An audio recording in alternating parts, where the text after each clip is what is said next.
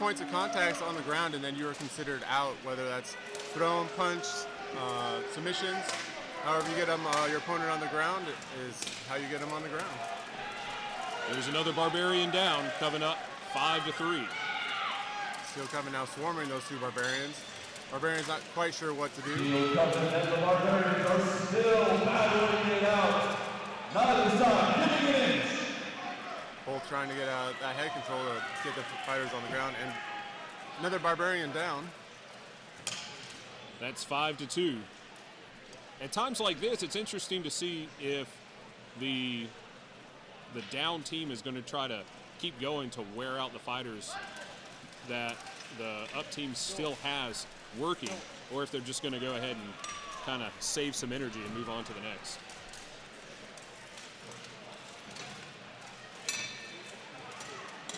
The Lady Barbarians are still fighting, so they're definitely not waiting for the round to wrap up on its own.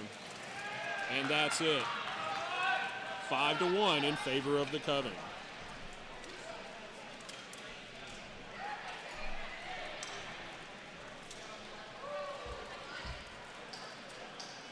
We had a great day of action yesterday for the duels and the outrance fights. The commentator that was joining me yesterday was Vincent, and he'll be back later on today. On the purple and yellow list on the far side of the field, we have Windigo, one of the Canadian teams traveling in, and the company of the Pale Horse, which is coming in from the Yellow Gate. Do you know where Company of the Pale Horse is fighting out of? I am not actually sure exactly where they're coming from.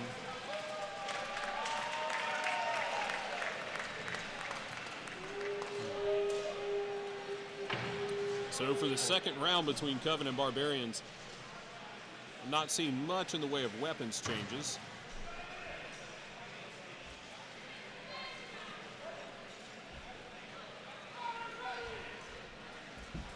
The Barbarians are going to have to take this second round from the Coven to force it to 3.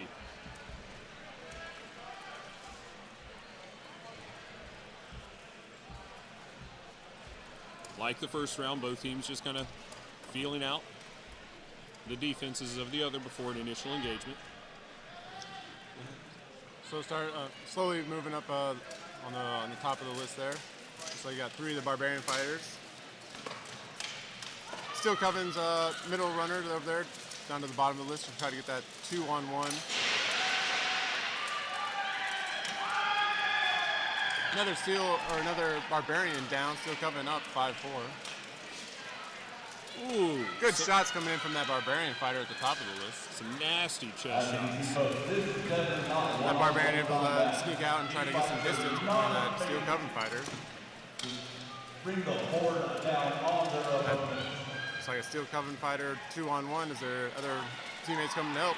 And a trade with the Steel Coven Barbarians. And another. It's 3-2. Looks like the Coven is still up. But better odds than last round. Steel Coven having the advantage down the bottom there. And another Barbarian goes down. 3-1. That's the fight. Coming in the purple side of the list.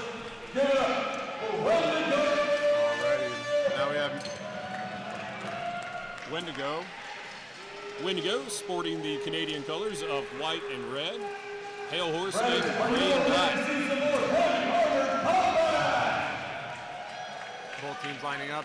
I see a good chunk of fighters on the Canadian team with two-handers. And your Pale Horse looked like the standard hand weapon shield on the rails. Middle runner with the two-handed axe. We'll see how they do. If you're taking a look at the wide shot of the field and arena today, one thing I'd like to point out on the far side of the field, that's supposed to be set aside for fighters and their support staff. I think some spectators may have drifted over there, but you can't really see the number of spectators that are filling into the arena here because they're on the near side of the camera. Good shots. Canadian fighters sneaking through the back line, now engaging. Canadian runner. Good shot. He's got good field awareness. Watch out for the charge in the back and able to almost hard pull action shots. hard pole-axe shots on the far side of the field, but I believe it's still 5. Well, no. We have one Canadian fighter down. We have one Windigo down. I think that's 5-4 for Pale Horse right now. Canadians being very mobile. Big shot from the Pale Horse there. Another Canadian down. Marshall calling a brief hold for a moment. One Canadian in the bottom of the list there, taking shots. It looks like it's 5-2, Pale Horse up. Canadian fighter. Oh, swing and a miss. Swing and a hit in the corner. Canadians being smart, trying to get back to back with their teammates. The Marshall's watching those neck pulls, the neck shots. And that's the fight. Marshall's calling it when it's 5-1 in favor of Pale Horse. Well done, fighters, well done.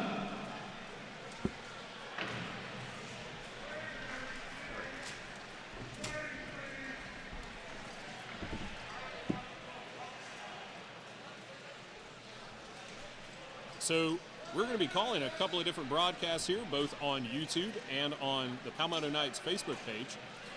The Palmetto Knights Facebook page will be broadcasting the purple and yellow list throughout the day.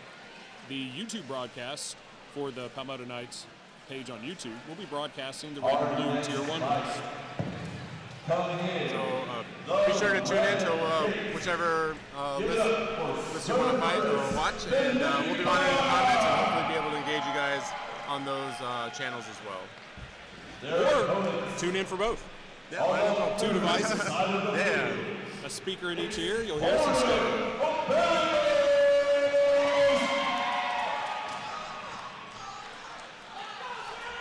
On the yellow side, correction, on the red side, we have Cerberus Benefica. At the blue list, we have Ordo Oblas in purple.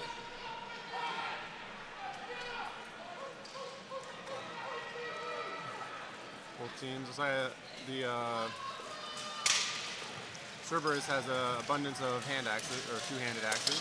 Good shots coming in at the top of the list there. Oh, good shots from the back there. One Cerberus down and another.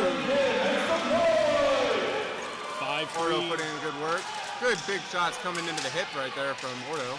And it looks like one of the maybe one of the Cerberus fighters is down a pole line. Looks like it's Oh, but they have a backup available. 4-3 in favor of Ordo at the moment.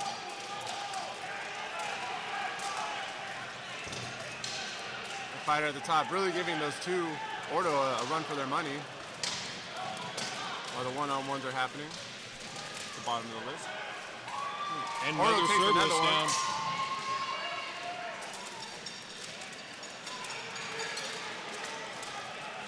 Man, that Cerberus fighter at top really giving those Ordo a hard time. They're using all their might to get her down. Oh, She's powerful just not going- axe shots. coming Down down the on near side of the list. right into the back. Marshall's definitely observing those shots, and it looks like that Cerberus fighter was pushed out of the list. So they're stopping the fight at 4-1 in favor of Ordo.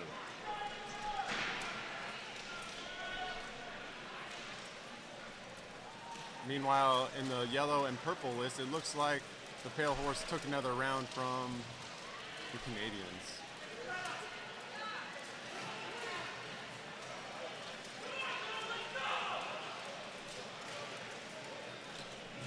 If this is your first time watching this sport, thank you for being here, as well as make sure you thank the folks that shared it with you and share it out to your friends as well.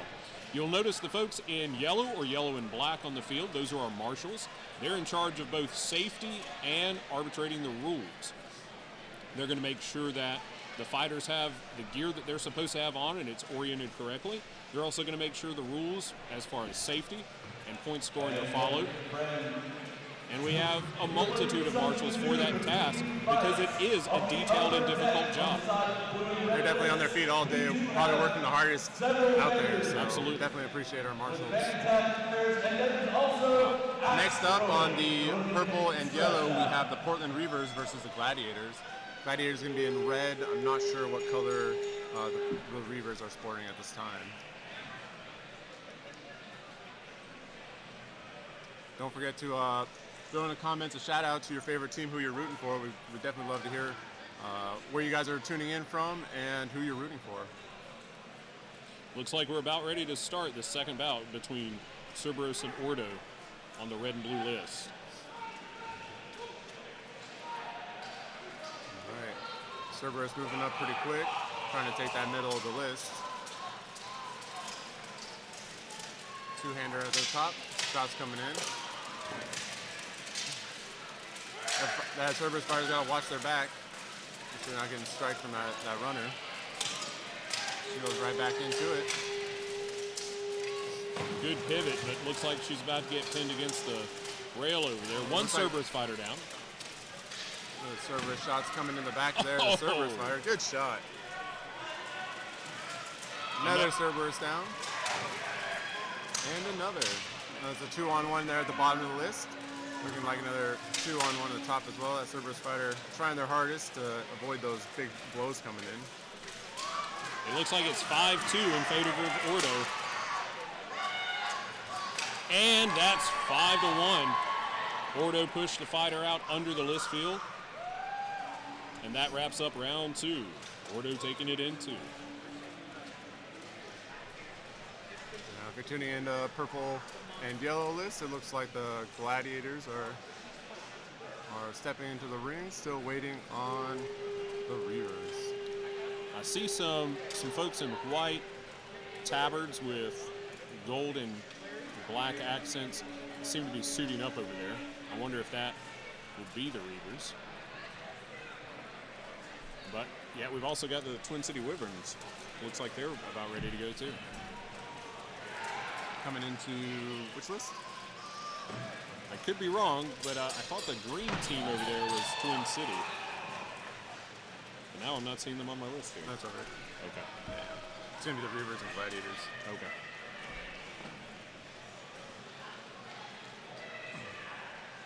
There in the center of the field, we've got one of our marshals instructing the others in some of the details of the rules.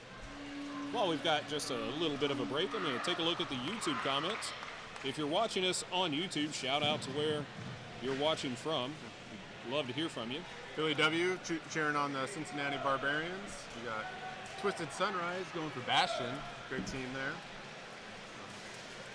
Megan Jones, appreciate you, Gret Wrecked. We love your design on the logo for Carolina Carnage. They definitely have a great opportunity if you get with them to do graphics for your team. She does great work. Get ready. Megan with Get Wrecked. We were just discussing our sponsors and partners here for the event. We appreciate y'all designing the beautiful shirts that we have this year. Richard, thanks for cheering on from Maryland. Folks cheering from Cambodia and Oklahoma. Joseph, the Berserkers will be fighting in the red and blue list.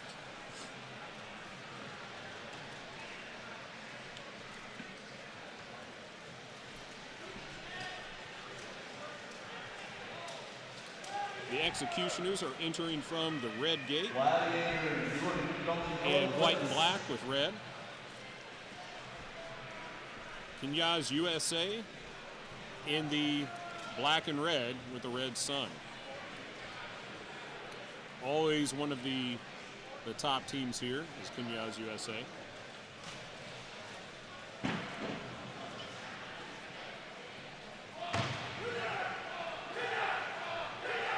Now we've got Kenya versus Executioners in the red and blue.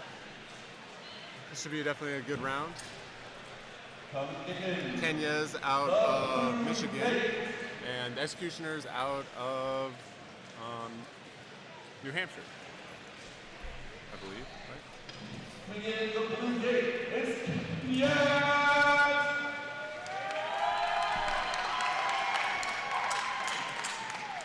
Now here on the Kenya's team, you'll want to watch Andrew. He's in the middle. He's a great runner. He moves quickly and expect him to be bouncing around the list. Executioner's moving up quick, taking this spot in the center as they square off. Oh, Executioner's taking the first contact with that poleaxe.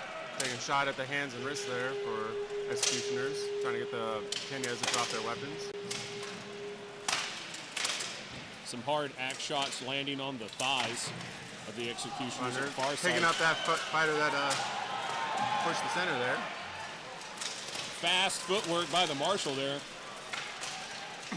So runner lost a weapon, trying to get his secondary out.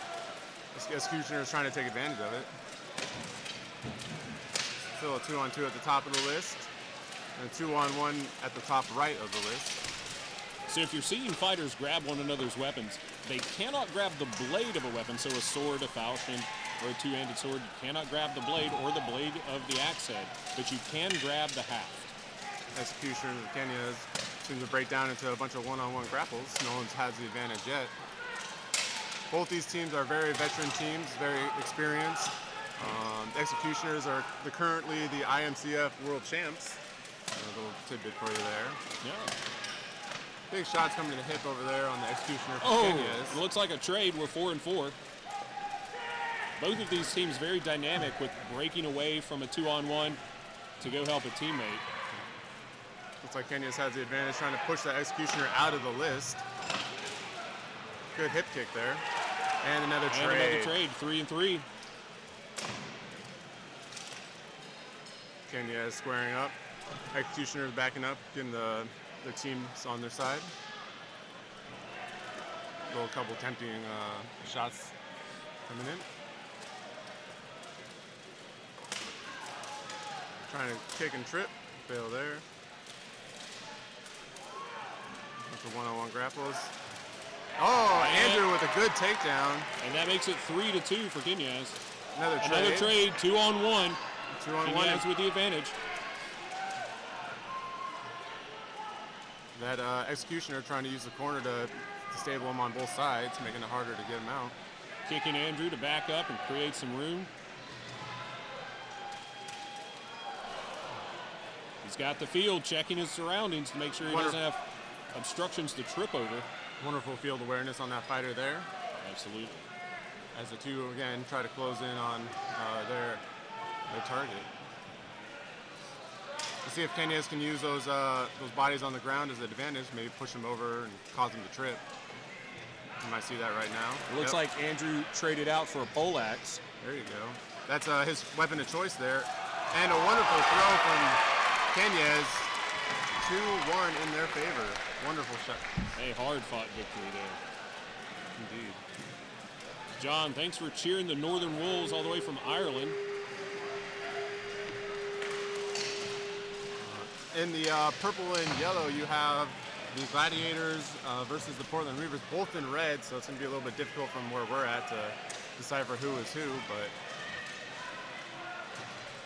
it's looking like a close round up there at the moment. 3 marshals in the list there, watching the action closely. And they'll call us stop fight. Well, let's see as they separate these fighters if we can find a way to distinguish. It looks as though those coming from the purple list have a darker shade of red. I don't know if that's showing up on the camera there for you. I do believe the Portland Reavers are on the left, on the purple side, and the Gladiators are on the right in the yellow. So that was a victory to the Reavers. We're getting ready for the second round in the blue and red list.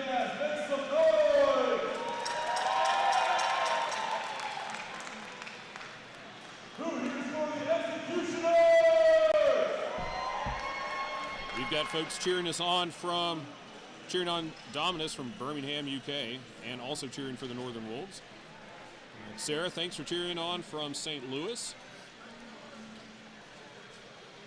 Yeah, Dominus does have 2 white company fighters fighting with them today. We've got teams competing all the way from the Berserkers coming from Australia. Several of the duelists yesterday were from Mexico and I believe other areas of South America. Yeah, we definitely have fighters from all over the world this year. It's great to see, and we appreciate everyone coming out. Looks like the Kenyas and Executioners are back up. Looks like Executioners had a couple personnel change, as while the Kenyas looks like to remain basically the same. And how about the Gladiators? Carolina Carnage 2024 is, from what I'm told, ranked about 8th largest in events of all, well, modern times, obviously. Yeah, we have over 400 competitors from, like I said, all of the United States and from international. So we appreciate all those fighters coming out and supporting the sport. It looks like the Reavers may be up in the purple and red list, but we've got action starting down here between the Executioners and Kenyas. That first round was pretty tight. Executioners are going to have to get an early lead if they're going to hope to take it to a third round. Yeah. Kenyas is definitely a very grindy team. They have a lot of endurance. Execution is the same. And so we'll have to see who can get that early advantage. I think it will be the ones that take the rounds. Alex going in for a wind up there, trying to draw out from the fighters. Trying to get an open field trip. Nice tactic. Both teams very mobile. Still 5 and 5. And you're winding up big shots coming at Executioner at the top of the list. Let's see if that's Kenyas can get a sneaky attack on that Executioner in the open field. And a trade, 4 and 4.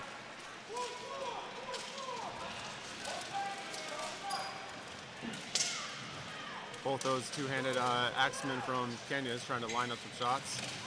Another trade. Looks like. I think that's going to be scored as a trade. It looked like there was still some grappling once they were on the ground. Big shots coming in from the Executioner. Kenya's trying to get that trip. Meanwhile, at the bottom list is another and a trade again. We're 2 and 2. And both teams not be able to get the advantage. Oh, big shot into the rail, causing the rail to come apart a little bit there. I would not want to be that rail. We've got it. Oh, Executioner. He's still up. Able to stay up from that body trip. But now it's 2-1 in favor of Kenyas. There you go. And Andrew switching weapons again.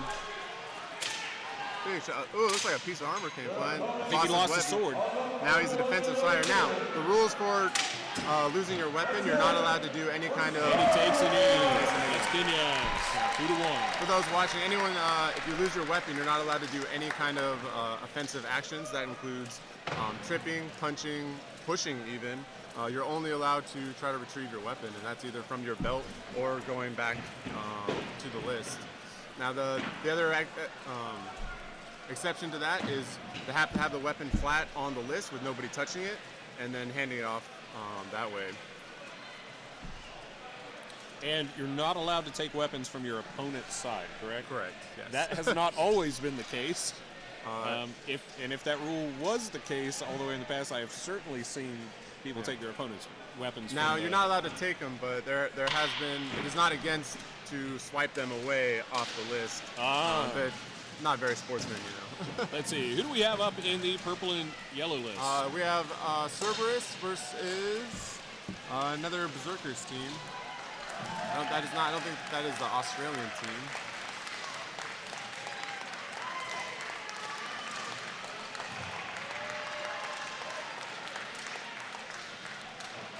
Cerberus in the black and yellow, Berserkers in the red. So one of the Cerberus lost a weapon, picked up two-handed, and is going to do some big shots in that back of that Berserker. And it looks like a trip and fall trade there in the middle. I'm seeing what looks like some continued grappling on the ground by these fighters going down, just kind of hanging on. Anything to try to get your opponent to fall with you, I guess. Now you have to be careful with that, because if you intentionally try to drag your opponent down with you, the marshals can stand you back up. So that is something to be aware of.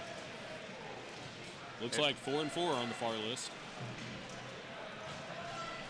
One-on-one grapples there at the bottom. Oh, another trade. Looks like the marshals are breaking them up for maybe inactivity. Separate them out and see what Oh, nope, they sat down that Berserker fighter. And now Cerberus is free. It's a 3-on-2 in Cerberus' favor. Good grappling there. Good teamwork from Cerberus trying to get that fighter down. Now Cerberus trains a lot with Dominus. They're all from Oregon. So you can definitely see the skill that they have there. Looks like one of Cerberus did go down. And now it's 2-on-2. Oh, and it's he 1-and-1. 1-and-1 with the Berserker on the ground behind the other. That Cerberus fighter trying to fight over those bodies. Taking up the corner there, trying to get some breathing action. Looks like the marshals are having a discussion on something that happened there. Looks like they may be standing up that Cerberus fighter. Maybe there was some intentional tripping there from one of the down fighters. It's now 2-on-1 in favor of Cerberus.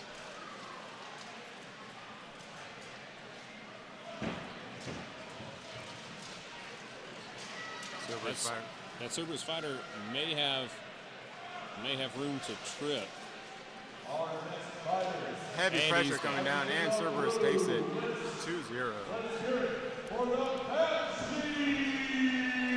On the red and blue list, from the red gate in red and black with gold trim, we have the Dallas Mythics. In white and black, from the blue gate, we have the Banshees. Dallas Mythics out of Dallas, Texas, and the Banshees, I'm not sure where they're out of actually. If anyone knows on the live stream, please let us know if you guys are rooting for the Banshees and where they're from.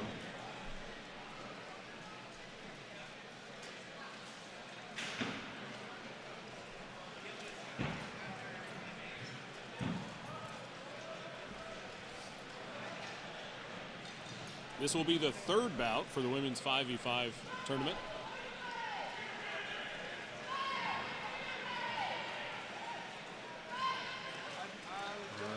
Banshee moving up quickly and cutting across the list there.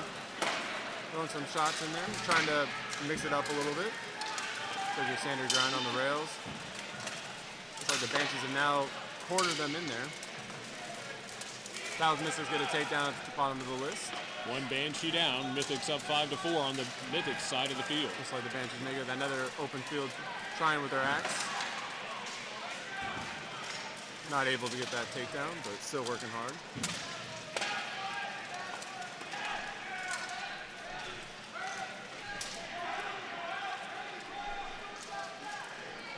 Ooh, big shot from the Banshee into the Dallas Mythic there at the bottom of the list. Looks like we have another maybe Banshee down. It's hard to see close to the Mythics road. taking big shots into that Banshee fighter in the corner of the list. It's going to be 5-3 with the Mythics up. Banshees not noticing their fighter in the corner. They're taking those big hits, trying to get out. Looks like they're trying to force her out of the list. It's like a 3-on-2 here at the bottom of the list in the center.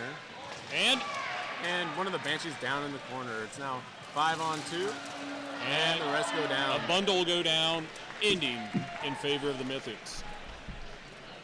At the top of the list, purple and yellow, looks like the Cerberus and Berserkers are squaring up for the next round. Looks like mostly a mix of hand weapons and shields there for the Cerberus.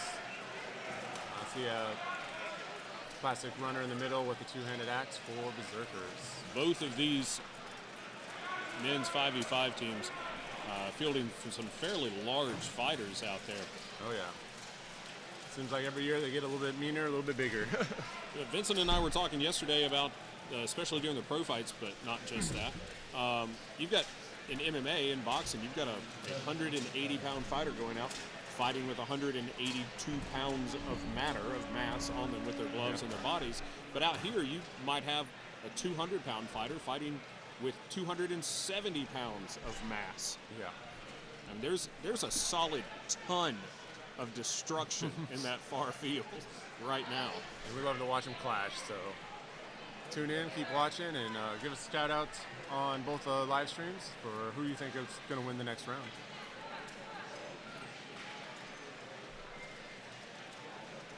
Looks like some hugging going on there, a little bit of a friendly gesture. Maybe they're trying to find those gaps. No, I'm just kidding. Pat him down, pat him down. You know, Boo Herd is all about violence, but also about love, so.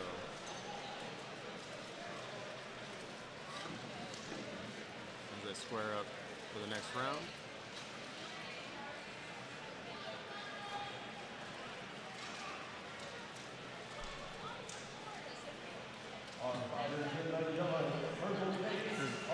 This is also the first year that we've run the double lists, so it's been interesting so far to see how this is going. But more lists means more fights, means we're not here all night. Well, the event has already expanded to 3 days worth of fighting, 1 day of setup before all of that, and endless amount of time for the organizers setting up and prepping this event. They'll begin working on Carnage 2025 just a few days after we wrap up here. Yeah. And thank you to all the volunteers that have come out to help man the booths, weapons checks, marshals. This event could not have happened without them. As we get this next round started, we want to thank our sponsors, Booher Tech, Vance Fitness and Innovations, Tennessee Booher, Mad Axe, Get Wrecked Designs, Medieval Extreme, and Age of Craft. Now, that may not be a full list of sponsors. We're working on getting that full list. If you are a sponsor and not mentioned yet, you will be soon once we get that full list compiled. Berserkers again making quick, it's like a trade for Berserkers and Dallas. Another trade. Oh, a big shot coming to that Berserker's back, but 3-3. And another trade, 2-2. 2-2. We're squaring each other off, not sure where to go. Hesitant, because that two-handed axe, you don't want that coming flying at your face. Dallas fired, backing up, trying to find the list there. 2 one-on-one fights. And then you gotta watch those bodies on the ground. It's definitely a tripping hazard.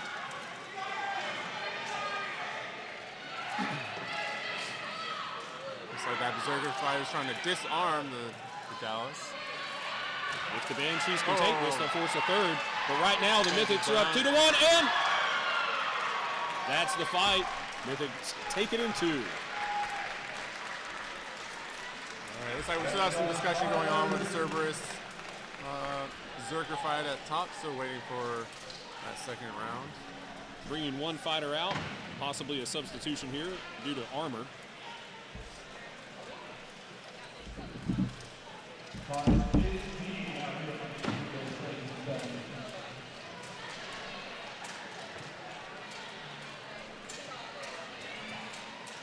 We've talked about how much this event and this sport has grown, not only in quantity, but in the quality.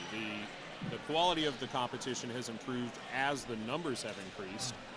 The quality of the event has improved as it's grown in size. Oh yeah, the fighters, I know they've been training all year for this. They're all definitely excited to get out here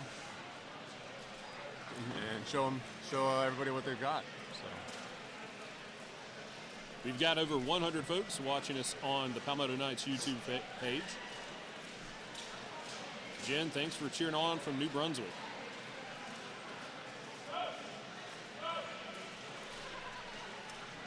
If you're looking for the different lists, we've got the purple and yellow list. The far list on the widescreen is broadcasting through the Palmetto Knights Facebook page. The red and blue list is on the Palmetto Knights YouTube channel. Feel free to bring up both lists to watch as we comment on them. All right, looks like that finally that Cerberus Reaver fight is about to go down. Let's see if the Berserkers can match the Cerberus and take it to a third.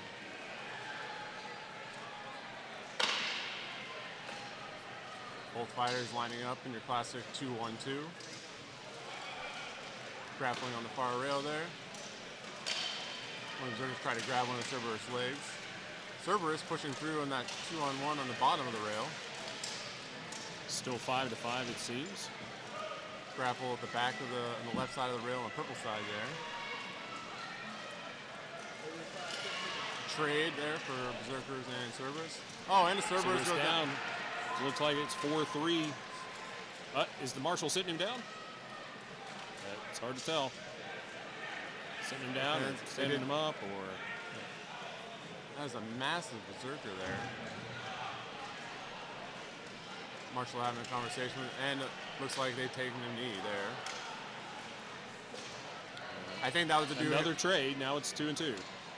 I think that was due for him touching the back of that other down fighter, not being part of the throw. 2-1. Berserkers up. Marshall's making sure that safety is happening.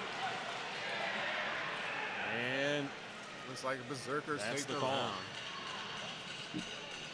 On the red and blue list, we have the Cincinnati Barbarians versus Order of the Pegasus. Part on Facebook, the Idaho Pack Rats will be fighting in the purple and yellow list. So tune in, they're coming up actually next. So if you're looking to see where your favorite team or teams will be fighting, you can check that out at palmettonights.com/Carolina-Carnage. There's a spreadsheet for Saturday's fights, and it will show in tabs at the bottom of that frame the red and blue list and the purple and yellow list, and you can check which team is fighting where. Exactly. And their approximate time. So that in the purple and yellow, that's going to go to a third round with the Berserkers taking the second one. In the red and blue list, we'll have the Cincinnati Barbarians women's team fighting out of the red gate in red and blue. Order of the Pegasus out of the blue gate in the burgundy with gold fleur-de-lis.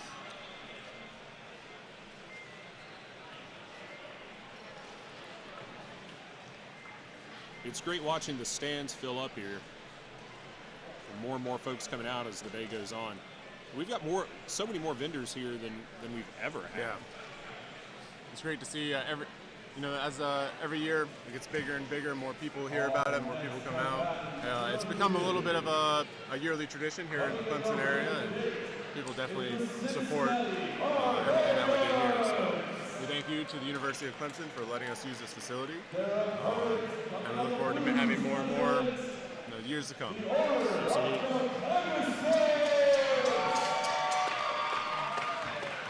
Looks like the Cincinnati and Order of the Pegasus about to kick off.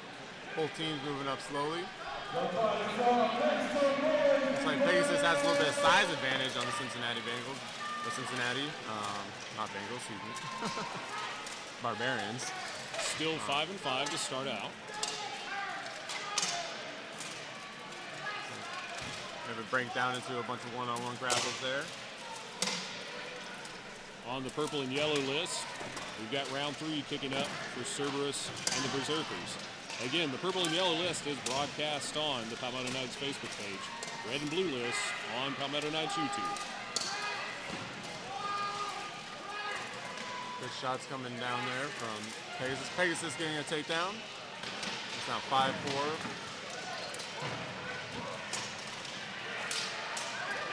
Still 5-5 for Cerberus and Berserkers. Oh, looks like Pegasus lost a weapon. They're going to have to go back and grab another one. Leaving Cincinnati with a 2-on-1 advantage.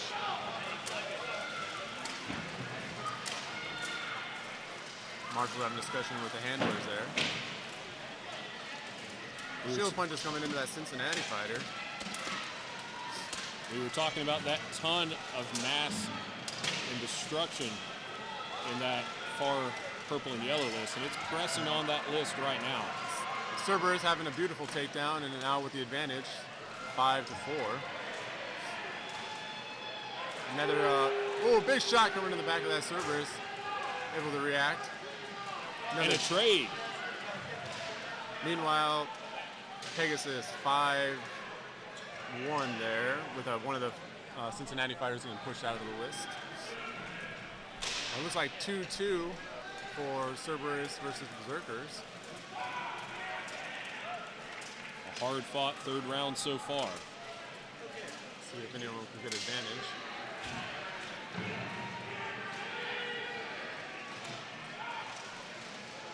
Oh, Cerberus getting the advantage on that two-handed. Oh, and he's able to reverse it. Cerberus Berserkers down. Berserkers up 2-1. See if that pole arm can bring in some damage. The mercy rule cannot apply here. 2-on-1 is still fought out. If it were 3-on-1, we'd be stopping this bout. Like Cerberus fighter trying to disarm and set a trade. Victory to Berserkers on that third round.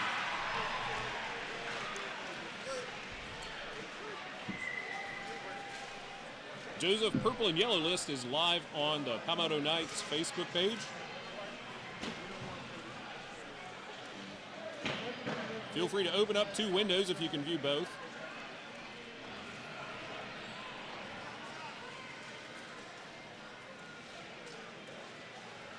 That was a great 3-round bout between Cerberus and the Berserkers.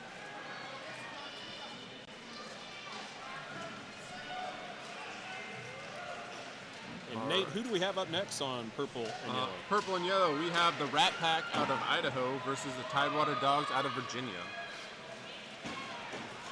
Now this is the first tournament for the Pack Rats, their debut. They're definitely excited to be here and to get as many fights in. I know they've been working real hard to get their team set up. I am an Idaho native myself, so I have a little bit of a warm heart for them, and I'll definitely be rooting for them. Oh, good takedown there from Pegasus to Cincinnati, happening in the blue and red list. This second round of combat between Pegasus. Pegasus putting that heavy pressure down on that Cincinnati fighter, trying to get them down, but they have a good base there. Not quite going down yet. Order the Pegasus up 5-4 over the Cincinnati Barbarians. Some kicks there, trying to get that Cincinnati fighter down. Looks like we have 2 more. 2-5 in favor of Pegasus. Pegasus fighter, no idea that 3 fighters are coming behind them. And that's the way down. Alrighty, the Rat Pack in the purple and yellow, or in white, while Tidewater are in purple and black.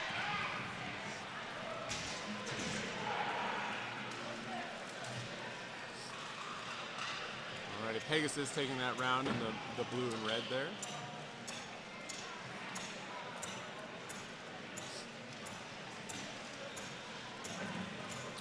You hear that hammering in the background? That is the maintenance crew making sure the list field is in place and sturdy in between rounds.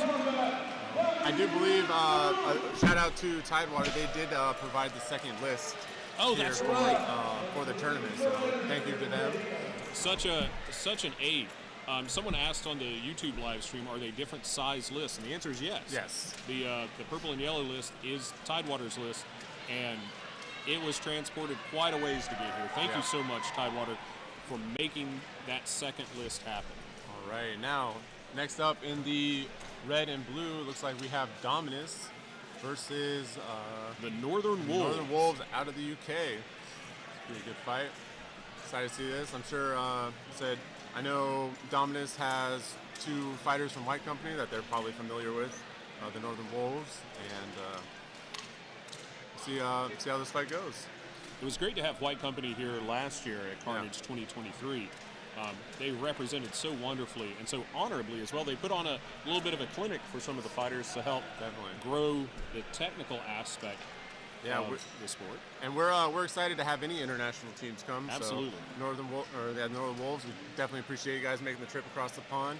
And if there's any other teams or countries that want to participate, we have specific slots available to them for Carnage. So you'll definitely always have a spot here if you want to come out. So, and we do what we can to assist those teams getting here if possible. Indeed. So looks like the fight's ready to go, and it's on. Northern Wolves taking a center list real quick. And the shield choice is interesting. I don't know if it's because they had to travel so far, but they're fighting with smaller shields. Good mix of fighters. It looks like that fighter was off his feet, hanging on the back of that Northern Wolf. It's broken down into a bunch of one-on-ones. Meanwhile, the Pack Rats and the Tidewater are going at it. Top.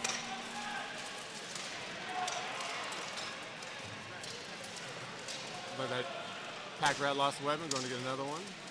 Still 5-5. Looks like Pack Rats are 3-2 against the Tidewater. Sorry, we ended up calling 2 separate fights there. My bad. No, it's all good. At 3-1 to Pack Rats in their first debut win. See if they can keep that momentum going. Meanwhile, it's 4-5 in favor of Dominus. Now it's 5-3 in favor of Dominus, and 5-2. Dominus making quick work of the Wolves. Oh, hard flying kick right into the hip. And that's the fight. That's the fight. With the competition of these teams and how much endurance, that getting that early takedown advantage can be a domino effect for real. And so many of these melee competitors also fought in the duels and outturns fights yesterday. Absolutely. Many will be fighting in the 12 versus 12 tomorrow. Yeah, maybe. Finn, for you on Facebook, there's 2 out of 3 for the round, so if they win the first one, they win the second one, and that's it. And if both teams win a round or comes to a draw, then they'll fight it out until one team gets that victory, or a time limit of 10 minutes for the entirety of the round. All right, looks like they're lining up, doing some personnel swaps on both lists. Looks like they're getting ready to roll.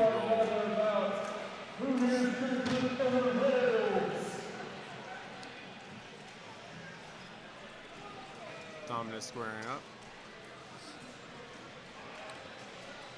That is that looks like an early 2000s style of pop collar down here in the 90s. Looks like the Northern Wolves are mostly running two-handed or hand weapon shield. That Dominus fighter trying to get into the backfield there. Picked up by the Northern Wolves. Breaking down to one-on-one grapples. Good breakaway there by the Dominus gets a good, but is able to take it with a good check from the Northern Wolves. That's 4-4. Essentially a draw. Looks like both teams going for those head rips. Those are huge ways to get the fighters down. But you also have to be careful with those kind of head rips because you can get in underneath their helmet and then become a yellow card. Dominus taking another wolf down. It is 4-3. 4-3 in favor of Dominus. Wolves not out yet. Wolves making it work for it. One-on-one down there at the bottom of the list in the corner there. The 2-1 is developing at the top. An interesting tactic there, striking the hand, causing that breakaway, but he's still got the weapon in his left hand, so he's still able to be aggressive. Hand shots are legal. Illegal shots are to the groin, to the back of the neck, and to the knee. Also, any kicks. It looks like we may have a Dominus fighter ruled out down here. Yep. It's 3-3. Marshall's ruling. 3-2. Marshall's ruling that fighter was out of the list and sat down. At the top of the list, looks like the Rat Pack has a 2-for-1 takedown. Another trade. That went 3-1 for Dominus, but in the purple and yellow list, it's a 2-on-1 in favor of the Rat Pack.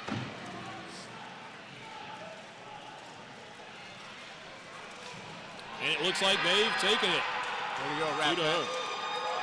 Super stoked. Their first fight out in a tournament, and they've taken a victory. Way to go, Rat Pack.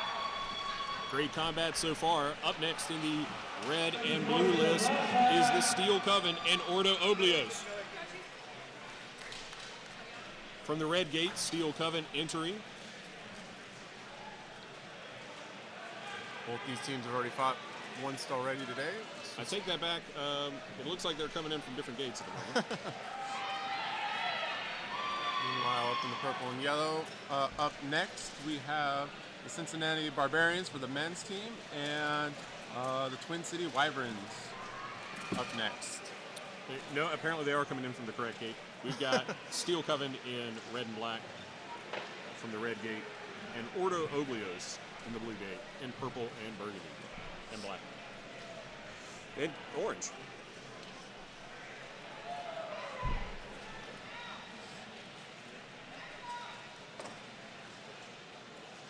We have armorers here working to repair some stuff and getting ready for the next bout. I'm going to tag out with my partner, Vincent, who is going to be taking over the left seat for now. So we'll see you back in a while.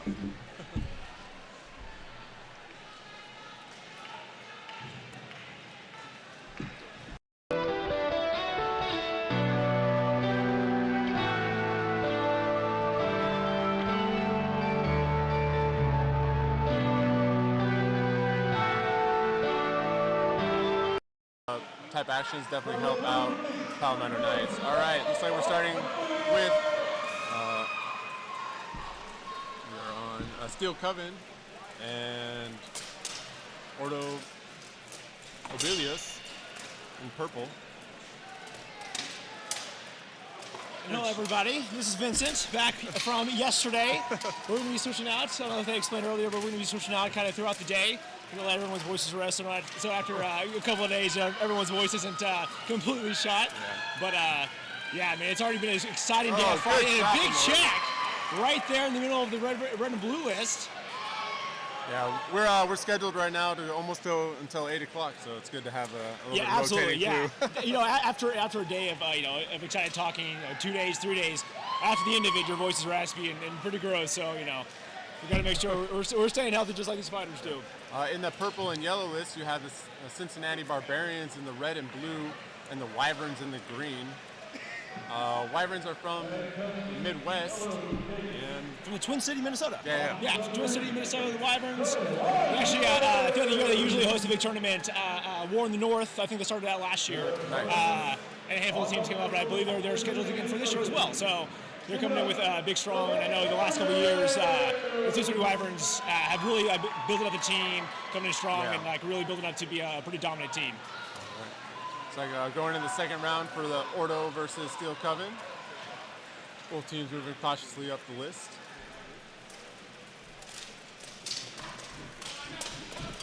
Big shots coming into that Steel Coven fighter from those two Ordo at the bottom of the list there. One Steel Coven already down.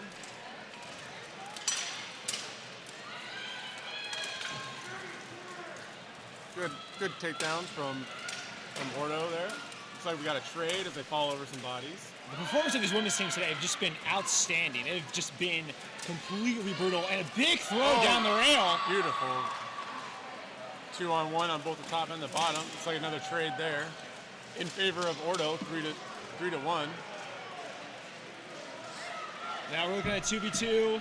Ash coming into the corner, trying to see where a good shot is, and they're stopping the fight.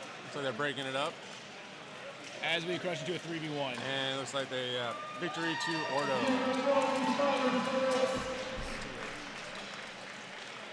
It's like Cincinnati versus the Wyverns about to kick off.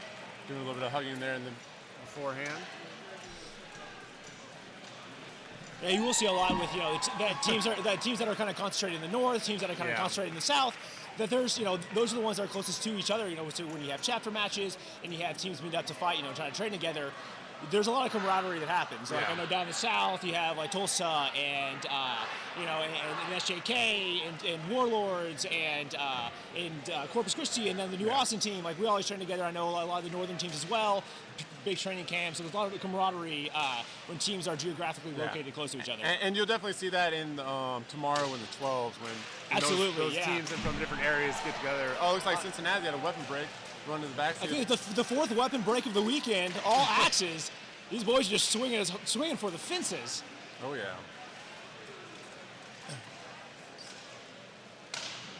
Wyvern and Cincinnati both playing it close. Looks like a 2-on-1 there at the bottom, or 2-on-2. Otherwise, it's broken up into some 1v1s. No team quite with advantage. Good strike coming in from the Cincinnati. A couple of free shots. Can't let those go unanswered. Wyverns playing it close there at the bottom of the list, though. Neither one with the advantage yet.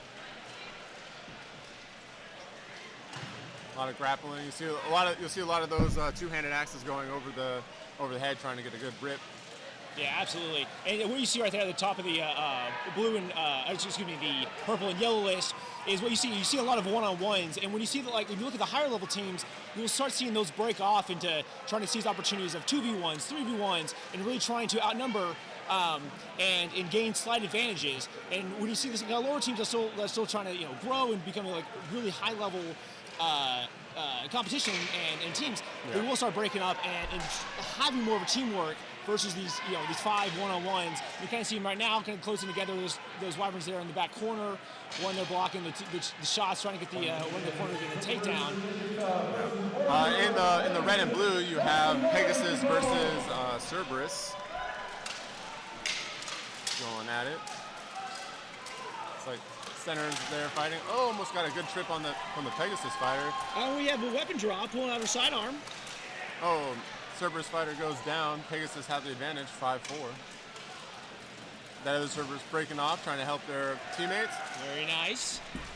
Brought it back, 4-4. They're on the bottom rail. They're still set up in the 2v2, trying to gain advantage where they can. Pegasus Cerberus looks like breaking down to a bunch of one-on-one grapples. That Pegasus fighter sitting there taking shots to the head. Paying no mind to that Cerberus fighter. Oh, and a big down rail throw. They did lose their weapons, so they're going to make that trek all the way back. And when you lose your weapon, you have to go back to your side of the list and pick up a weapon. You're not allowed to take any offensive actions if you do not have a weapon on your side or have a hand in control of a weapon. And as she goes back and grabs that 200 axe, she's just wailing on number 13 there on the bottom of the list. Looks like that Cincinnati Wyverns was gearing up for their second round. Meanwhile, that Pegasus fighter in the top is just holding that Cerberus down while they try to make quick work of the other teammates. Another Pegasus fighter moving off to assist with that other grapple over there. Going for a leg sweep there, but unsuccessful.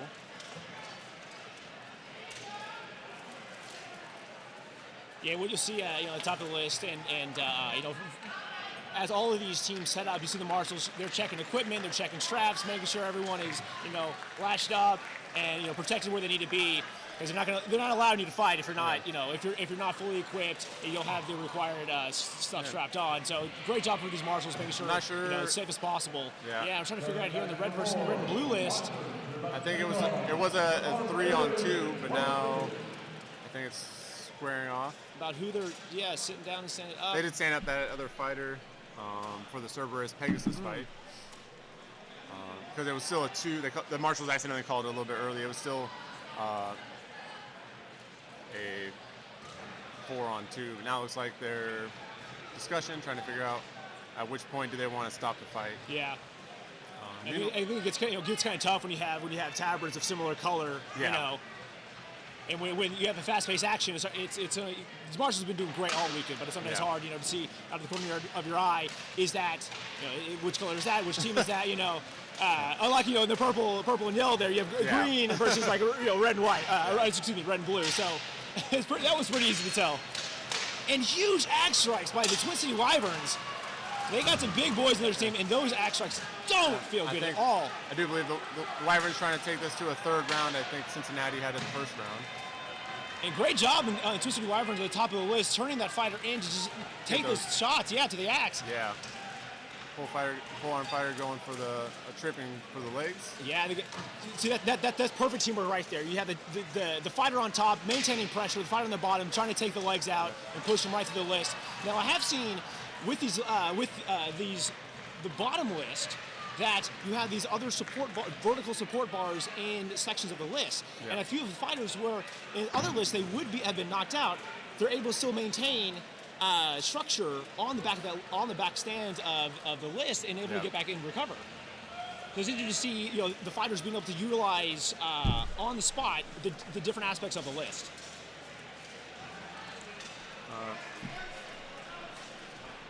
SJ Knights are coming up next, actually. Yeah, next in the red and blue list is going to be SJK. They're going to be in the red and blue list. To find that fight, you need to go to the Palmetto Knights YouTube channel. That's right. Yeah, it's going to be SJK fighting out of Houston versus Dallas Warlords, fighting out of Dallas. Good old Texas match there for you. Absolutely. And I'm going to be a little biased on that match because Dallas is my team. Dallas Warlords is my team. And so, fortunately, can't be there with them today. But, we'll come back on Monday and Tuesday. I'll definitely have, they'll say, well, why did you say that about me? Why did you say that about me?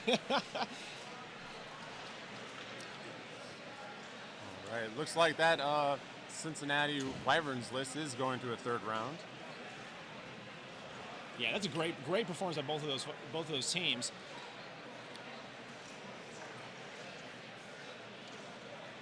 Marshall checking safety. Make sure all the fighters are ready, and they'll be off into the next one.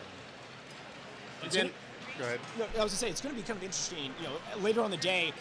The first couple of fights throughout the day usually gets a little cold. Everyone's warming up, especially here, in the mid-east of the country. It's a little bit colder here, and, it's still got to warm up. Still got to get into the fighting mode. And so it's going to be interesting to see later on in the day where everyone's gas tank is. Yeah. And then for these teams specifically, when you have a third, some of these fights going into the third round, which teams were able to take it in two, which teams had to go to a third, and how the performance is going to be affected later on throughout the day. Yeah, having a 2-win round is super beneficial, especially in later days. Yeah. The more times you go into a third round, the more endurance you have to use, the more you just burn into your gas tank, and that you could add additionally 2 or 3 extra rounds onto your fighting day. For sure.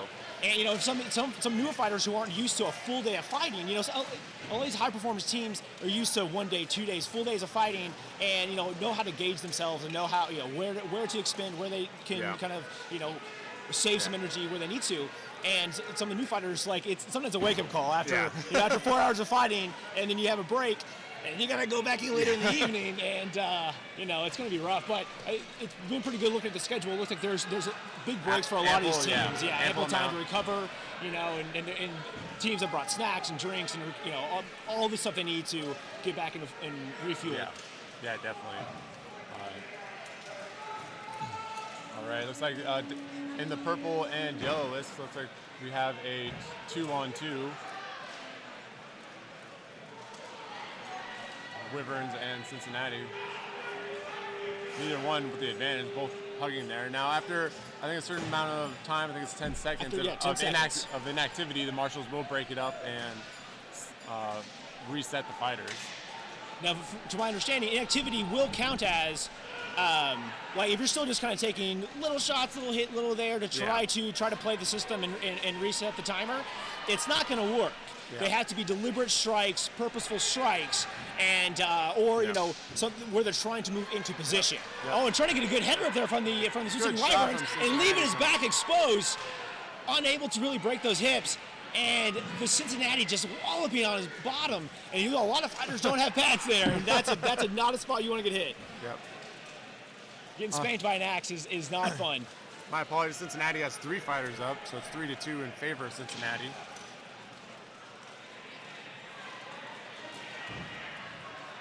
See the fighters really starting to looking like they're gassing out a little bit, trying to take the time, be deliberate, where they can advance and move up. Meanwhile, Pegasus versus Cerberus, it's like a 3-on-2 down there in the red and blue list. That's a good use of space. That's a great use of space. Trying to move it into a 2v1.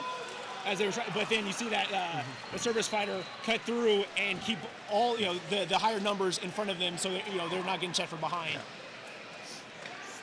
Looks like Cincinnati took that round. That last fighter on Wyvern had lost their gauntlet, and so that would get them sit down. Yeah, it counts as an armor malfunction when you lose a piece like that and you get sat, and it happens more often than you think, and it's a tough way to go down. All right. Next up in the purple and yellow is going to be Steel Company versus the Portland Reavers.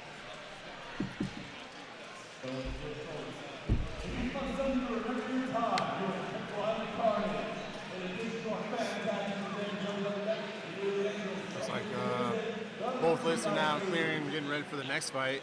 Next fight for the red and blue again is the Warlords and San Jacinto Knights, SJK. Both teams good friends, good training partners.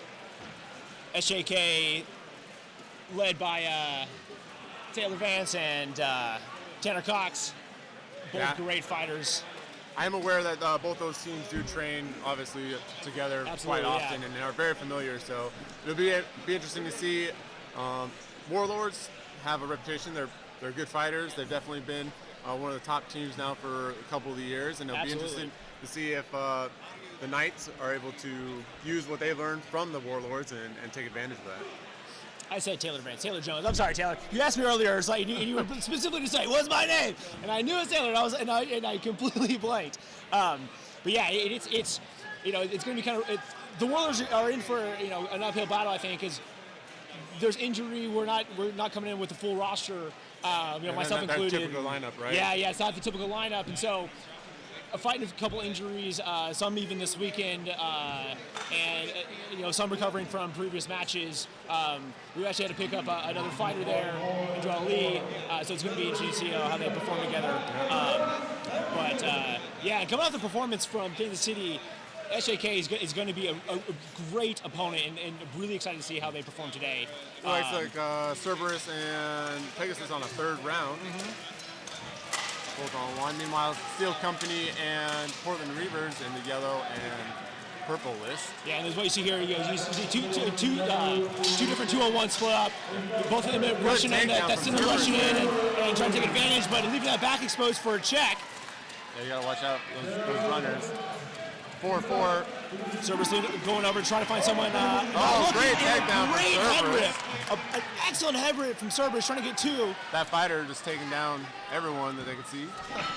It is now an advantage, 4-3 advantage to Cerberus. Yeah, you got to have your head in the swivel. You got to know where fighters are going down. Cerberus go down, tripping over a body. You got to be rechecking, so you don't get someone coming up from behind, either checking you or getting a clean head rip.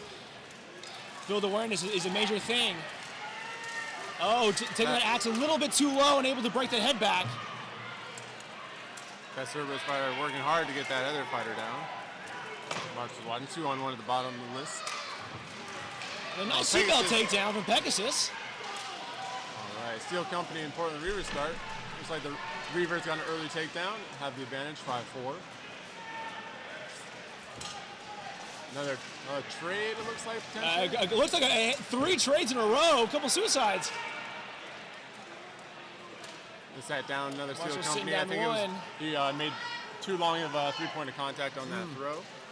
It is now 2-on-1 in favor of the Reavers. Yeah, when taking an offensive throw, you are allowed to have 3 points of contact, but it cannot be, supporting the weight, but it has to be kind of a touch and go in the motion of continuing and finishing. You can't just stay there for all day. You can't just stay there, absolutely. Yeah. I saw another sat down earlier on the Cincinnati team where you are allowed to touch the other fighters who are on the ground, but when they are taking the weight and kind of holding you up, that is when you have yourself a takedown. Yep, exactly. It is Justin McCall's, and these marshals have been doing a great job this weekend. But when a marshal sats you, you're sat, and you see a lot of fighters.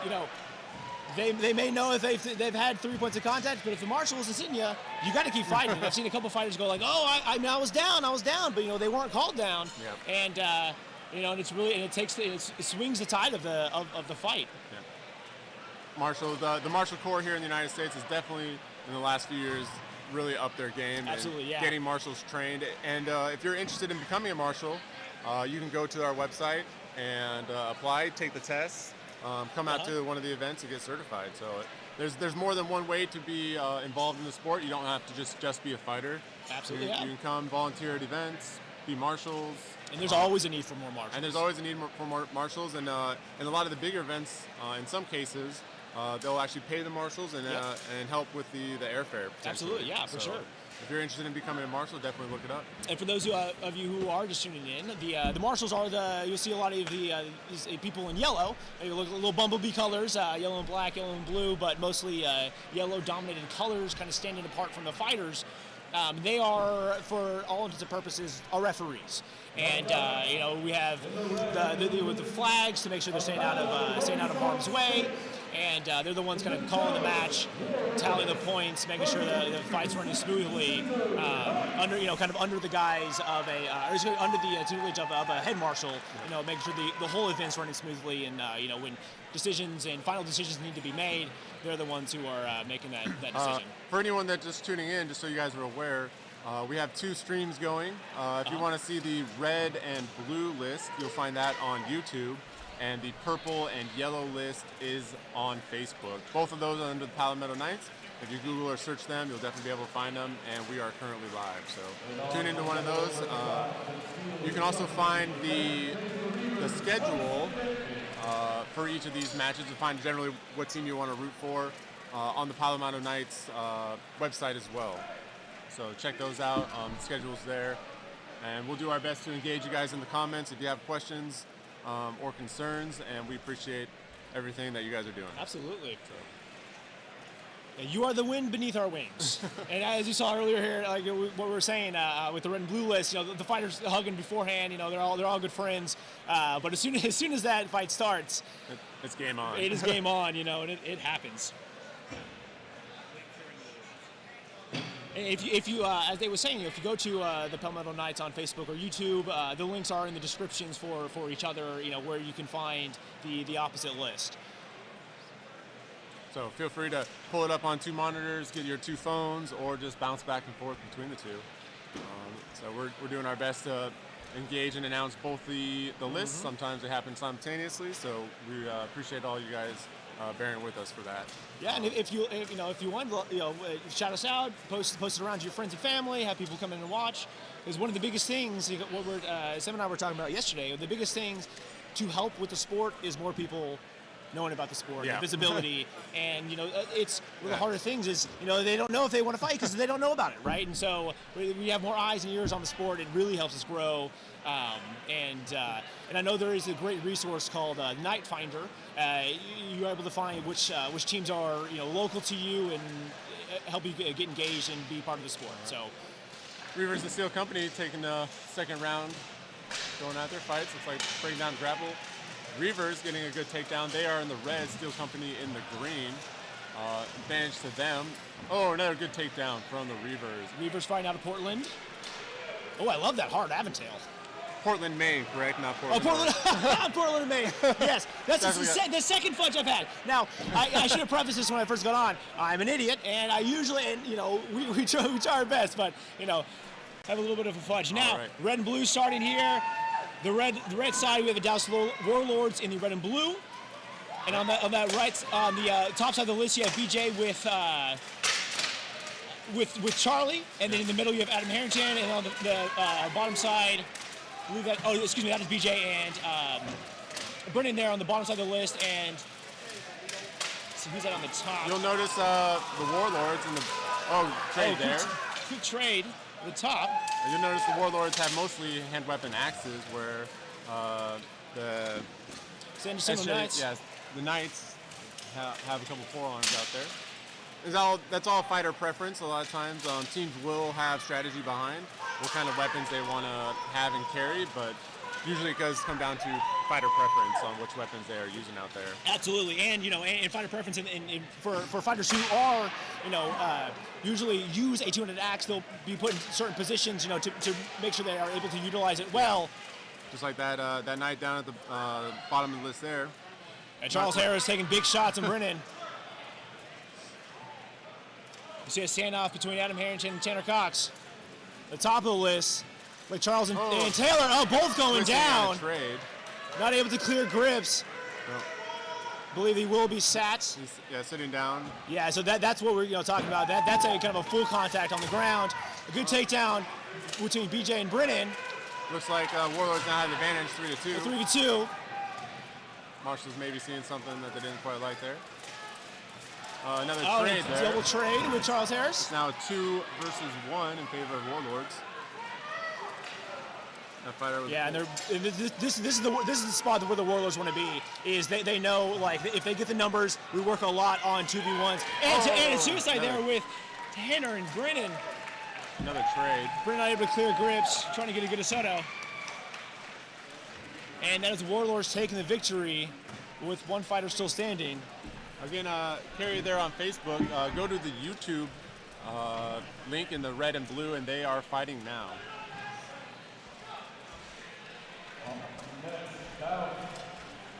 So, at the top in the yellow and purple, we have Bastion versus Cerberus. Cerberus out of Portland, Oregon. And they're from Oregon. I'm not sure if that's Portland, but out of Oregon. And Bastion out of one of the local teams here in South Carolina. Where in South Carolina are they from? I believe it's outside of Columbia. Okay.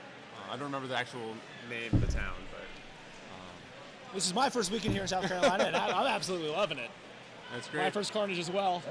It's a crisp 50 degrees here in the stadium. Yeah, and this is exactly what the fighters want. You know, it is nice and cool. They're able to not get overheated because in that armor, it gets real hot and real fast. All right. No, my apologies. That is the Pale Horse and Cerberus, Cerberus, not yeah. Bastion. My mistake there. The Cerberus there in the yellow and black crosses Pale Horse in the black and gray. I know Pale Horse picked up a handful of friends of ours from Corpus Christi who usually fight with the Rust Knights. Nice. Looks like we're ready to start the second round of the Warlords versus the Knights. Both teams having a quick advance. Two strong centers. Going to see how they pop through. Charles Harris trying to run through, trying to get a cross check. More than picked up, not really able to take much of advantage on that cross against the list. Jenna Cox trying to take a couple of good swings. Adam's trying to get in the backfield. Taylor seeing him.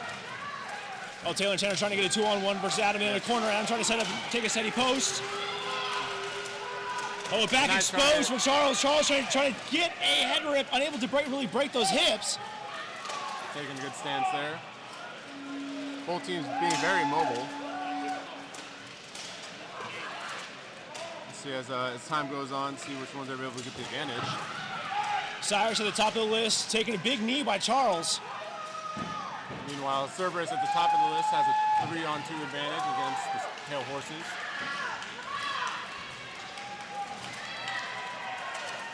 I appreciate it there, Rebecca. Bastion is from the Acton, South Carolina area. Acton, thank you. Nice shots come into the leg there from the Warlord fighter.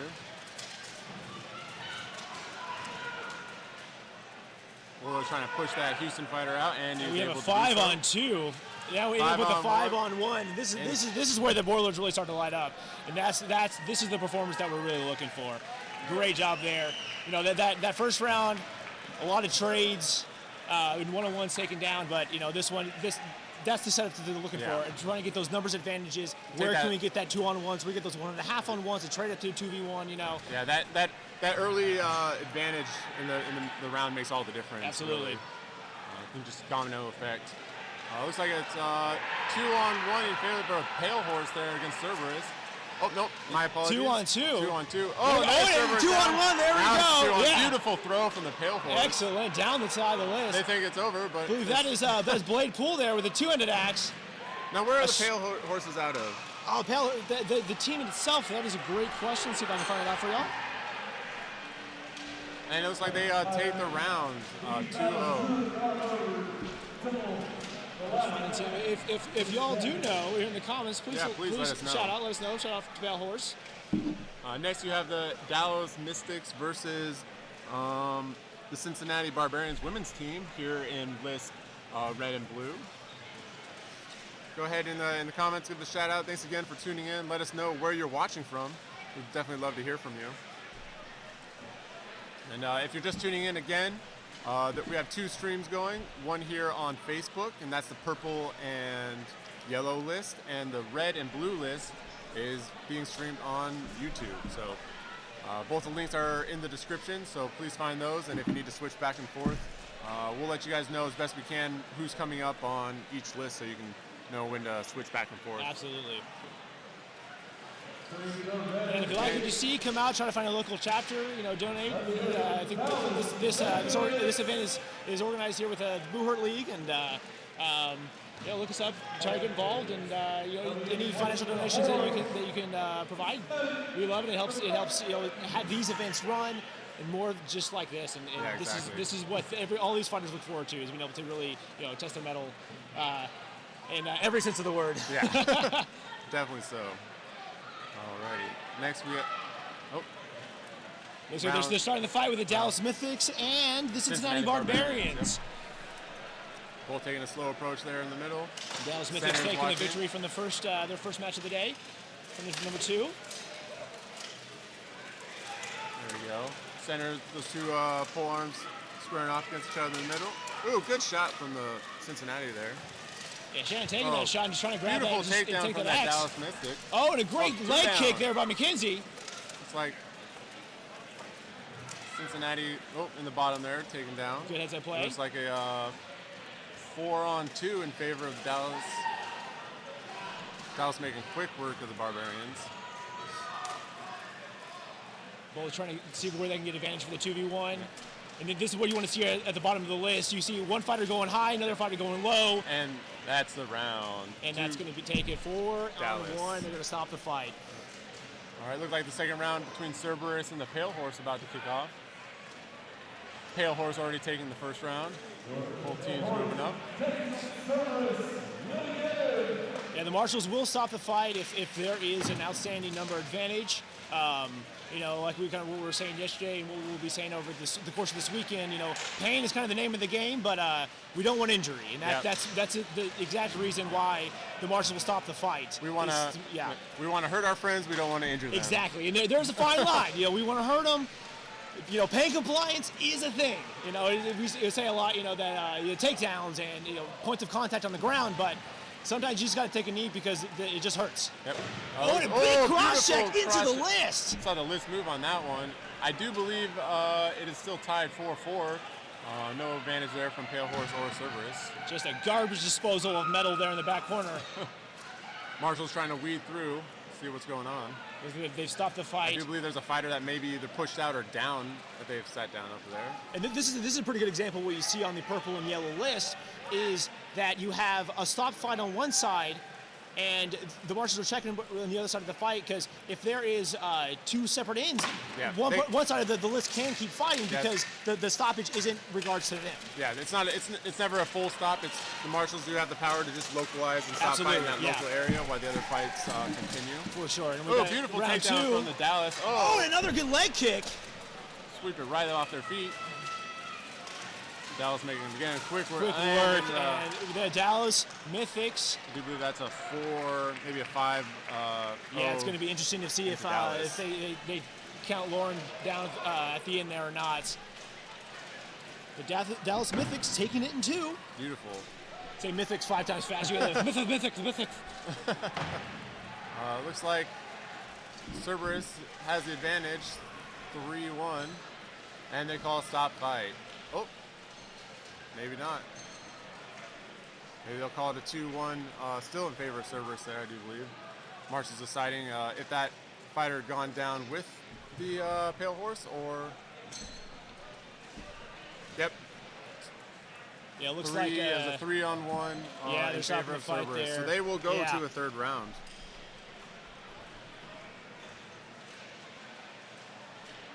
Yeah, sometimes it can be tough, fighting, and you don't like a call, and you get frustrated, and then start making bad plays. And but so far, when I was down there earlier talking to the fighters, everyone's been in pretty good spirits, and so far they're loving how everything's run, and and big regards to the Marshals and making sure everything is running smoothly and everyone's enjoying it.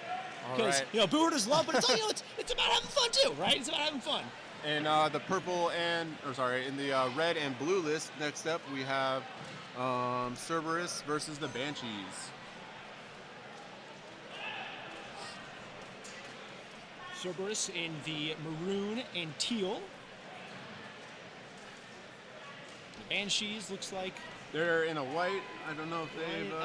They're calling to the list. Now, when the Marshals do call a team to the list, they have a certain amount of time to field or they are disqualified. And they will start a counter. Looking over, it looks like the Banshees are just now getting their helmets on, trying to make it to the list. So hopefully they don't reach that time limit. That's not a way you want to lose. Next, looks like Cerberus is getting pretty pumped over there, trying to take on take this to a third round and a victory. Yeah, it looks like one of the Pale Horse fighters is talking to the Marshals, trying to get clarification on the rules. Now there are, I said, certain areas that you cannot strike, like back of the neck, back of the knees, groin. And they implemented a couple new rules as well with regards to kicking to the knees and strikes to the knees that would hyperextend it. Absolutely. Those are no longer allowed, and you will be sat. And the marshals have definitely a keen eye and are watching for those. Yeah, and some fighters, like with front kicks and with some of those strikes, a lot of fighters just won't, they won't go for shins because, the illegal zones are too close. So they have a small window of strikes. And if you're not a great striker or not a very accurate striker, a lot of fighters just won't even test it because they don't want to get sat, they don't want to get carded, leave their team hanging. So foot, back of knee, front of knee with kicks, and anything's going to hyperextend. And so if you're not getting that right in that hip to break him down, that front kick could be pretty detrimental. Yep, exactly. Looks like Cerberus and Pale. Oh, a big push, tripping over the ground. Another cross check. Looks like a domino effect with fighters sliding over. Great kick, and a big swing to the back of the armpit. That is a spot that usually isn't fully covered by armor, and that one had to hurt. Oh, yeah. Oh, seeing Cerberus trying to use those bodies on the ground, tripping over. Yeah, trying to take advantage of the lack of field awareness. Yeah. Blade coming in with a big knee. Flying knee coming at it. Another Cerberus trying to get in, good push against the list there. Cerberus on 2-on-1 at the top of the list. Yeah, the top of the list. This is what you hopefully we'll see here is the 2-on-1 that the two fighters is hopefully trying to open the one fighter up to take free shots. But that was a good use of that fighter there on the list, turning that opponent into the hit to make sure he's defending himself. Yeah. And when you're mid swing, sometimes it's hard to pull that swing back, and friendly fire happens. It looks like that Cerberus fighter got sat for an armor failure. Now it looks like advantage to Pale Horse. A good arm drag down. 3-on-1 and in favor of Pale. For 3-on-1. Pale Horse taking victory there. And we have the start of round 1 in the red and blue list. Lori on Facebook, you can go to the Palmetto Knights website under Carolina Carnage, and they have a schedule at kind of like mid to bottom that breaks down where each of the fights are happening and who's fighting where. That's again at the Palmetto Knights web page. You can Google Palmetto Knights and find them there. And here on the Facebook chat, on the YouTube chat, we got greetings from Team Centenalas from Tindal City, Argentina. Oh, wonderful. Friends from Argentina. Love to see you guys. Bunch of fighters going down there. It looks like Banshees, 3-on-3, no quite advantage yet. A couple of trades. Now you're trying to reset, keep everyone in vision, and see how they want to proceed. So engage just like a bunch of two-handers there. So yeah, I was just saying. We you want to be able to drop those bombs. Yeah. Yeah, and for fighters who are longer axe fighters, two-handed axe and polearm fighters, it's going to be. It's interesting to see which fighters are able to maintain good grappling techniques with a two-handed axe. And that's where you see for a lot of really high-level fighters is that, usually a big defense for these two-handed axe strikes are just closing the distance. Yeah, not letting them strike. Yeah, not letting them strike because a lot of these two-handed fighters, they focus more on striking and not so much on grappling. Yep. And, when you close that distance, they get kind of shook up and that's it. And so that's what it's a good determinant factor of who's a very high-level two-handed axe user and who's not. Looks like it's a 2-on-3 in favor of the Banshees there in the red and blue list. Great job from the Banshee. Coming down on from that Banshee fighter. Yeah, an excellent job of keeping that keeping that body open and taking good shots and pushing through the list. Yes, and good pressure. 3-on-1 favor to. That was unnecessary trip. The fight was already over, but the Banshees take that round. Up in the purple and yellow, you have the Bastion versus Gladiators from New York. And to that fighter, fighter's credit there at the end. Sometimes it is hard to, unless people you are yelling. Unless you see that yellow flag in your face, sometimes it's you just don't stop. You just don't stop. And so, sometimes you get you're kind of looking down to your tunnel vision in, and there could be a flag right in your face, and even then it's kind of hard to see. It's hard to hear in those helmets, especially with the clinging of metal and the strikes and stuff. So, it's been pretty good so far about your fighter stopping, and hopefully that wasn't anything malicious. Yeah. Bastion moving in versus the Gladiators.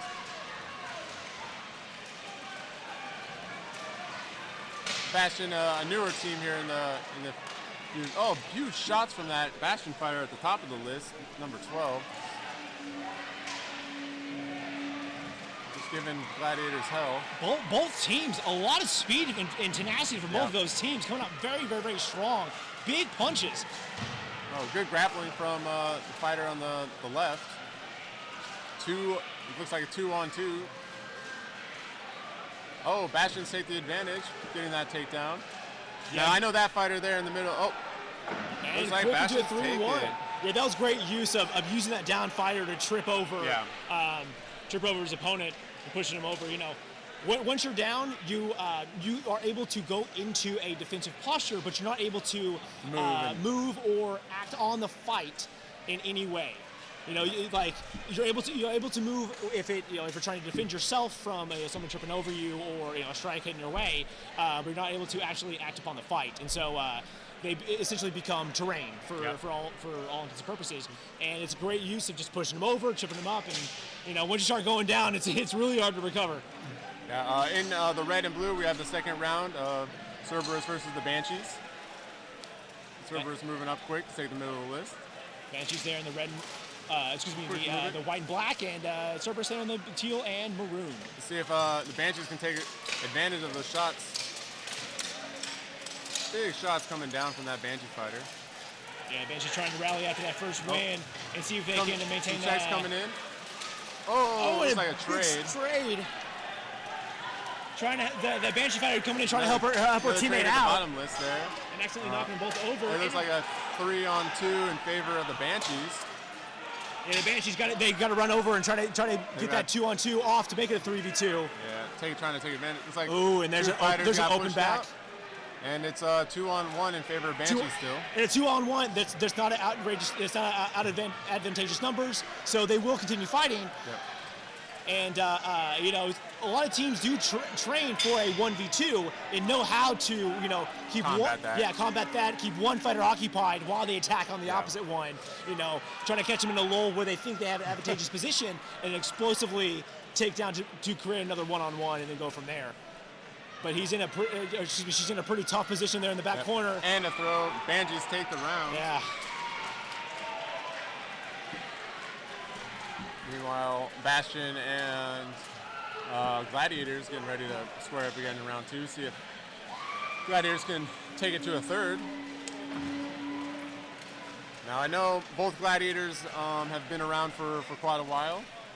Have some veteran fighters on their team. And then Bastion as well. Still a relatively new team, but still has a few veterans of their own that have been in the sport for quite a while. So. And that happens with a lot of teams. You see some fighters, have been around 6-7 years, and then other fighters who are very new, and then conglomerate to create a newer team, and maybe some teams dissolve and create other ones. So you have a lot of with a lot of these teams, a good mix of veteran fighters, new fighters, which is great for new fighters coming in. They're able to have a foundation and experience to help them out.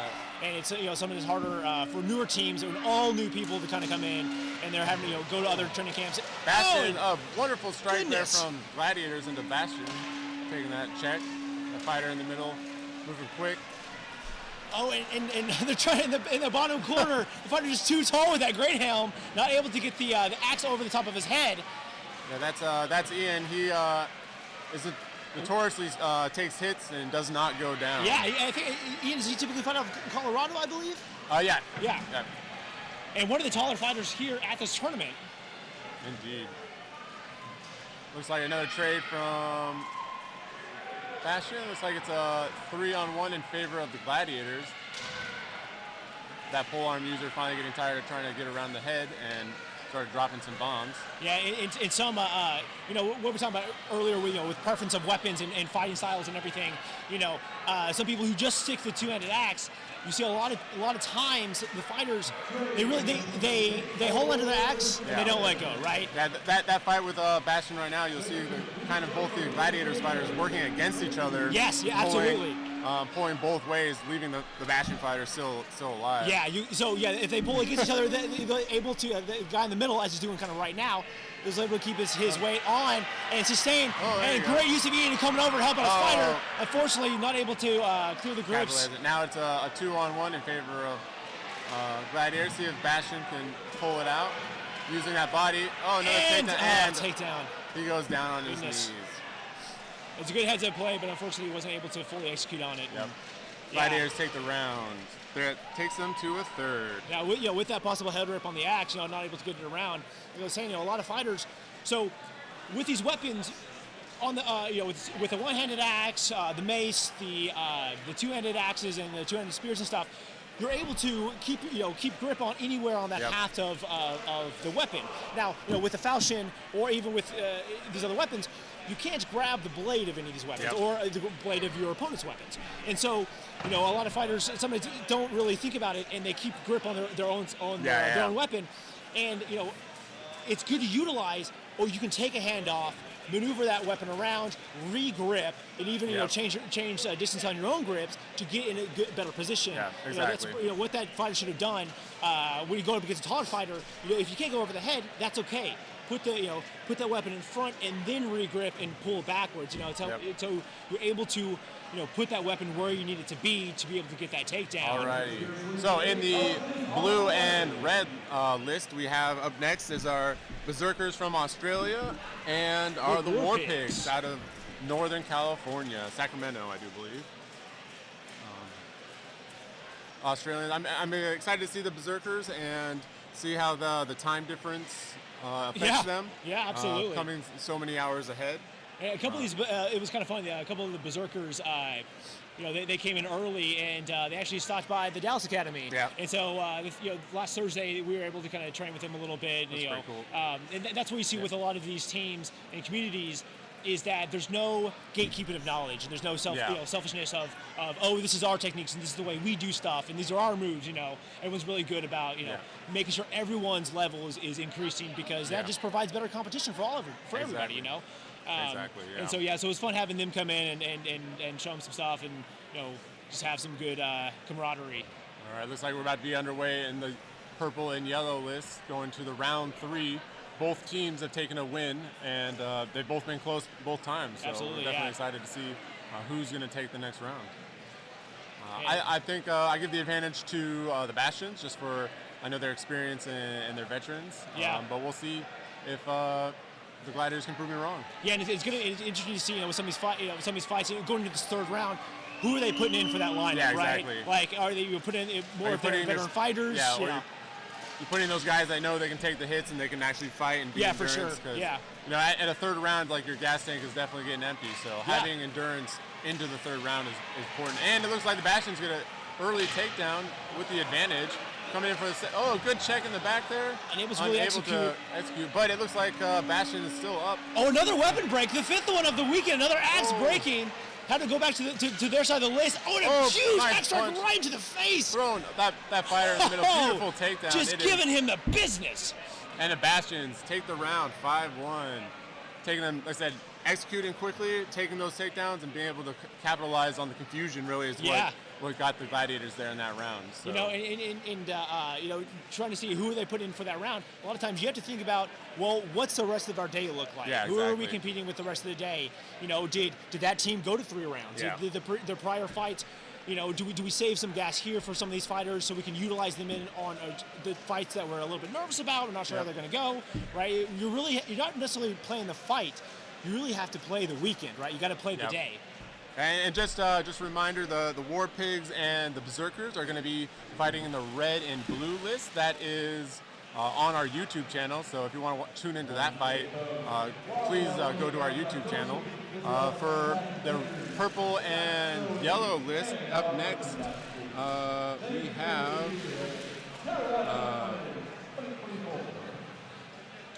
Windigo versus the Berserkers.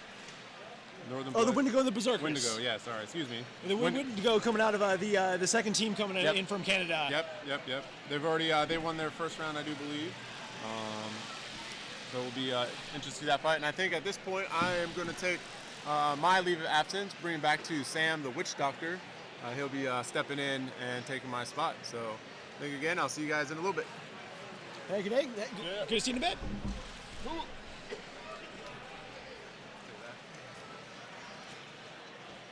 And if you like to get involved with what if you like what you see, you want to get involved in any capacity. If you want to fight, there's a great resource out there called Night Finder, and it's updated and it shows where the team's located across the U.S., where the team's located even across the world, and how what local chapters and local teams can you get involved with, and come out and have some fun. Swing an axe, it's a vicious feeling. It's a good feeling to be able to just wallop somebody with a sword and two-handed axe that you don't really get the opportunity to do in any other capacity. Well, it looks like on the purple and yellow list we have Windigo on the left in the purple, coming from the purple gate, and the Berserkers from Australia on the yellow side. Mm-hmm. Yeah, it's always fun having our international friends come in and host them here.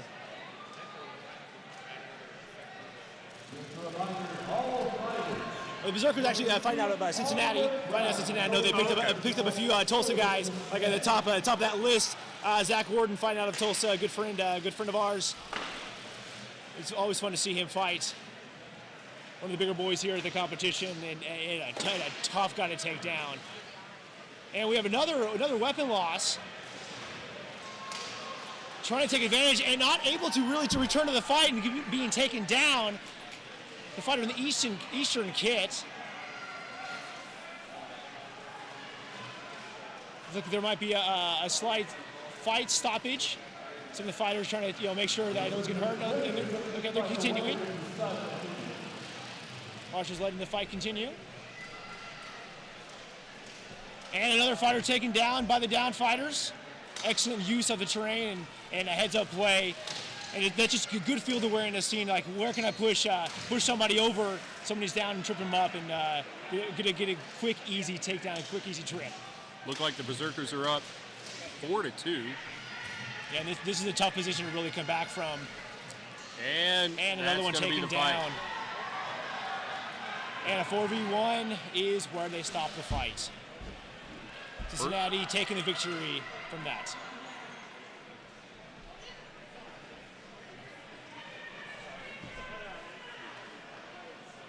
That's right, Giga Bruce. There's some carnage down there in Carolina.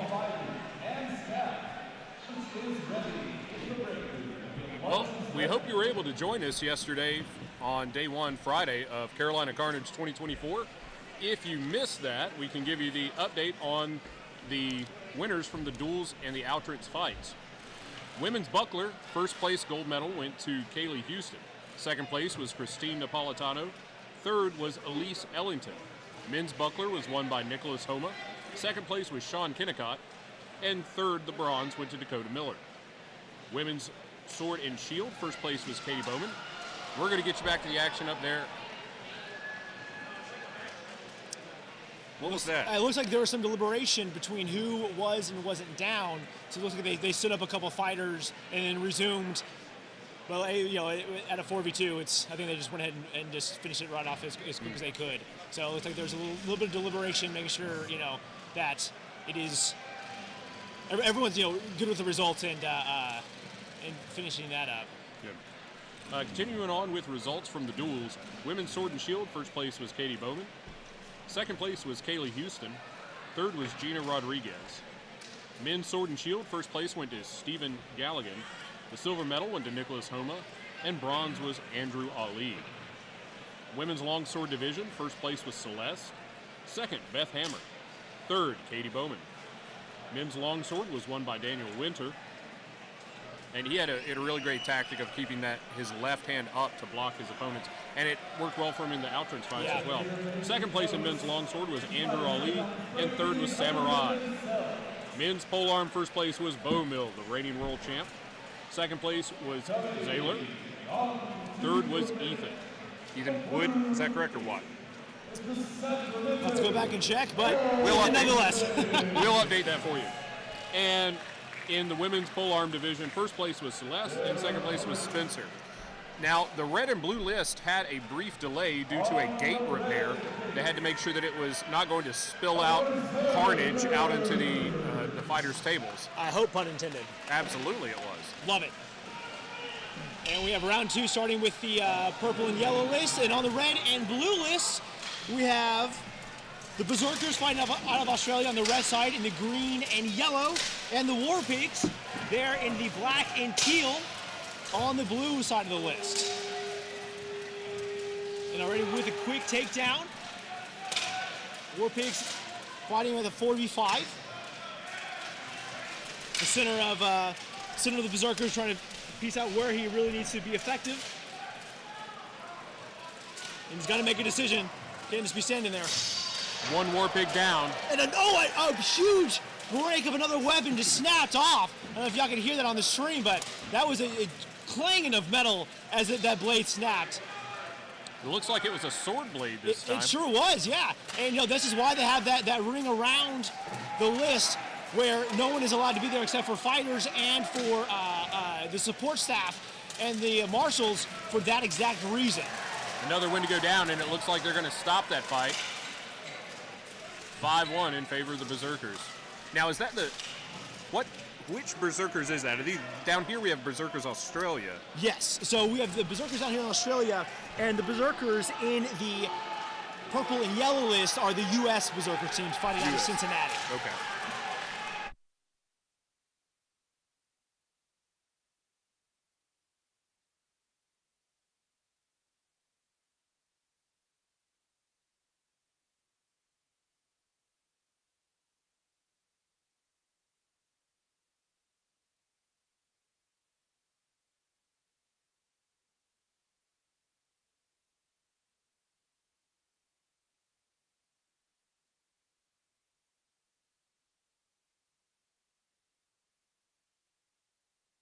Sometimes you might just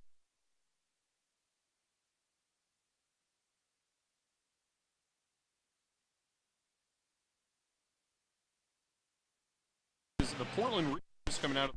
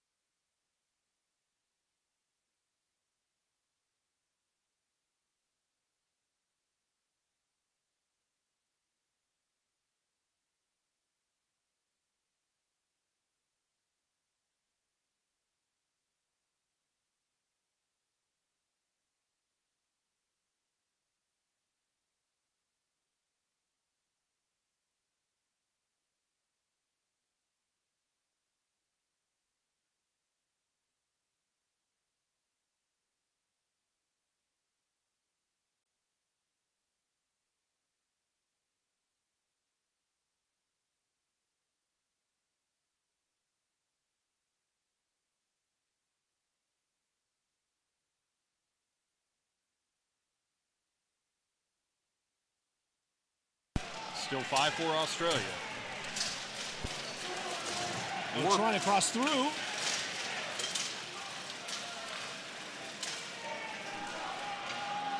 Up at the top, you see a fighter in white going down. Looks like one of the Aussies lost a weapon, but he's trying to reclaim one. A trade in the near side. If you lose a weapon, you cannot take offensive actions unless you have a sidearm or a hand on your sidearm. Oh, actually, great use of the Australian fighter being able to just straight his hand out and switch hands with his weapons, keep one hand free to be able to grapple with.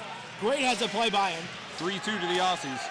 Aussie with a big shot to the thigh and to the side of the hip. A trade, now it's 2-1. The Warpig trying to get a hand on his sidearm, pull it out. Aussie's really taking advantage of the situation. And a knee. And they do, and Warpig takes a knee down. Cincinnati taking it in, excuse me, not Cincinnati. Berserkers taking it in 2 down there in the red and blue list. Back up to purple and yellow. Berserkers and Rat Pack still fighting it out. Looks like the Berserkers Cincinnati are up right now, but they just lost one fighter. To make it 3-3 even.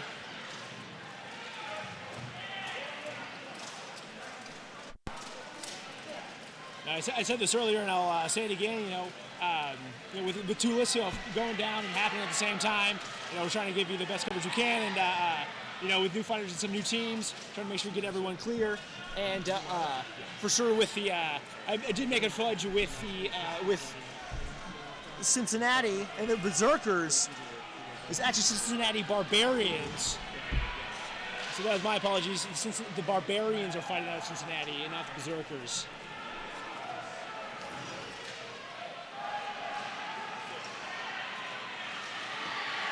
Greg Waters, thanks for joining in here from Nebraska. Let us know in the comments, YouTube and Facebook. Let us know where you're watching in from. Let us know if you're a fighter, if you're watching, helping support your own team and weren't able to come this weekend. If you're looking, trying to get into the events and get into your own team. If find yourself, let us know where you're watching, who you're supporting. And the in the yellow and purple list, we have ourselves a one-on-one for the final. We'll see which team is going to be able to pull through. A lot of pressure. And fighters moving to the rail to see where they're more comfortable. And we have ourselves a final.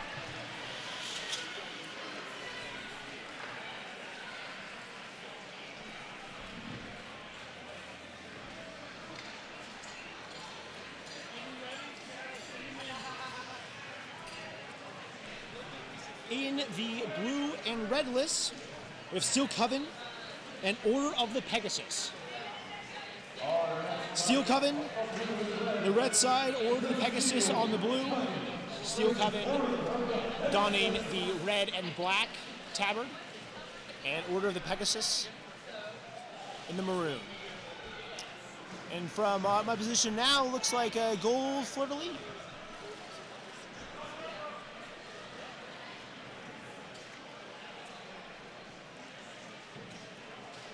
In the purple and yellow, Portland Reavers coming out with a victory in the round 1.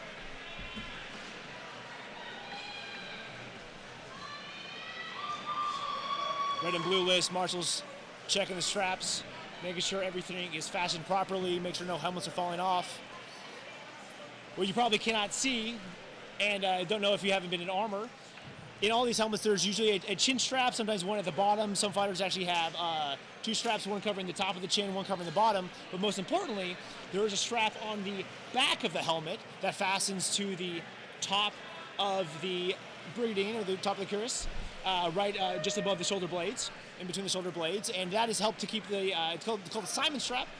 It helps to keep the helmet fastened to the body. And we have round 1 away with Steel Coven and Order of the Pegasus in the red and blue list. Order of the Pegasus popping through in the center, trying to get into the backfield. Steel Coven looking for a head rip. Order of the Pegasus, good heads up, trying to protect their teammate. Steel Coven looking for a couple axe strikes to the top of the shoulder. At the top of the list, you see 2 2v1s. Both teams trying to take advantage of the numbers. Bottom of the list, you see 2 1-on-1s.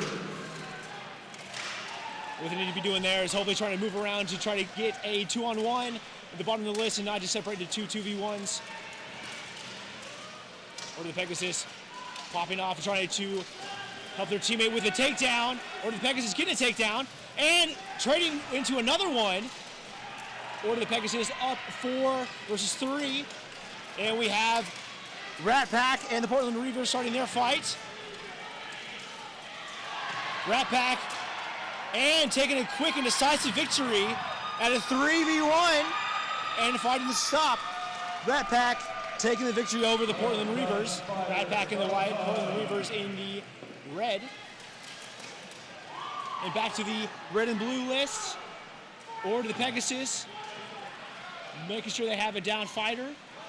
And it looks like now we are in a 4v2 with a quick head rip taken down, and we have a stop fight and a 4v1. The Order of the Pegasus taking the victory.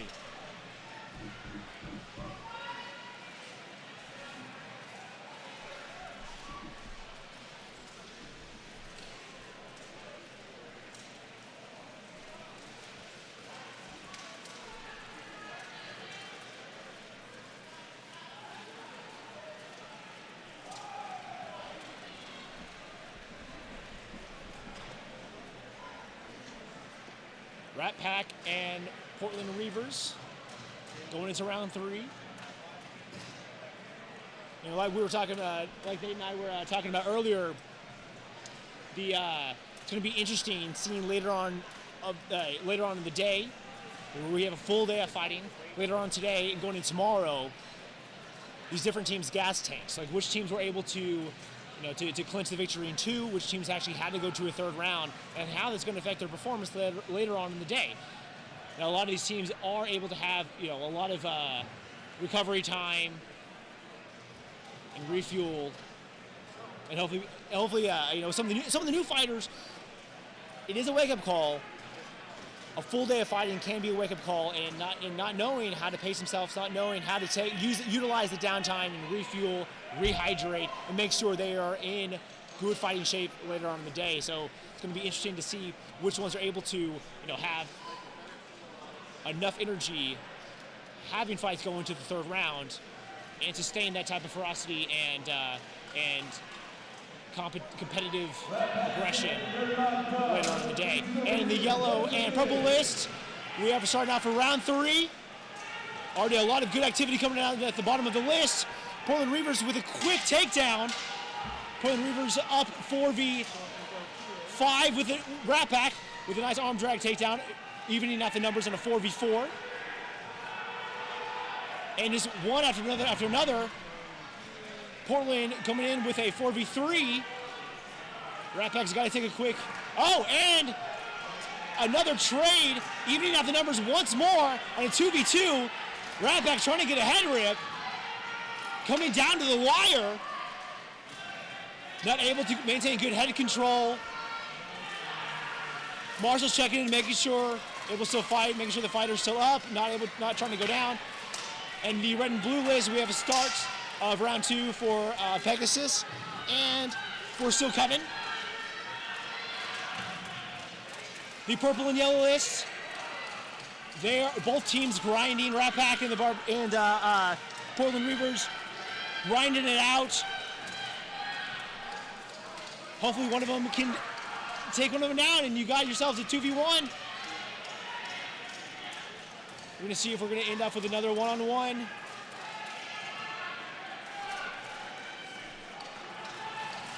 Ordo the Pegasus in the red and blue list with advantageous numbers. And a 4-on-3, a couple of trades.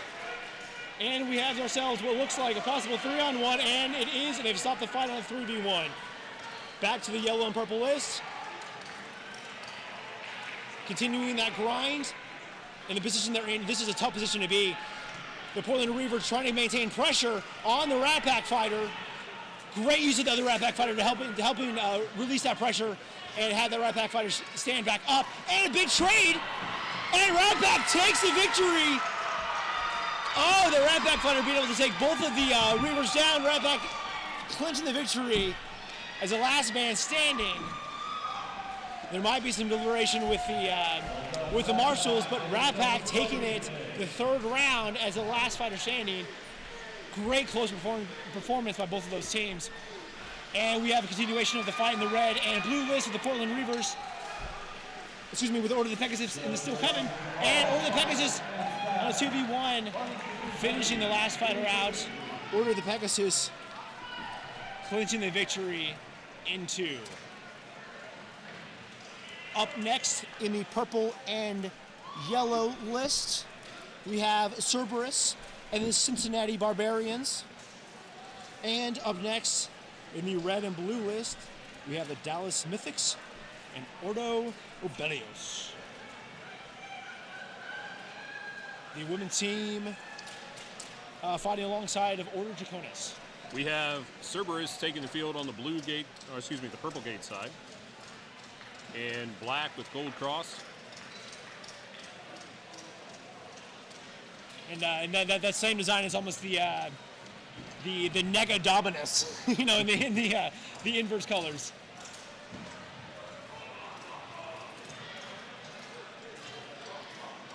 The red and blue list fighters coming in, getting checked by the marshals.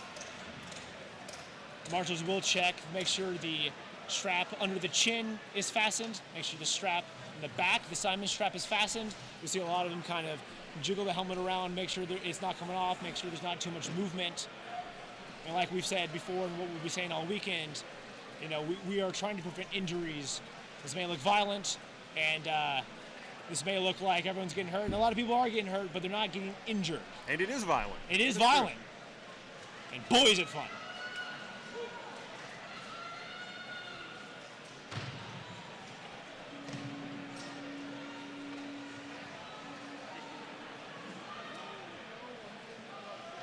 Thanks, Lex. We appreciate the compliments. We're happy to have everyone joining in with us on YouTube and on Facebook. And it looks like we're starting it off on the red and blue list. Dallas Mythics coming out in the black and maroon, and Ordo Oblas in the purple and black. First contact on the far side of the list, but hard axe shots here on the near. And we already have a first takedown, and we're going to see if the fighter is going to be downed by the marshal. Currently at a 4v4. And it looks like the Dallas Mythic is not counting us down, and we'll continue fighting. We have a couple of trades, and we have two Ordos trying to help out their teammate in a 3v1. Currently a 3-on-3. And they actually will down that Dallas Mythic from the start of the fight. Oh no. We have a now quick 3v2. Not a bad position to be in. And another quick 2v2. Two quick takedowns by McKenzie there in the Texas Aventail. We have a 2v2. Hopefully we'll be able to get together and work with their numbers. And it looks like they're closing in to help other teammates. On the purple and yellow list. It looks like it's still a 5-on-5 fight between Cerberus and the Cincinnati Barbarians. Cincinnati Barbarians. It looks like a big grind. Actually, it looks like we're on a 4-on-4. Let's go with one down for each team. And Dallas Mythics taking down the Ordo, making it 2v1. Hopefully they can execute in their numbers.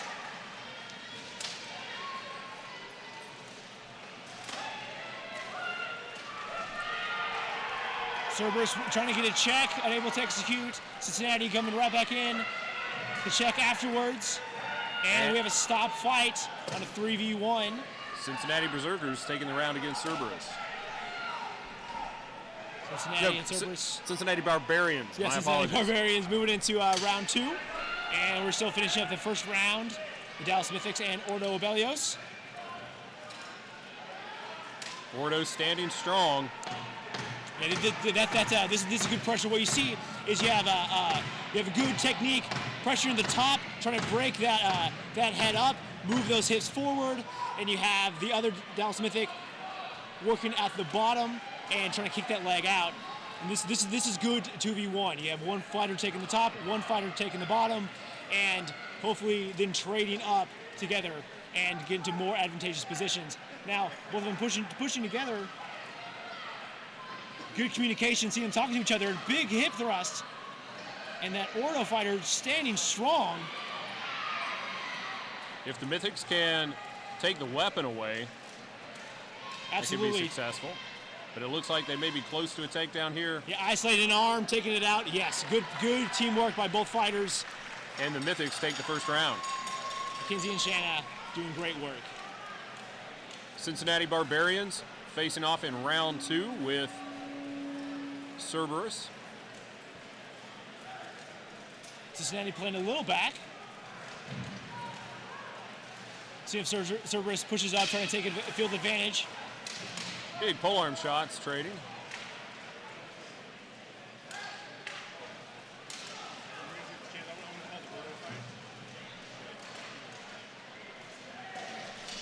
You want to call Ordo?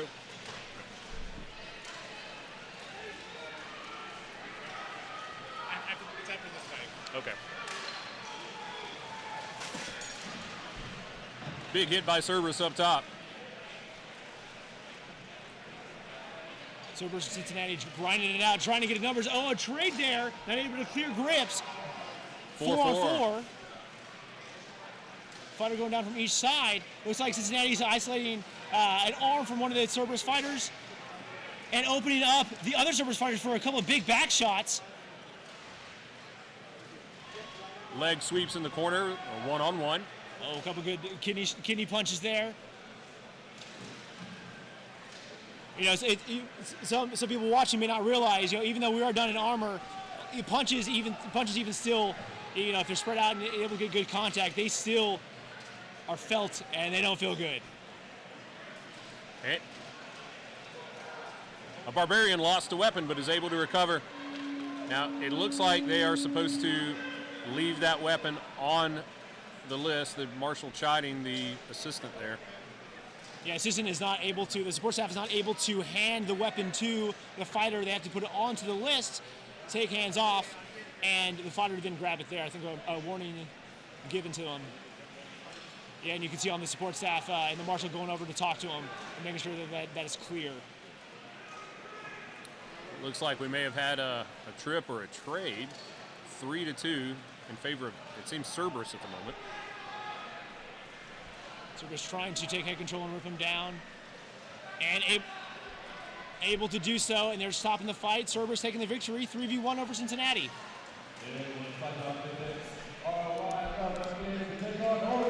That'll take it to round 3.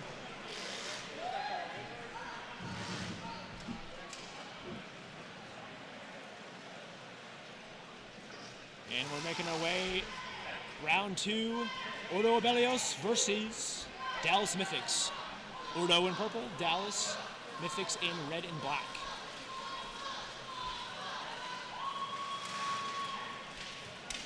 Good first contact there at the top of the list. Both teams too trying to get a couple shots in. And a big shoulder shot. An Ordo fighter falling down. Trying to get a turning throw from the Dallas Mythics. Good head to play by Ordo, going in and helping out our teammate. And another trade. Another trade. Going to see if they're called down. It looks like they possibly will be. 4-3. The Mythics are up. Actually, that looks like 4-2 now. Dallas Mythics trying to make it a 2v1. You see one of the Mythics there, sitting in front, zoning out the other fighter, letting their teammate. That's good trust in their teammates, making sure, you know, knowing that, hey, they got this. I don't need to intervene. I can go help out somebody else. Dallas Mythics trying to maintain the pressure. And that's a trade, making it a 3 versus 1 and a stoppage. Dallas Mythics taking the victory. Into Dallas, victorious over Ordo.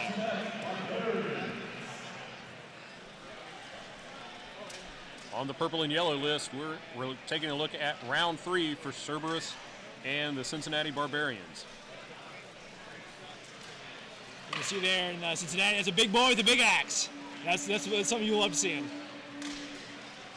And it looked like that axe shot might have knocked the shield loose of the Barbarian fighter.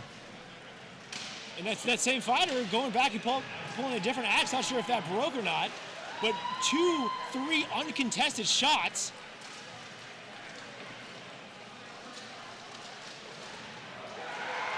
Oh, a big takedown. One Cerberus down. Big axe shot. Boom goes the dynamite. Those are 10-foot axe shots. The head traveling that far. And another. Spinning the Cerberus fighter around. And that's good teamwork. You have one fighter taking control of the other, opening him up, and just letting the axeman do work and just wall him. And he lost his axe. And not able to maintain grips on his axe. and unable to grab one off the list. And if There he goes. he doesn't have control over it, unable to take offensive action. And he takes him down. Oh, it's suicide hug. And now we have A the 2 versus 1. 2v1 final at the back corner. Cincinnati Barbarians. Oh, a good kick from Cerberus. Oh, trying to get a leg pick. You don't see that often. A couple good shots in the side. Cerberus knows they have to take this round to take the match. And what you see right there, it's a good use of what they were talking about. You see the support staff put the axe on the list, hands off.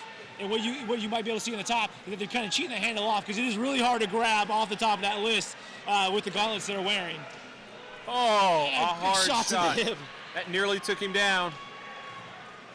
Cerberus Good use, yes, holding exactly. on. Put the pressure down, kick the legs out. Textbook. And the Barbarians take the 3rd round. What a great fight. Up next in the purple and yellow list, we'll have Steel Company and Tidewater Dogs of War. Down here in the red and blue list, we have the War Pigs and the Berserkers from Australia. Oh!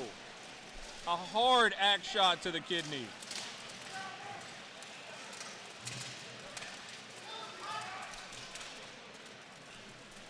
The Axeman looking for his, trying to pick his shot. Looks like the Aussies have it up 5-4. Let's see if they can maintain it. You see the War Pig Axeman trying to see, like, can I get that fighter off to look into that scramble and take a big shot just like that, leaving his back exposed to the field, getting his attention. Oh, trying to get an open field takedown. 4-3 with the Aussies up. Quick work from that War Pig. Oh, a great takedown, spun in to be caught up. 3-3.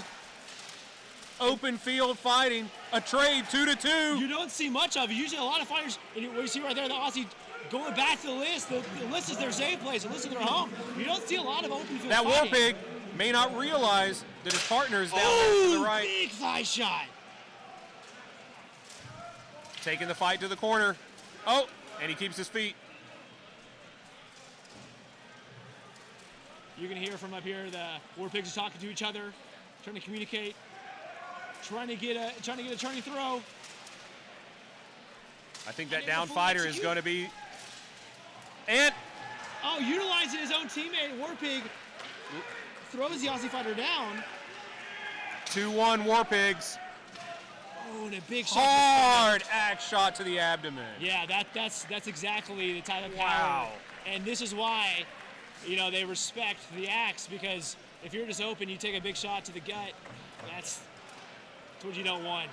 And that's the kind of thing. If he doesn't take a knee and he stands up, he's just gonna take another and take another until he goes down. And On the purple and yellow list, in green with a white star is Steel Company. Tidewater Dogs of War, purple and black by the yellow gate. Thanks for joining us from wherever you are. Give us a shout out in the chat.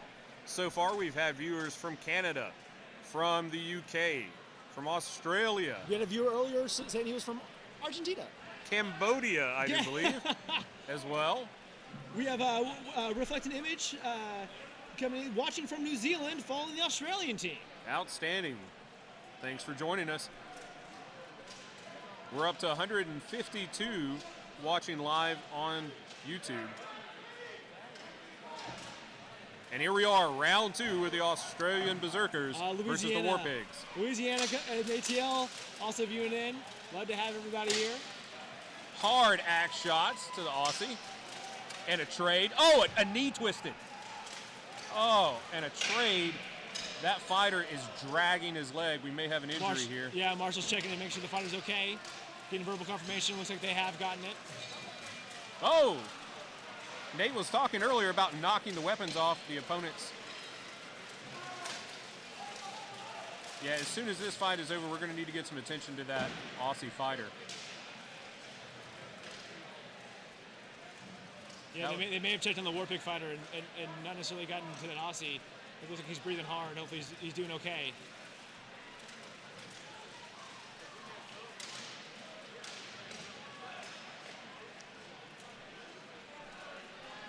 And up there on the yellow and purple list, Steel Company and Tidewater battling it out. Looks like it's 4-3 in favor of Tidewater. Oh! Lumberjack shots. Raining down on Steel Company in the yellow corner. I believe Tidewater actually taking the victory for the shiniest armor in the competition.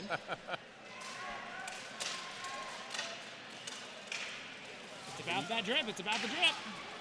In yellow and blue. Oh, a reversal Soto by the Australian team. And the Aussies take that round 3-1. Oh, goodness. The Warpig unable to get that full drive and take him down. And a great reversal. That's exactly what you want to do. You just use that opponent's weight against him. You kind of take that step back. And if you're trying to get into Soto, Tidewater is up 4-2 over Steel Company, trying to steal that shield away from that fighter.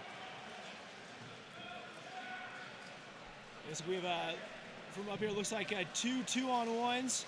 That's a 3-1. Marshals are going to call that. We have Tidewater taking the victory. And we got some help here for the Australian fighter. Making sure he's doing okay.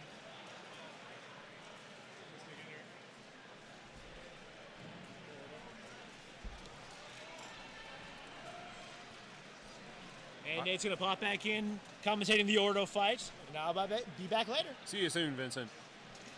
Our medic's taking care of that downed Aussie fighter. I'm back, and I'm selfishly representing my team, Ordo Draconis. That's stepping into the blue and red list here. Welcome back, Nate. Thank you. Just for a quick tote, but yeah, Ordo Draconis out of Southern California. They're the original team that I first started Boohurt with. So Outstanding. I'm here rooting them on. As you can see, repping some colors as I should. Ordo definitely having some good veteran fighters on their team. You'll want to watch their middle guy, Colin. He's definitely a quick runner, and you imagine him sprinting across the list like a madman. They are fighting Northblood out of Canada. Previously used to be the Skullgrims, I do believe, and had a little bit of a rebranding then. Well, if you're just now joining us, I want to make sure that you know that the red and blue list is being streamed on the Palmetto Knights YouTube channel, and the purple and yellow list is being the video for that is being streamed on the Palmetto Knights Facebook channel, and we've got concurrent audio running for both of those. So we'll be able to hear our lovely voices from both sides. You'll actually see Colin number 3 on Ordo Draconis is actually, I think, the first time we've seen a Great Falchion out on the field. Beautiful weapon. Beautiful, very powerful, very deadly. I know he's definitely excited to use it, so we'll see if he can put it to some good work. Action about to begin. Oh yeah. Let's see, now Ordo is definitely known for being a quick team, running around, very mobile, and Northblood, very good technical team for First contact on the far side of the list, still 5v5. big shots coming in from that Great Falchion. Someone's lost an axe over there. Ooh, big shots at the top. One fighter down already from Ordo. Everyone trying to get advantage there. Another Ordo fighter down. The Canadians up. Canadian 4-3 advantage of Northblood. Oh, So they can get, loud shot down there. big shots coming in from that Ordo fighter at the bottom of the list. The Canadian fighter tries to move in for more shots. Hard And axe big shots shots on the coming near in. part of the list from the Northbloods. Good job on Ordo picking that up and trying to help his teammate. 4-3, Canada. Ooh, nice shot coming in from the bottom there. Ordo keeping a watch on that open Northblood fighter. A trade there at the bottom. 2-3 in favor of Northblood. Looks like they're trying to create a breakaway or get to the corner. That Northern Blood fighter looking for his opportunity. Good deflection there from that Ordo fighter in the middle. He needs to be careful and make sure he turns his axe around. It's not very effective there. A 2-on-1 on Ordo, initially in the open field, but moving to the list. Ooh, barely missed his gauntlet there. Good shot. But it looks like they're about to get a takedown here. Yeah, using the Marshal rule him down. That's 3-1. 3-1 in favor of Northblood. First round going to Northblood. Good fight, Northblood being able to capitalize on that early takedown and slowly wearing him down. Let's see if Ordo switches out any fighters and goes for a rebound. Northblood taking a few fighters coming in it as well.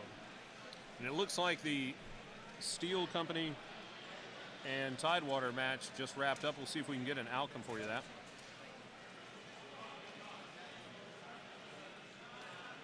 Northblood bringing in a couple of two-handers.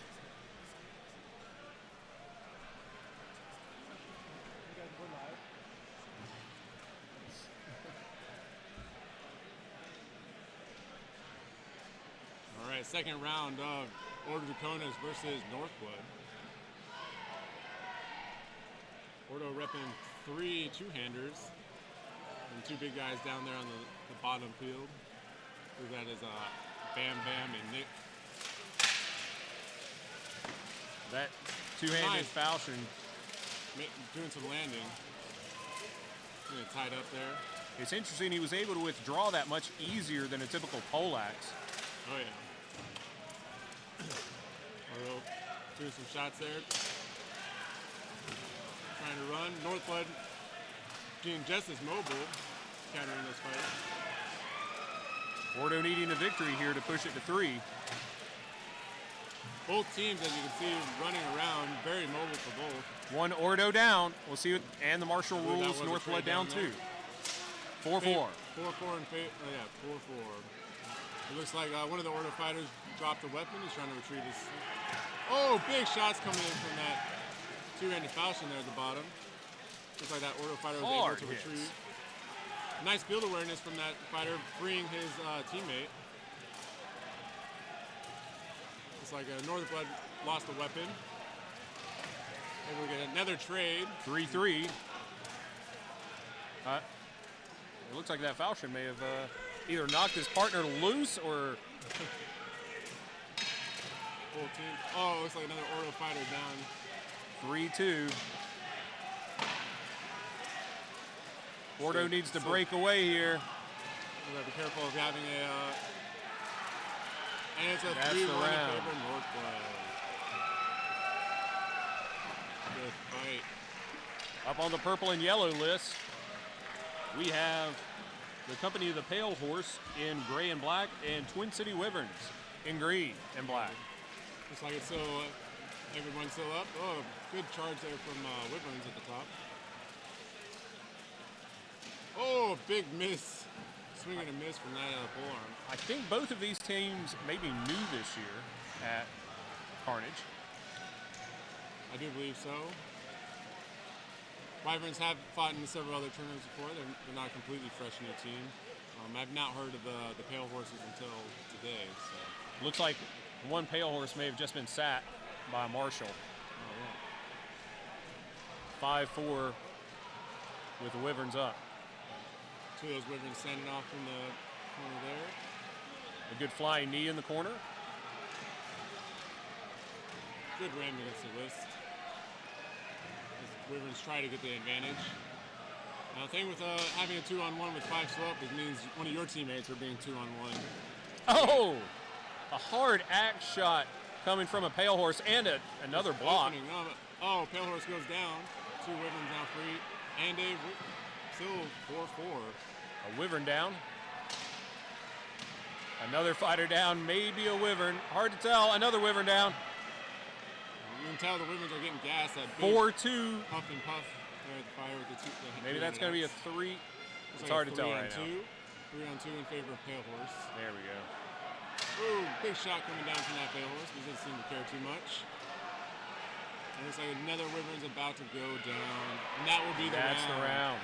in favor of Pale Horse. Next up in the blue and red, we have on the next page.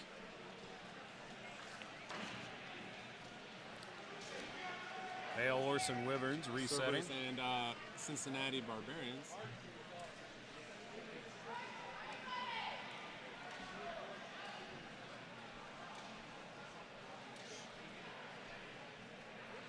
So the previous bout on the purple and yellow list, Steel Company and Tidewater Dogs of War.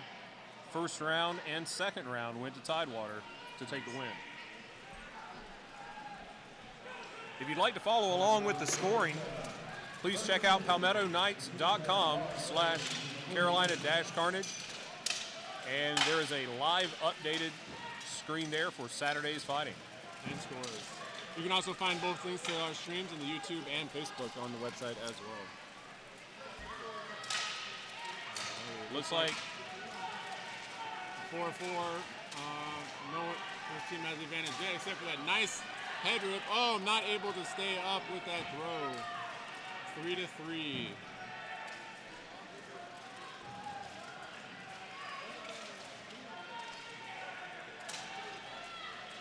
Two-on-two in the near right corner, one-on-one in the far left. Both teams breaking down into a grapple. Some knee strikes coming in there at the top of the list. A little escape there, trying to do a head rip, see if they can get that axe over the helmet. A trade making it 2-2. Both teams trying to get the upper hand with that grapple. Trying to find the advantage. Meanwhile, Wyverns and Pale Horse go to a second round? Third round? Second round. Second round for the Wyverns and the Pale Horse. Both teams squaring each other up there in the middle. No one quite ready to engage yet. You see those axe shots coming in. Sometimes they'll get stuck on your opponent, and then that's a perfect opportunity for your opponent to pull you in. Just gotta watch out for that.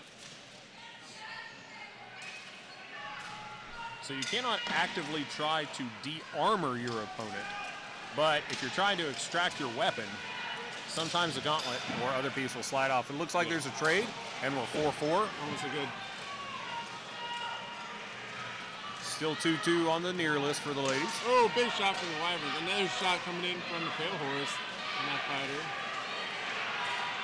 One Wyvern down, sat down by another one.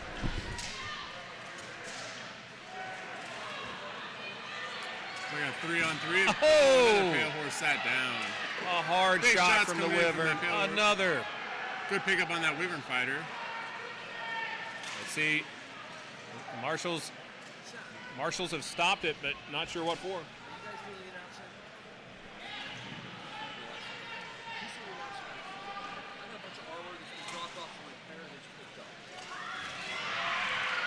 Alrighty, it looks like the Cincinnati Barbarians have taken that first round.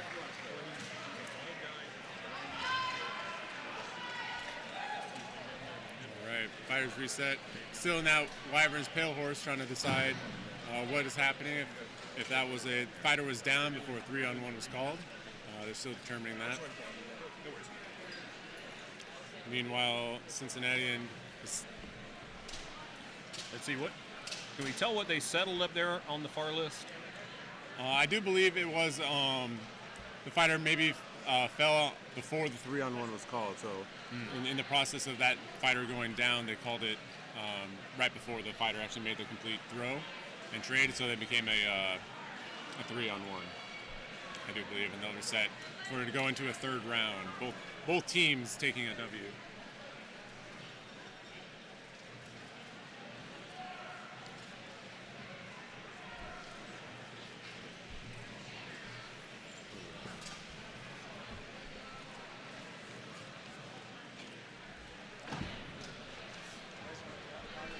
I think Vincent ran off with my pen. Uh-oh. Vincent, if you're watching the live stream, please return the pen. I will have 3 tomorrow to make sure we all have the ones we need. Both fighters in the purple and yellow resetting, coming for the third round. Let's see which team has the gas still in the tank to take it out for the win. And thankfully, the weather is holding out for all the fighters that have been traveling in this week. We've got a beautiful day here in Pendleton at the Garrison Arena. Not as cold as in previous years, which is nice. Yeah, it's definitely a little bit warmer, which is nice. First contact on the near side of the list for Pale Horse. A couple of kicks and punches going in as both of them try to get the advantage. Good movement Fighter from peeling the off, Wyverns. trying to get in a weapon, it looks like. Still 5-5, Wyverns and Pale Horse. One Wyvern down.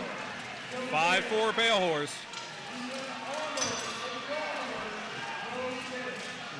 Looks like Pale Horse has the advantage. One fighter. Oh, nope. Looks like a tied. I see 2 Wyvern down. None from the Pale Horse. Oh, beautiful throw by the Barbarians. Tough axe shots into the Wyvern. And Looks like that's that fighter the fight. doesn't have a weapon, running back. That's the fight. Pale Horse taking it. Oh, beautiful head rip from Cerberus in the blue and red list. Looks like it's a 3-on-3 still. Action happening on the near side of the list. 2-on-2 in the right corner. And 3-on-2 for Barbarian in favor of Barbarians.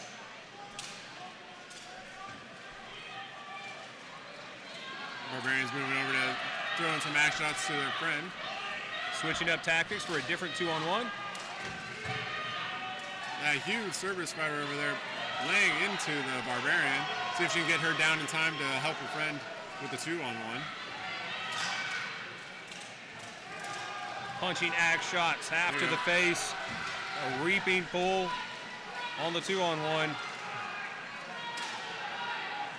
She's going over to help her friend there. Perfect. Oh, a trip, making it 2-2.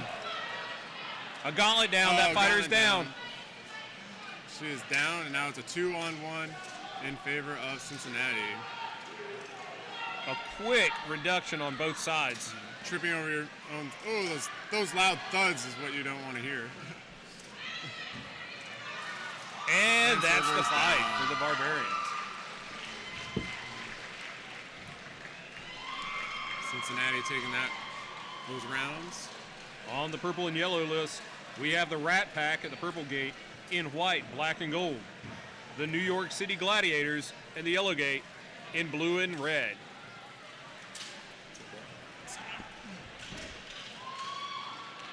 Like to give a big shout out to our production team up here, Derek, Joel, and Greg, as always, doing an incredible job making it possible to bring these live streams to you. Big thanks to all our marshals out there in yellow and black. Someone on the stream was complaining my hat wasn't fancy enough, so I've brought the hat right along with them. Well, I may have to check some of our mini vendors here to try to upgrade my headgear game. Oh yeah. Feather and all. There you guys go. Just for you, chat. Next we've got the Rat Pack out of Idaho versus, is that the Reavers in the yellow? Let's see. We have the Rat Pack and the Gladiators. Oh, Gladiators out of New York City. Nice. Rat Pack. Rat Pack have a little bit of a chip on their shoulder, being a brand new team. This is being their first tournament. Oh, beautiful throw from Rat Pack. Gladiator down. 5-4.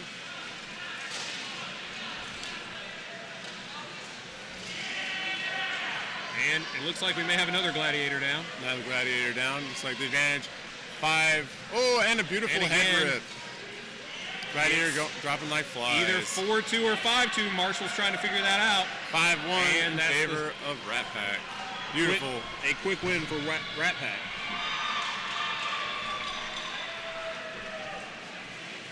See if they can have another. Those decisive wins are very, very crucial and beneficial to the team in conserving stamina and strength and endurance. So the team loves to have those quick wins. While they reset in the purple and yellow list, who do we have coming up in blue and red? Blue and red, we have the Banshees out of New Hampshire versus Ordo.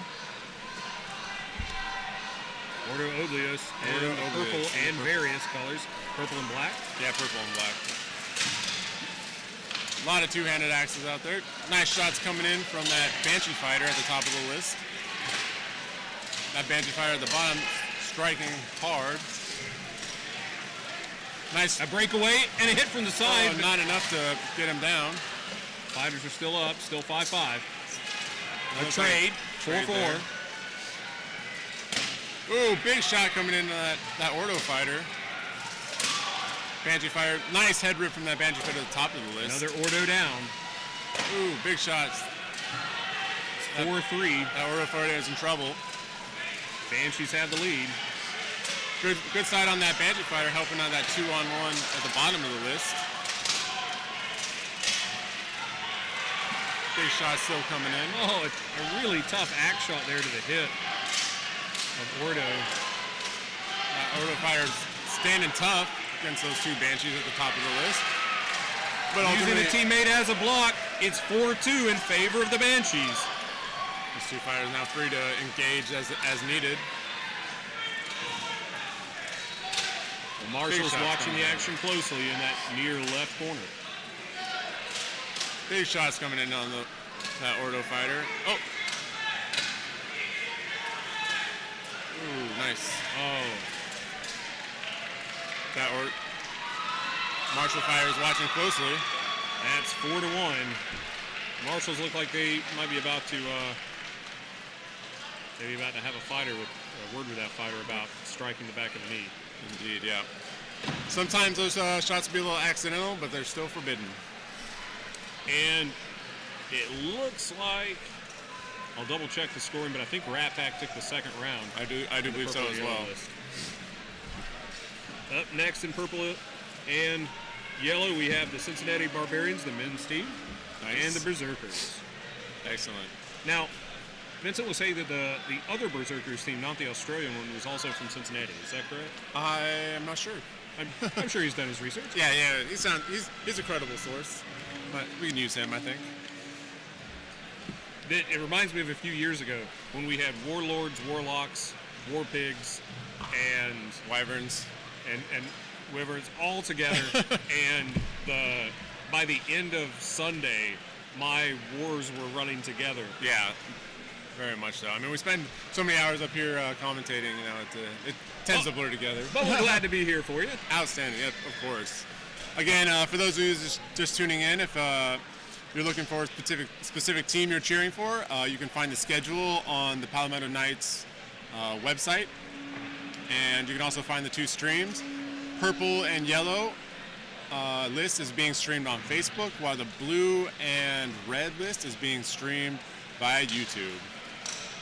So if we take a look at that purple and yellow list, the next bout, we've got Cincinnati Barbarians, the men's team on the purple side, and the Berserkers taking the yellow gate.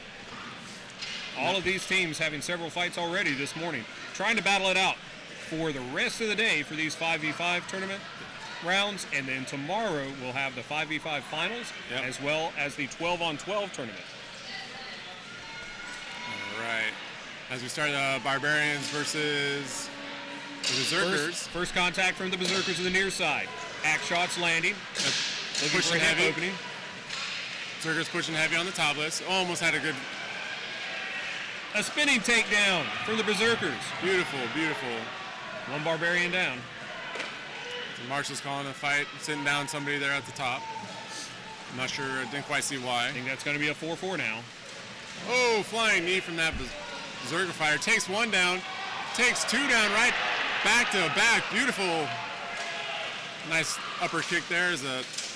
Now looks like it's 3-2 in favor of Berserkers. Another trade there at top, 2-on-1 in favor of Berserkers. Huge axe shot coming down, trying to get that hit rip. Those 2-on-1s, teamwork is important. And the Berserkers take it 2-0. On the near list, red and blue, we've got the Banshees still in the lead right now. Big shots in that Ordo's helmet. 4-2 over Ordo. A trade in the near corner. It's like still a 3-on-3. One of the Ordo fighters lost the gauntlet and rolled out of the list for protection. Banshee lost a weapon. Another Ordo down. It looks like it's going to be called. I think it is Marshals. They should start the fight. I don't know why they haven't stopped it yet. Marshall's a little late to the draw on stopping that fight from the 4-on-1. And a very sportsman call by one of the Banshee fighters, waiting back, knowing that it was 4-on-1, and not just blasting. When it was already a 3-on-1, and Marshals were working to catch up with the count. So that was a very, very fair maneuver there. Yeah, I'll have to let you tip the hat.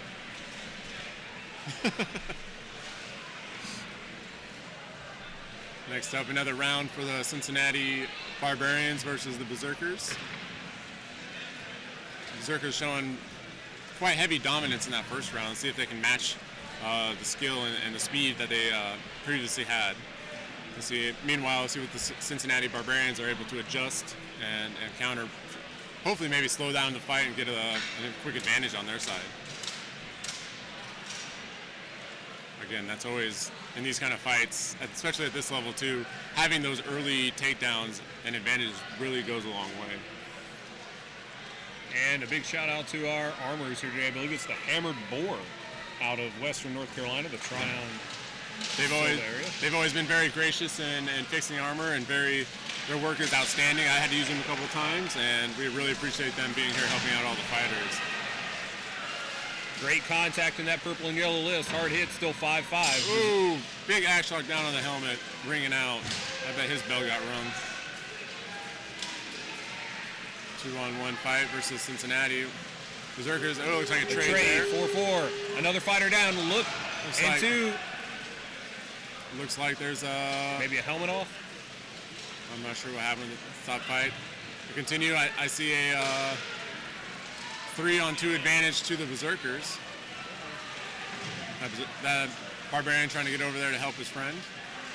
Not able to capitalize, and it's a 3-on-1. Nicely done by the Berserkers.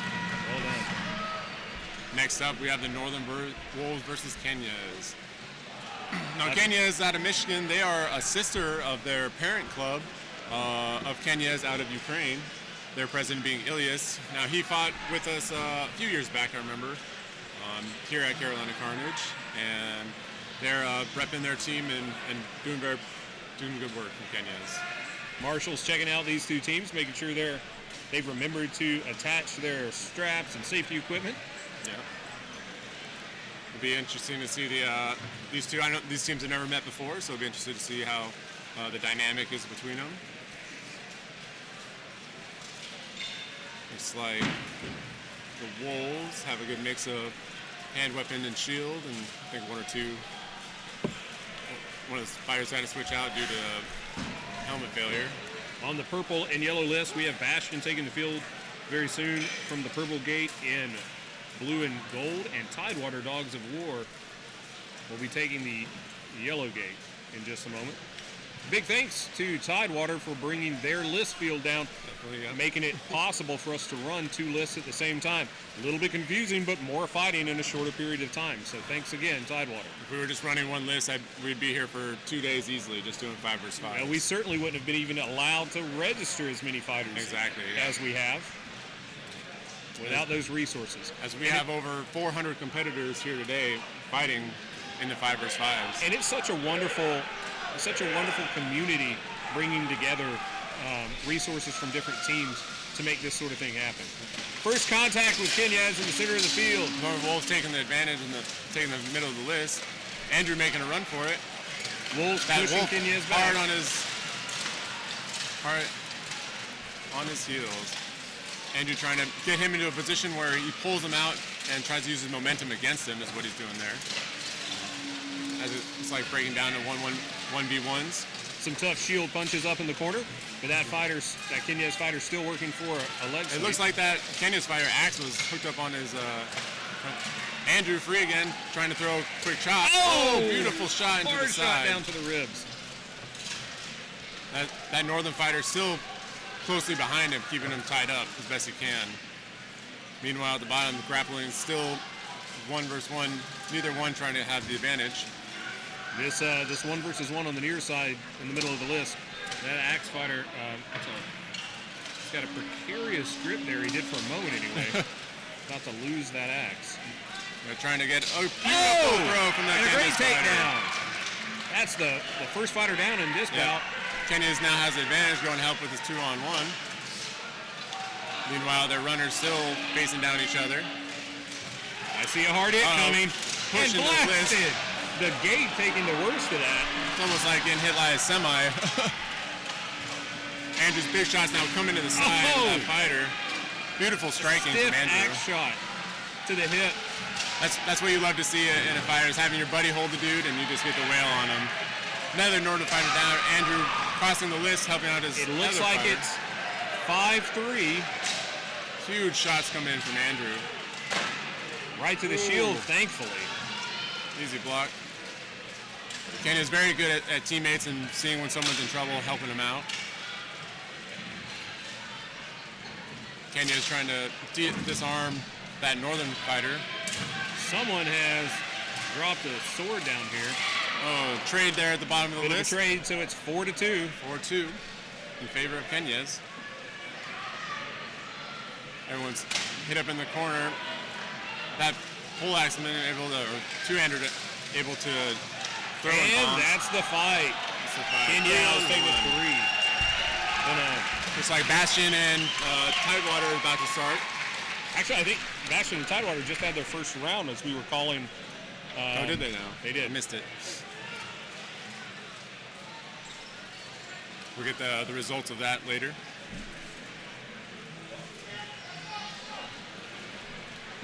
Both fighters resetting to get the match on round 2 underway. As of right now, I'm seeing 153 viewers on the YouTube side. Nice. Make sure to share this on out. Let's get those numbers up there. Share it. Make sure you also comment, post, like, share, all of that wonderful internet jargon we like to do to grow our sport and make this even better for next year. So, appreciate you guys. Give us a shout out to who you're rooting for and where you're watching from. We'd love to hear from you. Bastion making the initial push. Bastion, beautiful takedown in the middle there. Big axe shots coming in from that Bastion fighter, the right side of the list. Oh, Bastion 4-3. Bastion 5-4 over Tidewater at the moment. That top fighter and Bastion trying to get that trip, just not having it. Another trade. 4-3, Bastion. That's what we like to see. Two-hander. Two-hander holding while another two-hander comes down. That's always a favorite. Tidewater down, and it looks like a victory to Bastion. And as that round wraps up, we've got the second round in the red and blue list. Both teams very active, trying to get that extra. Oh, beautiful throw from Kenya's. Now have the advantage, 5-4. North Wolves have to take this round if they're going to push it to 3. Oh, some hard shots to the arm down there for the axe. Very calculated, very precision shots there. Ooh, big axe shot coming in from that fighter. And Kenya's. He's pushing there, trying to draw those guys toward him. North Wolves not taking the bait. They're sitting down Kenya's. Didn't quite see why. Look, I believe he might have put weight on that down fighter. Ah, okay. 4-4. 4-4. See if North will be able to make advantage. Watch out for that fighter there. Not paying attention behind him. Still able to stay up. Barely. Ooh, big axe shots on his back. Oh, tough shots there coming in on the North. Looks like his axe is stuck. You can't get it free. There you go. He's free now. He may not realize it. Oh, Marshall's calling a stop there. Marshall sitting down another of the Northern Wolves. It's 4-3 in favor of Kenya's. Big axe shots raining down on those Wolves. Oh. Horizontal axe shots to the hip area. Really, you know they're painful when you hear the thuds. You hear metal and metal all the time, but when you hear a big thud is when you know it's a painful hit. Oh, a tough strike there to the shoulder. Trying to kick Leg the legs sweeps out. in the open field, fighting over their weapons. Looks like he's about to lose his poleaxe. It'd be an interesting switch here if he let go to disengage. Definitely. But I don't see any spare weapons over there available for him. Meanwhile, Bastion and Tidewater going at their second round. Great throw from Bastion is now 5-4 in favor of Bastion. Kenyaz takes down a North Wolves. North Wolves at 4-2 in favor of, and a trade, it's 3-1. 3-1 in favor of Kenyaz. Kenyaz takes the round. Now switch back to Bastion. Looks like Bastion has a commanding lead. It's like 5-2 in favor of Bastion. Big axe shot coming to that fighter in Tidewater. Oh, and Tidewater takes down. Oh, it turns into a trade. He lost the gauntlet on the throw. Otherwise, it would have been a wonderful throw. So he lost the gauntlet? Yeah. Came off at the last second. A great throw, though. Beautiful throw, exactly. Up next in the purple and yellow list, we're going to have Windigo, Northblood 2 versus the Twin City Wyverns. And then Steel Coven versus Dallin Mystics in the blue and red. Thanks for cheering on from Wyoming, Nevada.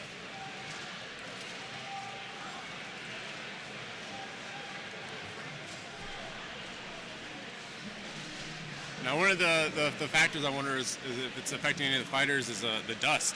We are on a dirt floor here, and with this many people wandering around, they do a good job of laying it flat and watering it, make sure it doesn't become mud, but as the day goes on, more and more dust will get kicked into the air, and we'll see if that affects the fighters. One of our viewers on YouTube is asking about the Awesome Possums.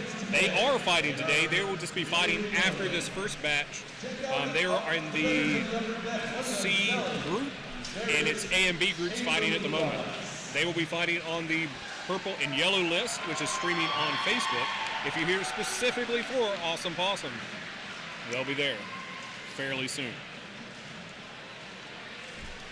Yeah, we are doing as we have certain pools. Each pool has approximately 4 teams, and they do a round robin, and they take the top 1 or 2 of each team. I don't remember. With a quick moment between the rounds, we'd like to thank our sponsors, Alba Booher Company, Booher Tech, Vance Fitness and Innovations, Tennessee Booher, Mad Axe, Get Wrecked Designs, Medieval Extreme, and Age of Craft. Thank you for helping make the prizes and the event possible.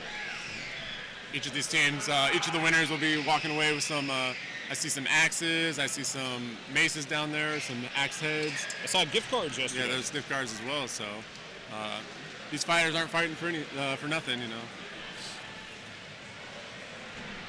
All right, next up, Dallas Mystics versus Steel Coven in the blue and red list on YouTube. Meanwhile, we have... we've got Windigo and Twin City Wyverns. Windigo in the white and red of Canada. Yep.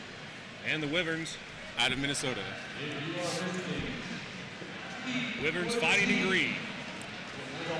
Windigo in red and white. They're Canadian national colors. Oh, fighter thrown over his legs, over his shoulder. Beautiful throw from the Canadians there. I'm having a little bit of confusion here because it seems like one of the Windigos is in green and tabard, or that he has a white sash. Maybe a white and blue, a white and red baldric. Yeah. Either way, a trade on the right side of that field. Axe shots. I see 4-2 for sure. Wyvern going back to retrieve a weapon. You want something else. Beggars can't be choosers sometimes. As he loses another one, weapon header trying to give him a weapon. And it 4-on-1 fight stops in favor of Windigo. On the near list, the Mythics working on Steel Coven. It looks like a 3-4 advantage in favor of the Mystics. Mythics. Mythics. Mythic fighter moving up to assist in that 2-on-1 up the top. Another good takedown there from the Mystics. It is 4-1 in favor of the Mystics. Alrighty. Good round on both lists. Looks like Windigo and Twin City are ready to go. Ready to go for that second round, doing last minute armor checks. Safety is our number 1 priority here. Making sure these fighters, we want to hurt each other, we just don't want to injure each other. So that's what we're here for. Thanks for joining us for Day 2 of Carolina Carnage 2024. If this is your first time viewing Carolina Carnage, please give us a shout out. Let us know what you think in the live stream wherever you're viewing it. If you're a returning viewer, how many years have you watched the stream?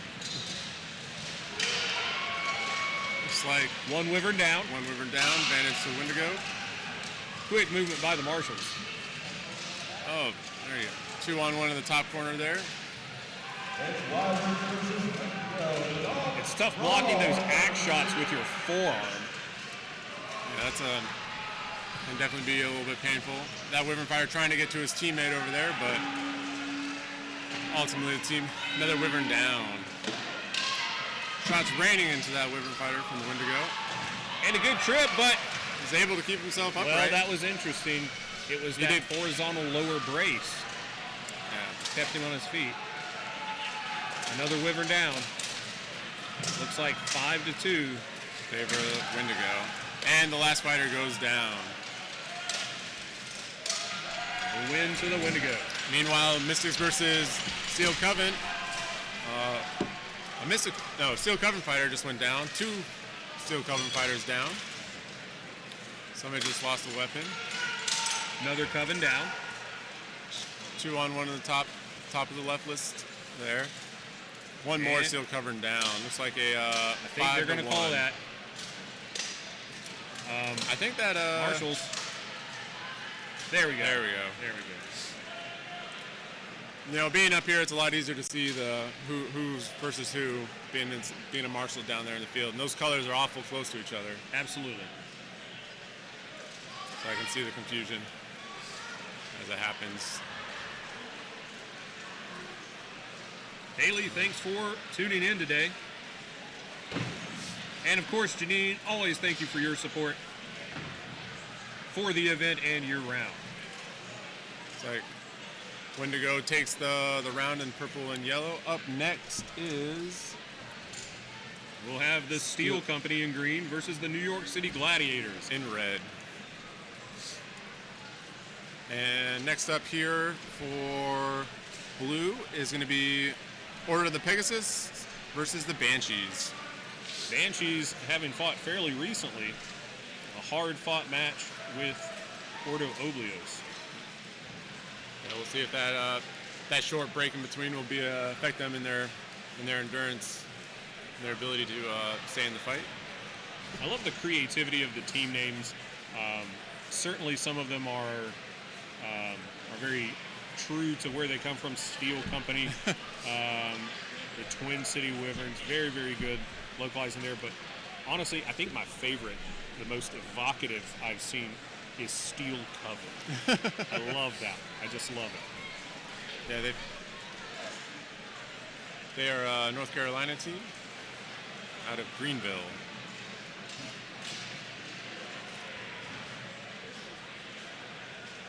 It's like Steel Company up there getting ready to fight. They are supposed to be going up against the Gladiators, who haven't entered the list yet. Gladiators working their way to the field. As I'm taking a look around the arena right now, we've got certainly more spectators on both sides of the arena than we have ever had. I believe on a Saturday early afternoon. It's wonderful to see them. We appreciate anybody that comes out and to view our sport. And this is how we generate a lot of interest in it locally. Absolutely. Get people in there, get them to the local teams, and get them in armor fighting as well, because first rule about Boo Herd is you talk about Boo Herd. You've got to. Looks like the Gladiators are starting to take their list field at the Yellow Gate. One of the interesting facts about Steel Company is that they are all veterans of our armed services.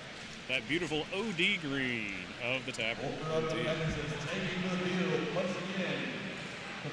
Randy, thanks for joining us for the first time. Hope to see you back next year. Don't forget to do a shout out on the Facebook or any comments where you're watching and where you're from.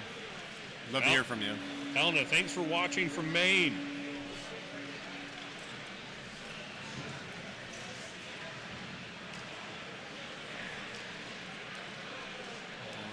For those of you tuning in, if you're not familiar with the rule set, it's 3 points of contact and you're down.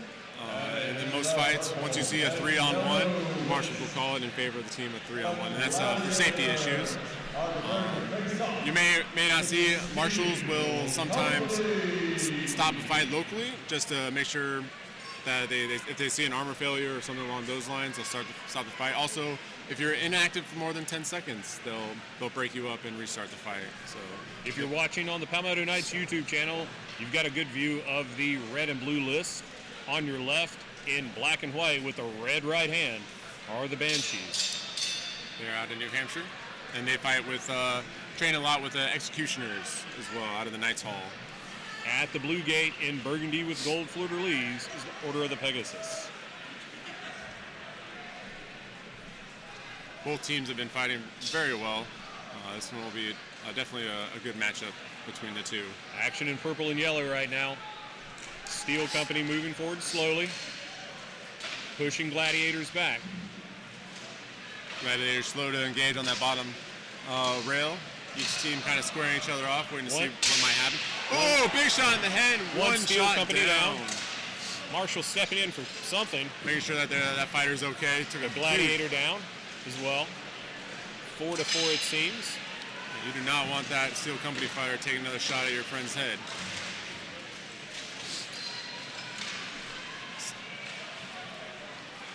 And it's not always the best tactic to push your opponents back. If you give ground, big shots coming in from that Steel Company. Oh, a trade, it looks like the and axe. an axe head broke at the same time. Now that strike was definitely unintentional. He was falling as the axe was coming down. So Absolutely. that's why you didn't see the marshals in act there. Oh, big shot. 2-2 in the right corner. Yep. Steel Company trying to get another Gladiator down. I'm confused. Oh, there's another fighter hiding in that corner for Steel Company. So 3-on-1 in favor of Steel Company. In the blue and red list right now, we've got the Banshees Versus Order of Pegasus. Still 5-5. Action just started. Both teams being very mobile. Banshee has a fighter in the open, being able to swing some shots onto their opponent. Marshall's calling one Pegasus of the fighters fighter down. And one Banshee holding on, so it's 4-3 with the Banshees in the Banshee lead. dropping bombs on that Pegasus. Another one at the bottom of the list, another Banshee Some unloading. movement to get a 3-on-1. Oh, two axe shots coming to that Banshee fighter. That was an interesting trade. Yeah. They've got a 3-on-1 while their partner is suffering through 2-on-1, but now we've evened it out. Good eye there. Banshee shots coming in on that fighter at the bottom there. The Banshee got her axe free, but then took the ground. And one Pegasus down, it's 3-2. And Banshee's up. Now that taller Banshee fighter is right next. Oh. Right. Big shot coming in on the head there. Oh. She bends out and gets full hip shot. pushed out of the list or down. Nope, she's still up. Try ours. Here's where it's going to hurt. That axe coming down right on her. Oh, but a miss. And a trade. That's a trade there. 2-on-1. Oh, they did bring her down at the last second there. That Pegasus fighter. Okay. So it'll be a victory to the Banshees, 2-0. In the purple and yellow list, about to start, Steel Company versus Gladiators again. out of We had a New little bit York. of dancing over there in the corner. I see them shaking their booty. They are here for our entertainment as well, so we appreciate that. That was a Gladiator joke. That was beautiful. So subtle, yet so smooth. Is that a tip of the hat? Absolutely. A wiggle of the tie. We'll keep the puns rolling. Good steel shot over there into the Gladiator fighter. Bottom of the list staying cautious. Hard axe shot to the top of the head of the Gladiator. Several down, it looks like. Three Gladiators down. That runner from the Gladiators did not have his feet underneath him in the Steel Fighter was able to just push him down onto the ground. It's 4-2 in favor of Steel Company. Getting that Gladiator. Ooh, another good. And that's the takedown. fight. Quick and Steel easy. Company takes it. All right, as Pegasus versus Banshees lining up again. We'll see if the Pegasus can ride high or if the Banshees come in screaming.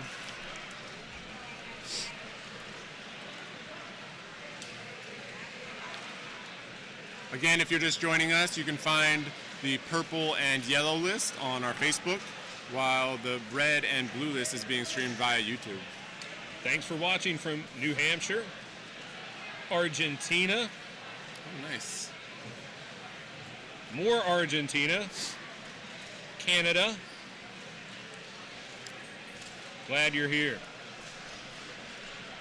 I'd be interested to see if anyone from Australia, what time you guys had to wake up to tune in to our fights today. We appreciate you guys tuning in and supporting your team. Same with the UK, they're probably getting ready to go to bed. So Kelly, thanks for watching from Washington State. We've got the next round, Banshees and Pegasus. both move up as a typical slow meeting. Runner trying to get that. Oh, missed that check. Both the Banshees pick him up real quick. Big shots. Watch out for that Banshee fighter. Hard axe shots on the near side of the ring. Big shots coming in from Banshee fighter at the bottom of the list. Just having her way with that Pegasus fighter. Moving across a runner. And a good axe punch. Banshee fighter bringing the fight to the bottom of the list. All 5 fighters still standing. Big axe shots coming in from the Banshee fighter on the right. Looks like a Banshee Weapon fighter. down, but Banshee's working to recover. Pegasus being careful, almost tripped over that pole axe. Still, both teams 5. A couple of fighters down. Just Oh, big knee into that it looks Pegasus like 2 fighter. Banshee down, 1 Pegasus down. That Pegasus, smart, helping out their fighter, coming back up. We love to see that. Good teamwork And there. I think we may be ruling one of these Pegasus fighters might. We're definitely watching them And closely. there we go. There's He's one out. 2 Banshee fighters now at the bottom of the list on the right. 2 3 to Banshee. 3. Another 3 trade. to 2. 2-on-1 in favor of the Pegasus. Using those bodies as tripping. And See if they can do it again. good foot movement to get away from the backing into those down fighters. Banshee being aware. Banshee backing toward the corner. Not wanting to get trapped though, needing some support from the list. Having a 2-handed axe can be a little bit difficult, especially on a 2-on-1 trying to grapple. You've got to let go at least one time and use both your hands on the grappling. That Banshee fighter is still being smart about the bodies, but soon will be backed up into a whole slew of them behind him. On the purple and yellow list, we have the action starting between Pale Horse and Berserkers. Pegasus trying to push that Banshee fighter into the fighters or out of the list. Her still not going down. Oh, and they both tripped. Order the Pegasus taking that round. All right. Quick movement by the runners and a trade with a forceful throw. Pale Horse versus Reavers. Berserkers. Pale Horse versus Berserkers. 4-4. You know, you see so many red tabbers, they all start to blur together. And a trade, 3 to 3. Big shots coming down from that fighter in the bottom right corner of the list. Gotta love to see that when it's like one of your most favorite feelings in the world when you have your buddy holding the fighter and you just get to unload on him with your axe. Gotta love it. It looks like it may be 3 to 2 in favor of the Berserkers. I do believe that is the score currently. That's down Looks at like 2. they'll- Well, Is that a I think trade that or a down? No. Looks like the marshals are making a decision. Looks like they are calling it in favor of the Berserkers. Okay.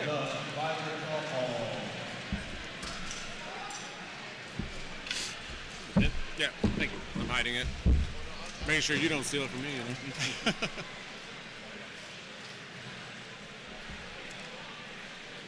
Again, thanks for everyone who tuning in to Carolina Carnage 2024 here in Clemson, South Carolina at the Clemson University and T. Ed T. Garrison. Ed Garrison Livestock Arena. This is wait, how many years is this now we've held it here? Oh gosh, I don't know. Seven Sounds or 8 about years, right. 7 or 8, somewhere in that range. Banshees. Yep. Say what? Oh, where they're from. Oh, Yeah, the Banshees are out of New Hampshire.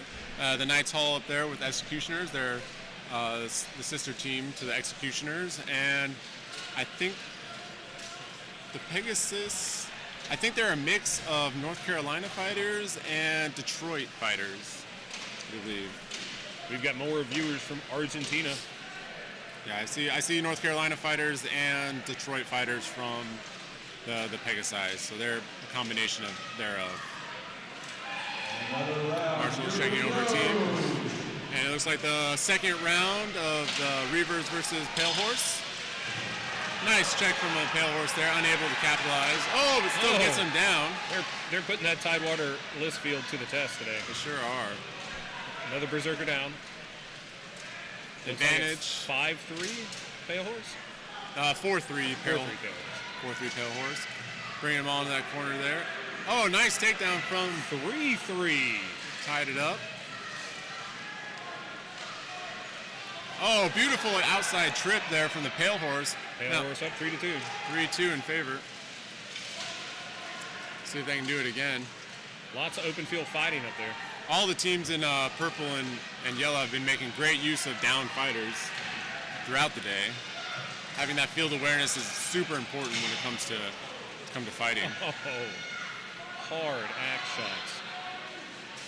Reavers lining up for a shot on the Pale Horse. Sparks are literally flying here in the first. Still 3-2 advantage Pale Horse. Big chop coming into that Reaver. Still unable to get him down. That Axeman initially looking to strike, now looking to trade out with his partner to get a few axe shots in. Hard Big axe shots shots coming in on the head and upper body. Gotta watch that. Saw some splinters coming off the list there. On the left side, still looks like maybe trying to de-arm them, potentially, as the Pale Horse comes in. That Axeman just lining up on the big shots coming into the leg. Yeah, it's Looks interesting, like blocking the haft with his knee. he's able to spin out and get back into the open field. Berserker's not out of it yet. Oh, Oh, and a trade. and it's a 2-1 Pale Horse advantage. Not completely out of it, but definitely in a tougher spot there for the Berserker. Looks like the Pale Horse is working against each other, trying to pull both ways and trying to get him out. Oh, big kick and a miss. And the Berserker tries He's to off take balance. Can they advantage. take advantage? He And does. 1-1. There you go. Oh! The Berserkers tied it 1-1. The Pale Horse was able to take advantage of that spin and the disorientation and turn it into a takedown. What a great end to that bout. Oh my goodness, yeah, what a spectacular. Crowd was on their feet for that one. In blue and red, we've got round 3 of the Banshees versus Order of the Pegasus. One Banshee down already. Pegasus taking it 5-4. Pegasus working hard. Banshees almost got another Pegasus down. Oh, using another 4-4. body to trip. Beautiful. Looks like their weapon caught on the fighter though, and they've released it to go get a new one. Smart move. Sometimes you don't want to be in that position of trying to tug and then somebody comes behind you. Oh, looks like a 2-for-1 trade there at the top of the list. Now it's 2-on-2. 2-2 in favor of Pegasus. Both teams like getting behind each other, offering some protection and such. Banshees and Pegasus. See which one can use the bodies to their advantage. Comes a grappling match, trying to get the upper hand. Inside control is always important on these grapples. You can get inside control, you can get control of the neck, the head, and do those good throws and punches. Pegasi throwing down a Banshee. 2-on-1 in favor of Pegasus. Banshees have not given you up yet, and they aren't giving up now. And trying to make use of the open field, not get cornered, but finding it harder and harder to running out of list. Oh, and a beautiful push, catching her off balance. Sending her down. Pegasus take the round. On the far list, we have Pale Horse and Berserkers for the next bout. Next up on blue and red, we have the Executioners versus Northblood. Looks like Pale Horse had some substitutions between rounds. One Pale Horse down. That one Berserker is taking 2 down, going for a third. He is just on fire. MVP of this round. 3 down all by himself, but looks like the marshals have called him down for various still reasons. 3 fighters down. Hey, 3 for 1. I'll take that any day. It's 4-2 in favor of the Berserkers. That huge fighter going in for punches in the back of the head for that Pale Horse not paying attention. Field awareness is crucial. And it rips him down. Oh, he does lose the gauntlet, but it's still a 3-1 in favor of the Berserkers. So that will go to a third round, I do believe. I believe so. No, Berserkers won. Berserkers won at 2-0. My mistake. Well, thanks for joining us on day 2 of Carolina Carnage 2024. I hope you're enjoying the live stream, enjoying the combat today. We have over 400 competitors here today, men and women fighting. One of the best ways, if you're new to this and you want to give it a try, find a local team. You can go to Google Night Finder and find your local team there. Hook up, go to a practice and get an armor and see what it's all about. And this is only halfway through the action today and for the weekend, because tomorrow we'll have the finals for this 5 versus 5 tournament, as well as the 12 versus 12 tournament. If you think 5 versus 5, well, wait until you see the 12 versus 12. Absolutely. It does get crazy out there in the list. It looks like we may take a short break for refreshments for the marshals. They're out there running all over the place, lifting, taking, pulling, dodging, duck, dip, dive and dodge. Dodge and dodge. No, there's a dodge at the beginning. Dodge, duck, dip, dive, and dodging. And they need some sustenance, some hydration to make sure they're in tip-top shape for the afternoon. It looks like we've got the Rat Pack taking the field against Bastion in the purple and yellow list. I do believe this will be a tough fight for both teams. A good challenge for the Rat Pack, which I don't think have dropped a round yet. And same with the Bastions. They're still on a good win streak. So this could be a good fight to determine who wins the pool. We still have several more fights left in the A and B list. C and D coming up shortly. Let's see. Where are we at schedule-wise? It looks like this was scheduled for one. We're only 15 minutes behind schedule. That's surprising. That's a testament to the marshals, the teams, everyone being organized and on time and understanding where they need to be and when. And these matches just happen round after round. And of course, it's worth a little bit of extra time to make sure that the marshals can get refreshed, even if that slows down the schedule just slightly. Yeah. Exactly. Up next in the blue and red again, we have Executioners versus Northblood. Speaking of refreshment, I'm going to take a little bit of water. Can you call Rat Pack and Bastion for just a moment? Absolutely. Oh, good Rat Pack coming on that Bastion fighter. Coming, the other Rat Pack peeking up on him. Still 5v5. Rat Pack got a good takedown on the Bastion fighter. Now advantage 5-4. Another Bastion down. Rat Pack is doing a good job cleaning these fighters up. Advantage is 5-3 or 5-2. 5-2, I do believe. And 5-2 in favor of Rat Pack. Big fighter goes down. 3-on-1 in favor of Rat Pack. That was a 2-for-1 trade there at the bottom of the list.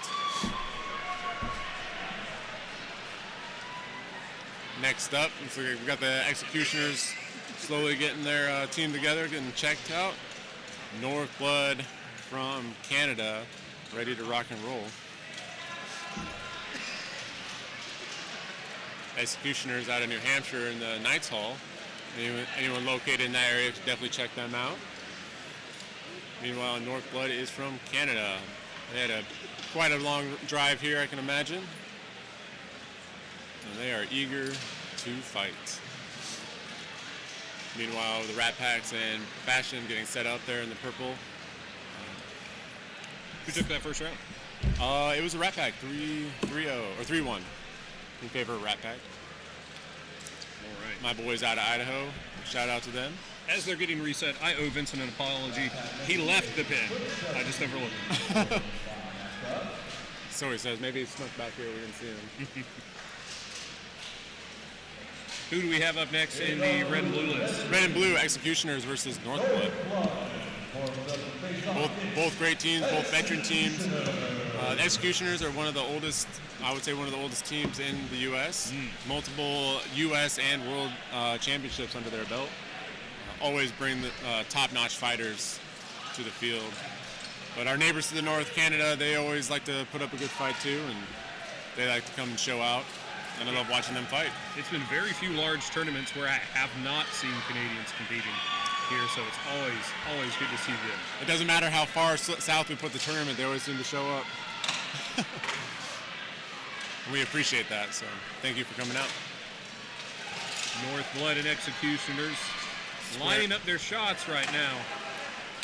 Both looking for advantage, none being given. Being very methodical. Some hard shots. Bastion almost got a throw, but then able to save himself on the list.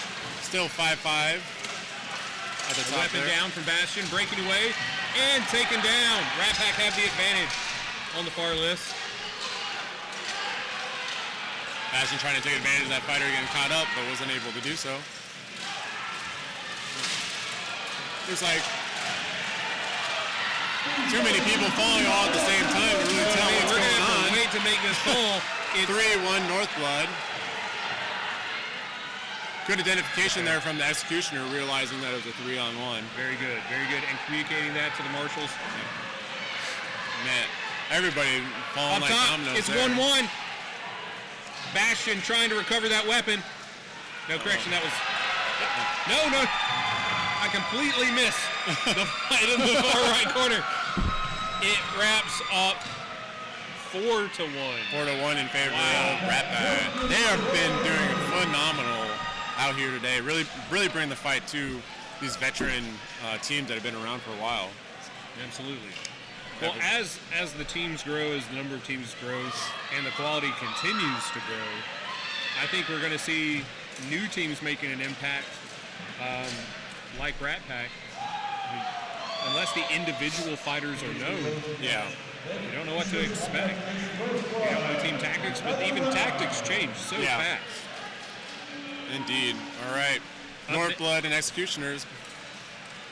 Executioners moving quickly to take that center of the list. It's still squaring off. Round 2 for these teams. Neither team wanting to engage. You see those precision hand strikes trying to get the Northblood to drop their weapon. Northblood pushing hard on the bottom of the list. Trying to get that fighter. Almost got his back. Now you see Northblood is pulling that fighter in so then he can do some strikes. And it looks like one Northblood down. Execution able to get the advantage. A breakaway. Breakaway almost got that, just a little too high on that charge. Both teams being very mobile. Good job on Executioner picking up on that rotating fighter. Still 5-4 Executioners. Northblood able to bring it back to 4v4. Oh, a flying kick. Where did that land? Hopefully 5. Very close. Oh, Trade. Another trade. Looks like Northblood down. 2 versus 3. And 3 versus 1 in favor of Executioners. That's it. There we go. Good job on those fighters again, identifying that it was a 3-on-1 and not pushing any further. On the purple and yellow list, we have the Windigos and the Barbarians. Let's go. Both teams fighting hard.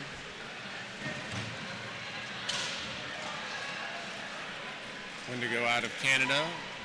Barbarians out of Cincinnati.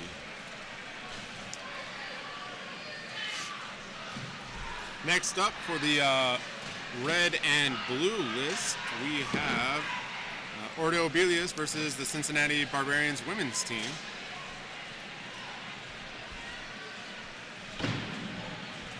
The live stream viewer numbers keep increasing on YouTube. Keep sharing that link out to your friends. We appreciate every share, like, and comment that you guys are posting, so keep it up, and we'll happy to hear from you. Papa BC, thanks for watching from Texas. I've got a buckler, I've got a bow, I've got some keys. You probably want. Kenyaz USA being supported by Kenyaz UK.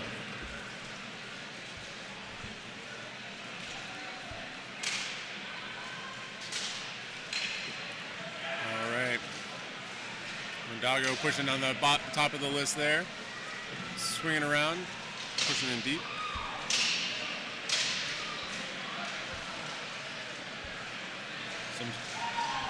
It looks like we have a trade. I believe that's going to make it 4-4. The Windigo down, and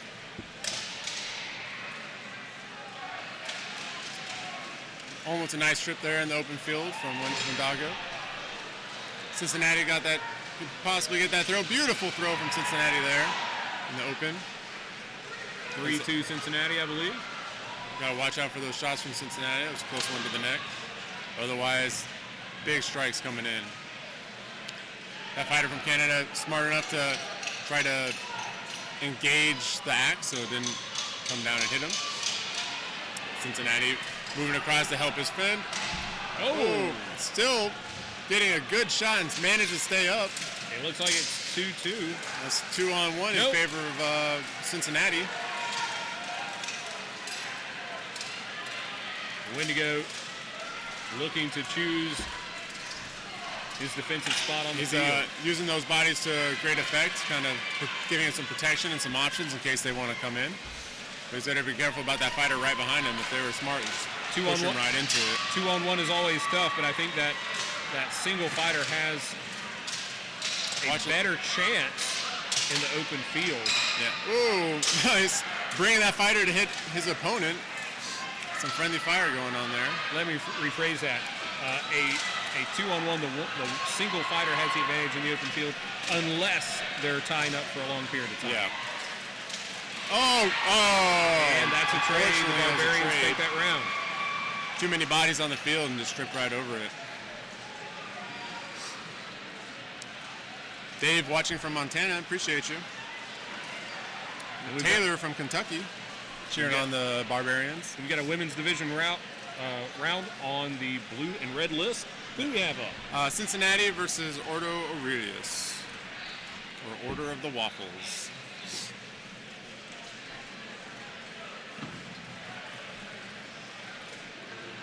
That's what Obelius means? Yeah, it is indeed, yeah. They are the Order of the Waffles. There was a little bit of a meme war going on before Carnage between the Pegasus and Aurelius, so it was definitely fun to watch online. We'll see when they actually get to meet each other coming up actually pretty shortly and see which meme wins.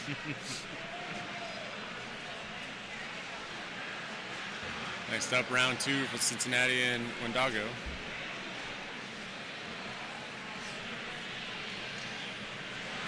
That was, I would say, a pretty equal fight going in that last one. It ended up 2-on-1, so we'll see if they're able to bring it to a third round. Initial contact on the far side of the field. Remember, one of the Windigo is dressed in green but has a white and red sash. Good diversion there from the Canadian fighter. Unable to capitalize, however. One Barbarian down.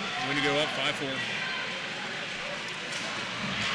Oh, using that body, but able to miss it. One Windigo down. Barbarians even it in a tie. Another trade there. Big shot coming in from the Barbarian. Those are always the money makers there. Give that good shot on there. Causing that pain. Shots from the Barbarian. Big shots. Be careful on the knees. Shots to the back of the knee are completely illegal, so you would instantly get that and probably a yellow card.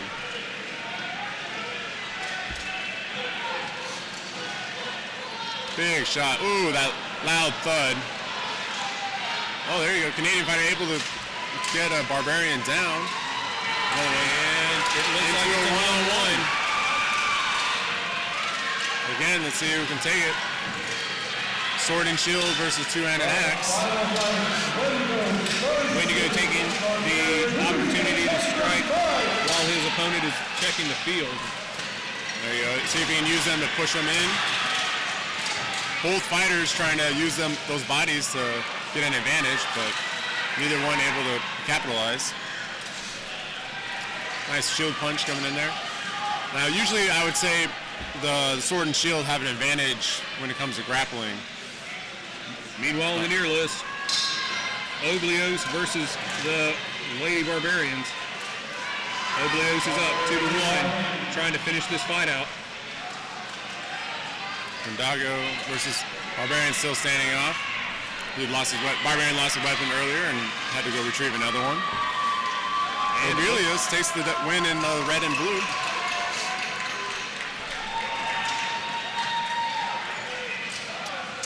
Both those fighters still in the top round, still duking it out. Now, if they do draw, they will fight again. Oh, a hard shot to the leg. Yeah, you know that one definitely hurt.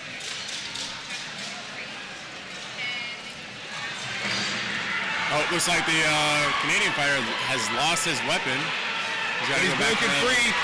Open run. Can he retain weapon? And he does. Those are definitely so dangerous. Windigo able to get their feet back under them and back into a grapple.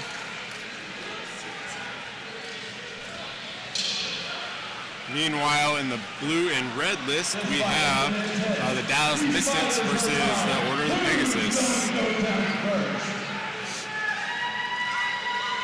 And the yellow and purple fight is dragging on. And marshals are breaking it up. Oh, no. And a draw. So neither one wins that round. They'll fight a third one.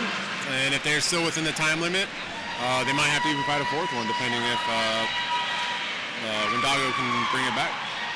Red and blue list, we have the Dallas Mythics at the red gate and the Order of the Pegasus at the blue.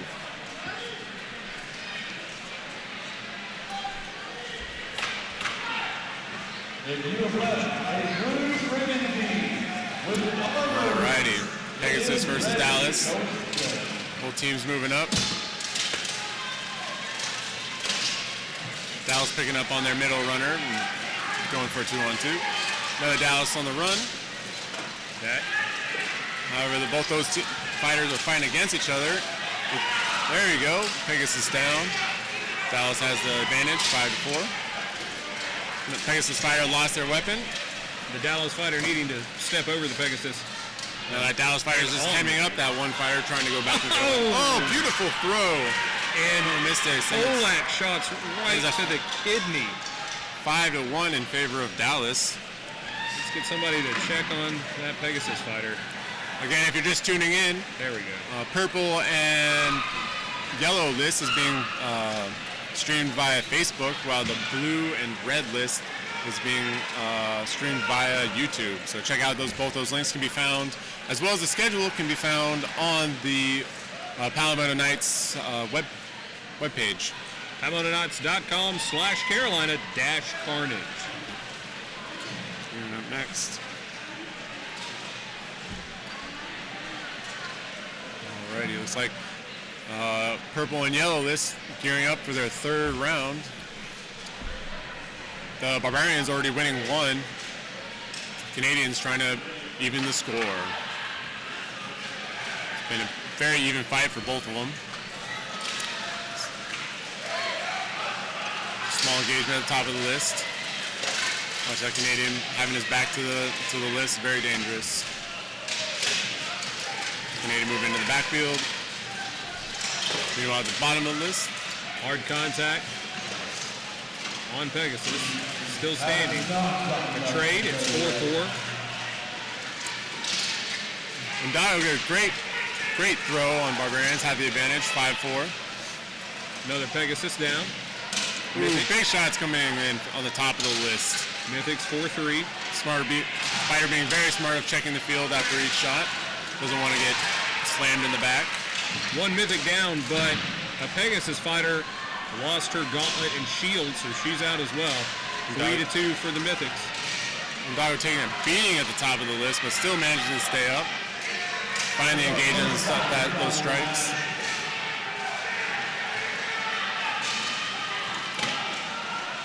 Barbarians pushing hard on the Windigo. There's a lot. Taking 2 down. I think that's a 4-1 to Barbarians. They'll take the round and the fight. Meanwhile, Mythics and Pegasus still going at it. 3-2 with the advantage to Dallas. They have a two-hander out in the open, dropping bombs as necessary. Two of them working on that last Pegasus fighter, trying to bring it down. There you go.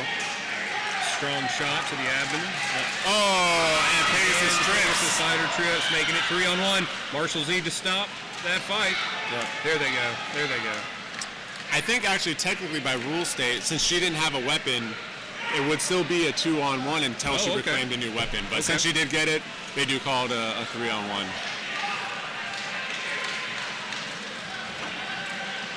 Dave, watching from Arizona, we appreciate you. Up next in the purple and yellow list, we have the Portland Reavers and the Tidewater Dogs of War. My goodness, the Reavers and the Cincinnati Barbarians, or maybe the Berserkers, their tabards are so close. Yeah, a little bit of confusion in there from here in the booth, and we're far away, so. All right, again, Ordo entering the list in the blue and red, along with against the War Pigs.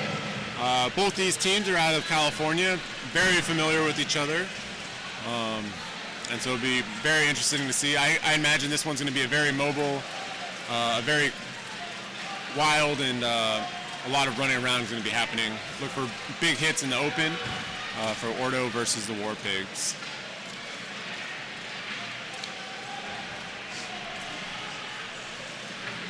Marshall's checking the fighters, getting ready to rock and roll.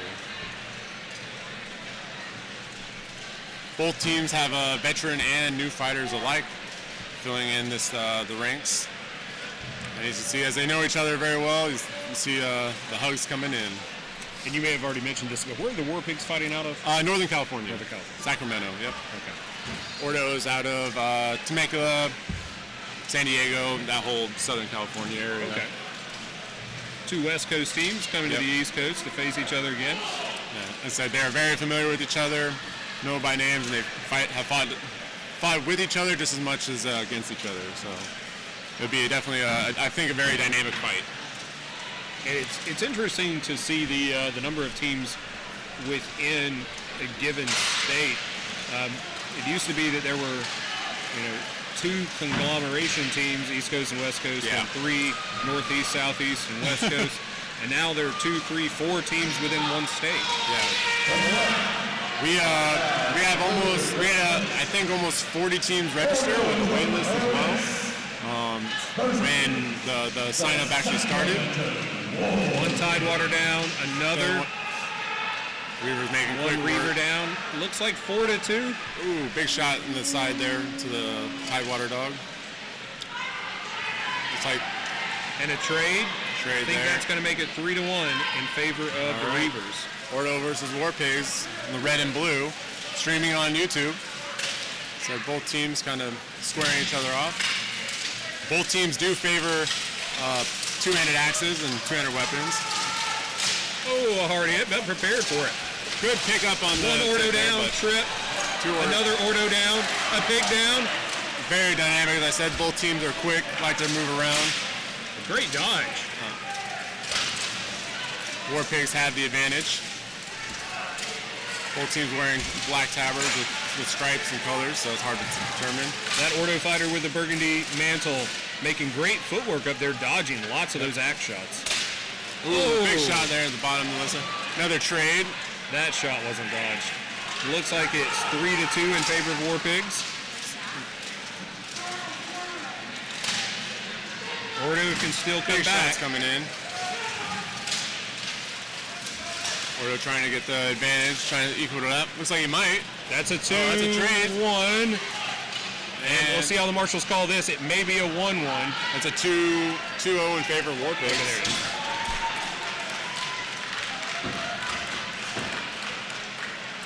Looks like What a great day of fighting so far.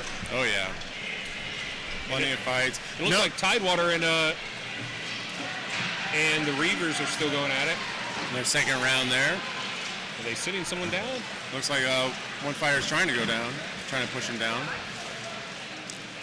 Ordo and War Pigs resetting. I cannot see where those shots are landing, but it Cannot be nice. Yeah.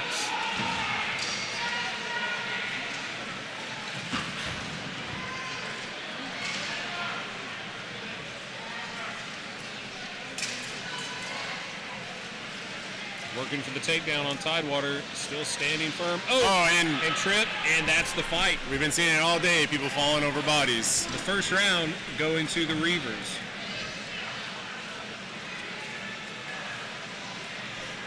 Ordo re-strategizing, seeing where they want to go next.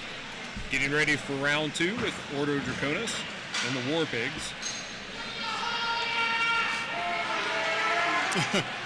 War Pigs doing a little chant there.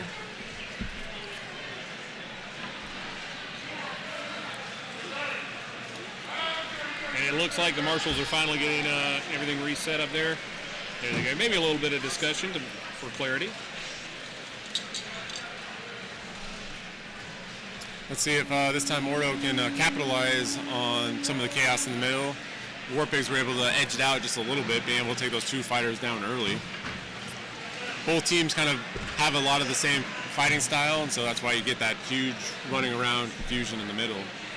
Fun to watch, fun to see. Sometimes can be good or bad, but both teams very, very active, very mobile.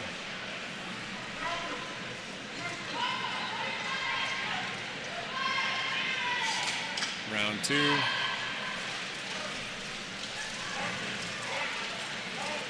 Ordo moving in. Trading shots there at the top of the list. Trying to get the advantage. Looks like they have two great falchions, yeah. Trying to maybe break the haft of the axe potentially. Ordo on the bottom. Tying up. Shield punch. The War Pig, I don't know if he may be using this tactically, but his axe is backwards. Shots coming in from that fighter there. Ordo ties him up. Looks like he's able to. One War Pig down. One War Pig down. That is 2. Ordo to the hard advantage. shot to the hip. Another trade there. Another trade. trade. Looks like 3-2 advantage of Ordo. Big shot to the head there for the War Pigs. Beautiful. Shots coming in, trying to get that throw. Them teaming up, trying to 2-on-1 that War Pig, trying to push him out of the list. Big shots coming in from those thousand shots. Just kind of being shrugged off. Ordo dropped a weapon, so it's 2-2 for the moment. See if War Pigs can capitalize. Ordo's grabbed his two-handed, now coming back into the fight. Ooh, one more pig down, 3-on-1 in favor of Ordo. This will go to a round 3. Beautiful work. The Reavers still working hard on Tidewater in the purple and yellow list. Looks like Reavers have the advantage. Well done, Ordo. All right, now, again, said both teams fight very, very similar, and we'll see who can capitalize on the next fight. But as the Tidewater and Reavers going at it, looks like they're all pumped up in the corner there. One Reaver fighter in the open, able to throw some shield punches and strikes onto the wrapped up Tidewater dogs. See if they can take advantage of that.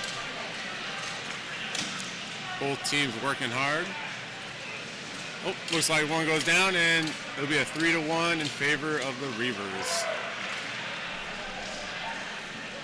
In the red and blue streaming on YouTube, we've got the Ordo Draconis versus the War Pigs, both out of California. And I believe it was first round to War Pig, second round to Ordo. Is that right? Yep, that is correct. So now we're on a third round.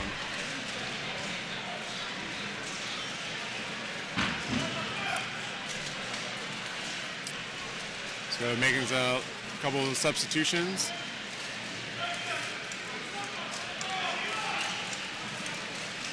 As I said, both teams favor two-handed weapons.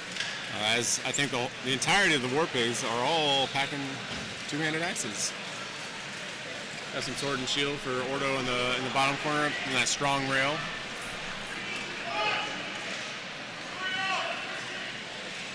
It's like last-minute substitution. Not sure why for the war pigs there. Looks like at the purple and yellow list, we've got Cerberus taking the field in the black tabards with the gold cross, and the Twin City Wyverns in green. From Minnesota. Green and black. Again, if you guys are just tuning in, feel free to give us a shout out where you're listening from or where you're watching from. We'd love to hear from you also. The two streams are being streamed on two different spots, Facebook and YouTube. And we're into the third round of Ordo versus... Bouts knocked out of a hand quickly. See if I first contact. A trade, it's 4-4. War pigs unable to capitalize on that early one. Oh, nice throw though. One dragon down, one war pig. Oh, that shot right to the back of the head. Unintentional, I believe, but it's like a 2 versus 2. oh, Big shot coming in close to the net. Got to watch those shots there. 2-2. A trade, 1-1. Let's see what happens. Oh, trade tie goes to a fourth. Wow. Goodness. Both teams, like I said, losing that falchion early. War pigs were able to capitalize on a little bit, but ultimately came down to a draw. I said, both teams very mobile, very quick, capitalizing on that chaos. These teams fight so closely together that it's not surprising that they've drawn or going into a fourth. Let's see which team has the bigger tanks and can bring it to a win in the fourth round. And that was fast action throughout that round. Absolutely. So Looks like we're about to get started on the far list. Cerberus versus the Wyverns in the purple and yellow list, streaming on Facebook. Cerberus pushing deep into the Wyverns' backfield on the list. Cerberus coming in to help. Wyvern moving to the far back, but nobody's there to see him. Cerberus picks him up though. And looks like an advantage to the Wyverns. Oh, hard axe shot, but another axeman. Cerberus on the list. I hear some bugs coming from that top list there. That must be straight into Brig. That's got hurt. Looks like we have one. I still think it's 4-5 Cerberus. Another trade there. Ordo on their fourth round. Both teams again squaring off. Not sure what marshals are putting their flags in, but both trying to... back to the blue and red list. We've got a trade under the list field, 4-4. Team movement. 2-on-1 advantage there. And another trade. They might not call that one. Not calling that a trade. 2-on-4, it looks like, in favor of War Pigs. Oh, beautiful shot there. 2-on-3 in favor of War Pigs. See if Ordo can bring it out. Another trade. 2-on-1. And broken axe. And is now 1-on-1. 1-on-1. Ordo making a move for it. What a rush. Coming down, both tired, you can tell, breathing heavy. Squaring off to each other. Gripping their axes. Maybe having an encouraging word. Warpig has a little advantage in size, but that's not to... Oh, and Warpig is able to take it down.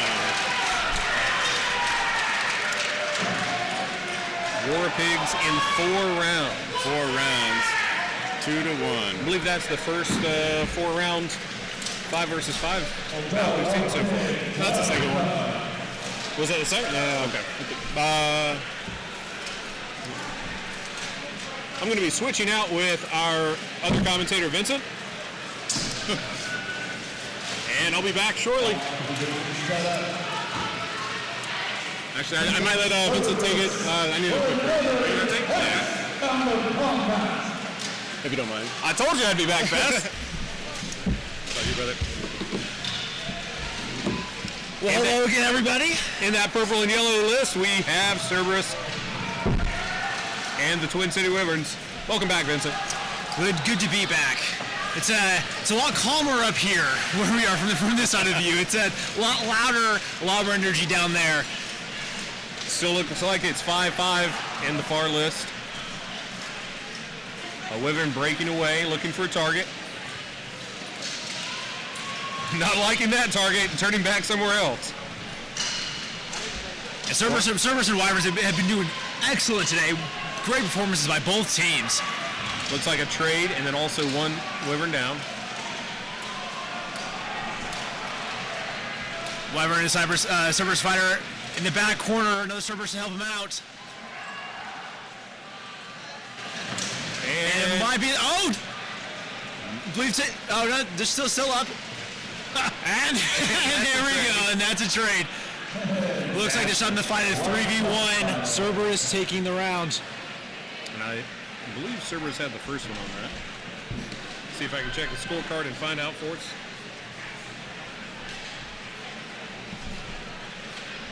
Who do we have up next in red and blue? So red and blue. Looks like we have here. Pegasus. Steel Covens. The Pigs and Lord of Draconis. Steel Coven and the Cerberus Venefica.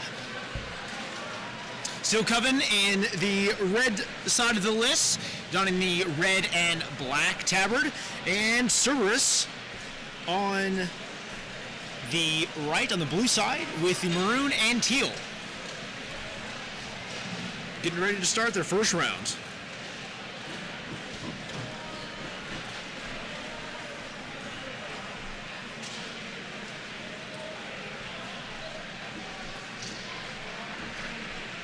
Up next in purple and yellow, we have Steel Company at the purple gate and Rat Pack at the yellow, making their way on the field shortly.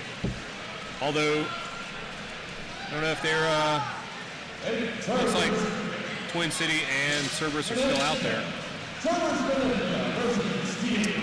Yeah, the marshal's calling them out, possibly the captains. Now we have, it already started here in the red and blue list. Still Coven and Cerberus. Looks like one Coven down. Both centers trading axe shots. Trying to help their rail fighter work him to a better position.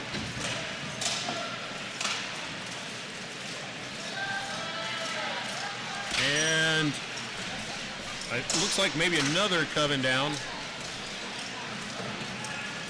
5-3. Cerberus taking one more, two more, and we have a stop fight at the end of round one. Cerberus with 5 fighters standing. And it looks like we have another round for the purple and yellow list, Cerberus and Twin City. Now, some of our names are a little all over the place. I noticed you and I are trading back and forth between Wyverns and Wyverns. I don't know that we have a set. Is there a set pronunciation? Maybe that might just be regional dialect. Because I think, like, you know, in the fantasy world, I suppose I'd say Wyverns, but you know what I think of, it's almost like a city name, the Wyverns, you know. But that might just be the more Texas in me, the lazier way to say it.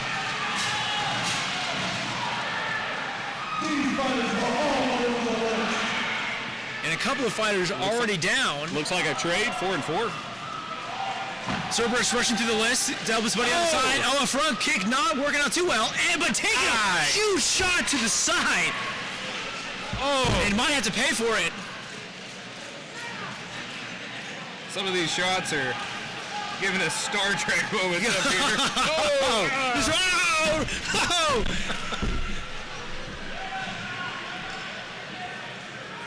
They set those axe shots from stun to kill.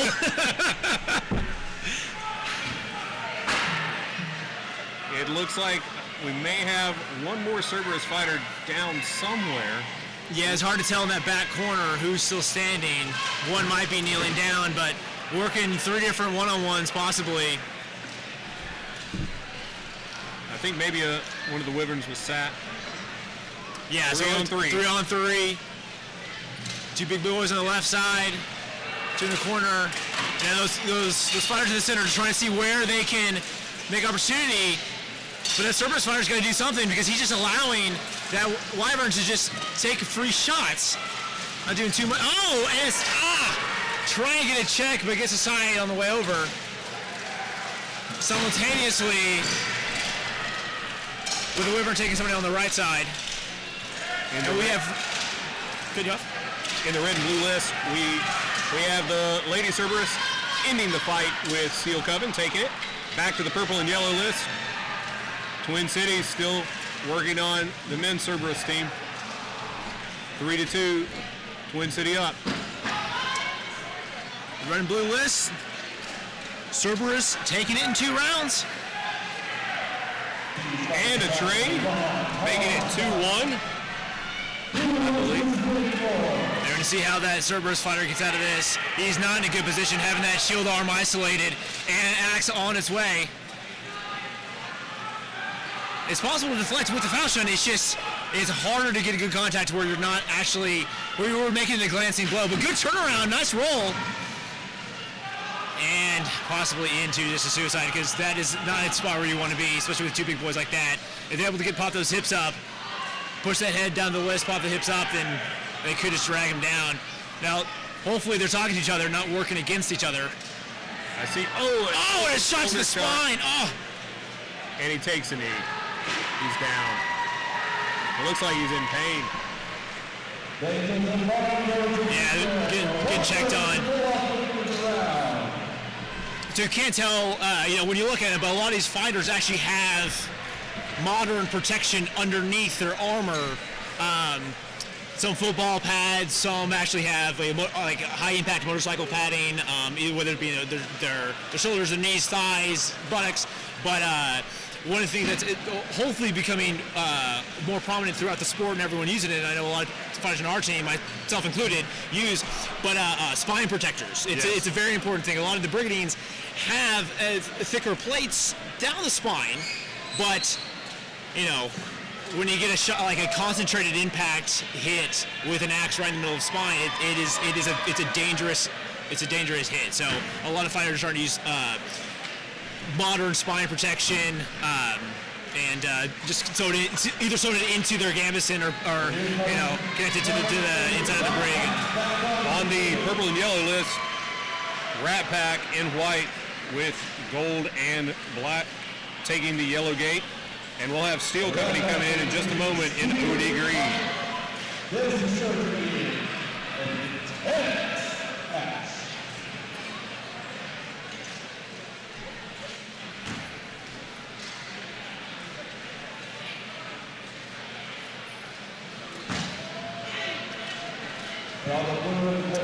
On the near list, looks like we have the Banshees on the right side and the red side of the list, and donning the black and red with the black and white with the red hand in the middle, and the Cincinnati Barbarians with same on the blue side. Starting off with round 1.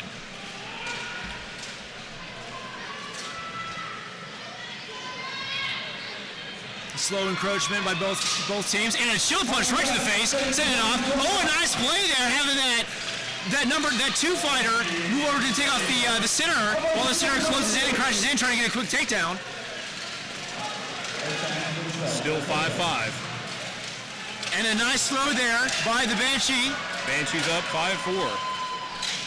Number 11 with the 2-handed axe coming through, trying to help her teammate out. There we go. I thought and I saw 2 tripping over. I thought I saw a Banshee put a shield down, but she fell right after that. Yeah. So it looks like there's still a 3-2 advantage Banshees. On the far list, initial contact between the Rat Pack and Steel Company has 2 Steel Company down.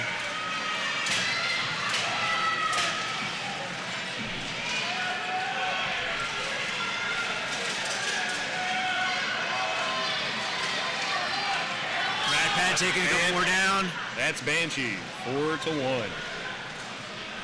in the far list. Rat Pack takes it over Steel Company for the first round. Banshees taking the first round in the red and blue list. Rat Pack taking the first round in the purple and yellow.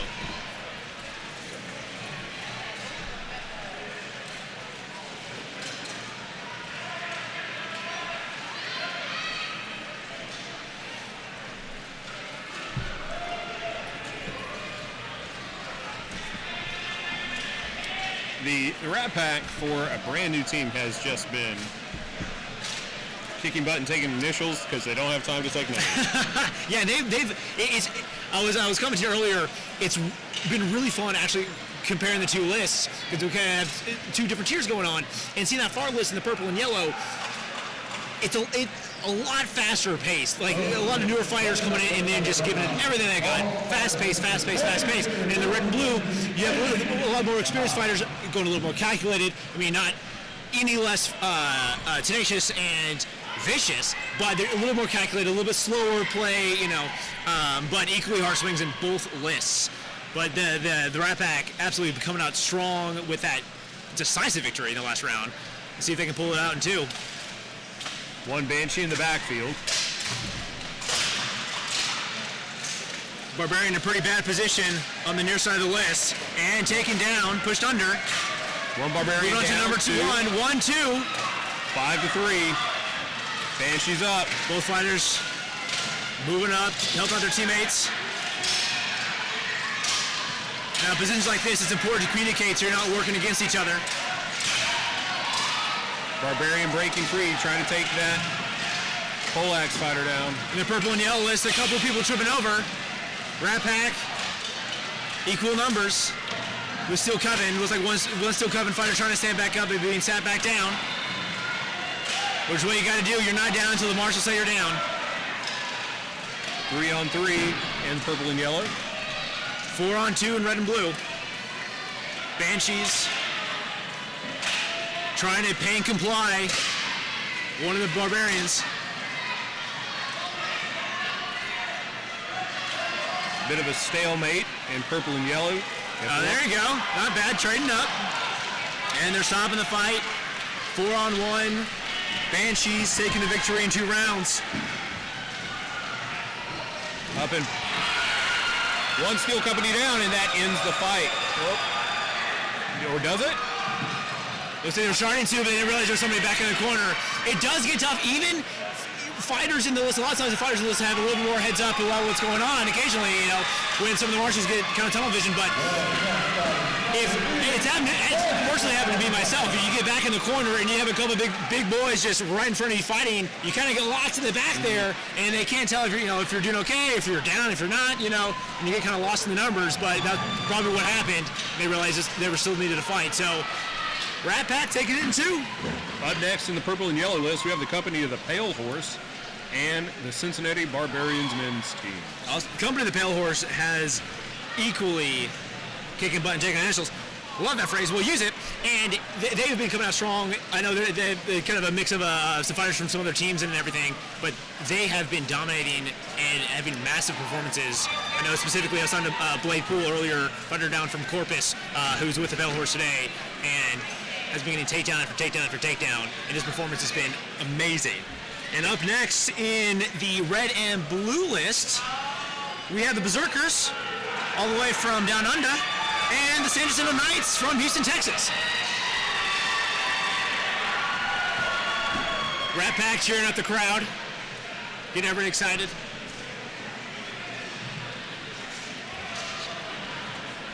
I just noticed. Yeah. First time all I noticed day. like 45 minutes ago. It was supposed to have been there the entire day. I'll tell you, so many improvements, it's hard to keep track of them all. We're just remarking, and you can tell in between the two lists, there's that area with the marshals and the great Larry down there running the event. But on the each side, you see 2 little parapets, little towers, and they actually have the names there on which side of which teams are there on which side of the list. No such notification. I don't see that for the purple and yellow list. So we'll keep following along. Although I do see the Awesome Possums getting ready to take field up in the next few rounds. Cincinnati Barbarians.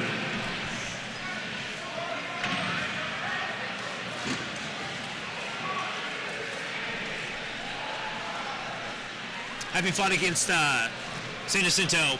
So the last couple of years, San Jacinto has really grown into a really dominant team, and it's been really exciting to watch them get to a higher and higher level.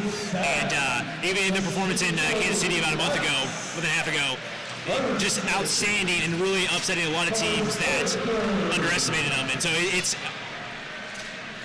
San Jacinto was one of the teams I was really excited to watch and see how they performed today. Initial contact. Oh, huge hits on the hand. Pale Horse taking it to the Barbarians.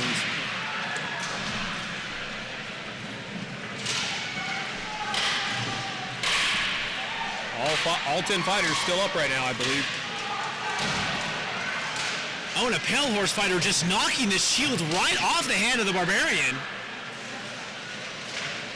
We've seen several gauntlets come off when that happens, and fighters being sat down because of it. Yeah. It's in a handful of gauntlets, and I think about 6 axes now. Oh, one fighter taken down, hit from behind. Ooh!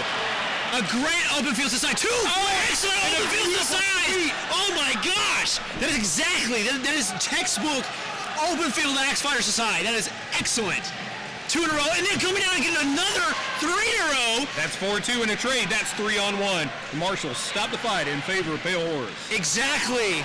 Or saying Pale Horse coming out and just literally sweeping these rounds. That fighter in the middle, 1, 2, 3.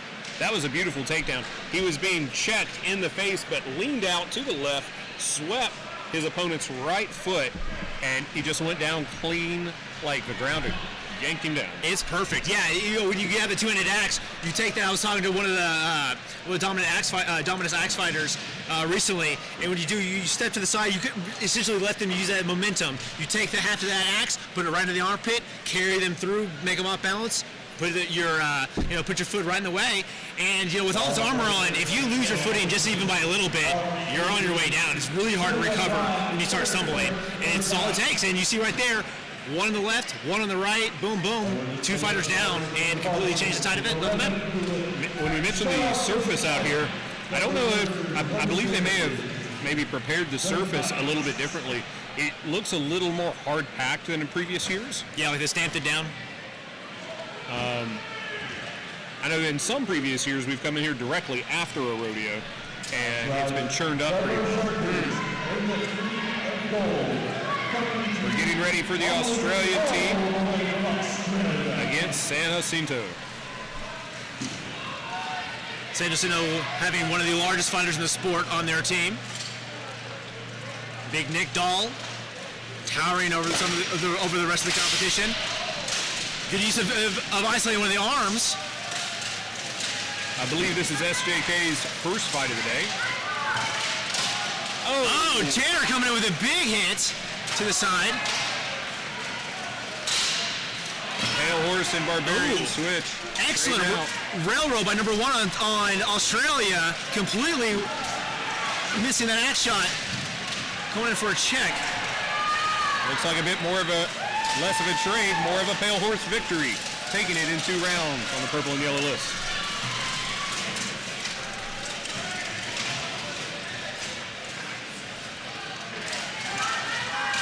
Good Aussie movement, but Aussie's losing a fighter.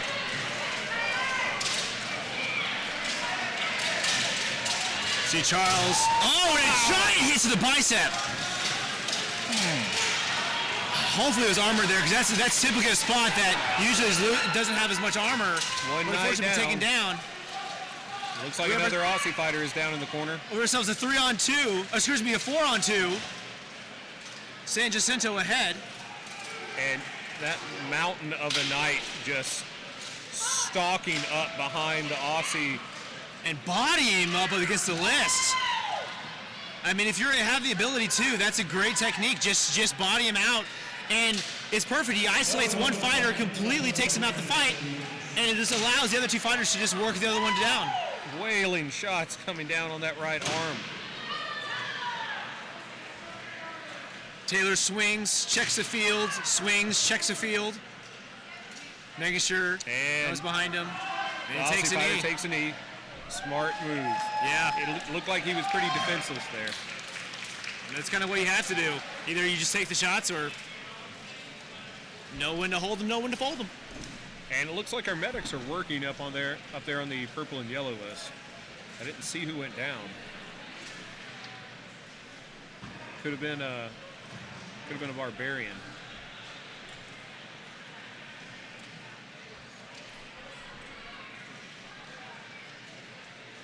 Yeah, it's hard to tell on the ground who it might be. But thankfully, we've gotten this long in the day without any serious injuries. You know, a few hiccups, some wear and tears, some few big hits, but for the most part, everyone's been pretty healthy. Seen a twisted knee earlier, but the medics end up sitting back down pretty quickly, so hopefully it wasn't too bad. Yeah.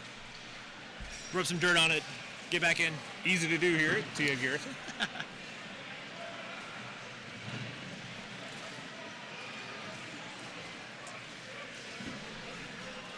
There's been, because we have these two lists running and how efficiently the tournament is going, there's just constant fighting.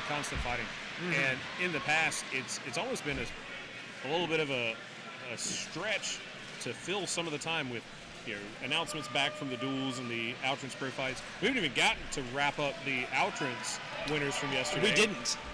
Because there are so many winners from that large tournament and so much action. There's not much low time in between.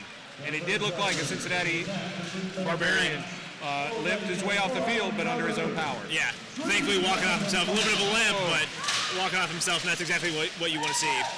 One San Jacinto fighter going down, back in the red and blue list, round 2. Australia trying to take advantage of the numbers of a few big unchecked axe swings.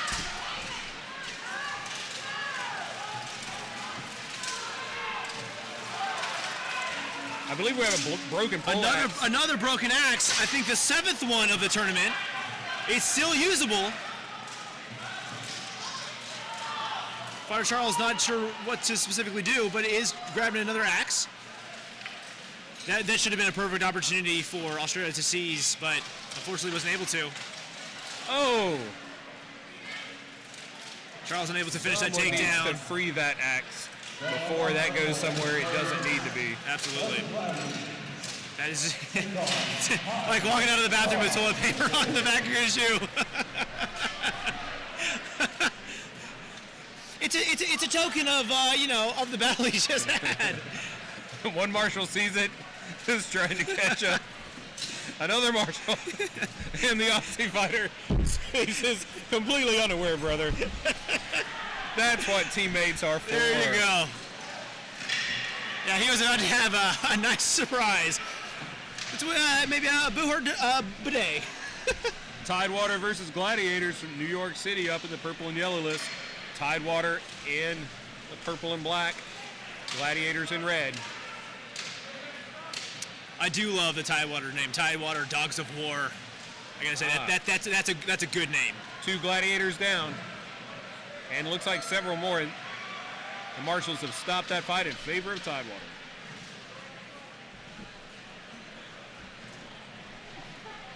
Sweeping victory 4v1.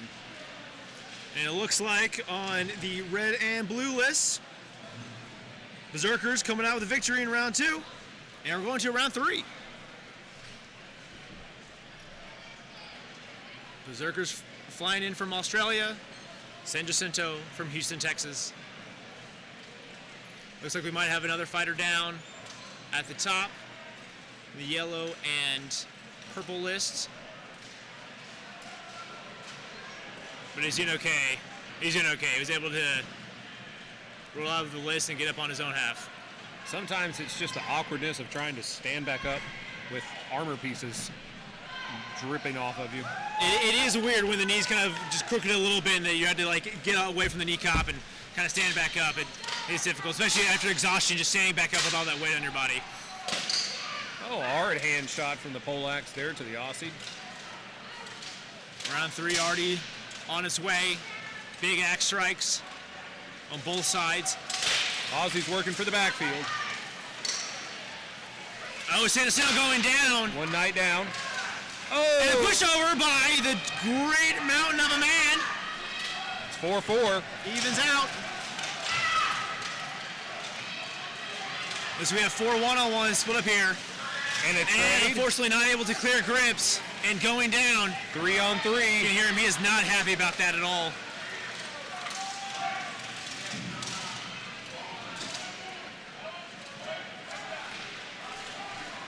Might go to the same tactic. Fast movement to get out of that corner. If Nick's able to just get one down, this is what you don't want to see. Just time for another fighter to go in, create a 2-on-1 before the other teammates go and help him. You don't want to see you walking like that.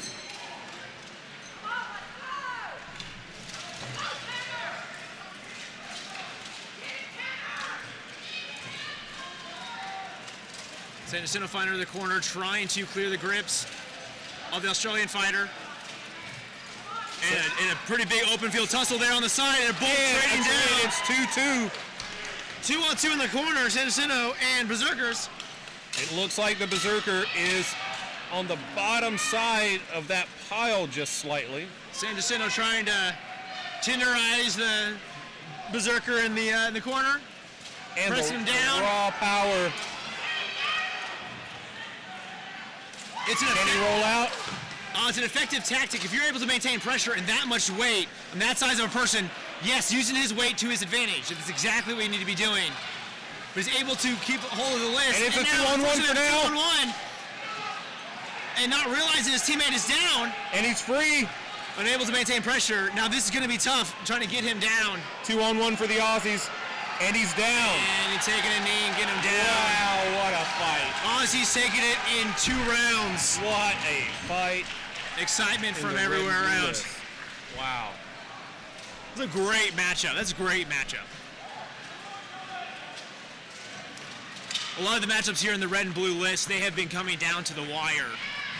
And that's exactly, that is a testament to the level of fighting and, just that everyone's on the same plane and it's good competitive fighting. You hate seeing just like sweep after sweep after sweep after sweep. It's not as fun, it's not as, it's not what you really want to see with. Maybe we can't have people cutting through here. No worries. Thank you. So the red and blue list was so exciting that I completely missed the second bout of Tidewater. I'm going to check the online scorecard to see if we can get a result from that.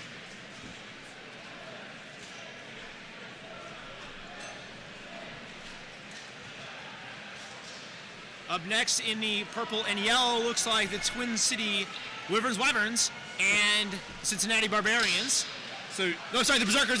I made the mistake earlier. It is the Berserkers, 100%. so in a very short break earlier, I was able to check the pronunciation, and it seems that it is Wyverns. Got it.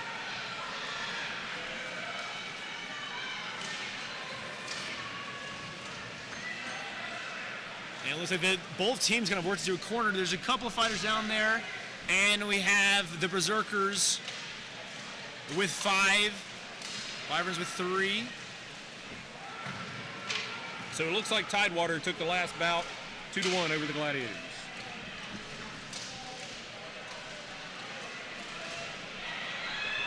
Barbarian just throwing Wyvern there in the open field. And now we have ourselves a 5-on-2. They're not stopping the fight for this one. It has to be down to one fighter before they will stop the fight. And there we go. And the marshals will stop the fight. Good call. And in the red and blue list, we have ourselves Order Obelios and Order of the Pegasus.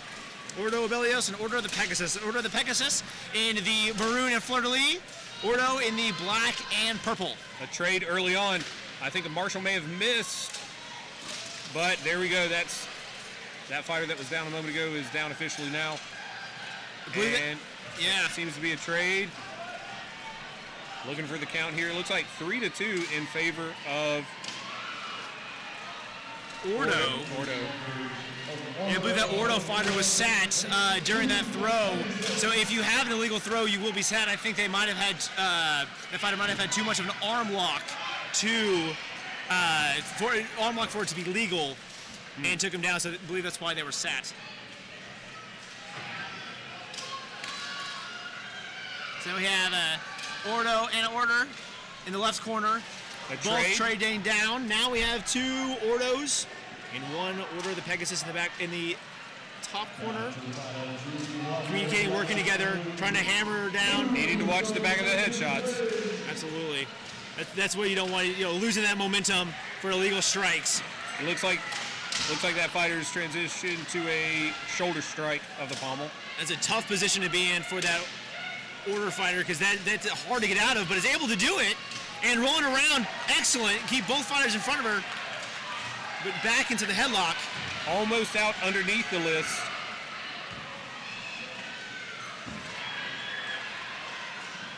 And the Ordo fighter sat, and if the other Ordo fighter is able to maintain pressure and push it through the list, they'll take the round, take the victory. Looking for that right leg. The Pegasus fighter fighting back and able to stand back up.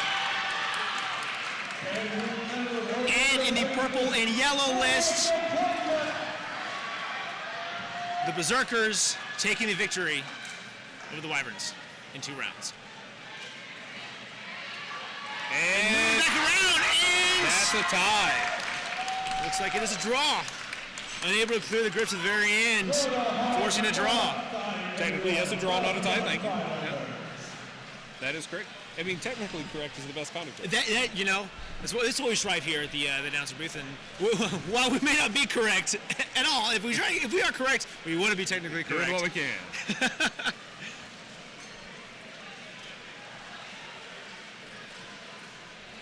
Thanks for cheering on from Houston, Fontana, California, and Oregon. Now, on the purple and gold list, what were you about to say? No, I was going to say, well, there's a clarification I want to make sure we have. With that draw, is the round redone? And will it go into 3 rounds, 4 rounds? Or is the round to watch, and if they need to go to a 4th round, they will after the 3rd? We will get clarification and let you know. Looks like we have Bastion taking the field on the purple at the purple gate against the Portland Reavers.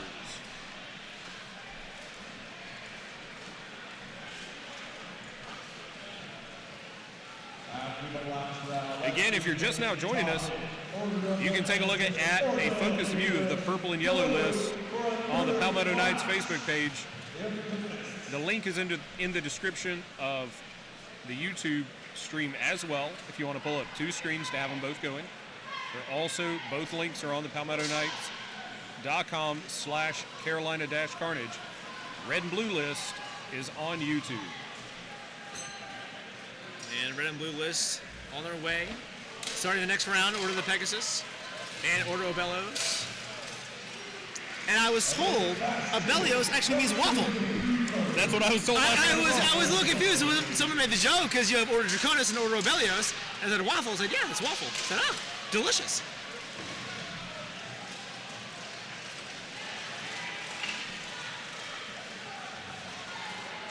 Purple and yellow list. A couple of fighters already down. Looks like it was a trade, it seems. 4-4. Lots of pressure on those fighters up top. A couple of fighters stuck in the corner and taking one of them down.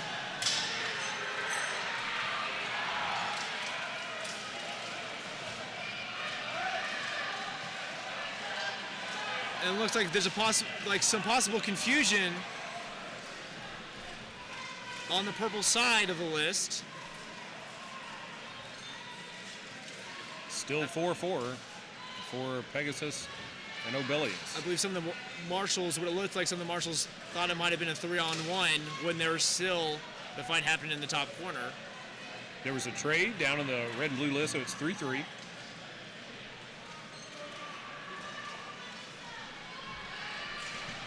And they resumed fighting in the purple and yellow.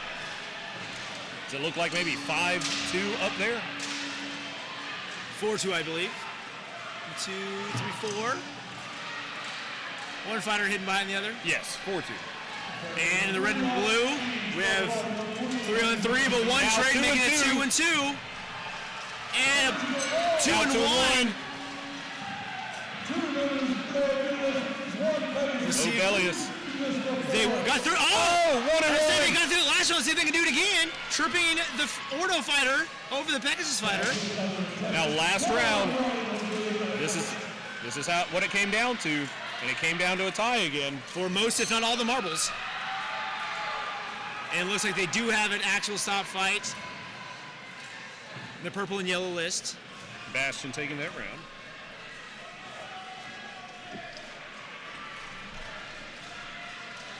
You can see the fatigue start setting in the red and blue list. We're getting late in the day. A lot of these fights have gone to 3 rounds.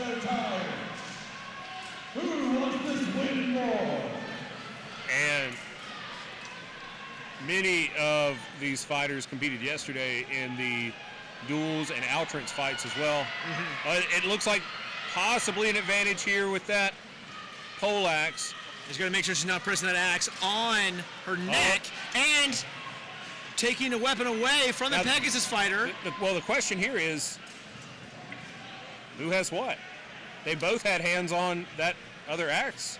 I believe the Ordo fighter took the axe from the Pegasus fighter, threw it on the ground. The Pegasus fighter then immediately reached into the Order fighter's axe to hold on to that. So if it plays like I think it will, yes, the Phoenix fighter will have to go back and get a new axe because hers was thing on the ground, was thrown on the ground, and is able to do so with a big check.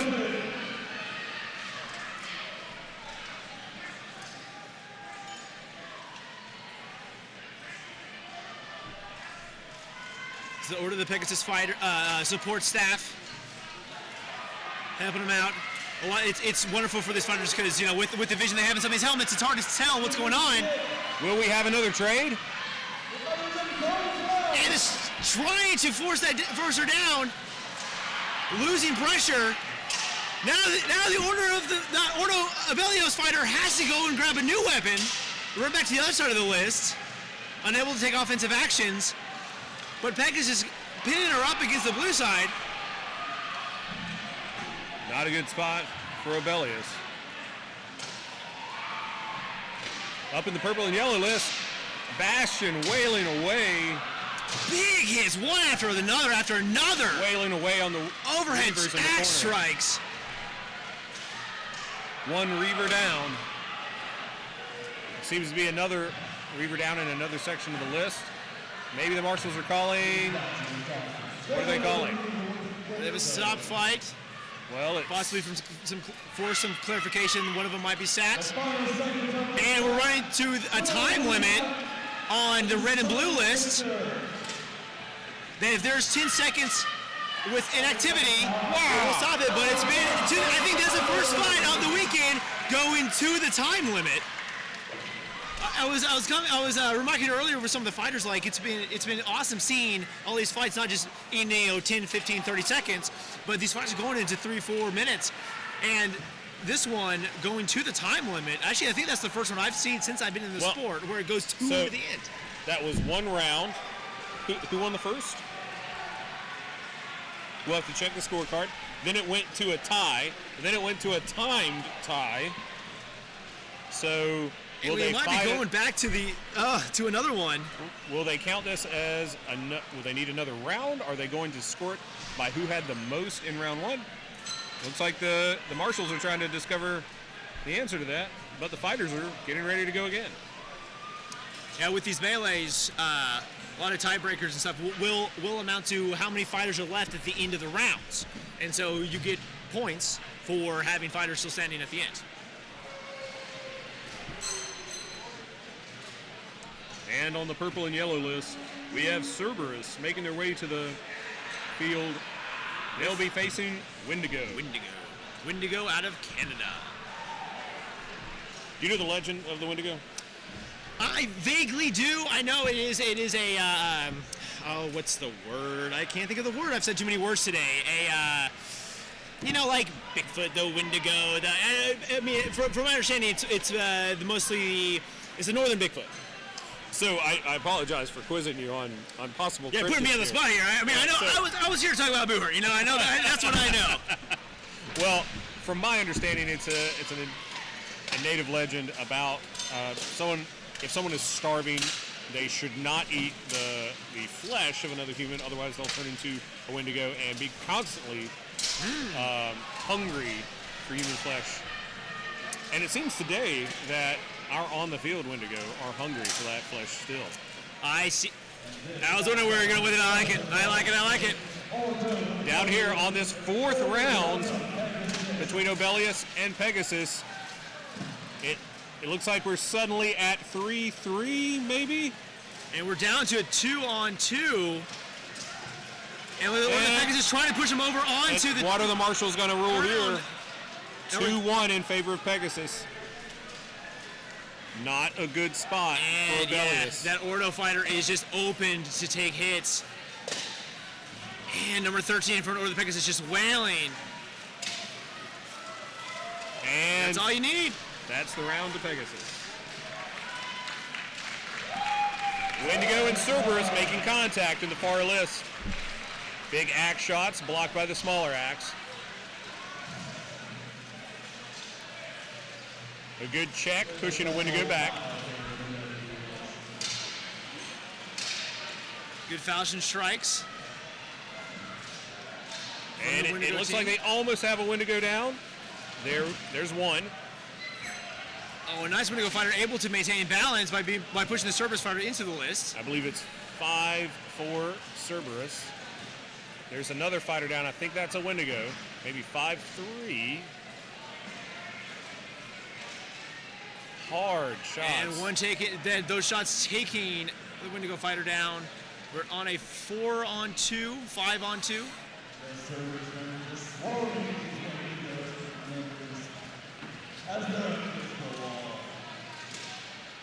Now this is a spot that you have to make sure if you are striking with such force in that type of group, you got to make sure you're not actually hitting your own teammate. That is a absolute possibility. And the marshals call it Cerberus taking the first round. And you got to see that teammate back in practice the next week. Or on a long drive home. Rich, great to see you cheering on YouTube. And we're going to another round. Ordo Oblas and Order of the Pegasus. I have to pause because every time I want to say Order of the Phoenix, and I know that is wrong. Wrong fantasy creature. I'm going to take a look at the scorecard real quick and see if we can get a little bit of an update.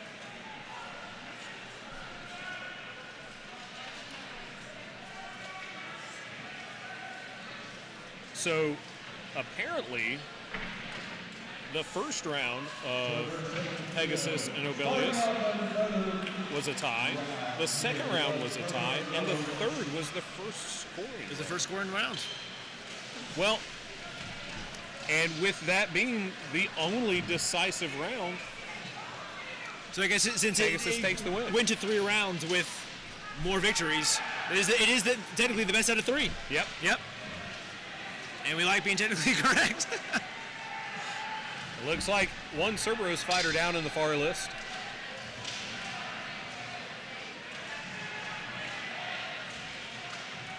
Windigo's coming out strong. Trying to drag that Cerberus fighter at the top down. Just a mass of humanity. A trade.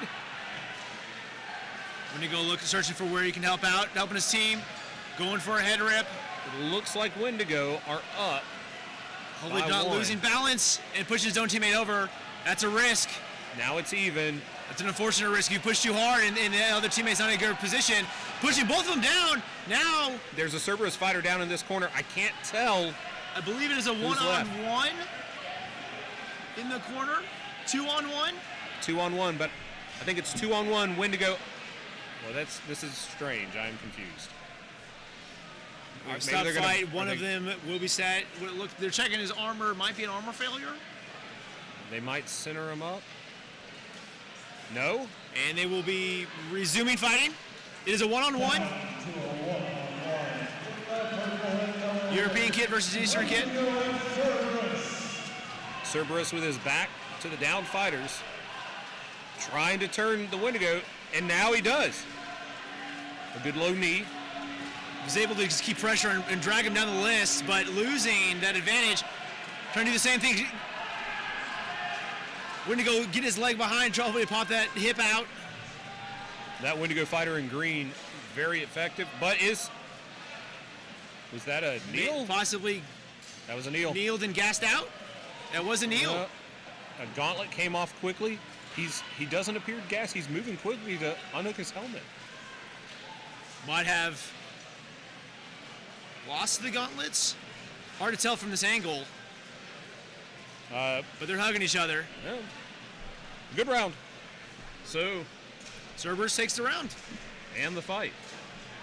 Up next on Purple and Yellow, we have the first fight for Atlanta Vanguard and the Awesome Possums fighting out of the home team, Palmetto Knights. In the blue and red list, we have the red side, Steel Coven, and the blue, Banshees. I believe I was talking with Moose Lord earlier about favorite team names. And Steel Coven is just. You like Steel Coven? Steel Coven is my favorite team name. I think Tidewater Dogs of War has got to be mine. Yeah. I have a soft spot for War Pigs also. I think because the image it evokes in my head is delicious looking and ferocious. Well done, fighters. Great match.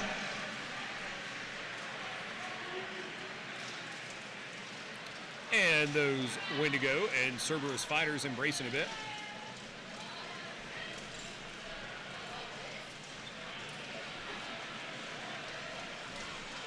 We have a lot of those fighters that actually fought with and against each other in different aspects. Such a great day of fighting so far. And we are ahead of schedule on the purple and yellow list. We have recovered from being 15 minutes behind to being 15 minutes ahead. Another testament to how well this tournament has been run and smooth everything is going. All right, first contact. The Banshee. A couple big hits to the helmet.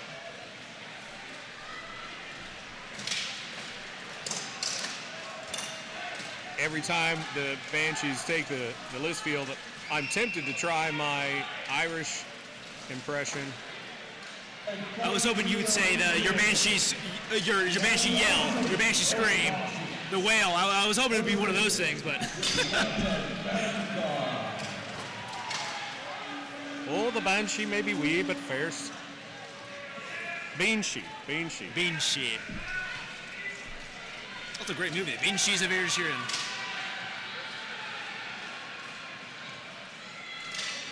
No fighters down yet in the red and blue list. That's a southern Australian accent. Wait, is that a Banshee down? Is a Steel Coven down. Steel Coven down. 5-4 Banshee. Banshee going over to help over that 2v1. Big shot to the side of the head. Big shot to the side of the thigh. That fighter's just knocking, saying, is this good enough? Is this good enough? No, a trade. I was just going to say, it's hard. You got to make sure if you're dragging one down that you're not also going to get, your teammate as well. You got to make sure your teammate is free of those grips. Well, yes, okay, the Marshals have a good eye on that. Marshall having a good eye that Banshee will be set down. Fighter had both feet outside the list. Now we're working with a 3-on-2. Banshees is still Coven. And we have lifts off on the purple and yellow list. Vanguard and the Awesome Possums. The Possums in blue and white. Vanguard in purple and black. And other colors. Two fresh teams. Two friendly teams. And you can see it. You can see how fast they're going, how hard they're swinging. They know each other. They train together. And we may have missed the end, but it looked like Banshee took red and blue. The victory. Several fighters down up top. It looks like the Possums have the lead for now.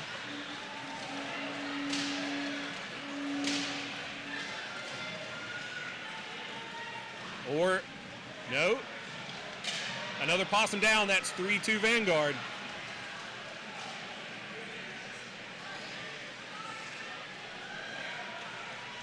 A couple fighters working in the corner, breaking out. Those leg shots softening up the possum. Possum trying to help his teammate out. A hard shot to the spine and to the butt. Oh goodness, 2 big shots to the butt. 3. And a lot of fighters, if you're bent over like that, 2-1. if you're bent over like that, there's no protection in that area, and you're just getting spanked. And with one fighter still standing, Vanguard A trade. looking around, making sure he's the last one standing. At the Dragons Cup tournament in Atlanta, the Possums brought out squeakers and passed them out to the crowd to get their little possum squeak going on. There you go. And there was even, at one point, I'm told, some squeakers were attached to weapons so that they squeaked when they were hit. You know, that is where, like, you know, the armor's just covered in those chickens, you know, that make that noise, and you just have a symphony of squeaks. Well, at the Dragons Cup, always glad to boast on that tournament. So well run that they had I forget the name of the type of tournament, but they had medallions on their hips, hands, and a dragon on the head. And you fought until all the parts were destroyed.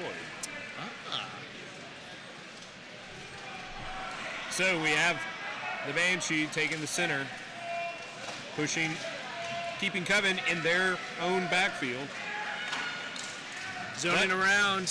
This isn't about yardage or territory. It's about bodies standing up, and we have an equalized number until now. Now we have ourselves a 5-on-3. I see one Coven down, another I'm not seeing. Oh, there's another Coven there in the inside of that list. Another down, and 5 that round on 1. goes to the Banshee up top in purple and yellow. The Possums pushing hard against Vanguard. It looks like it's 3-3.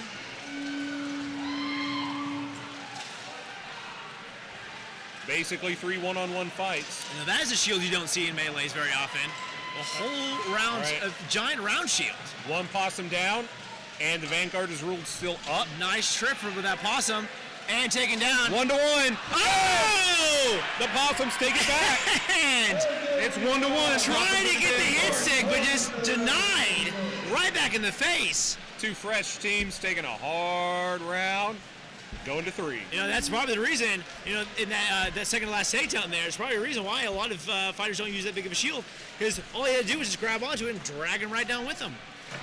And setting up a fight that I was looking really forward to, in the red and blue lists, Dominus and Warlords. Oh, wow. This is going to be a fight. This is going to be a fight. Up next in purple and yellow, we have the Lexington Lycans and the Florida Men. Ooh, the Always Florida unpredictable. Man. A newer team put together, and there was some working around and with some of the teams in Florida and rearrangements, and the Florida teams represented with the Florida Men. Florida Men will have to wait for just a moment. We still have a round 3 to decide between Vanguard and the Awesome Possums. Dominus and Warlords hugging each other. A lot of Warlords fight with Dominus. Before the action begins, real quick, I'd like to share a little bit of South Carolina geography. Love it. Not too far from here, about 45 minutes away, is, and I kid you not, Don't kid me. a small hamlet, shall we say. Push out. Such a small area that is practically a hamlet of Possum Kingdom. Interesting. Possum Kingdom, South Carolina. They used to have a post office. Now, a little Texas geography. Very close to Dallas. About a couple hours away. It's a couple hours is close to Texas. A couple hours away, there's a Possum Kingdom Lake. Outstanding. And we have the beginnings of Dominus versus Warlords. Warlords in the red, white, and blue. Dominus in the blue and yellow and black crosses. Good times on both teams. Vanguard taking the third fight over Awesome Possums. One Warlord fighter going down. Now this is something you don't see from both these teams, because typically both teams get decisive victories within a few minutes. 3 Warlords down. And now we have a 5-on-2. Not for long. It looks like a Warlord. Nope. He was able to circle back to the list field. Cyrus and BJ still standing up from the Warlords. Warlords trying to work around what we call the hub and bump.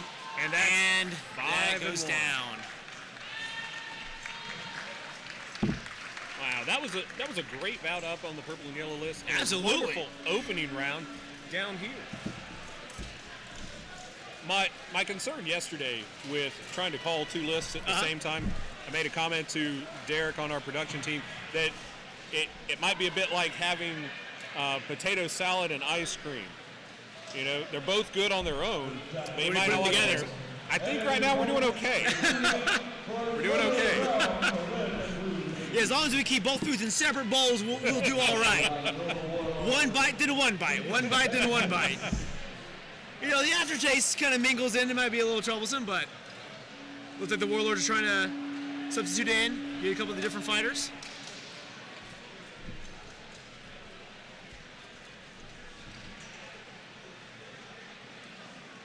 There's a couple of the Warlords talking to each other. Dominus, each side of the rails talking to each other, formulating game plans. We've got the Lexington Lycans taking the field in blue and green.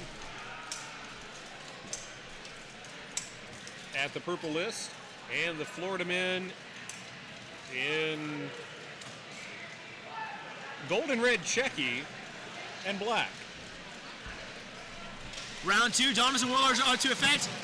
Johnny Porter rushing through the lower lists.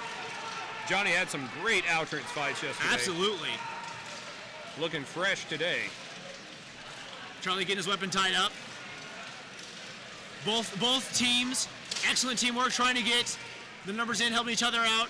We're not working on one-on-ones. Adam Harrington searching the field, seeing where he can be most effective. 1 Warlord down, another. 3 Dominus fighters going to the backside corner, hunt down. Just a pile. Looks like Daniel Winters and Joseph Brandt coming in. Oh, a hard knee in the corner. Popping those hits up, and he's still able to stand up, unable to take him down. And just a garbage disposal of metal in the back corner.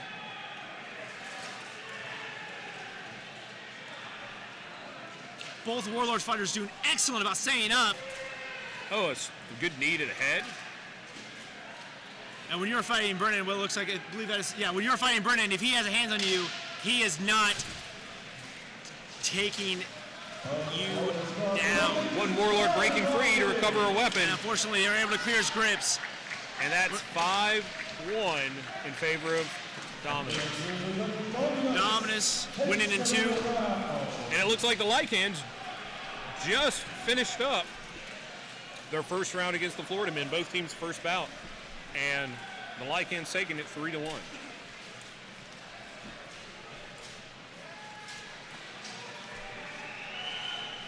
The marshals counting the numbers, making sure they have the numbers correct.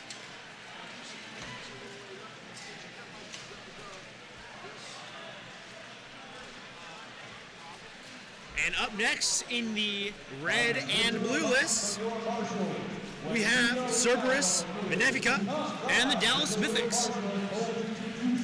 As a reminder, if you're just now joining us, the purple and yellow list is streaming on the Palmetto Knights Facebook page.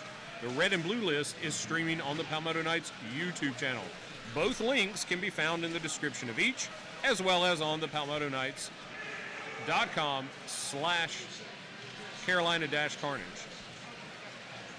Feel free to post those links out to your friends and families on your own social medias.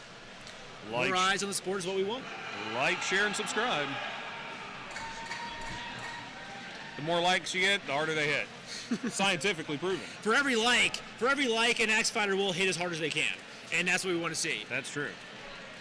And for every axe strike, an angel gets its wings.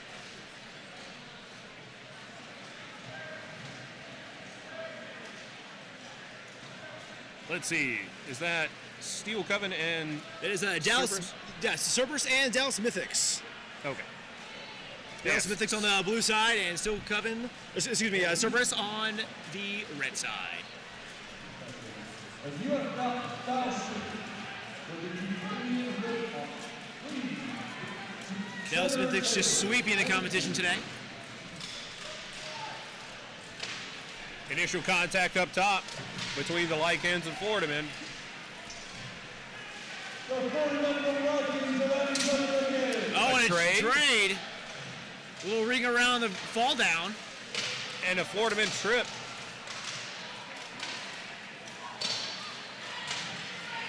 Hard Polak shots. Oh, just taking one after the other. That's a long half-an axe.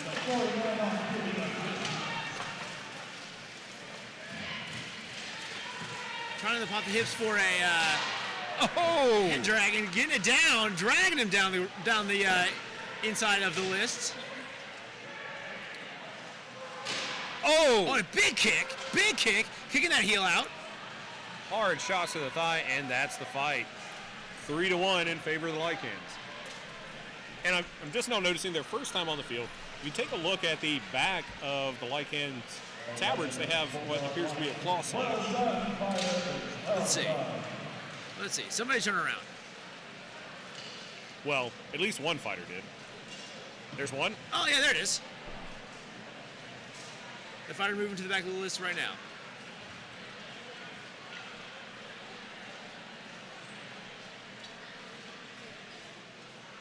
Lycans taking it in 2. Up next in the purple and yellow list, we have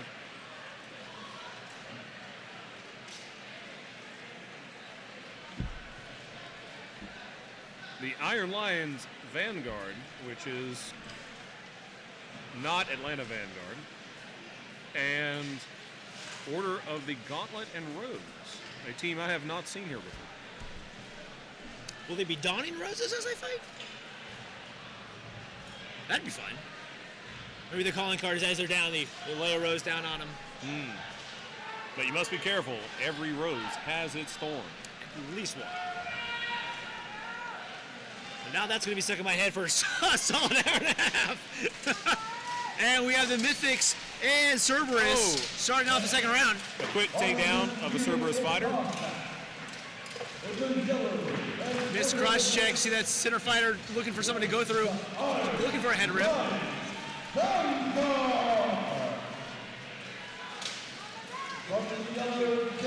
Another Cerberus fighter down. One Dallas fighter down. 4-3 in favor of Dallas.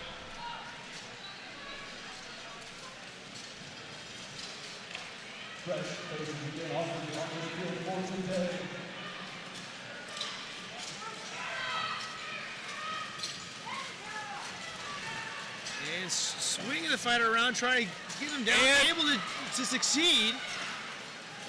The match is just kind of hard to see who's on who. That's 3-3. Cerberus evening it up and taking another of the Dallas fighters down. The Dallas fighters got to get that person out. It's able to 2-2. quickly moving on to a 2v2. Now this is where you really have to work together, making sure you're able to kind of isolate different spots, working up from like a 1.5 to one on, instead of 2 1-on-1s, you kind of have a 1 and a 1.5.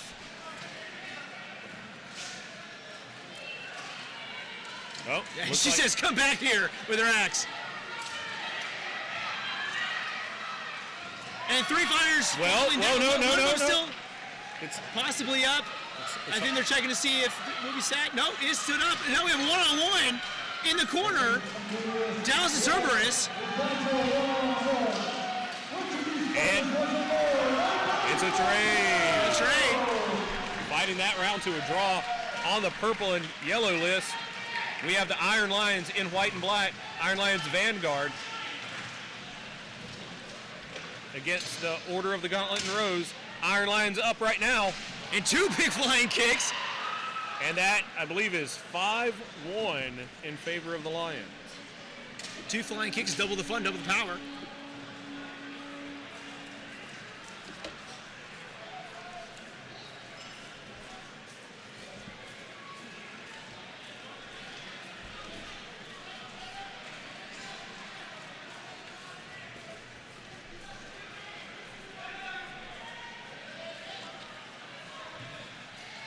Looks like there's one fighter limping off. One of the Mythics getting a little help. Looks like a Coming possibly a knee.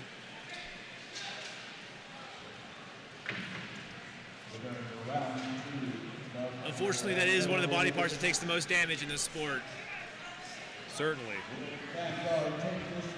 Up on the purple and yellow list, we have round 2, Iron Lions in quartered black and white.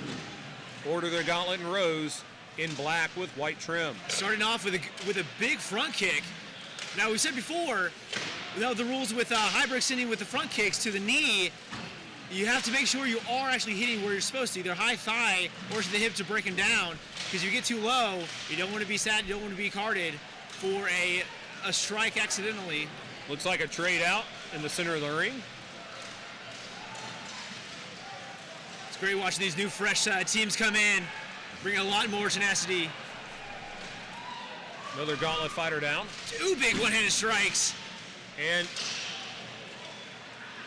another gauntlet fighter down.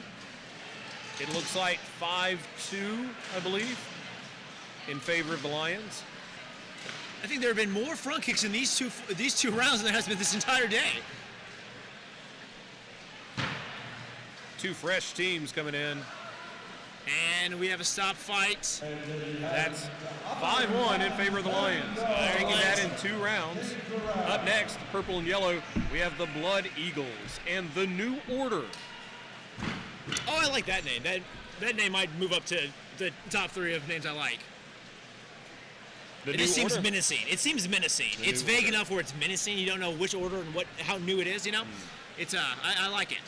Well, as chaotic as these battles are, we have so many orders out here. So much order in this chaos. The Order of the Waffle, the Order of the Gauntlet and Rose. So many. The New Order. I mean, yeah, the Order of the Pegasus. So, I guess you seriously saying order up. Now we have round 2. Well, that was interesting. Shield hit the ground. Drop the shield. Okay, there we go. Marshall with a good eye on that. So it's an interesting call because the shield is not a weapon per se. 1 Cerberus fighter down.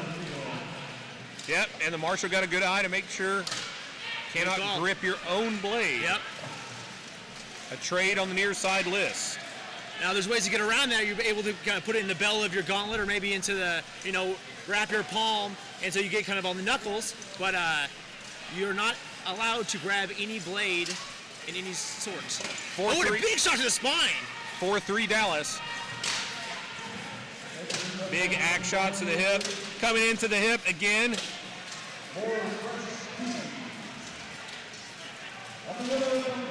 Two fighters going down. Suicide hug. That's 3-2. Oh! And that's 3-1. The fight is stopped. And the Dallas Mythics taking the round. In the purple and yellow list at the purple gate, we have the Blood Eagles in red and black. The New Order at the yellow gate in black and... dark green? Is that green and black? Yeah, it's like black diamonds. Black trimmed in a kind of pale black. Whatever it is, I like it.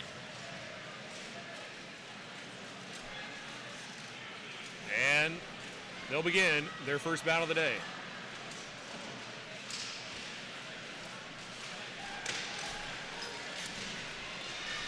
Blood Eagle taking the backfield. These are the New Order, making sure they have good field vision and not allowing a check out of nowhere.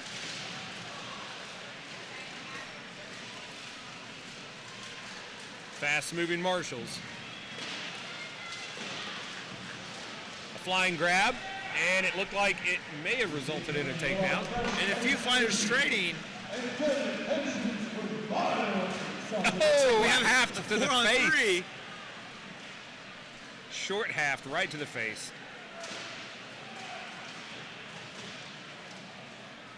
These vicious shots from these fresh fighters. New Order saying, you hit my friend, I hit you. Oh, almost a quick takedown by New Order. Blood Eagles just punishing the fighter. And that's the fight for the Blood Eagles, round 1.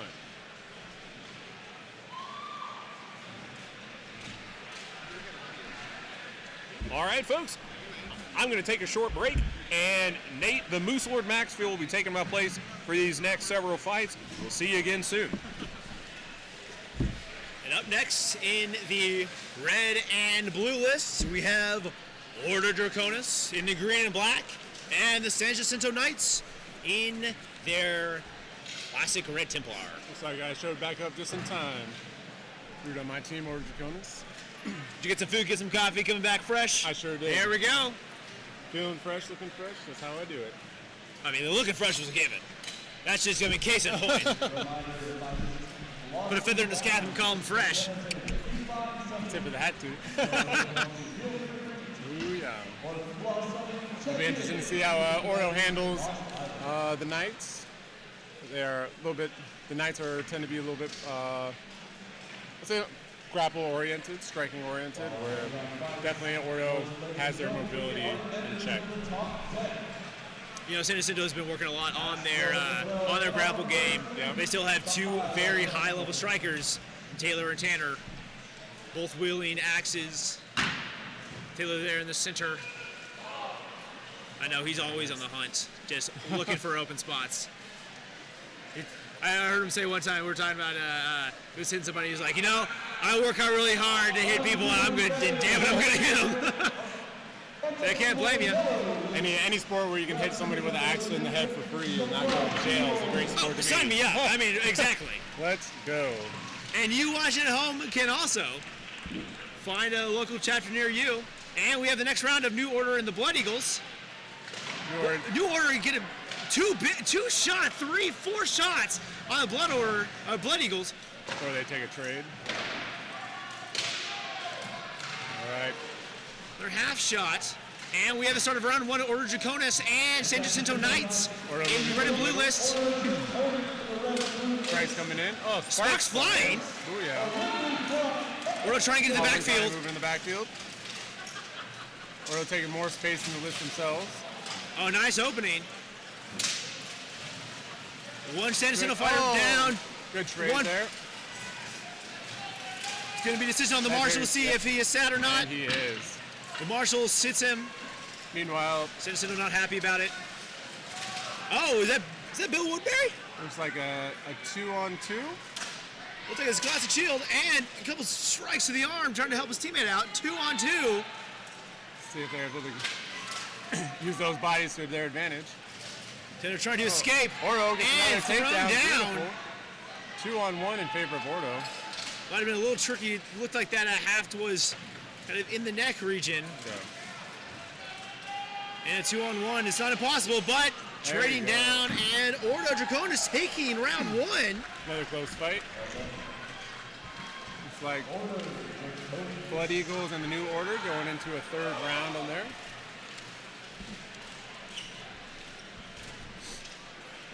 Second round for New Order or third round for New Order and Blood Eagles. Order and the Blood Eagles. We were remarking a second ago, with these last 3 fights in the purple and yellow list, having new teams come in, they're bringing in a whole new set of energy into these fights. Because we were looking at some of the red and blue list earlier.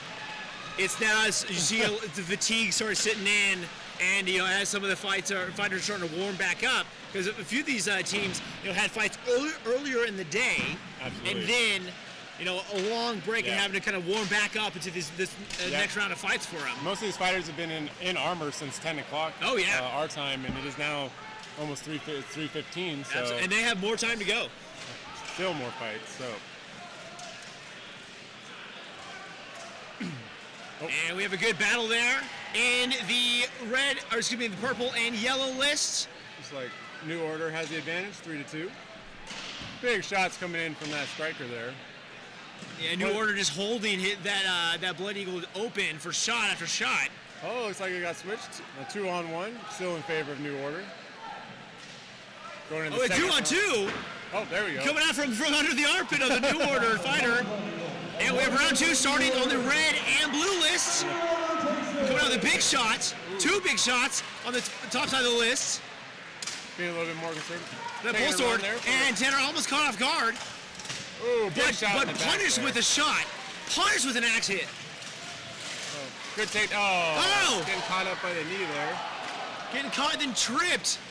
Unfortunate set of circumstances. Oh, good pickup on the Ordo fighter. That fighter coming in to strike in the back there.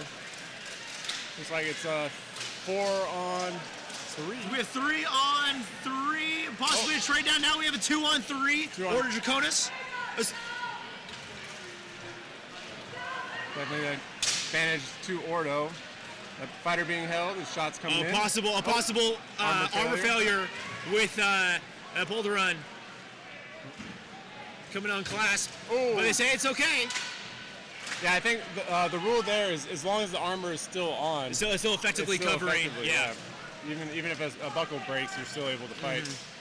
Meanwhile, on the left side, looks like there might be a trade. Unfortunately trade. was not able to clear that grip away. It was almost was able to stand back up, but lost balance and falling down. And that's Order Draconis Order Dakotas for 2. for 2 rounds. Next up, we have in the yellow and purple, we have Kenya's Fire, they're Kenya's second team, and Detroit Fight Club. Both these teams are out of Michigan, and they tend to have a little bit of rivalry, so we'll see if they bring a little extra punch to the fight and see, see what happens. It's fun watching teams that are local to each other fight in competition like this because there's a lot of training back and forth, sharing the knowledge, and if they're chapter matches, right? If they're close enough, and you can't always just train against your own teammate, right? Because you don't get new moves, new things, and new knowledge, right? Both teams know each other, know each other well. So. Absolutely. A lot of times they build camaraderie, build friendships, and then you get to beat the crap out of each other in the list, which is what friends do. Yeah. Sorry, bro. This is for you. Yeah, exactly. You're not a friend. You can't call somebody your friend if you don't just pummel them with an axe. Exactly. Is that even friendship if you don't have an axe? I wouldn't say so. Not at all. Because boo hurt is love. Is what it's about. Kenya's fire moving up. Both slow to engage, but both teams testing each other, trying to find an opening. They know each other, so they know the general open moves on them. So. Detroit Fight Club fighter taking the back of the list there, engaging on some shots. Ooh, Kenya's Fire taking down Detroit. Let's look at the top end. Both number 2s trying to see what they're doing now. Finally engaging with each other. 5-4 advantage Kenya's. Running charge there. Kenya's having some new fighters. It's probably fun for this the second team to be training with Kenya's here. Yeah. That we normally fight in the red and blue list. Another trade there at the bottom. And we have a stop fight. But before they was able to realize it was a stop fight, threw the fighter down. 3-1 in favor of Kenya's. It looks like in the red and blue list, there's still, there's some clarification with some of the fighters. Marshall's having discussions. Maybe there was something about that fight they didn't like or didn't see. They might be contesting the call. The call, yeah. Maybe some of one of the fighters being called down might possibly be what they're talking about. Yep. Because typically more than 2 points of contact in the ground, you are out. You're sat. The only exception to that is if you're in the middle of a throw and you can almost stand right back up. Exactly. Like you can't have any weight bared on the body. I think that's a specific caveat. Is if it's not an offensive throw or finishing up a throw, that if your weight is on it, that counts as the ground. Because a downed fighter is terrain. Yep. The down fighter is there. Now the down fighter can't act on the fight in any way, in any measure. They can assume a defensive position and make sure they're not getting hurt. If they're on the outside of the list, or in the list, they can kind of roll out a little bit and protect themselves.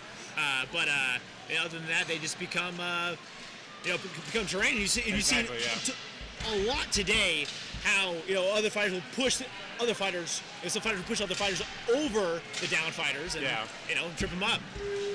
And we have round 2 going in the purple and yellow lists.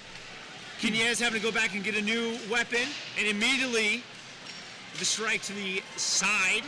So in favor of Kenya. See if Detroit can capitalize on that one fighter not having their weapon, but looks like that is not the case. We have one Detroit fighter on the ground. 2 Detroit fighters on the ground. 2 Detroit fighters on the ground.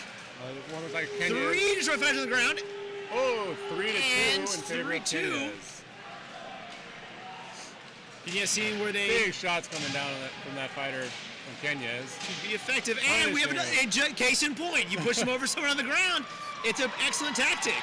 3-1 in favor of Kenya. In those helmets, it's really, really, really hard to see below Yeah. you. Yeah, it's seen on the ground. It's very difficult. You know? Everything waist up is Absolutely, good. yeah. Field of vision is already skewed in these helmets. Now, anything below the chest, below the waist, you have no idea what's there. And so if you don't see that there's a fighter down, you get tripped up. And once you start stumbling in all this armor, all this weight, it is almost nigh impossible to recover. Your center of gravity moves up to your chest. Yeah, essentially. yes. I mean, when you have about 15 to 25 pounds on top of your on your head, head, you're kind of yeah. just moving around. You don't really know where you can go. Not of a bobbit. Again, those that are just tuning in, if you're looking to find one of your teams or whoever you want to root for, you can find that on the Palomino Knights webpage, along with both links. We are streaming the yellow and purple list on Facebook and the red and blue list on our YouTube. So if you're listening, go ahead and give us a shout out. Tell us where you're from and where you're watching from and who you're rooting for. Absolutely. And if you like what you see here, check us out. Help donate. Events like this is only possible with help from registration and donors. And if you don't know how to help, that's the perfect way to do it. And if you like what you see, I know there's a wonderful resource called Night Finder, and it shows all the local chapters and teams across at least across the U.S. and I think also internationally that you can find out. Try us out. Be part of the sport. Because once you, what we've been saying, once you hit someone as hard as you can with a weapon, with a sword or with an axe, it is hard to say no. Yeah. There's something about it. No better feeling in the world. I think sometimes. Now, I will say, once you get hit by one of them, it makes it a little easier to say no, but then you go back and you want to hit them again. Yeah, you do sometimes start questioning your decisions in life when you're taking an axe shot to the face, but that comes with the territory. And That it's all comes with the great territory. fun. Pain's part of the game. All right, we got War Pigs versus Northblood in the red and blue. Northblood on the right side of the list. Coming in from Canada, War Pigs from Sacramento on the blue side of the list. In the purple and yellow, we have Possum versus the Iron Lions. Awesome Possum and the Iron Lions. Fighters already down the red and blue side of the list. Oh, good shot there into the Northblood. Going to a 3v3. The Northblood fighter looking for where he can be effective. Great See and Awesome Possum. who he can hit. Down in the eastern kit with the spear. Now we have a 2-on-1 in quick succession. Another big kick if you're looking at in the red, purple and yellow list. Oh, Kick big after kick shots after coming kick. to that fighter. Oh, right into Punishing the him. arm, right into the arm. Punishing him. Knees, kicks. I've really enjoyed watching the Iron Lions come out because they have been using every body part. Punches, kicks, knees, shoulders, elbows, They are taking the bite out of that possum. Meanwhile, on the bottom of the list, back in the red and blue, you have a 2 versus 1. Dancing around there. War Pig egging them on. Yeah, Northblood, I think, making sure they're not making any mistakes because, this is not the worst position to be in. A 2v1 is still very big shot to the doable. leg. Oh, the fighter drops his weapon. Now it's time to punish him. This might be a time where you're just trying to go down because they have to get to the other side of the list before they can even do anything. I think he danced his last dance. Yeah, yeah. And he goes down. I mean, when you're doing that, the Northblood answered. They said, all right, we'll get you down. They said 0 out of 10, do not like. Do not like. You go, all right, well, okie dokie. And so the first round of the red and blue list going to Northblood. All right, Iron Lions took that first round from the Possums. Tina from Maryland, appreciate you. Rooting for the Iron Lions as well. Thanks so much for watching. They're setting up for their second round for both these lists. Doing some changes, checking armor, making sure everything's safe and secure. Yeah, at this point in time, this is where you're gonna start seeing a lot, better fights because now everyone's gonna warm back in. And usually for a lot of these fighters, a lot of these teams, it takes a couple of fights to really get back into the groove. Get back in the groove, get back into the thing, and and a lot of people will remark like, yeah, by the end of the day, I'm ready to go. It's like. Fighters who are experienced enough to have full days of fighting and know exactly what it takes. And by the end, they're going like, yeah, give me some more. Yeah, I've seen. I was down there talking to some of the teams, and definitely the time between matches is really starting to have an effect on them. Yeah. They've been in armor for so long, all that time they cool down, and then they have to warm back up. Exactly. And those long periods of time, it can have an effect on the body. So. Yeah, getting a little stiff. Kind of shake it out. All right, second round into War Pigs versus Northern Blood from Canada. The War Pigs shooting the gap there. Both teams straight in the center. Both teams making quick moves around the field. North Blood running, trying to get a cross check. War Pigs big strike. Takes down, advantage to War Pigs, 5-4. War Pigs trying to seal the advantage. Number 2 trying to get an uncontested strike and able to do it against the War Pig. Big shots coming into that North Blood in the bottom left corner. War Pig accidentally hitting his own teammate in the arm. There's a loss of a weapon. North Blood having to go back in. He doesn't see the guy behind him. Maybe. War Pigs. Uh-oh. Isn't able to do it. Big shot into that War Pig. Did not see it coming. Field awareness is a huge important thing in this. Absolutely. You don't want someone saying hello from behind you. Not at all. Still looks like a 3 versus 3 and. Swing and a miss. Northern Blood picking up. I actually heard that from the crowd. Not sure. Looks like it probably will be a trade down there on the left side. Yeah, it looks like he is finally down. And trade is 1v1. 1-on-1 in the corner. Now, we'll say he swung it hard enough. We can guess that would have hurt. I think the win from up here. Exactly. Yes. A nice cooler breeze on my mustache. Yeah. No, that was good. We know that would have hurt. And good open field tackle. Open fight. Another round in the purple and yellow list. Iron Lions taking in 2 of the Possums. And a draw.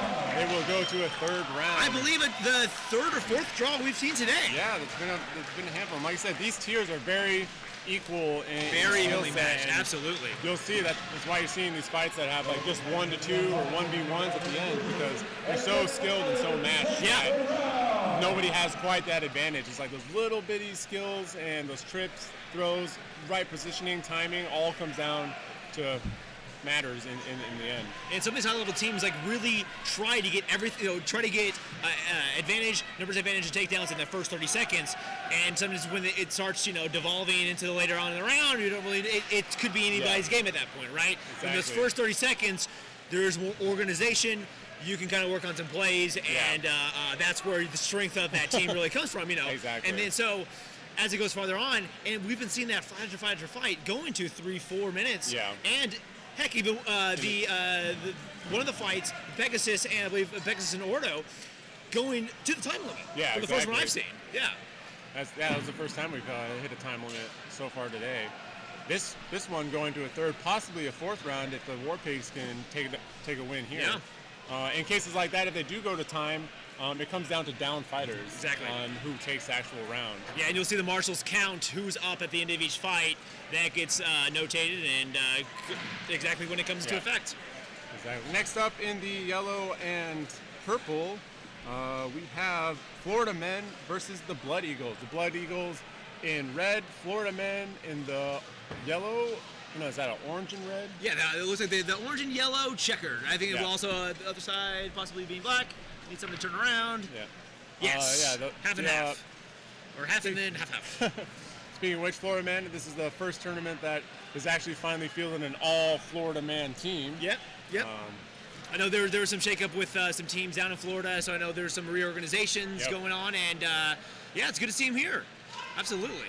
I wonder how many of them have news stories on them. It'd be interesting. Well, it sounds like all of them, at least. If you're in this sport, I guess so. War Pigs and North Blood going to the third round after that draw. North Pigs pushing up, taking most of the list, not letting them escape. trying to bait them in a few little shots here and there. Yeah, get North Blood playing it slow, making sure they aren't Axe overstepping. And We're getting into it. Yeah, there we go.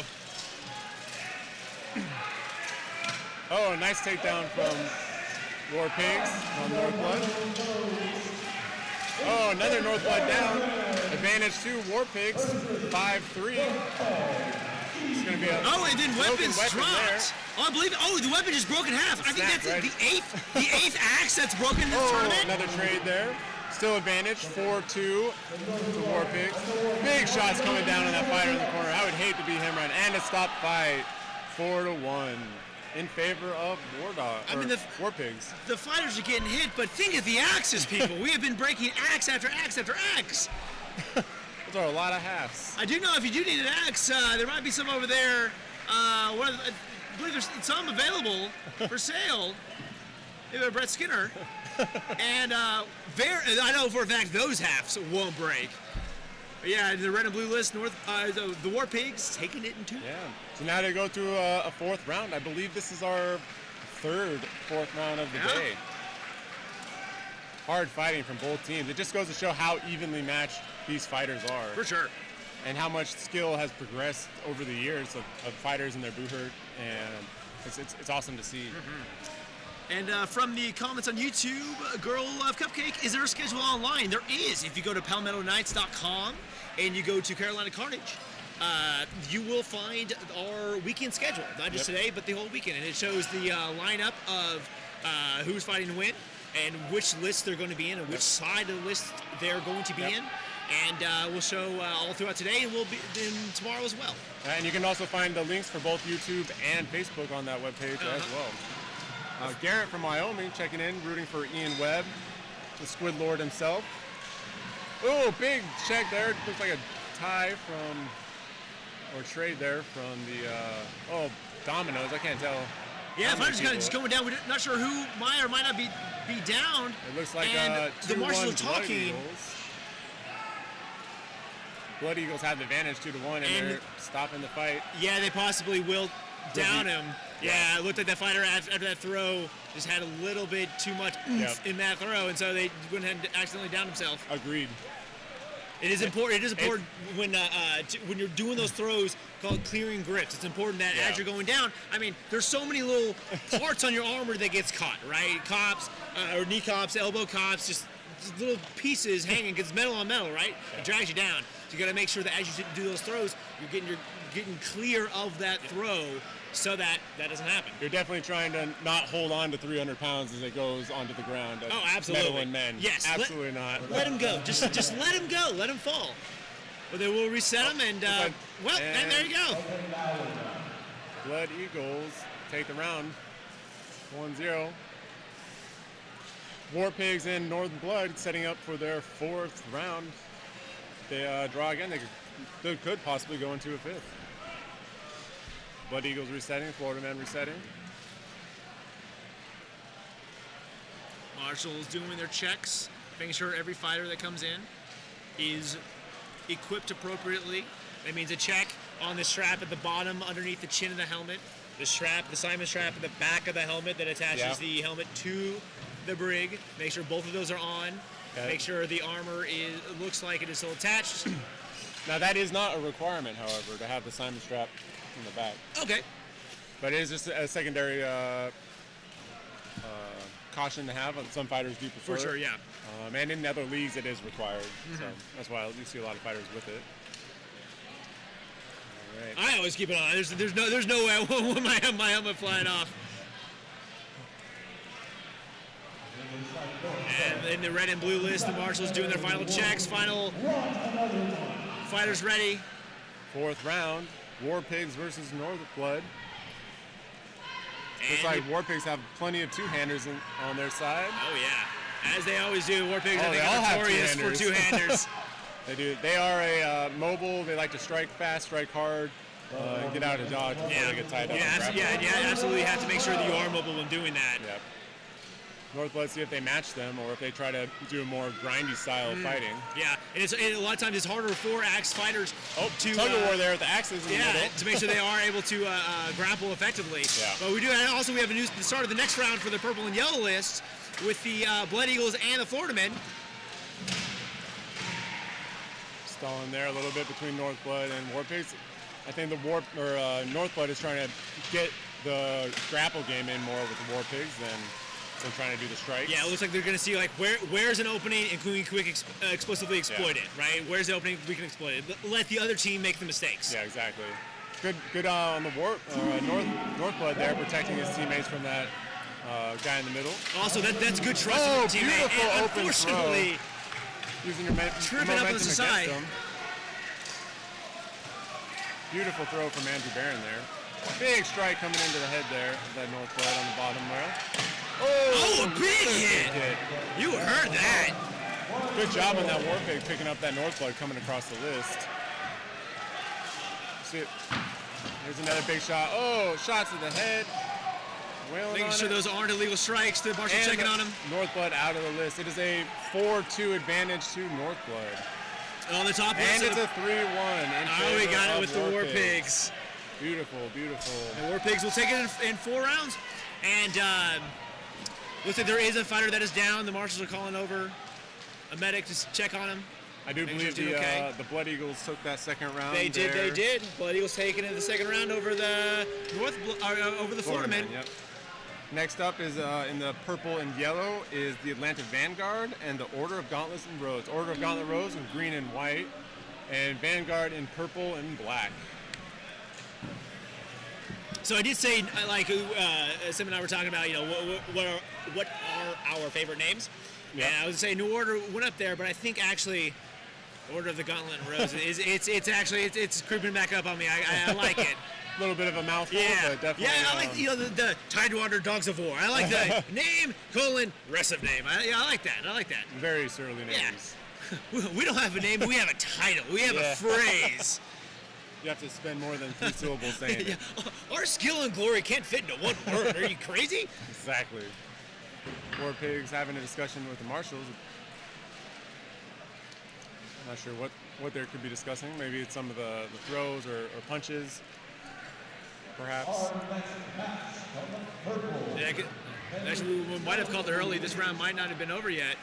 Nope, they're standing them up. The stand. And they're hugging, so that might be the end of it. Yep, Warpigs take it. 4 rounds. Coming back up that first loss, a draw, and then 2 wins back to back. Absolutely, yeah. I'm wondering it's not over till it's over. Yeah, I'm wondering how that's going to affect them later with doing 4 rounds. If you look at it, it's essentially doing 2 fights back to back. Absolutely. With a lot, and as we've gotten later in the day, a lot of these fighters and a lot of these teams who didn't fight early in the day, now they're fighting a little more back to back to back, and so there's a lot less rest going in, and that's actually going to take a much more of a toll on them. All right, up in the red and purple, you got Gauntlet Rose versus Vanguard. Both still pretty even. Big shots from Vanguard going into those Gauntlet Rose fighters. Trade still 4-4. Unfortunately, will be sat by the marshal. Marshall will call that down. Good call on the marshals. Absolutely, yeah. Another down. Vanguard wrapping up Gauntlet Rose. Looks like he lost a weapon, headed back. It is important as you're going down, you got to make sure you do stand up because you're not down until the marshal calls you down. Gauntlet Rose picking up that fighter that was trying to retrieve a weapon, and we'll be able to stand. Beautiful, he was able to. Tripped up at the very end. It was almost able to get clear of it. The marshals might set him back up because. Unfortunately, if the fighter on the ground did grab him and trip him, but he is slow to get up. The marshal's checking on him. Meanwhile, in the bottom right corner, they are starting to fight. Yeah, they're gonna not. It's not a local stop. They're gonna do a full stop on the fight and see what happens. Oh, and actually, the fighter of Northblood that they call the medic for looks like he is able to walk on his own. That's good. That is great. He's walking off. He's limping off, but he's doing it.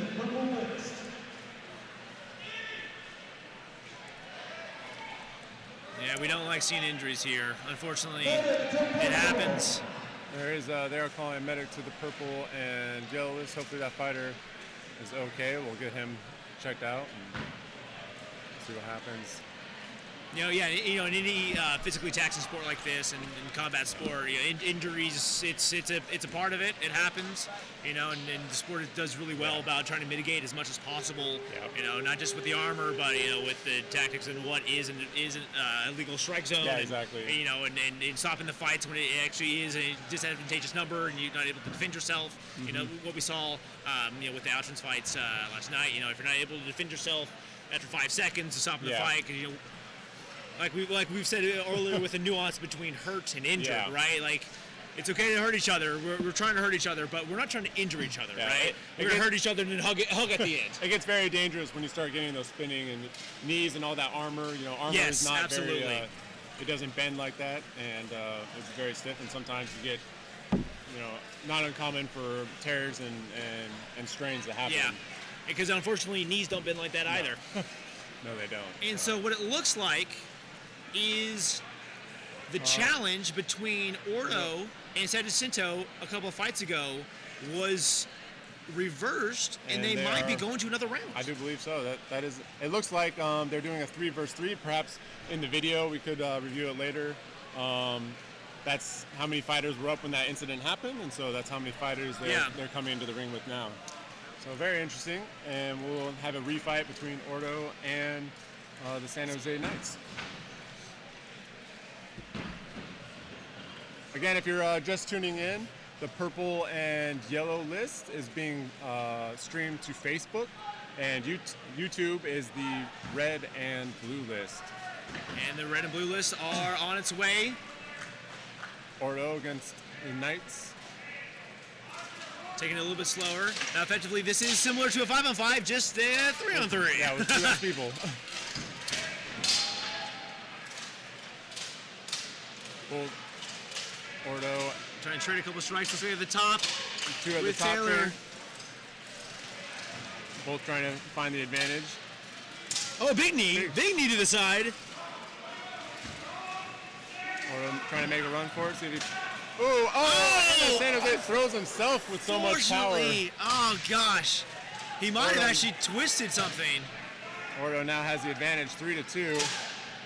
This is exactly where you want to be at. Just hold your partner. Absolutely, yeah. And let your buddy go to town. Yeah, if you're able to kind of isolate a limb, and the fighter's not able to move, you kind of put him in a defenseless position. Yeah.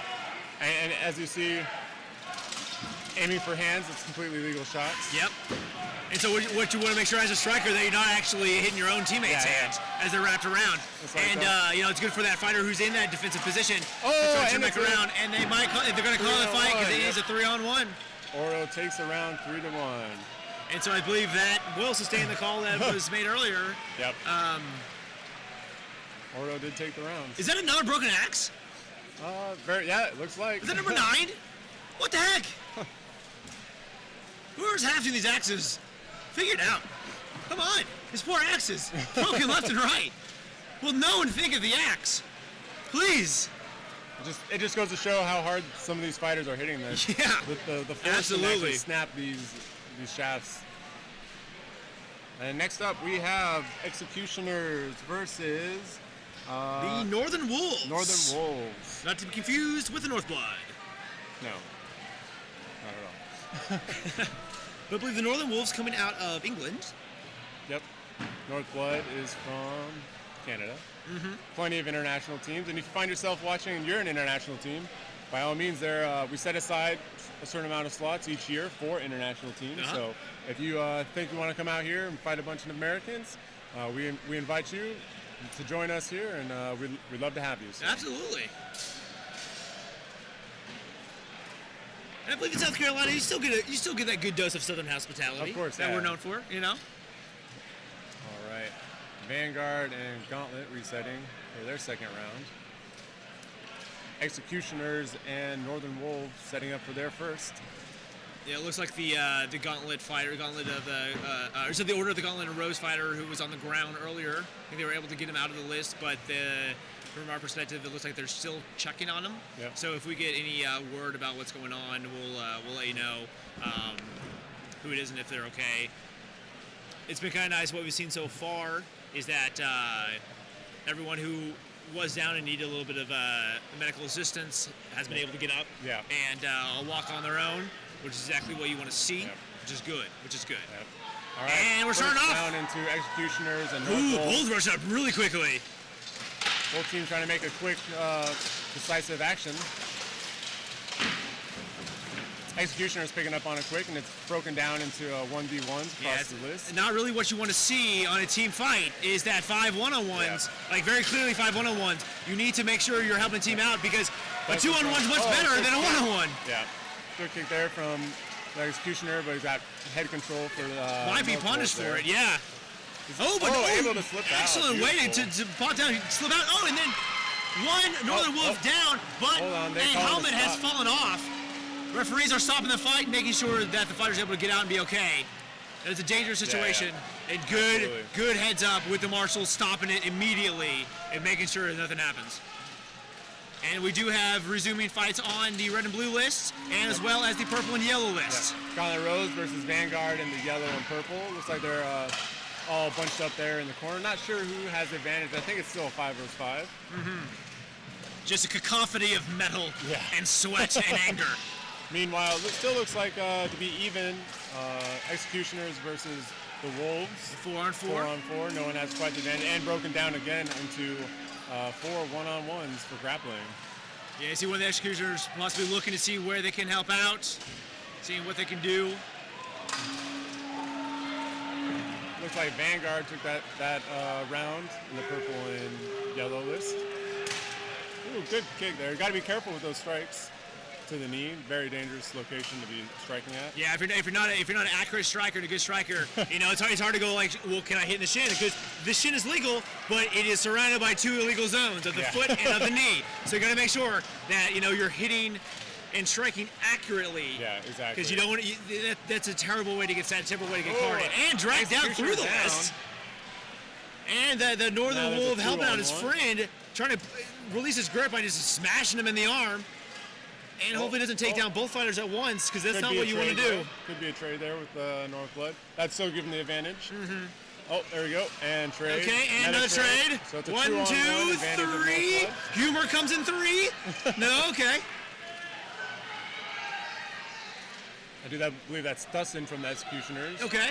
Yeah, it's good use of making sure, put both fighters in front of him, see where it's going. Now he's also can use the bodies again as a kind of a defensive measure. Yeah, putting those obstacles on the side, the opposite fighter between him and the obstacles. Possibly trip over, but Mike. It worked out one time. Worked out one time. Can you do it again? Do it again. Uno más. Like Por favor. Weapon free. But it might work against him. Unfortunately, it works against him. Goodness. The ground has no team. The ground needs no team. The ground only takes. Never gives it. Never gives. It takes fighter after fighter. Northern Wolves take that first round versus Executioners. Up next in the purple and yellow, we have the Lycans versus New Order.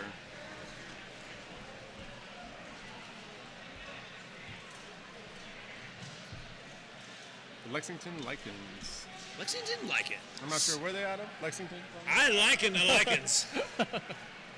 They are they in the green and blue? Yeah, Lycans are, and I like to think of it like, I'm remembering it as like Lycans. It reminds me a lot of lychee. That's always green in my mind. So fair enough. It's a good way to remember. Yeah. So many teams. We have over 40 teams registered for this competition this year. Gosh, which is a record-breaking number. And you gotta do what you gotta do. Largest tournament so far in the United States. Over 400 competitors here today. So it's great to see how large the sport has grown and how many people want to come here and fight. It's amazing. Yeah, absolutely. Yeah, we're in this this new golden age of the sport, and it's a love seeing it grow from where it once was. Absolutely. And we're starting off for round 2 with the Executioners on the red side of the list and the Northern Wolves in the blue. Ringo trying for a kick. It looks like the sidearm possibly came out and is on the ground. It's all right if the sidearm falls, but you have to have a possession of a weapon. Yep.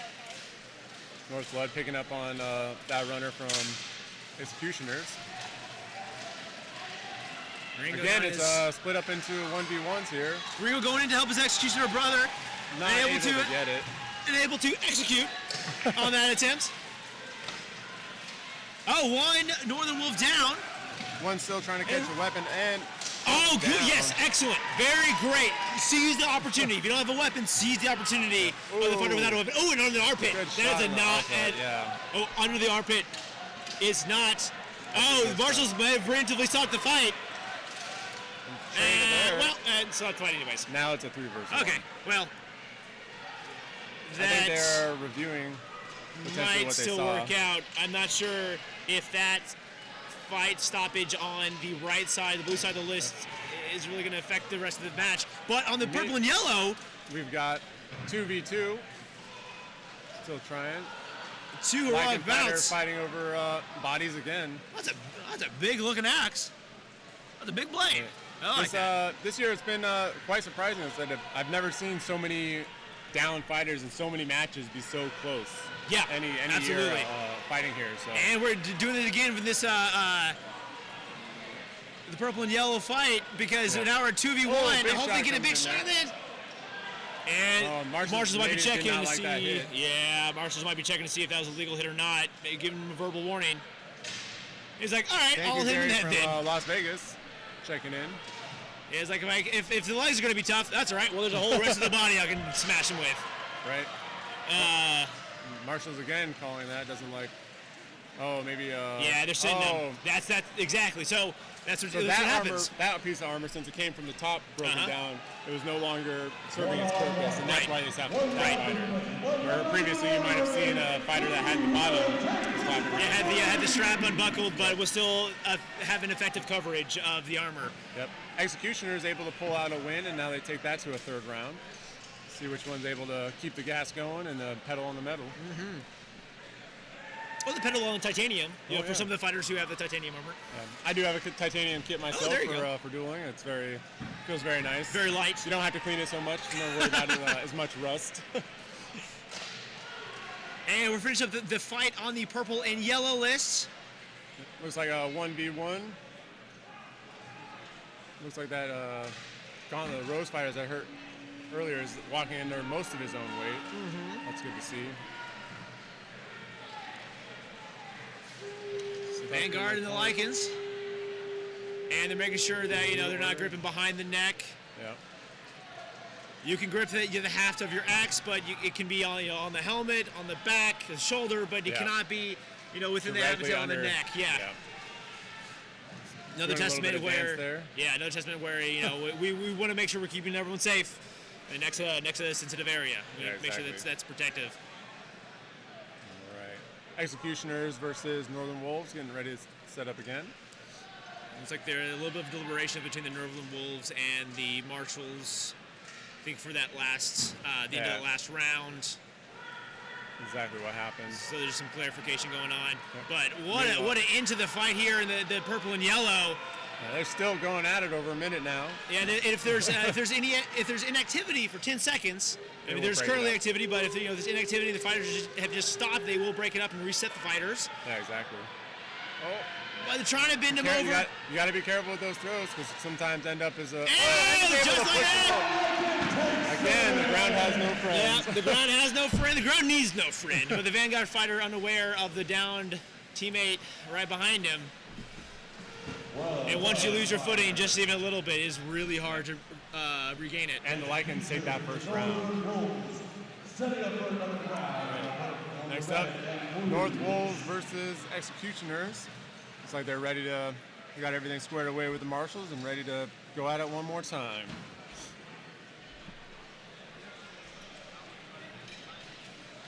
Again, if you're just tuning in for the first time, we've got the yellow and purple list streaming on Facebook and the red and blue list streaming on YouTube. If you want to check out which teams are fighting where, you can visit PalmettoKnights.com and find the schedule posted under the Carolina Carnage tab. Absolutely. You can also see past scores and somewhat of the schedule there as well. And for what it's been today, it looks like we've been, if not ahead, just pretty much on time. With I know we were a little bit behind, but I know the purple and yellow list has been going a little bit faster. But the red and blues Yeah, we're still not too It's far on out. time, not too bad at all. Our schedule currently has it at 16:30. We're almost at 5 o'clock. So Yeah, actually, technically, I think we're only about 3 minutes behind. Oh, sorry, about 10 minutes behind, which is not bad at all. no, not at all.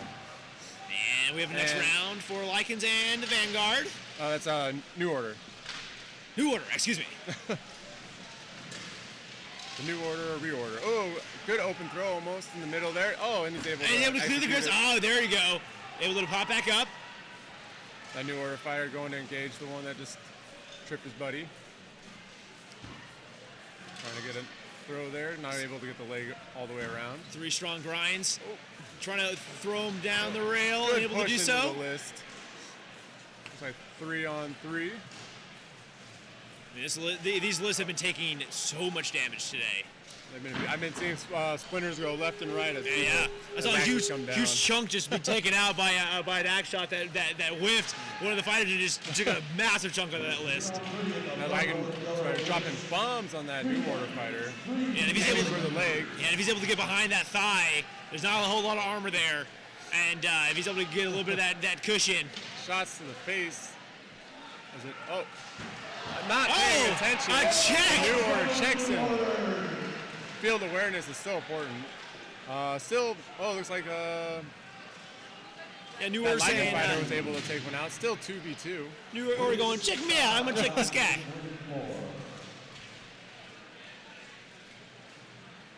Both trying to Wrapping get up there. overhead grips and get leverage to turn him around and flip him over. Not sure what's going on in red and blue. There's still some deliberation. Looks like it's happening. I think the teams might be just clarifying to each other. Maybe what happened or how's it going. Meanwhile, on the purple and yellow list, 2v2, both are squared up into the corner there. I think Marshall saw something they didn't like, but both teams trade. Marshall saw something and has stood up the New Order fighter, so now it is a 2-on-1 versus the Lycan. I'm not sure. Marshall must have saw something that Lycan was doing that they didn't like. So He didn't like it, the just Lycan. at him. didn't like I didn't like it, the Lycan. Lycan. Say that 3 times. Like, looking. So if the Lycan gets a takedown, would that be a Lycan throw?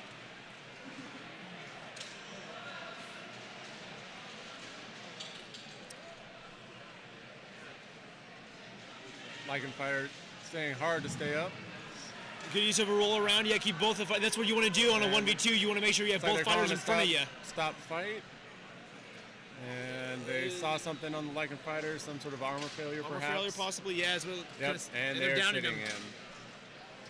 Victory to the New Order. So that's New victory for New Order. 1-1. Looks like they'll go to a 3rd round. And on the red and blue lists, looks like the fighters kind of getting reset in position. They might possibly be starting here in a minute or two. Maybe. Still some deliberation.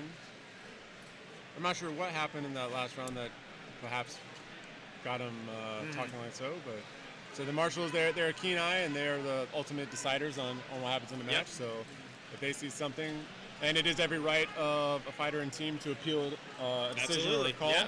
So that is exactly what's happening here. And for those of who are new to the sport and don't know, when we say marshals, if you look around the field, you'll see in both lists and kind of in between, you'll see people in yellow, people in yellow and black, or yellow colored.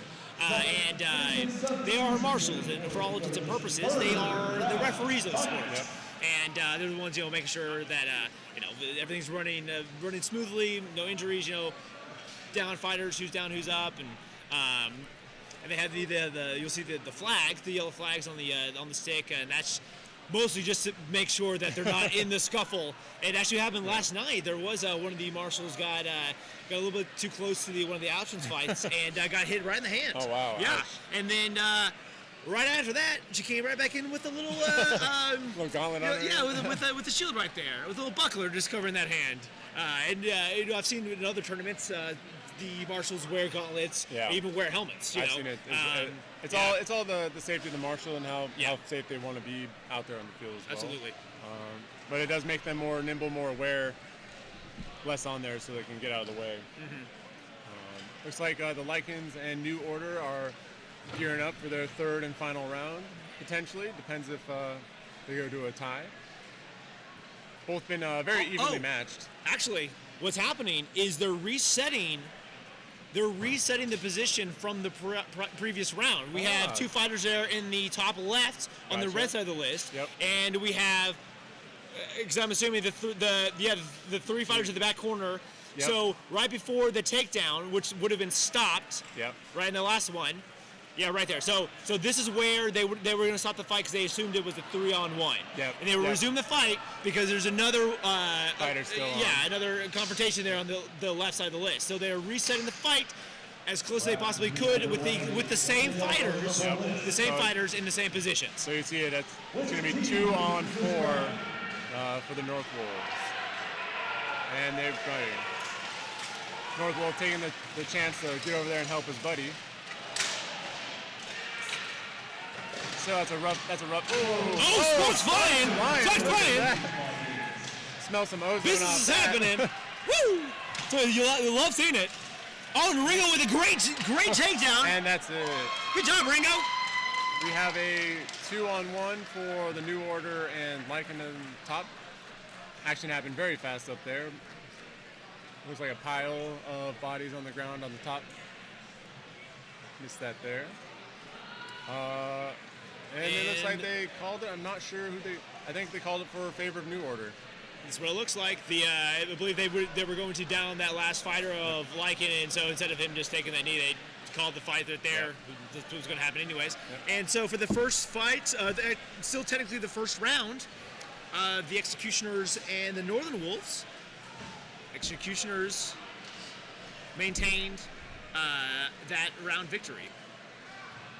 Was that the first round still, technically? Yeah. That was. Because they reset it. You're right, and as Sam and I were talking about earlier, we like to be, if we're going to be correct, let's try to be technically correct, right?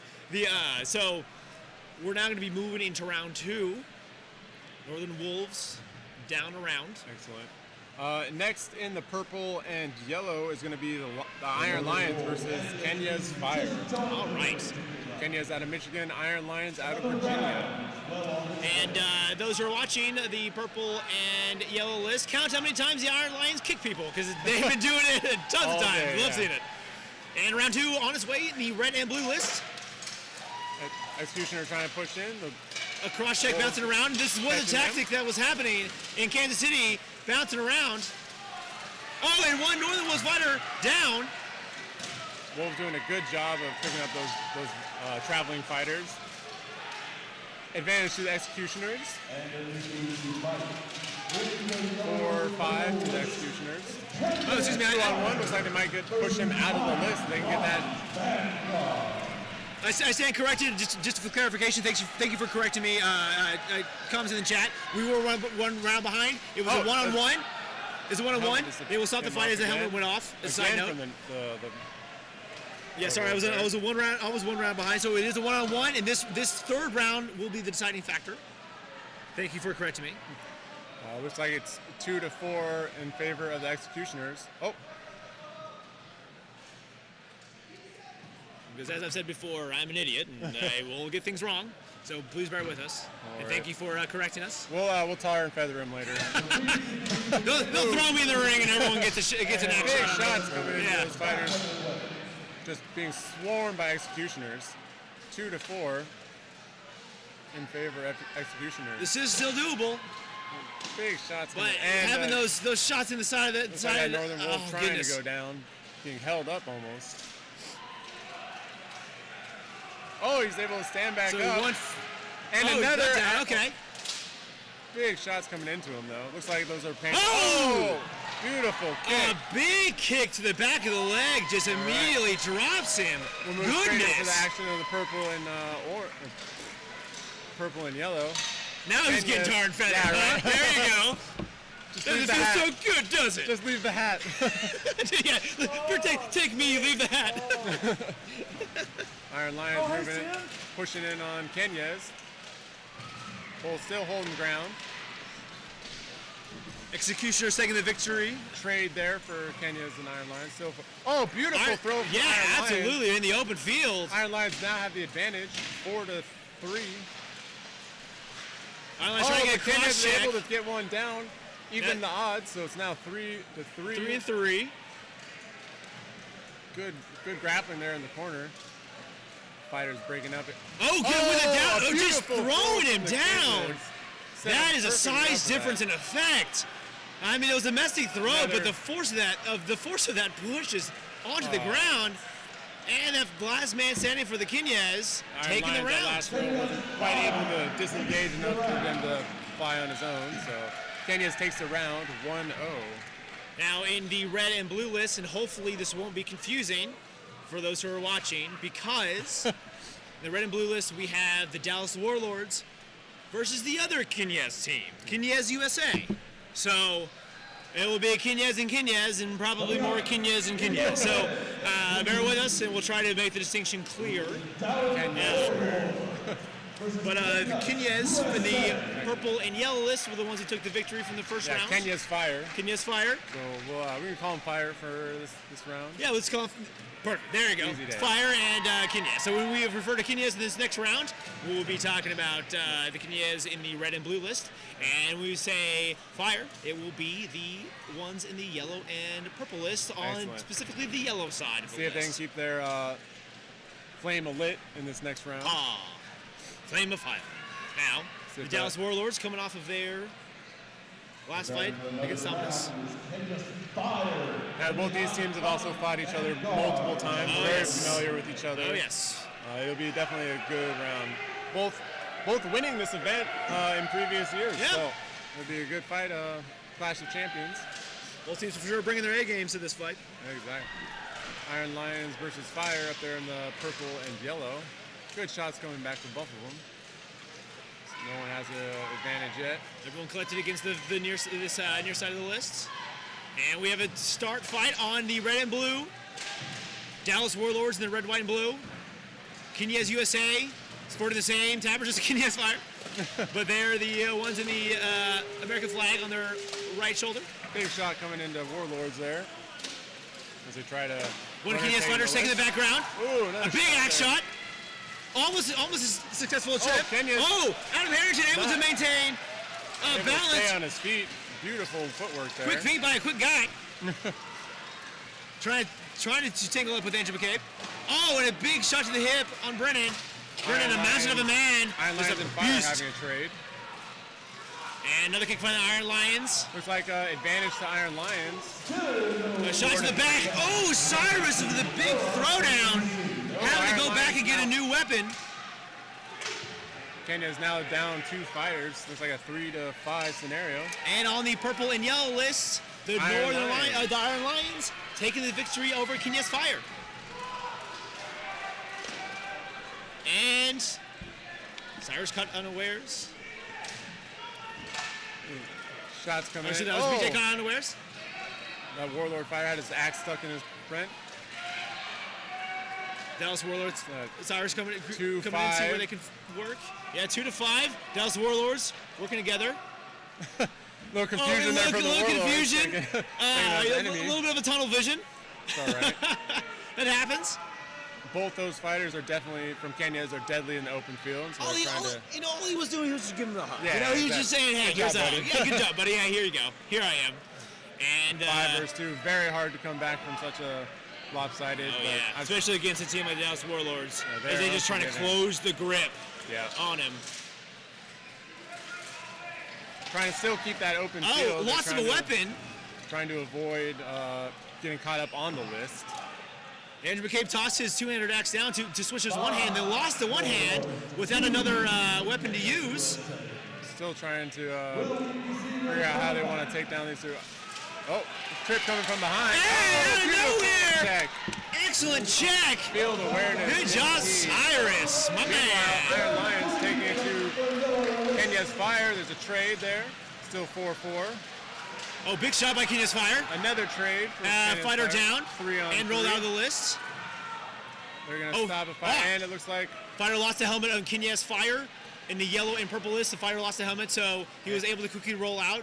The marshal stopped the fight just in case. The fighter's now outside of the list. still looks like it's a 2-3 in favor of Kenya's. But there is Fire. another fighter who is slow.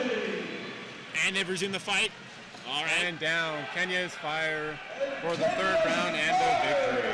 Kenya's Fire taking it 2 rounds over 1 for the Iron Lions. Again, for any of those just tuning in, we appreciate you watching. Give us a shout out where you're watching from and who you're rooting for. Gladly appreciate it. Don't forget to also like, share, and subscribe for more awesome content like you're seeing here today. Oh, yeah, absolutely. The more support, the more we can hold these size of events and bring the sport of Boohurt to all of you. Yeah. Boohurt's love, and we want to share the love. Join and get your wax in. Also, if you're just tuning in, yellow and purple list is being filmed via Facebook, and the blue and red is via YouTube. You can find both of those on the Palmetto Knights website for the link there. Big shot coming into that Warlord fighter there.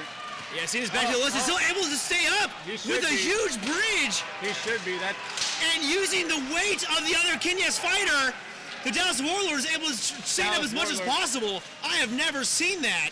No, that Kenya's fighter should definitely be stood back up. That was too much of an intentional hold by the Warlords fighter to keep him. Maybe I'm biased, but if he wasn't down just yet, it wasn't called down. It might be under review later on, but yeah, you might see an appeal from Kenya possibly. On that throw. Another Warlord fighter down. Kenya takes another Warlord. Kenya's fighter. coming into this round ferocious. We have a 3-on-3. 3-on-3. Warlords. Oh, and a possible quick takedown. Not successful. Kenya's able to get his head back out. And we came to take another quick shot. Up in the purple and yellow, we have the Blood Eagles versus the Plague Rats. Plague Rats in red and black, and also the Blood Eagles in red and black. So watch that one closely. See. Warlords in. Sorry, good job. Warlords and Kenya's trading shots, and the Kenya's getting a takedown. Now a 2-on-1. 2-on-1. Last man standing for the Dallas Warlords, trying to get away and close the distance to the Axe Fighter. I think that's Andrew McCabe. Plague Rats and Blood Eagles trading strikes at the top of the wall. Oh, big shot. Glancing blow. Big shot, glancing blow. That Warlord fighter. Up at the top, Plague Rats and Blood Eagles. And the Blood Eagles are underway. Big shots coming in that Warlord fighter from. Is that Andrew? I believe Andrew McCabe and the Axe. I believe that is also Cyrus there in the for the Dallas Warlords. All right. A little tough to tell who is who on the purple and yellow list because they're both red and black. Yeah, the all black tabards are Plague Rats. The mostly red tabards are Blood Eagles. Hopefully the fighters can also tell the difference. Yeah. Watch out for that friendly fire. Yeah, watch out for that friendly fire. Oh, and a trade taken down. Kenya's takes round 2. Yeah. Again, another 1-0. 1-0, yeah, absolutely. Very, very, very fair match. So we're going into round 3. We do go to a round 3 between the Warlords and Kenya's. Warlords taking round 1. Kenya's USA taking round 2. Going into round 3. The Blood Eagles taking the first round against the Plague Rats. See if what kind of adjustments both the Warlords and Kenya's make. Like we said before, both these teams have fought each other multiple times, and both have actually won this event. So this is a very good contest between top fighters absolutely across the U.S. Yeah, no. After coming off the last fight against Dominus, I looked over and saw the Warlords. They were talking, getting up a new game plan. Coming to the rest of the fights this evening.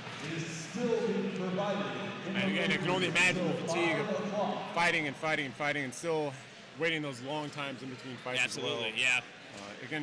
Yeah. Just wearing the armor, drains energy. Absolutely. Having anywhere between 65 to 75 pounds of armor, just hanging on you, even sitting down. Oh yeah. For those who have fought, they know how tough it is just fighting. Then add just 70 to 100 pounds of metal on top of that, right? And just think of the exhaustion that you'll have then.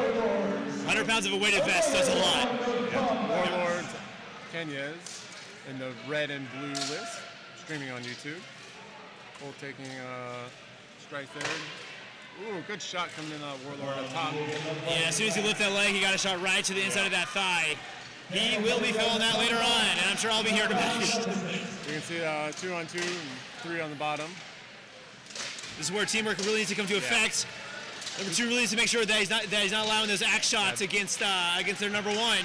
Those shots are really like just trying to open shots to get the Warlords. Absolutely, yeah. Just that small fraction of off balance Yeah. or a little bit of opportunity opening. The number 2 really wants to hit that number 1 so that their own team 1 can increase grips. Oh, and a few trades. And 1 fighter down on the Warlords. Advantage to Kenya's 3-5. And a head rip possibly going down. Trying to make a... They're able to kick that leg out. Oh, another Warlord down at the bottom of the list. Kenya's now up 5-3. That's exactly where Kenya's wants to be, having the advantage. A shield on the ground. It's like another Warlord down. Another Warlord down, 5-on-2. And push that Warlord out. And the Warlord is out of the list. 5-1 Kenya. It's a decisive victory. Decisively, yeah. Can't say I like to see it. See my own team, but an excellent effort. And while that fighter at the end wasn't on the ground, he was out of the list and mostly out, so it will still count as an out. Yep. Saw Sam. He was hanging around here and creeping on us. You go right back in a second. Is that good? Next up, the Blood Eagles took that in 2 rounds. Next up, you have Awesome Possum and Detroit Fight Club. Both these teams are very familiar with each other as well. Some of the oldest teams in the U.S. as well, battling each other. A little bit of a rivalry between them as well. They meet each other often, even being so far apart. Detroit and the Awesome Possum being our local Palmetto Knights. A little rivalry really helps. Helps the competition. Yeah, absolutely.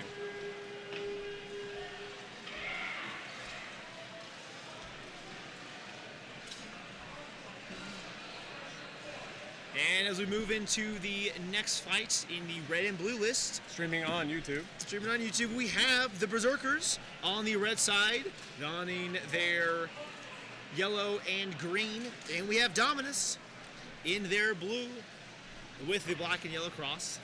It's been a while since Dominus fight. We'll see how warmed up they are. Yeah, it's been a little bit of time since the last one.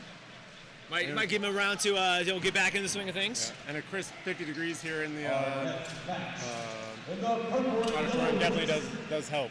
Yeah, absolutely. For those of us who aren't fighting in armor, it's always a little chilly. But I think now I will relinquish my spot to Sam, and he'll be back in and talking you through this next fight. Excellent. Be back in a bit, folks. Enjoy. Thanks. Berserkers moving in quick, getting a compromising position there with Dominus at the top of the rail. Still a 5 versus 5 as that Australian fighter tries to stay on his feet. Dominus moving back, taking those big shots on the back of that fighter there. Dominus working on Australia in the near list. Awesome Possum versus Detroit Fight Club in the yellow and purple. 1 Aussie down, Dominus up 5-4. Another Aussie down, 3-5. Ooh, big shots coming in from the Aussie fighter on the back. Another Aussie going down. 5-2 in favor of Dominus. Hard polearm shots raining in on the right arm. That Australian fighter before he goes to the ground, and that's a dominant round. Great shot there from Detroit. Did he lose his weapon though? He's on Possum trying to stop them from getting a weapon. Now that fighter is not allowed to do any offensive techniques until he does have a weapon in his hand. And it looks like a he's able takedown. to take him down. Still looks like a 2 versus 2 from Detroit and Awesome Possum. That Possum holding up to the Detroit Fight Club guys. They're trying to work their teammates, get them down. Meanwhile, the Berserkers and Dominus reset the fight. A quick reset for these two teams on the red and blue list. Good shots coming in there to that Detroit Fight Club. See if you can get him around and get him on the ground.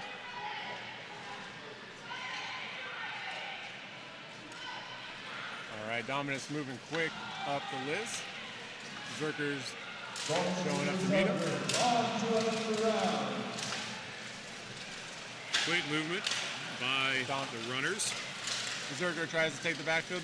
Not much anywhere to go to, and another Berserker down. We've got a trade in the blue and purple, the purple and yellow list, and it's 1-1. Detroit Fight Club and Awesome Possums. Aussie Fight. Oh, a great kick. Beautiful takedown from Dominus there. Caught him in the open. It's 5 versus 1 in favor of Dominus. And that's the round and the fight.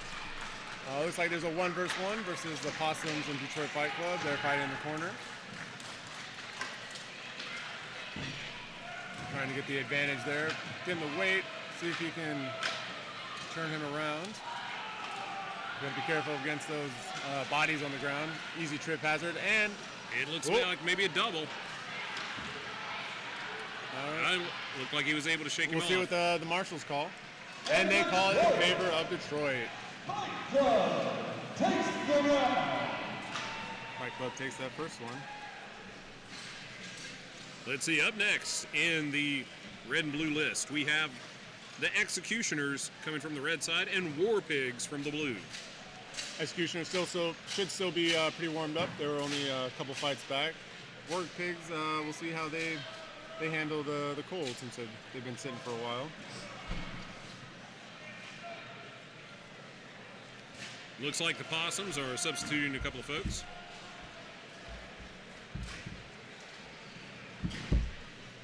If you've been with us all day today, huge thank you for that.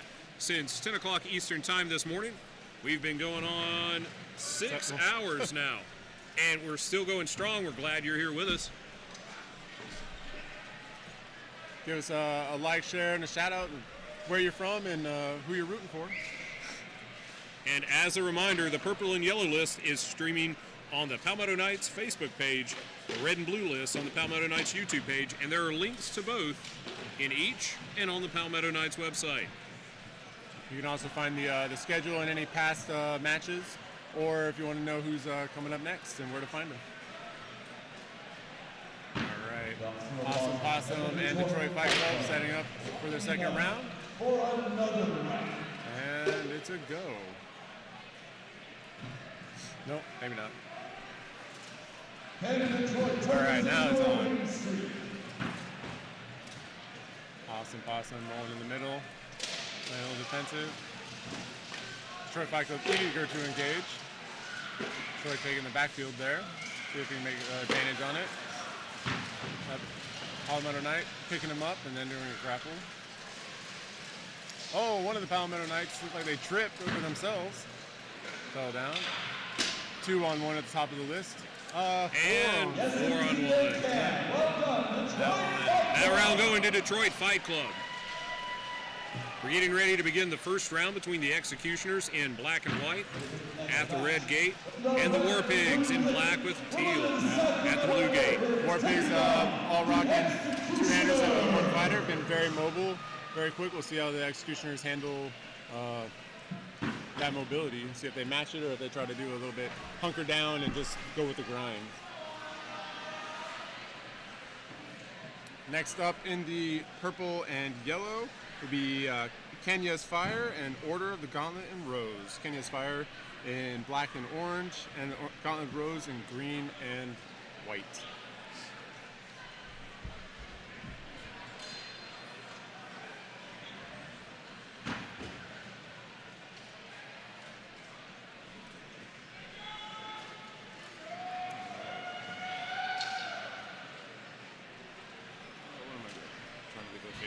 The YouTube chat is doing what they can to try to help us with some pronunciation up here, and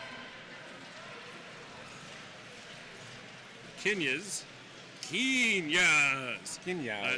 There, as many varieties as we may be saying, there's many varieties of accenting it as well.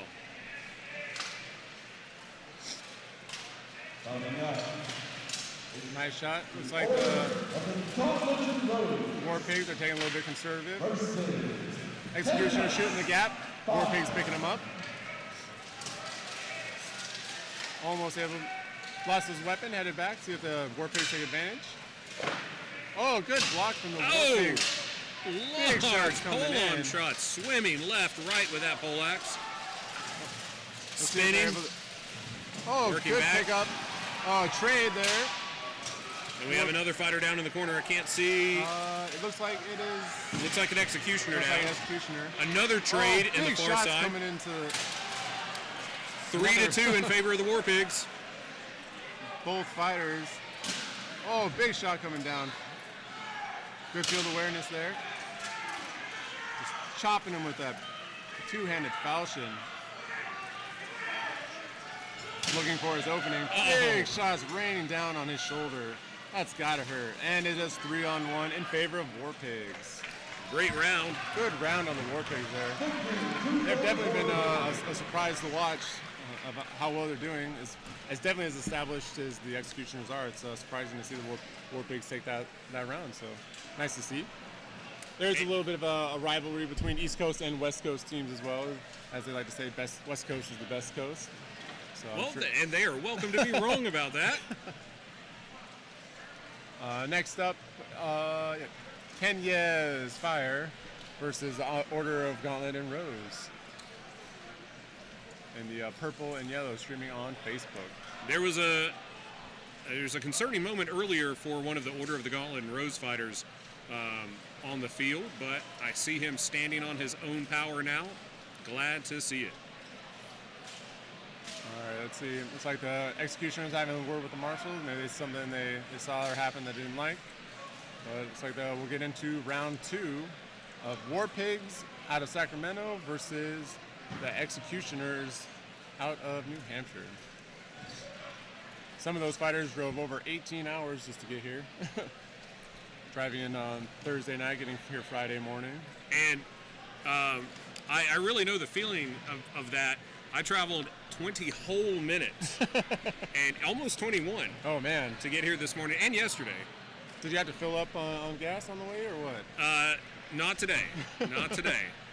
I had myself a 6-hour drive from Jacksonville, North Carolina. Well, glad to have you here, of course. Alrighty. And while we have just a slight lull right before this begins, I want to thank the Marshals for all their hard work. They've been going at this for 2 days strong. They have another day left. Constantly working. They've been on their feet just as long as we've been sitting here running our suck. So thank you to the Marshals and all the volunteers as well, filling up the Gatorade and the water across the arena. Ooh, a nice shoot there from, almost got a good throw. But he found himself. We've got someone dropped their axe. But he's Looks like a War Pig down. gaining his weapon from the belt. Oh, another And- trade there. Oh, 3 War Pigs So that's 3 down. versus 4. Nope. 2 War Pigs down. Oh, brutal throw Wow. from the Executioners. Answering that last round, 2-4. 2-4 in The favor Executioners of are- Executioners. Have the advantage, and that's 3-1. All Executioners taking the second round, forcing this to a third. And outstanding. Looks like Kenya's Fires giving it to the Gauntlet of Rose. 4-1 in favor of Kenya's in the purple and yellow. It's always interesting to see the crowd not only just getting into the fighting, Yeah. but kind of learning the sport As because it goes. now I have seen some of our spectators here that I've seen multiple years always returning to Carolina Carnage for the great entertainment and great competition Oh, yeah. here. But we've got a lot of folks, this is their first exposure to our sport. And it takes a little while to get used to what's happening, to know what you're seeing. Yeah. And I think the crowd is really, Starting to pick that up. absolutely. Yeah, I totally agree. I think the War Pigs kind of played into the Executioner's game plan there on that last one. And was able to get the victory pulled out. And the War Pigs are fielding axes across the board, I believe. Yep, looks like it. That's his favorite weapon. Definitely a very mobile striking team. Not so much on the grappling if they can avoid it. So if they can get the Executioners in the open field with those trips, I think they'll be successful. But if Executioners are able to lock them down, keep them on the man, and their backs to the list, I think the Executioners will be able to overpower them in the long game with grappling. Kenya's and Ordo, or Ordo the Gauntlet Rose in the purple and yellow, going for a second round. War Pig. Oh, good shot to the helmet. Another one, too. And a Fighter's drop dropped axe. his weapon. Thought it was a broken axe there for a moment. Oh! Oh, the fighter Dang. taking down a good, solid strike from behind. War Pig's down. One fighter got caught in the open. Looks like another one might. Oh, another War. It is now 4-4. Oh, Looks like an executioner down. A war pig down. 4-3. They're both going down so quick, it's hard to tell. Executioners with the edge for the moment. We're going to need a marshal's call here. Oh. It looks like the executioners have gotten it Advantage. 4-2 advantage. 4-2 advantage, yeah. Just like I was saying, they're able to bunch them up, take the grapple to them, and If any team on the field can come back from this, it's the War Pigs. But against the executioners, it is such a task. they're such a technical fighters when it comes to grappling. And that's the fight. 4-1 for the executioners in 3 rounds. I've seen more rounds go to 3 here today than I've ever seen in the time we've been doing Carolina Carnage.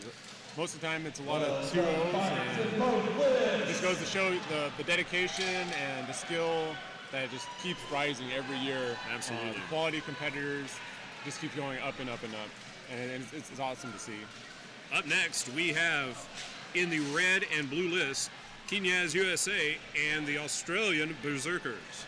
And in the purple and yellow, we have the New York Plague Rats versus the New Order.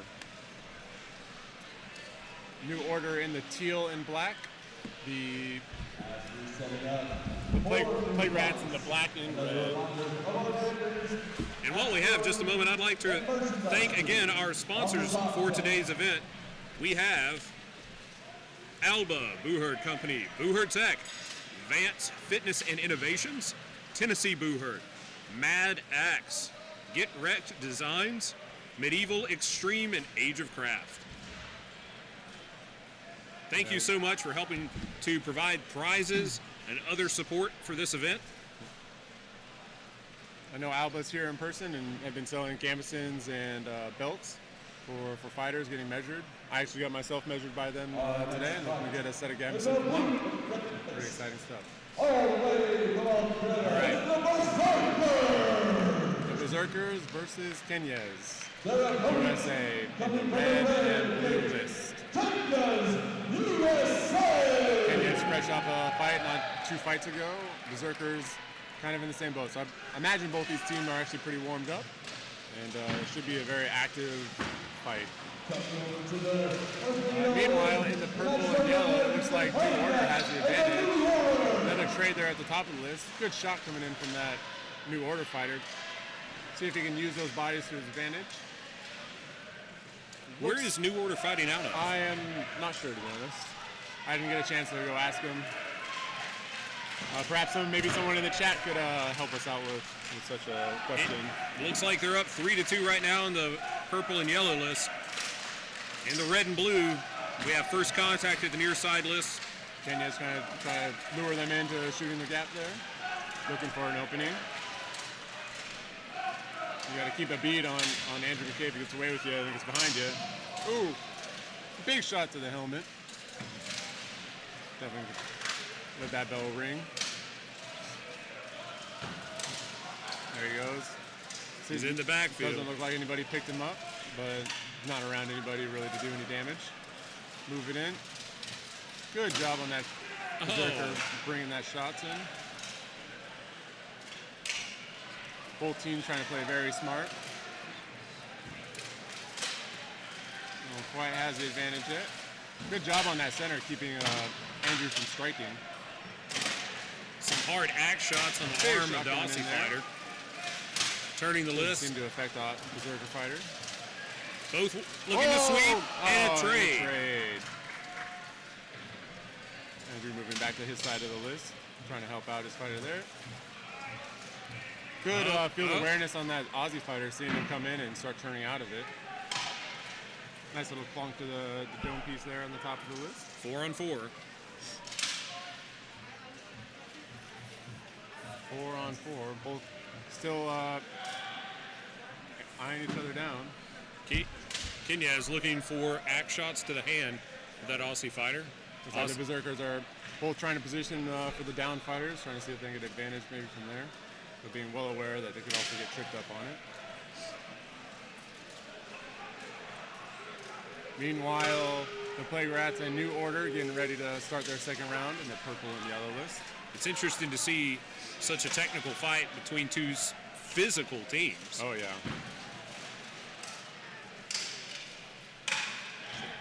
I say that these fights in the Tier 1 and the Tier 2 have all been super close every time. Really just coming down to a matter of 1 or 2 fighters per side. Absolutely. To watch. Oz fighter picking up on the runner there for Kenyas. Solid axe shot there. Trying to get him to run in and maybe get a trip in the open, but the Aussie doesn't take the bait. And a miss. You can see it. He tries to throw those to try to get the Aussie to rush in and then do a trip in the middle, but looks like one of the Kenyas fighters lost the weapon. But he's recovered now, and he's about to hit an Aussie from behind. Field awareness there. 4-3 Kenyas. Looks like there might be another takedown there with the Kenyas fighter. If that Aussie could just get him a little bit further there. Oh, that looks a little bit like friendly fire there, if you ask me. Oh, right to the side of the helmet. Those shots come in, you know they can't feel great. Having Andrew out there in the open, dropping bombs like that is a dangerous situation for any team. Aussies are tough guys. I think they can take it. Big shot. Oh, this is going to hurt. Oh, drops him in one shot. Timber. And a trade in the corner. It's 3-on-1. Looks like they're calling a medic for that fighter. Brutal shot right there in the open. That's dangerous. But every fighter going into that list knows the risks, and everybody understands it. Meanwhile, in the purple and the yellow, New Order versus the Plague Rats. Looks like a 4-on-4.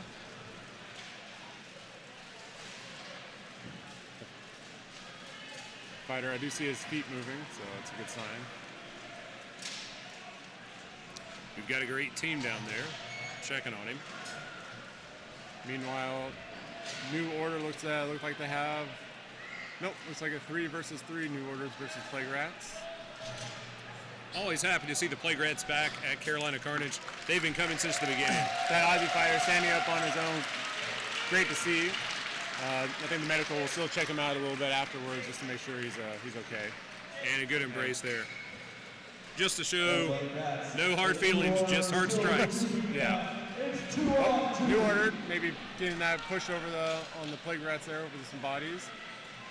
Plague Rat holding on, hoping to get a Holding double. on for dear life, but I don't think it's a matter of time before the marshals call that Plague Rat down. They're double checking to see if he's made 3 points of contact yet. Doesn't look. Oh, there he goes. Finally over. Just needed that little extra push. That's 2-1, New Order up. See if they'll be eating some rats later today. Shot coming in. Oh, Marshall's in. Oh, I hope that Watching wasn't. those shots carefully. Ooh, big shots coming into that player. Trying to roll out of it. Not able to get away. Still just punishment coming from the New Order. And Plague Rat's an extremely durable team. Yeah. A happy team, too. I'm always happy to see them here. They've also been one of the older teams in the U.S. and definitely one of the older teams coming to the Carnage themselves. And that round goes to New Order, 2-0. Next up in the purple and yellow is Atlanta Vanguard versus Detroit Fight Club. Looks like we're starting the second round there for Kenya versus the Berserkers. See if Berserkers are able to rebound and take a round from Kenya's. So both these teams are very, very skilled. And I'd say Kenya's is very versatile. Oh, looks like the centers there switching it up on trying to take the backfield to both sides. For a moment, I thought Andrew was going to take out a Marshall. He must have saw yellow. Yellow and green from the Berserkers. Big shots coming in from the Kenya's Fighter at the top of the list. Good shield punch. Aussie Fighter trying to decide in the middle where he wants to go, who he wants to help out. Taking advantage of a 2-on-1. Kenya's Fighter circled by Berserkers there at the bottom of the list. I'm noticing a lot more grabbing the haft of the weapons than I'm used to seeing. Yeah. Oh, a good throw. wonderful takedown. But it looks like he's trying to get out of the list. And Andrew, I guess, helping him. I did look like that fighter was trying to get out on his own. I believe he may have lost his gauntlet and shield in that takedown. Oh, yeah, I think that may be. The face-off is the Vanguard. Berserkers still 4-4. Ooh, big shot there from the. Don't need to watch fighter. out for that down fighter Ooh, and not trip over him. it's clacking. Love hearing it. You gotta listen for the thuds. Those are the painful ones. Ozzy trying to get a fighter. Watch out from behind. Oh! Anti-able still. Well, you know, He was. it looked like he had some weight down Yeah, on he that. definitely did. Or another wrist repair. Berserker going down. Now it's a 4-on-2 scenario here. The Aussies aren't out. Meanwhile, Vanguard and Detroit Fight Club are lining up for their first round.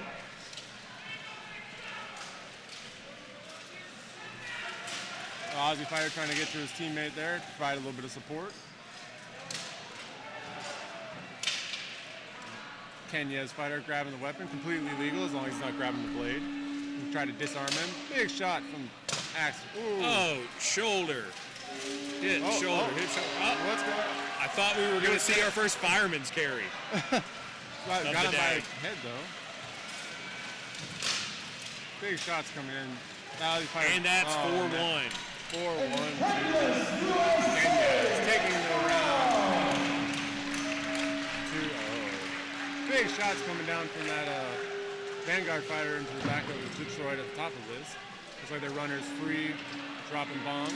Vanguard crossing over, taking some axe shots into Oh, Detroit. another great shot from Vanguard on Detroit. Shield Good. punch to the back. And the fight's over. Marshall's not Oh, yeah. quite able to step in time. Looks like the Vanguard took that round. Let's see, where are we at on the schedule? We are just a skosh behind schedule. Not too bad. Yeah, not at all. And that's a testament to these marshals and all the volunteers down there, keeping the fighters informed on when they're supposed to be fighting next and keeping these matches fighting and fair throughout the whole day. So thank you again to our marshals. Absolutely. And the fighters are doing a supreme job at being ready to go. Even after such a long day of fighting, including many of the fighters competing yesterday, they've got their helmets on, they've got their weapons ready, their alternates are ready, and that keeps the action moving. All right, next up we have Ordo Draconis versus Dominus. On the far list, we've got round 2 of Vanguard versus Detroit Fight Club. While we have a moment before the fighting starts, take a second and share that link out with your friends to either live stream or both. Open up 2 tabs, turn the audio off on one, and enjoy both lists throughout the day.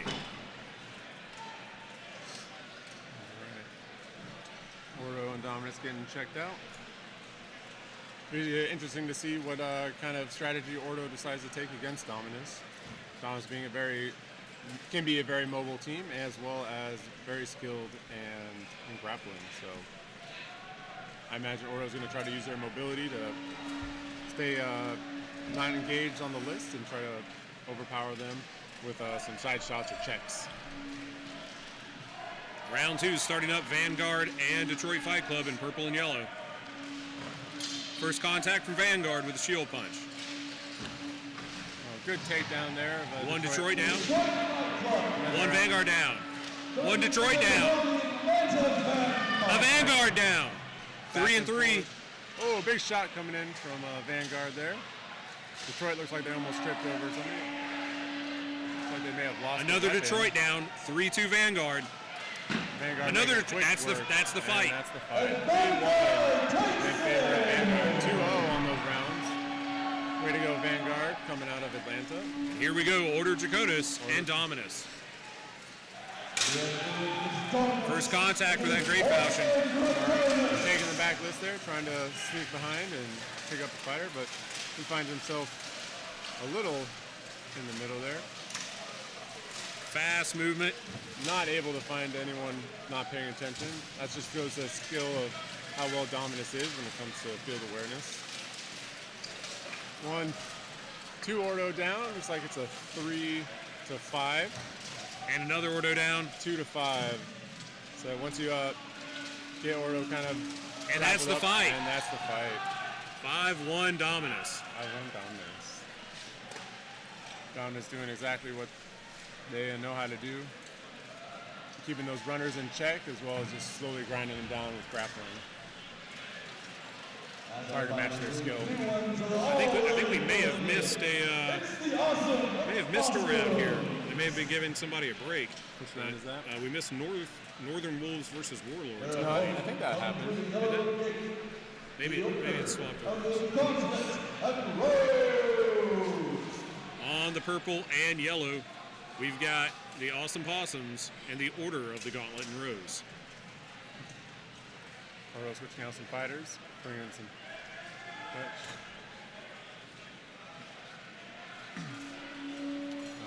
I believe the 2 up on the top of the list there for Dominus are the White Company fighters. Josh Brandt, I think that's Johnny in the middle there. And I'm not sure who's on the bottom for Dominus. It might be Dan.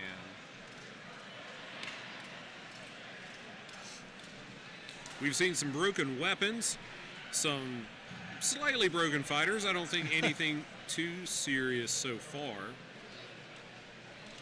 Seen some mild lacerations, some sprains, some strains, but I think everybody's walking around right now.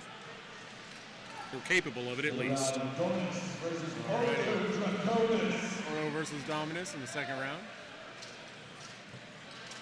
First contact on the near side. Alex there taking the center. Getting picked up there by Johnny. Ooh, another Ordo down. It's now 4-5 in favor of Dominus. The Ordo fighter in the top was just trying to escape, but eventually just sat Another down. Ordo down. 5-3, 5-2. 5-2 in favor of Dominus. And they're so good at getting those 2-on-1 advantages and just tearing fighters down piece by piece. That's the fight. That's the fight. 5-1 for Dominus. 2 rounds.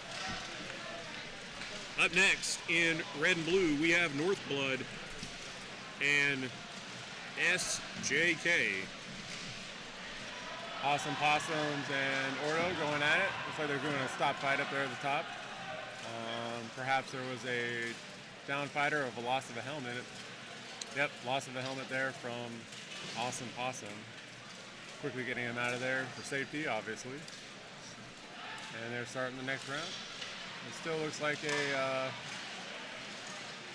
3-2 advantage to Possums. No, 4-2 advantage to the Possums. That fighter being careful, trying to grab his leg, and is taking. Oh, maybe didn't go down. Looked like that lower rail Saved him there again. Yeah. Tidewater Dogs of War bringing their lists down for the purple and yellow side.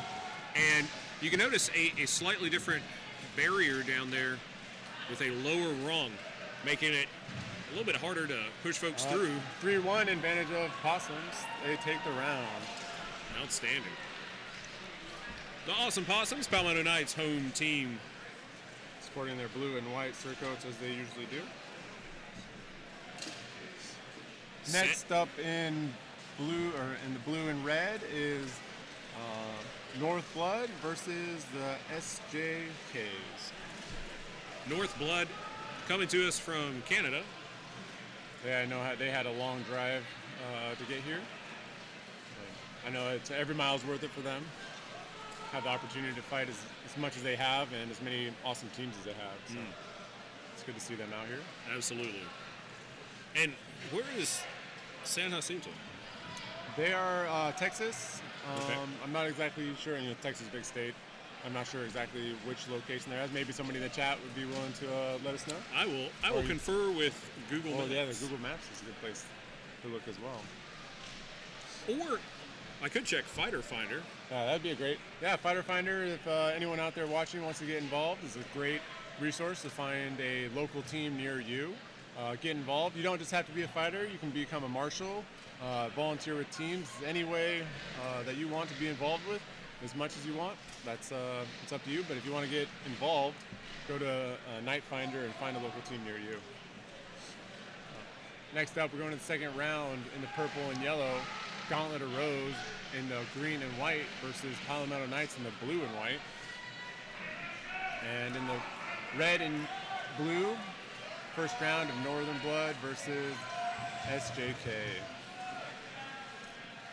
Both teams, I don't think have actually fought previously, so they're both being a little standoffish in the beginning.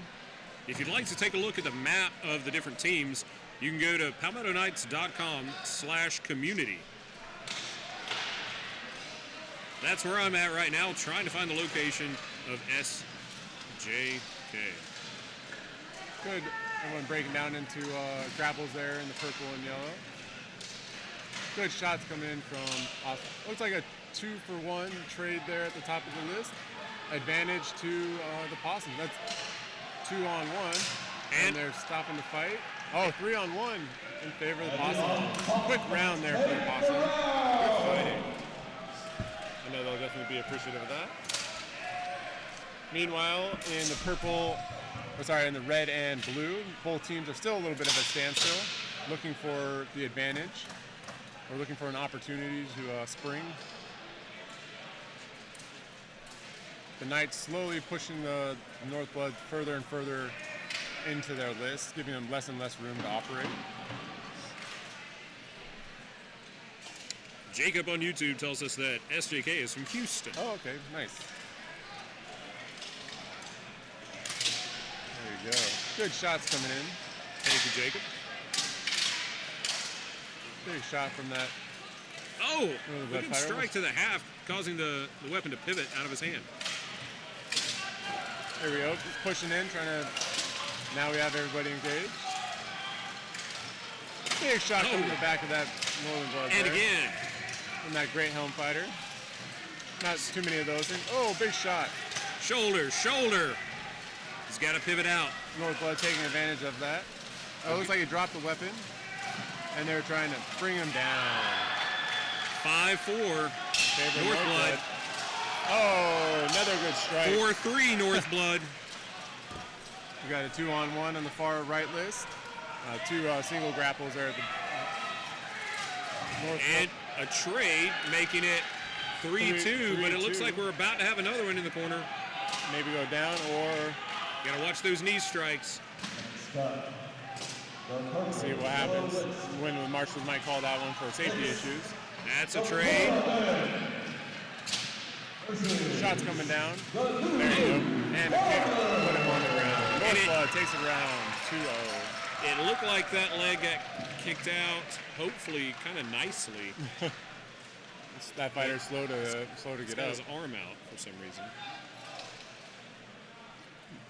That's not wonderful. I'm not sure. Marshall's checking on him. Oh, maybe just waiting for the all clear to stand. Rolling and standing. They are trained to, like, once you fall on the ground, to stay where you're at. So he was definitely maybe playing possum there. Next up in the purple and yellow list, we have the Florida men in the orange and red versus the New Order in the black and teal. It's interesting to see the designs of each team. Both of these bringing out some Checky, I believe. No, Yeah, Checky and checkers. Stripe. Yep. Checky on one side and Stripe on the other. Both teams engaging each other pretty quickly, hemmed up in the corner there. New Order trying to get that head rip, but not quite able to get his footing right. Meanwhile, North Blood versus SJK Knights. Just lining up for their second round. Just a pile of hardware and flesh in that corner. Whoa, big shots coming ahead. Oh, nice throw from the Florida man. Maybe get a second one? He does! Beautiful! Taking out two, and it's a 3-on-1. Nicely done by that Florida man. And quick action up there by the Marshals. Put him in the newspaper. He deserves it. All right, North Blood going in the second round. SJK, huge fighter at the bottom of the list. That guy, shots coming in, he's still pushing forward. Again, pushing SJ Knights, pushing them further and further into the list. North Blood waiting for an opportunity to engage. Ooh, swing and a miss from SJK, but able to recover quickly.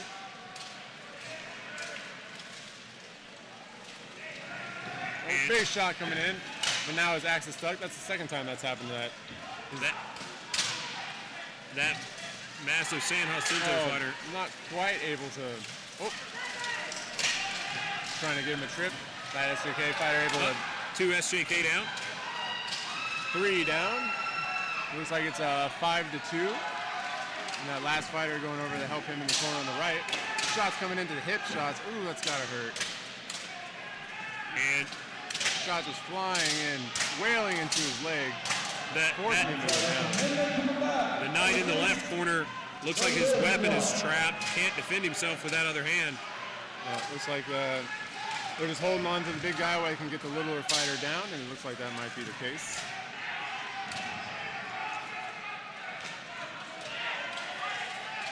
Oh, and the big fighter. And that's the fight.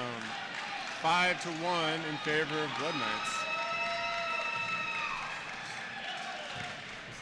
Looks like there might be another injury there on the far side of the list, on the purple and yellow. Medics checking them out. Yeah. I'm not sure what happened there.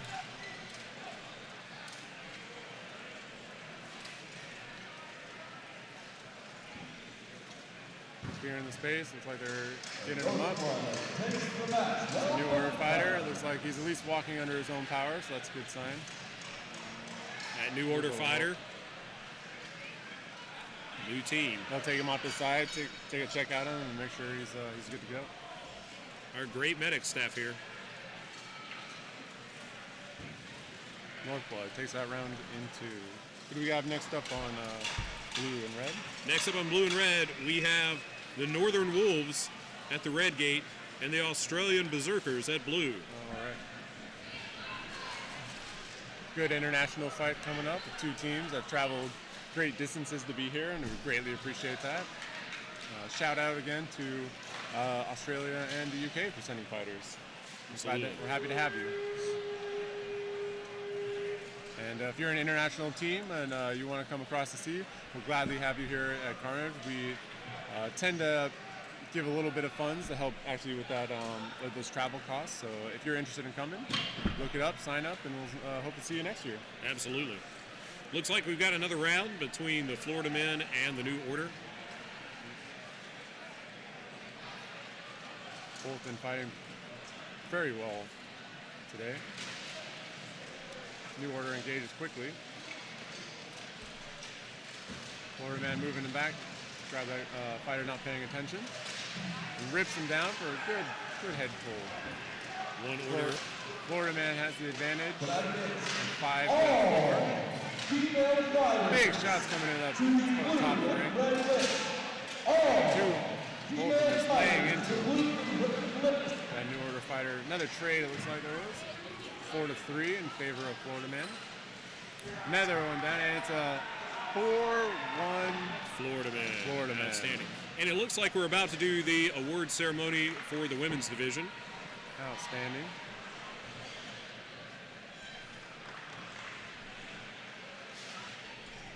Ordo, Oblas out there, Pegasus, and the Mythics. It's like one of their Mystic fighters had a little bit of injury, is slow to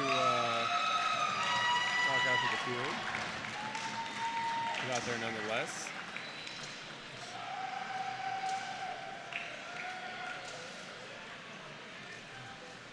Again, just a reminder, this is definitely not just a man sport.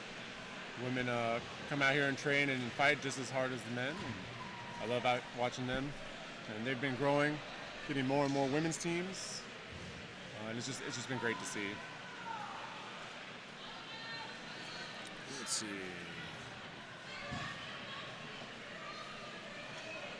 Coming up, at the list, the women's Viking award ceremony. Next up on the purple and yellow, we have the Atlanta Vanguard versus Kenya's Fire.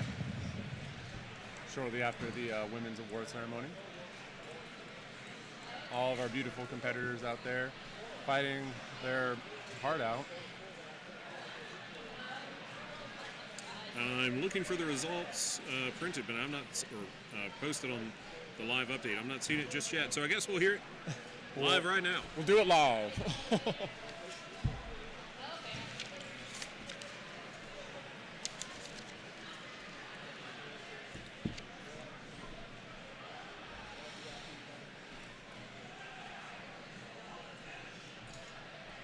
Cincinnati Barbarians in the blue and red. You've got Ordo the Pegasus in the maroon. Ordo Oblas in the purple. What else we got? Dallas Mythics in the black and red, orange. The Banshees out of New Hampshire in the Knights Hall up there in the white and black. And these, you see some of the teams with these beautiful cloaks. Yep. I believe that was a gift from Palmetto Knights. Yep, that is like nice credit. Each team received a cloak with their symbol on it. Each team that provided their high quality image. That's correct. Yes. That is correct. I believe there were some that were not supplied, and that's unfortunate because they missed out on a really nice gift. Very cool. I can't say for sure, but someone at the table might also have a Palmetto Knights cloak floating around. Oh, somewhere. yeah. We'll see. We'll see. Fingers crossed. Nice.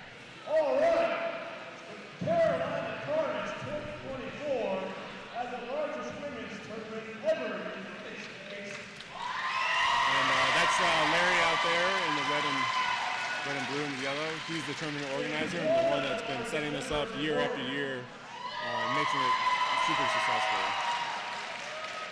With that in mind, first let's bring out the biggest prizes that have been offered at this event. And taking time. Come on, man. Come on. Sit on. It's got a baby. Don't worry, we'll tar and feather him later as well. Where?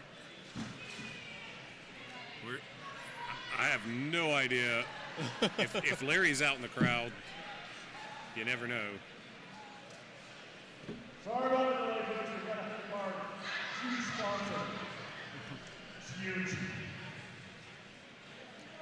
I'm not sure who that is.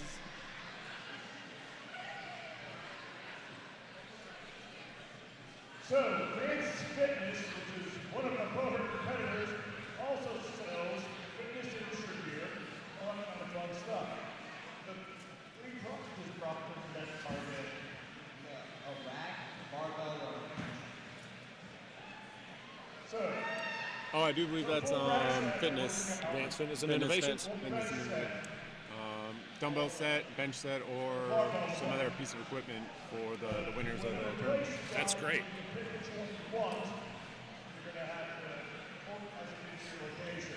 And that'll be given to the team and delivered at a later date, I do believe. Bronze medals. Bronze medals go to the Banshees out of the Northeast. The Banshees taking third out of New Hampshire in the Knights Hall. They had so many hard fights today and represented themselves great. I can't see their tabards without thinking, and a red right hand. Outstanding work. Definitely all day. testament to their hard work. And we also are getting an accent from Boher Tech. And we get an accent from Boomer Tech. Thank you again, Boomer Tech, for sponsoring our event. I remember the early days. This is the old showing through again. There were no sponsors. We sponsored ourselves. All right, Grandpa, let's get you back to the house. Thank you, ladies.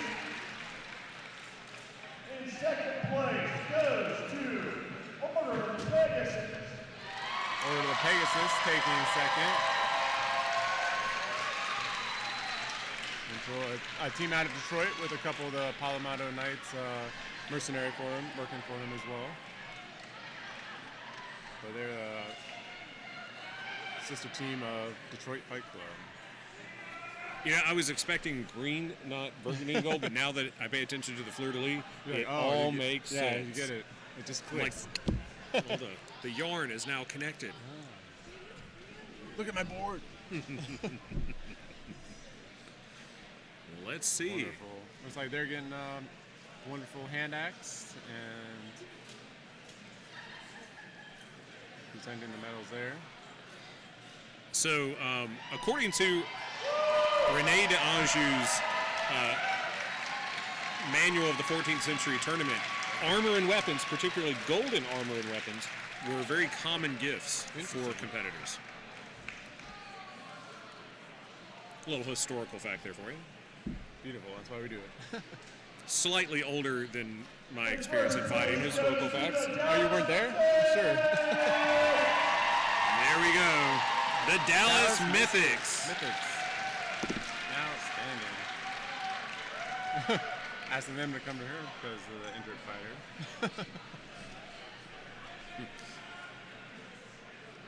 Showing a lot of grit standing out there after an injury like that. So they get their pick of weapons as well. And again, they're out of Dallas Mystics. It looks like they might be recruiting early. It's never too early to do Berserker. Well, I mean, at some point, we are going to have fighters that literally grew up in our sport. Yeah, it is true. Outstanding. I can't wait to see them. Could be looking at future champions right there.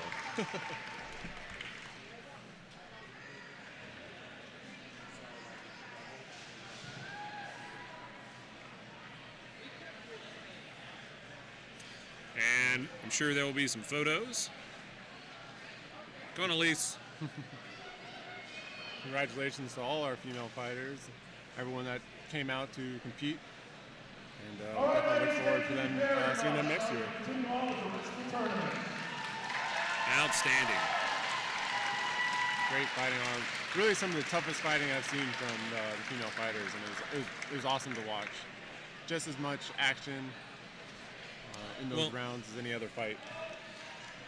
And as the sport continues to grow, I know I've said that about a million times, but as the sport continues to grow, the availability of armor in the sizes and shapes needed for the different fighters and the options for those, you get more than just one option per size, is going to show up. Celebrating each other.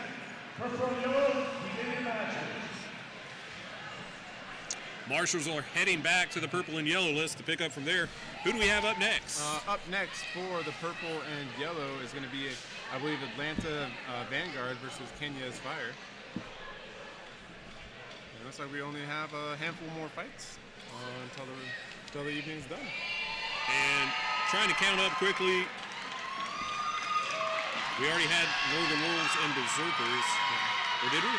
Yeah, they just fought. Okay. So 1, 2, 3, 4, 5, 6, 7, 8, 9, 10 more matches in the red and blue list. And same for the purple and yellow. And it looks like we're running fairly close to on time. Yeah, just a little. We're just a little. And they didn't budget in time for the award ceremony, so when you add that in, I say that's a pretty fair allocation. And again, thank you to all all those that are watching on our Facebook and YouTube channel. We appreciate you guys being here all day, hanging out with us, interacting with us, telling us where you're from and who you're rooting for, and definitely give a like and share to us. That'll help us greatly broaden the sport to all those that want to join. So there's a question in the chat, and I may have missed this, about what happened to the Warlords. Score sheet showing that their upcoming losses, that usually means there's a withdrawal, but I'm not sure. I'll check the score sheet myself and see what I can find. Yeah, we'll do a little bit of investigation. Oh no, my apologies. Northern Wolves and Berserkers are up now. That tracks. Okay. The next match. Coming up on the yellow and purple list. I It's do believe Warlords are still fighting though. So versus the Northern Wolves and the Warlords. That was a match I questioned earlier whether or not we'd seen it yet, and it seems like that scored 5-0, 5-0 in 2 rounds for the Wolves, so we may have had a withdrawal from Warlords may have withdrawn. I do, looking down in the arena, I do see several of the Warlords out of armor already. So that very well could be the case. And Vincent is from Texas. Maybe if he makes his way back up here, we can get some insider reporting on what's going on with the Warlords. Hopefully everybody's okay. Yeah. I hope you all want Next up in the purple and yellow, streaming on Facebook, we've got the Atlanta Vanguard versus Kenya's Fire. First round just started for Northern Wolves versus the Berserkers. Northern Wolves out of UK and Berserkers out of Australia. 2 international teams that otherwise would probably not get to fight each other on an irregular basis. Do you think if the Australian team can avoid any yellow and red cards, the UK teams will let them come back home? I don't know, maybe. It's 4-4. 4-4 and draw. Oh, Nice a flying knee, knee. not quite connecting there. Australian fighter at the top of the list, looking like in trouble. Trying to get away from the Northern Wolf.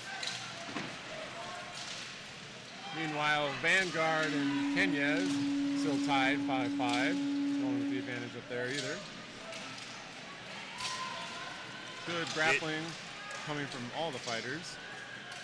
The 2 fighters in the north, or on the top end of the red and blue list, look to be grappling pretty hard, not waiting for backup. Oh, looks like Vanguard, 2 Vanguard down against the Kenya's fighter, but one of the Kenya's fighters lost the gauntlet. Oh, Kenya is able to strip a weapon from a Vanguard. Looks like it's 2-4 in favor of Kenya's. Looks like they're headbutting over there. Big shots coming down to the shoulder of that Vanguard fighter. Oh, there's some legs kicking. Calling a stop fight. A 3-1 victory to Kenya's. Well, it looks like we're still 4-4 and now 3-3 in the red and blue list. Even numbers for Northern Wolves another and trade. the 2v2. Berserkers from Australia. It comes down to these individual grapples going on here.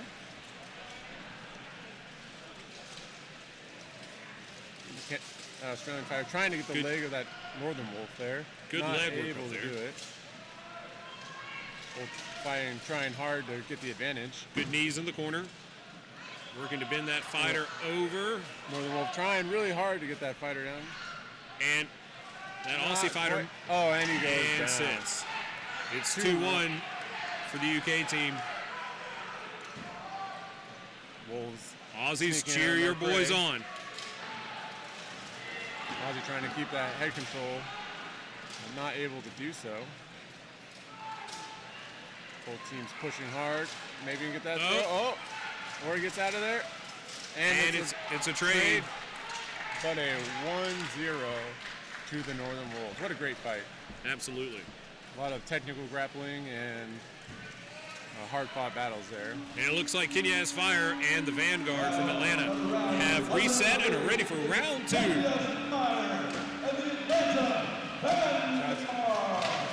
Vanguard trying to get a shot into the back there.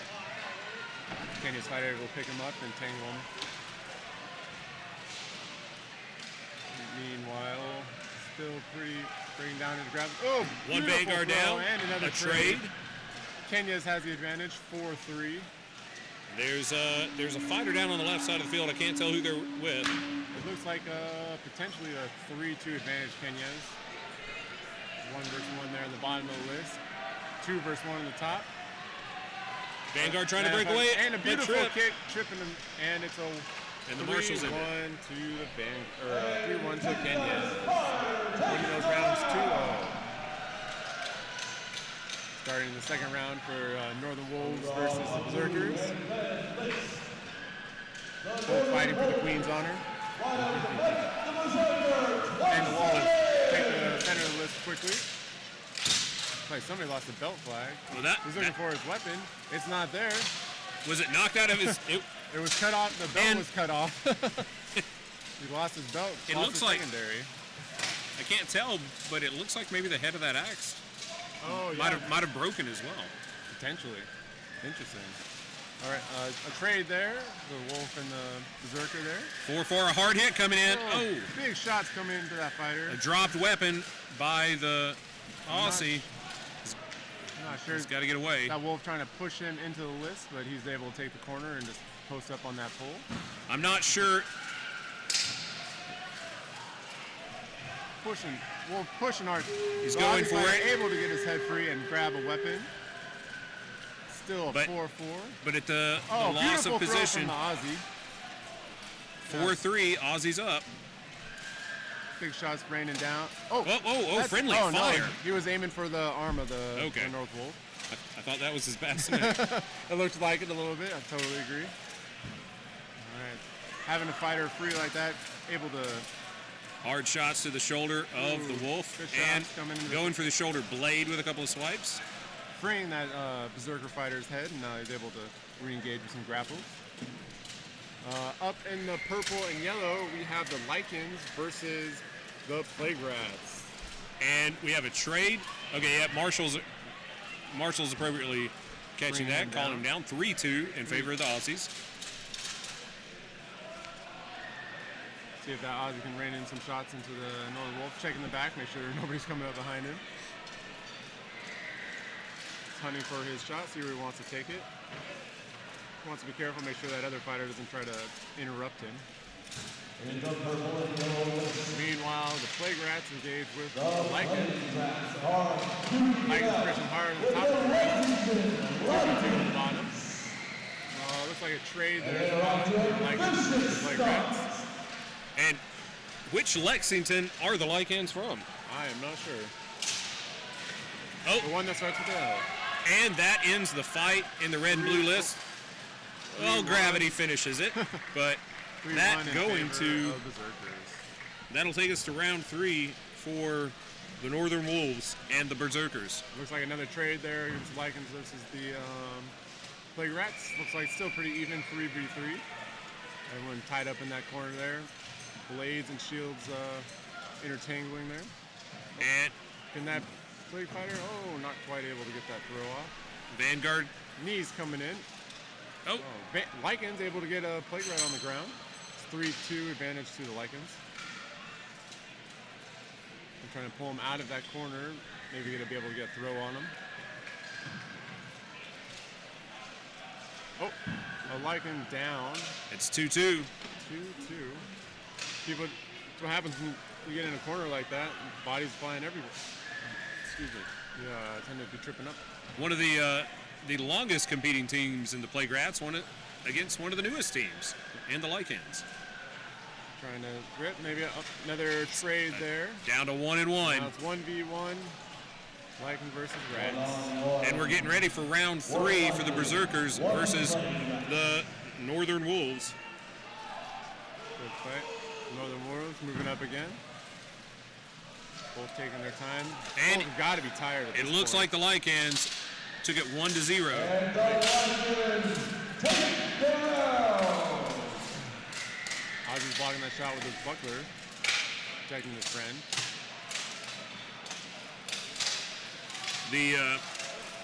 The bucklers are certainly more popular this year here, but I'm seeing so much half control of the opponents. Yeah.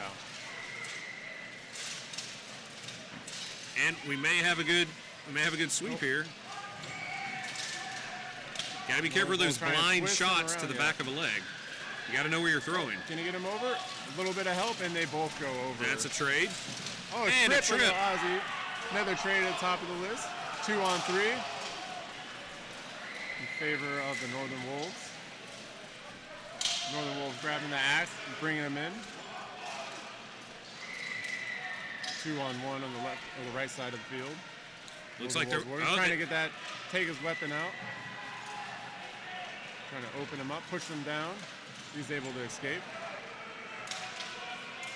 Watch out for that fighter on the ground. That Aussie, back around. that Aussie fighter trying to keep his feet so he can circle. Trying to tangle him up in some bodies on the ground, maybe get a lucky shot. Oh, pull that shot right to the Right forehead. to the face. That cannot feel good. That Northern fighter trying to open him up so he can strike the Aussie fighter. Well, it's a trade, but it's 2 and 1. 2 on 1. They've got so they are so gonna much calm pressure down. on that Berserker, And I think that will end it. and Yeah. he sat down. Great fight in the red and blue list. Going to the Northern Wolves. Up top, Plague Rats and Lycans at it again. Looks like a 3-2 advantage to the Plague Rats. See if they can take that to a third round. 4-3 in favor of Plague Rats. Oh, nice that Lycan able to get a fight, but And I think quickly, they're- yep. quickly taken down by the Plague Rat. Oh, looks like a 2v2, however. Lycans versus Plague Lycans Rats. evening it up and Lycans about in to the- sneak in behind. Lycans in the green and blue, and Plague Rats in the red and black. Streaming on our Palmetto Knights Facebook. Again, the red and blue is streaming in YouTube on the Palmetto Knights page. In the red and blue list, we have Kenyaz USA facing Ordo Draconis. 2 very mobile, strike-heavy teams. We'll see how they match up. Up top, it's a 1v1. Trying to settle Lycans versus Plague Rats. Lycans have 1 round up, so if they're able to take this round, then they'll win out. Otherwise, they'll go to a third. In a situation like this, they still don't want to. The Lycans wouldn't want to trade. No, not at all. Then they'll end up going to a tie in the third round, which is even more of a gut check for both teams. But And they do. and that trade absolutely benefiting the Plague Rats. Absolutely. See if the Plague Rats can win a round and maybe even take it to another round 4. Ordo and Kenyaz in the red and blue. And Ordo's switching up their lineup or their formation all of a sudden. Moving up there. Watch for both runners try to make a gap there. There you go.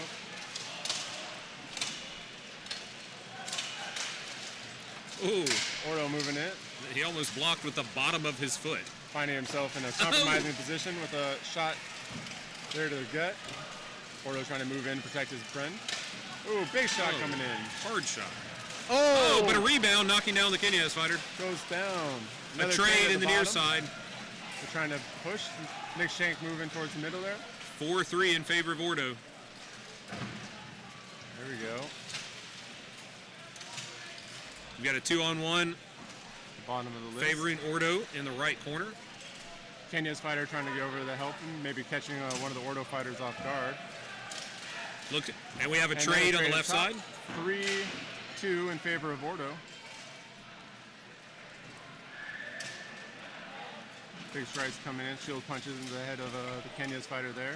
Both those fighters working to take him down. That Ordo fighter trying to get his axe back. Ordo fighter. Both of them, it looks like that Kenya's fighter has both of those Ordo fighters tied up pretty well with both their weapons. The Lycans and the Plaguerats back at it again for round 3. 3-2 still in favor of Ordo, but both of them having trouble finishing off the Kenyas. And a trade, it's 2-1. Ordo's 2-1 up.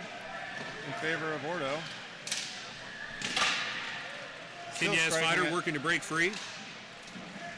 He's got a hold of Ordo's weapon, been controlling him that way for the fight. See if Ordo can maybe get him down, get some shots, get head control, working, just putting his weight on the bottom there. There you go. He's walking forward, but he's able to turn his back. You got to be careful putting their weight. You might try to do a trade and and trade there. I believe that was a DDT.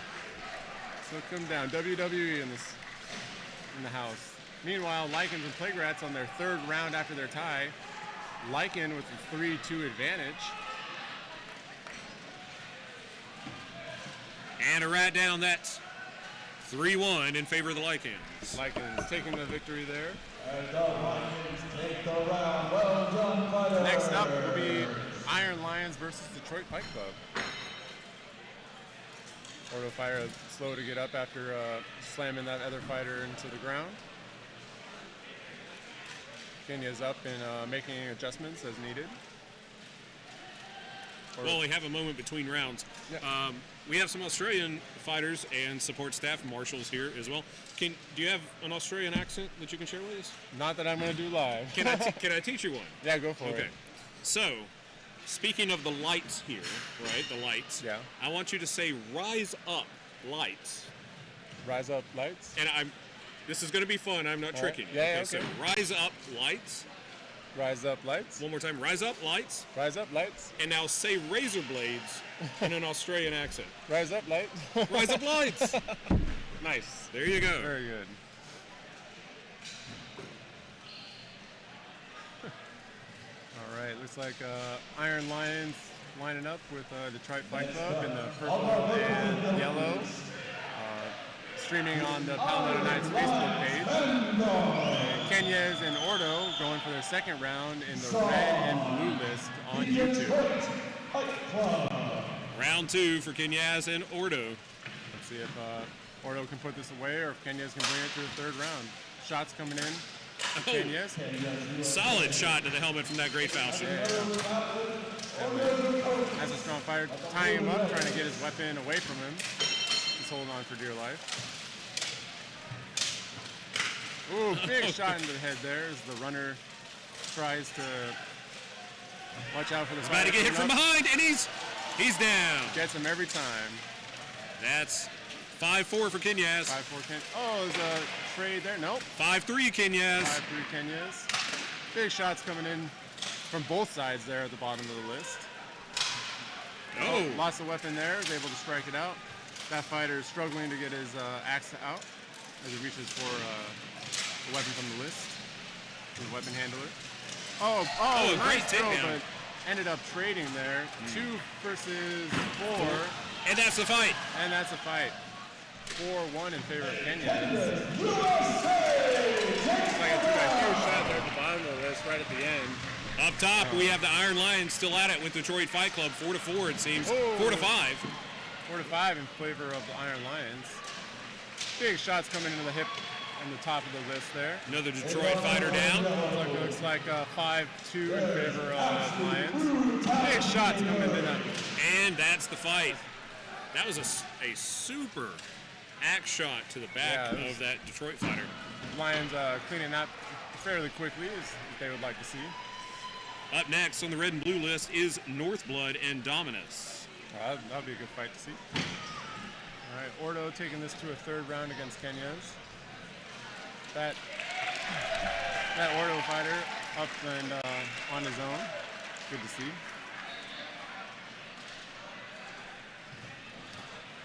And right back into fighting, so we'll see how Ordo handles this next round.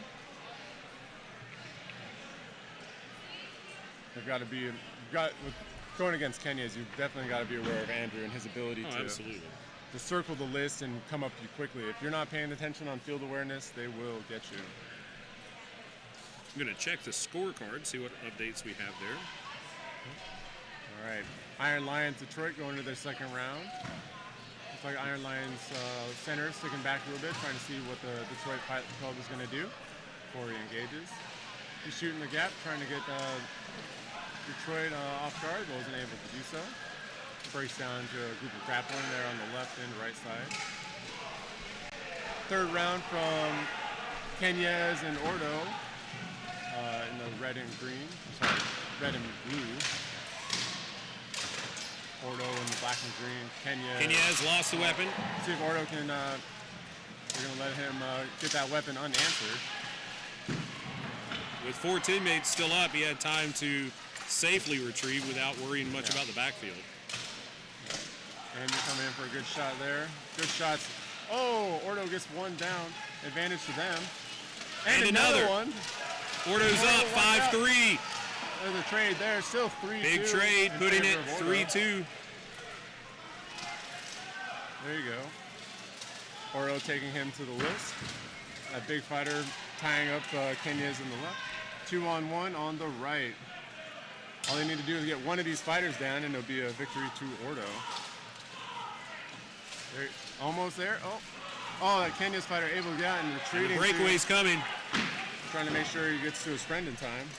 Oh, that was he tried to bench him, but is able to dodge that huge charge. That was a very fortuitous pivot by the Ordo fighter. Otherwise, he'd have been taking a Kenyez fighter in the back of the skull. Yeah, very good. Oh, beautiful. What a takedown! Oh! 2-on-1 in favor of Ordo.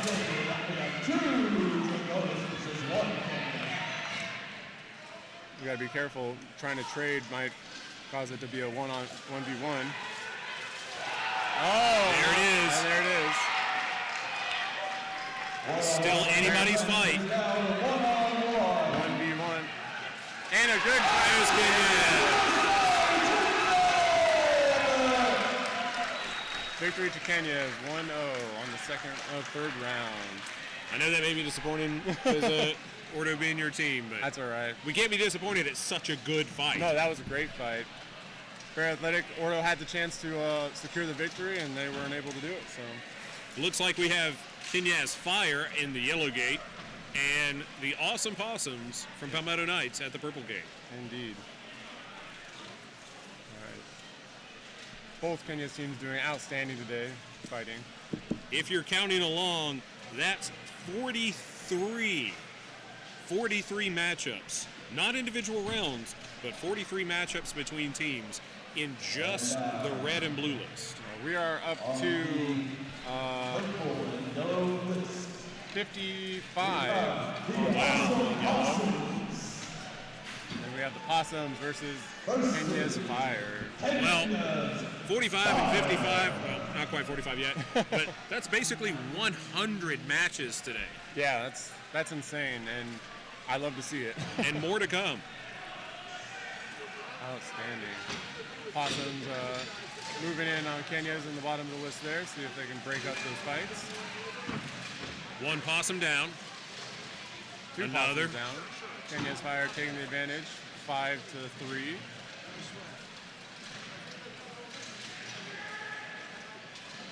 Another trade there, so 4-2 in favor of Kenyez.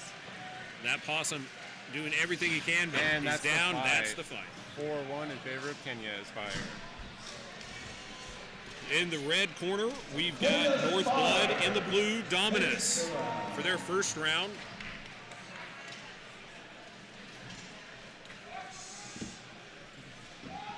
All right, North Blood versus Dominus in the red and blue list. Very fitting. Red Blood trying to take the center there, pulling off their center of Dominus. Bunch of 1v1s have broken out. Both fighters try to have the advantage.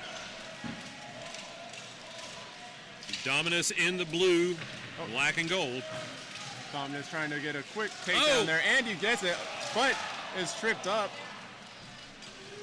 It's 4-3. 4-3 in favor of Dominus. 4-2, Dominus up. And they just swarm him, finish him And off. that's the fight. 4-1 in favor of Dominus. second round versus fire possums, purple and yellow, screaming on Facebook. Slow to engage, but throwing shots back and forth. Round 2 for Kinyas and the Awesome Possums. Kinyas fire. Possum down, and Torch in the next one. 2 down.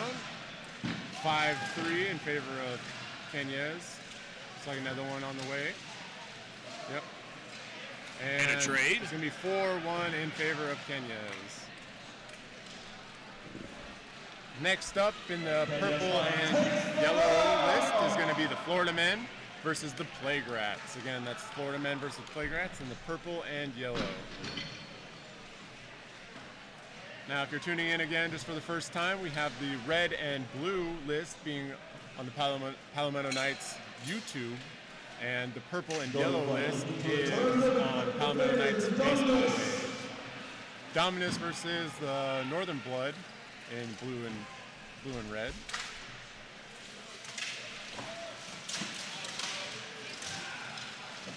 Both teams engaging each other very quickly.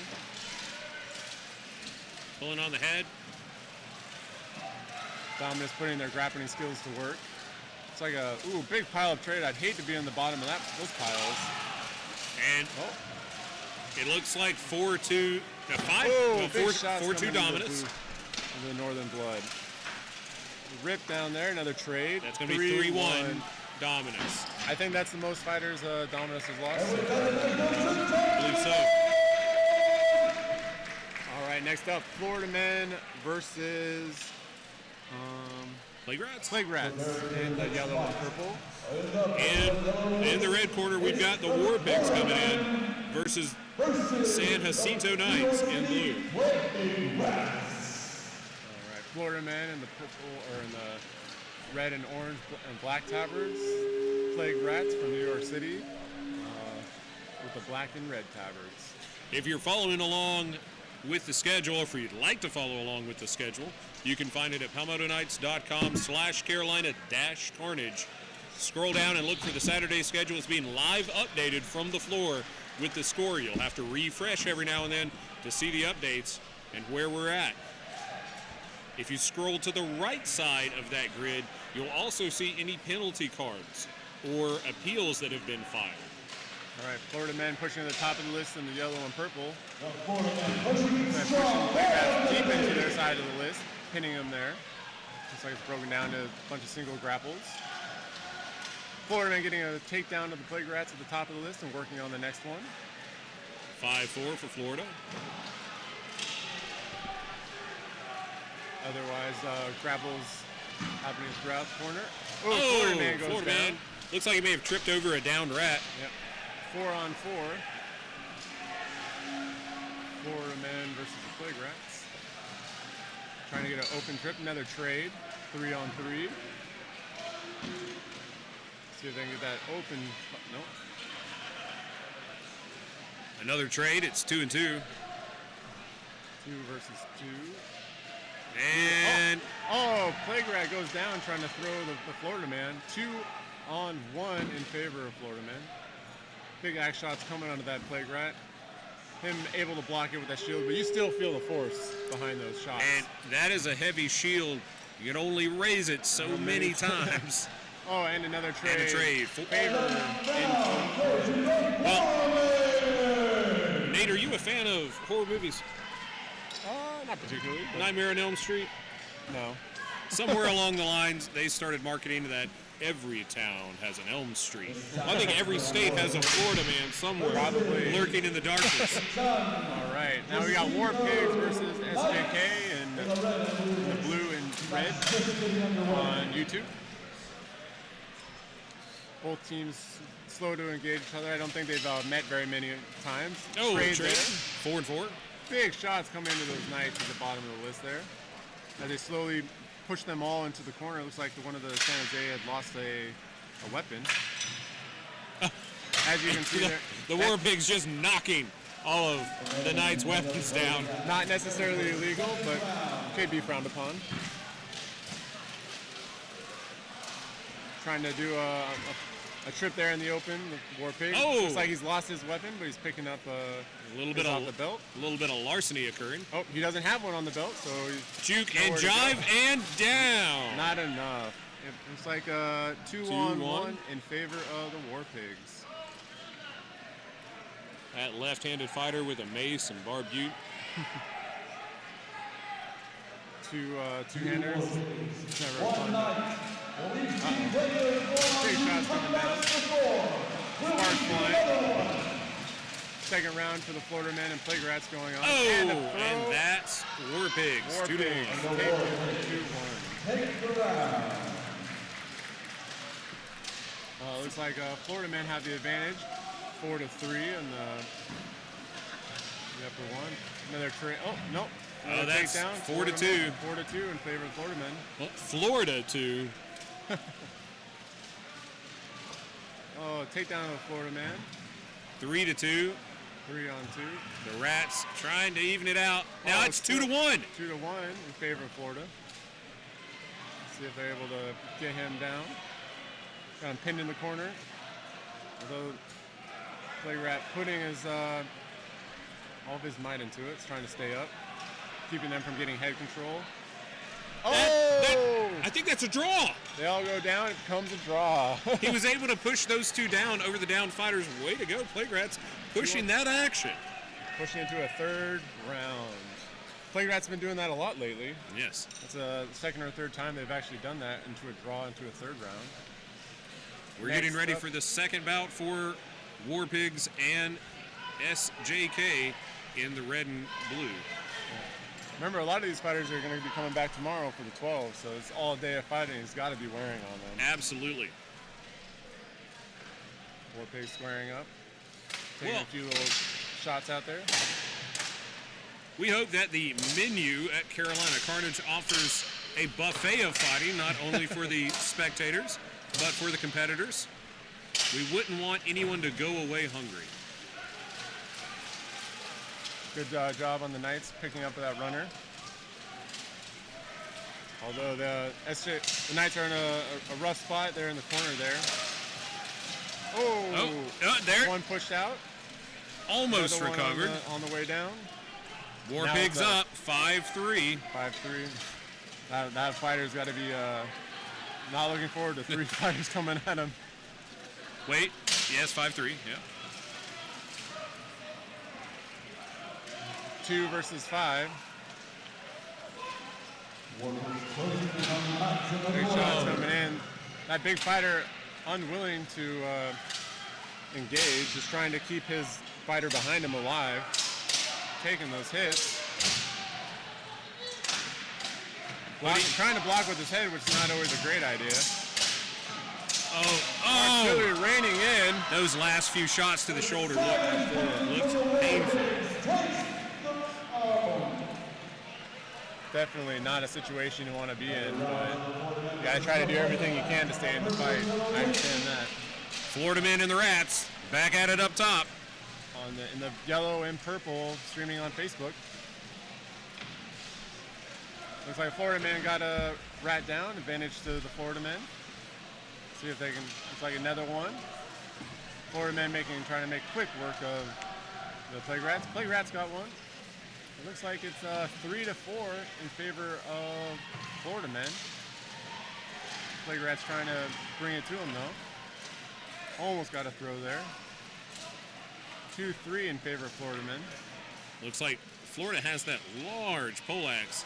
Expect him to back Not up and using start it, yeah. throwing shots. There we go. And he throws the last Oh. rat down, and it's a 3-1 favor of Florida. Up next, in the red corner, we've got the Executioners. Correction. That would have been Executioners and Warlords. Instead, it should be Kenyaz USA and Northblood. Gotcha. And the next fights coming up in the purple and yellow are going to be Detroit Fight Club and the Order of Gauntlet and Rose.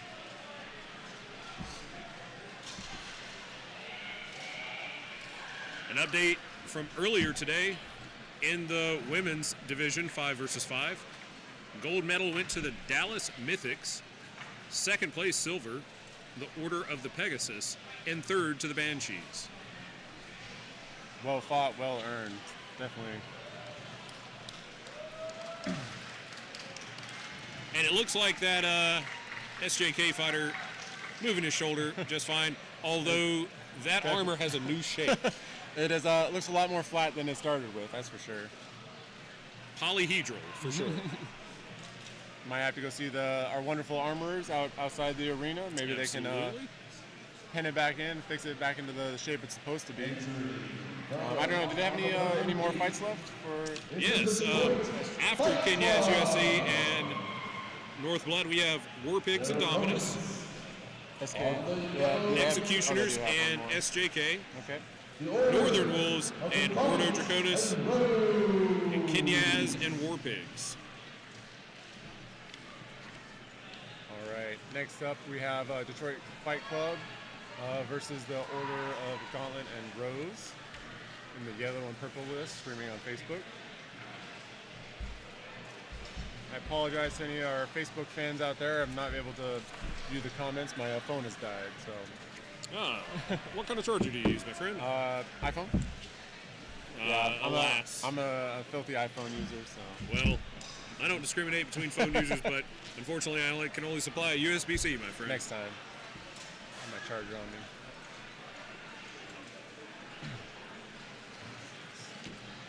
All right, Kenya's USA versus North Blood here in the blue and red list.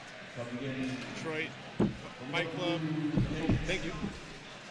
Give it up for the first blood. So I'm taking a look at the fighting schedule for tomorrow, beginning at 10 a.m. Eastern Time, and it looks like we'll be kicking off with 4 fights in the Tier 1 division. I don't believe, for my Facebook friends, I don't believe that the brackets have been posted yet on the website, but I do believe they will be posted either later tonight or first thing in the morning. So be sure to check that out to find out who's fighting in the brackets and where they're going to be fighting at. Gauntlet Rose looks like they take the advantage to Detroit, 3-1. That was a quick match. Kenyas versus North Blood in the red and blue. Both teams somewhat familiar with each other. Haven't fought on too many occasions, but looks like they're both probably tired, exhausted, and being a little bit more conservative with their energy as the fights get later and later into the day. Kenya's USA, are they out of the Midwest somewhere? They're out of Michigan. Michigan, okay. And where in Canada, do you know? I think they have the fighters are mixed, I do believe. Okay. Some are out of Quebec. I'd have to take a look. But well, right now, still 10 men standing in the red and blue. Look, North Blood shooting the gap, trying to get an advantage. It looks as though one of the North Blood shields has torn loose a strap. So it's still in his hand. His hand's still protected by the gauntlet, but North fighter in the top getting pummeled by 3 of Kenya's fighters. Well, down at the bottom, it's 2v2. That shield goes flying, but his hand's still protected. Oh. Good block. Oh, they're unable to stay up. Maybe? Nope, he's down. One North Blood down. So 5-4 advantage Kenya's. Oh! Order Gauntlet and Roses. A sweep causing one Kenya's fighter to go down, one North Blood fighter to go down. Oh, can I get that trip in the middle? No. It's 4-3. Another trade there. 3-2. Looks like 2 versus 3. Man, that was hard to follow there for a second. Fast action in the red and blue list. Looks like Order of the Gauntlet of Rose is taking 2-5 in favor of Gauntlet. Hammering those opponents and taking the round. Down to the red and blue list. Order of Gauntlet Rose taking those in 2 rounds. Next up, we have Atlanta Vanguard out of Atlanta and the Iron Lions out of Virginia. North Blood teamed up in the corner trying to protect one another from the 3 Kenya's fighters. They're going to pick a leg. Not successful yet. Going to sweep a leg. Trying really hard to get that trip. Unable to do so. These Canadian fighters are just not going down. hard shield shots. Looks like they're trying to snipe with the weapons from the outside. Some good knees in the corner. Knees coming in. And that sweep, and that's 3-1. 3-1 in favor of Kenyas. Nicely done. Good teamwork on Kenyas, bringing that fighter down. Solid fight. Next up in the purple and yellow list, we have the Iron Lions again. First in the black and white versus Atlanta Vanguard in the purple and black. And as you can see down there on the list, you can see those awesome cloaks provided to all the teams by the organizers, which is an awesome gift to them. Again, if you're just joining us, feel free to like, share, comment, and let us know where you're watching from and who you're rooting for. We'd love to hear from you.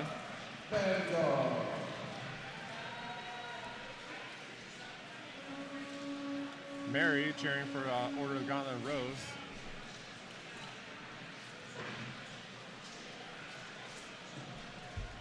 Marshals checking all the fighters, getting ready to line them up. Second round about to begin for Kenyas versus Northern Blood in the red and blue list. Streaming on YouTube. I was looking to see if Vincent was around.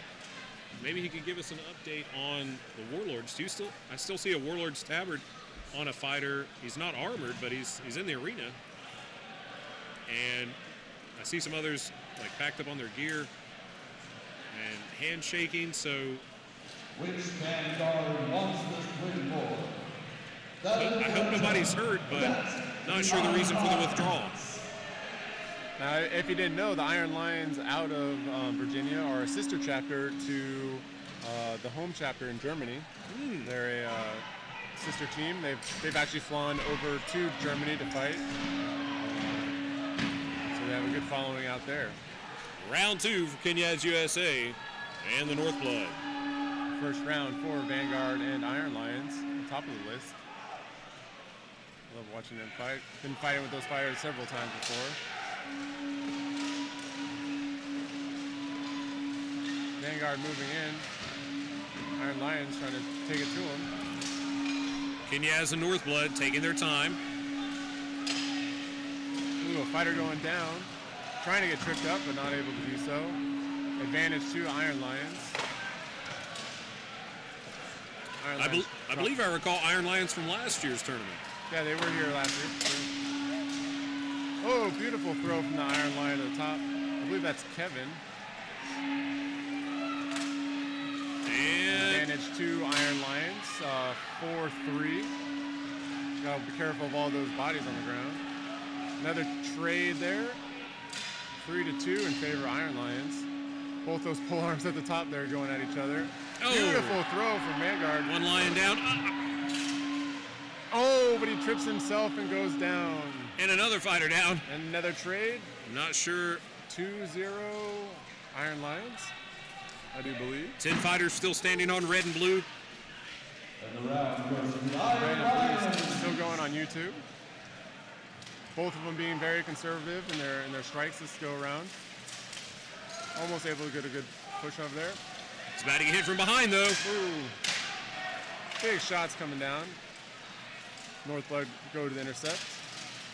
And it looks like Northblood may be about Another to... big shot coming in. Not paying attention. Northblood may be about to push one of the smaller Kenyas fighters out under the list. Fine. Both teams doing a great job of protecting their fighters. Almost got that throw. Marshall's watching the action closely. Still 5-5. Northblood stays up. Looks like it's broken up into a bunch of one-on-ones again. The blue and red list. Neither one having the advantage yet. These fighters have got to be tired. As long as they've been in armor. Oh, good throw from Northblood. Taking the advantage. The Kenyas fighter putting everything he had into that throw. Big shots going into that Kenyas fighter. Trying to circle out and try to avoid getting hits. Big punch in the right side from Kenyas. Northblood trying to take advantage of the top right list. Wailing on that Kenyas fighter bent over. Waiting for him to go down. Still 2v2 on the right side of the bottom list there, Kenyas. Up top, the Iron Lions have the advantage over Vanguard. Another good throw from Northblood. Taking And another two down. Kenyas. Now it is 5 versus 2 in favor of Northblood. Kenya's realizing that they have incoming enemies, trying to readjust. I don't think it's going to be Looks enough. like Northblood has lost a couple of weapons, but they've got plenty of time to recover. That Northblood fighter looks so tired as he slowly meanders over to get a new weapon. I'll be there in a minute, guys. It's like, yeah, they got this. I'm not running for this one. Yeah, there's 4 versus 2. I think they've got this. But the Kenyas fighter, Still not giving up. he needs to be careful about blocking with that open hand. Yeah, it's very Ouch. dangerous.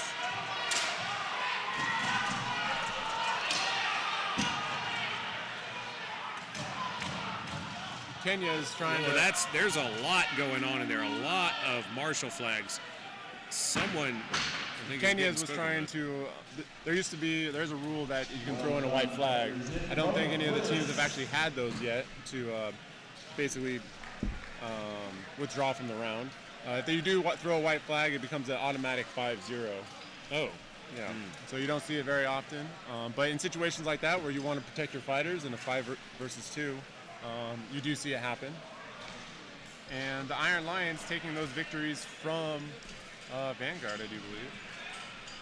so that second round going to Northblood over Kenya's USA. That'll take us to 3. Alrighty, and for the last fight of the evening for the yellow and purple is going to be the Lycans versus the Blood Eagles. Again, this is the last fight on the Facebook feed for the Lycan versus the Blood Eagles.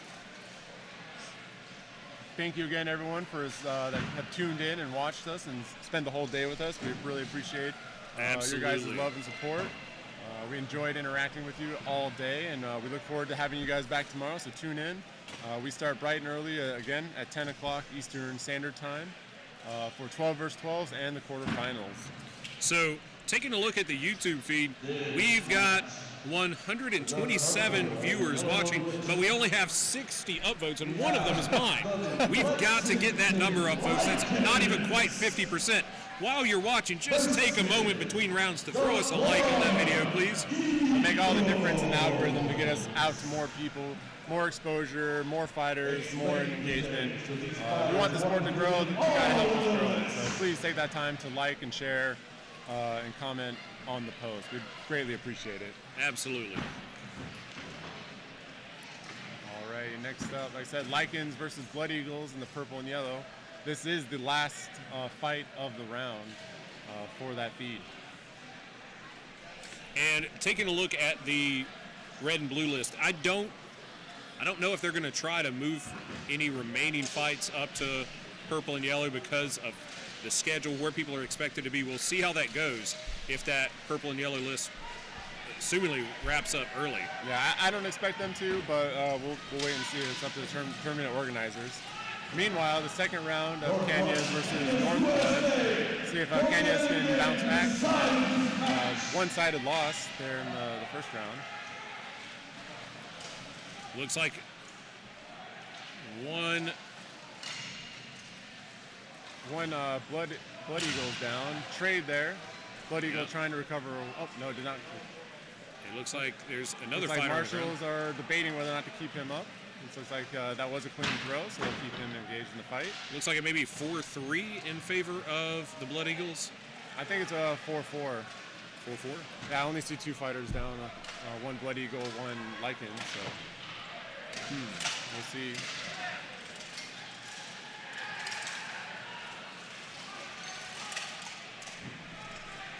Meanwhile, in the red and blue, we still have 10 fighters up. Both sides being very conservative. Vincent.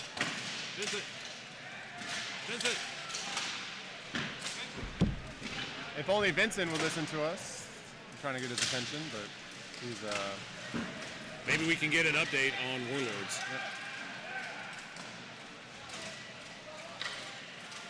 two Northern Bloods working that bottom fighter in the bottom of the list.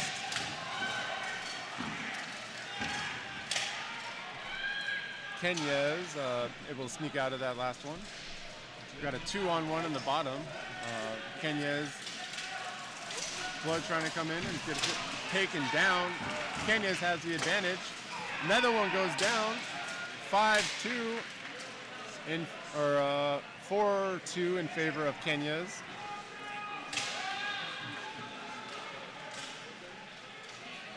In favor. Big shots coming down into that blood fighter, and a flying kick. Looks like, ooh, straight to the shin. And it's a 4-1. Marshall's finally stepping in to stop that fight. And we take it to a third round. Medic called into the...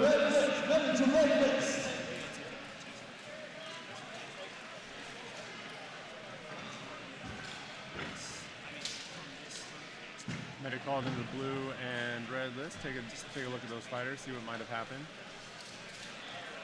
And it looks like there's also a fighter down in the purple and yellow. Marshall's resetting that fight. Looks like it's a 2v2 Lycans versus Blood Eagles.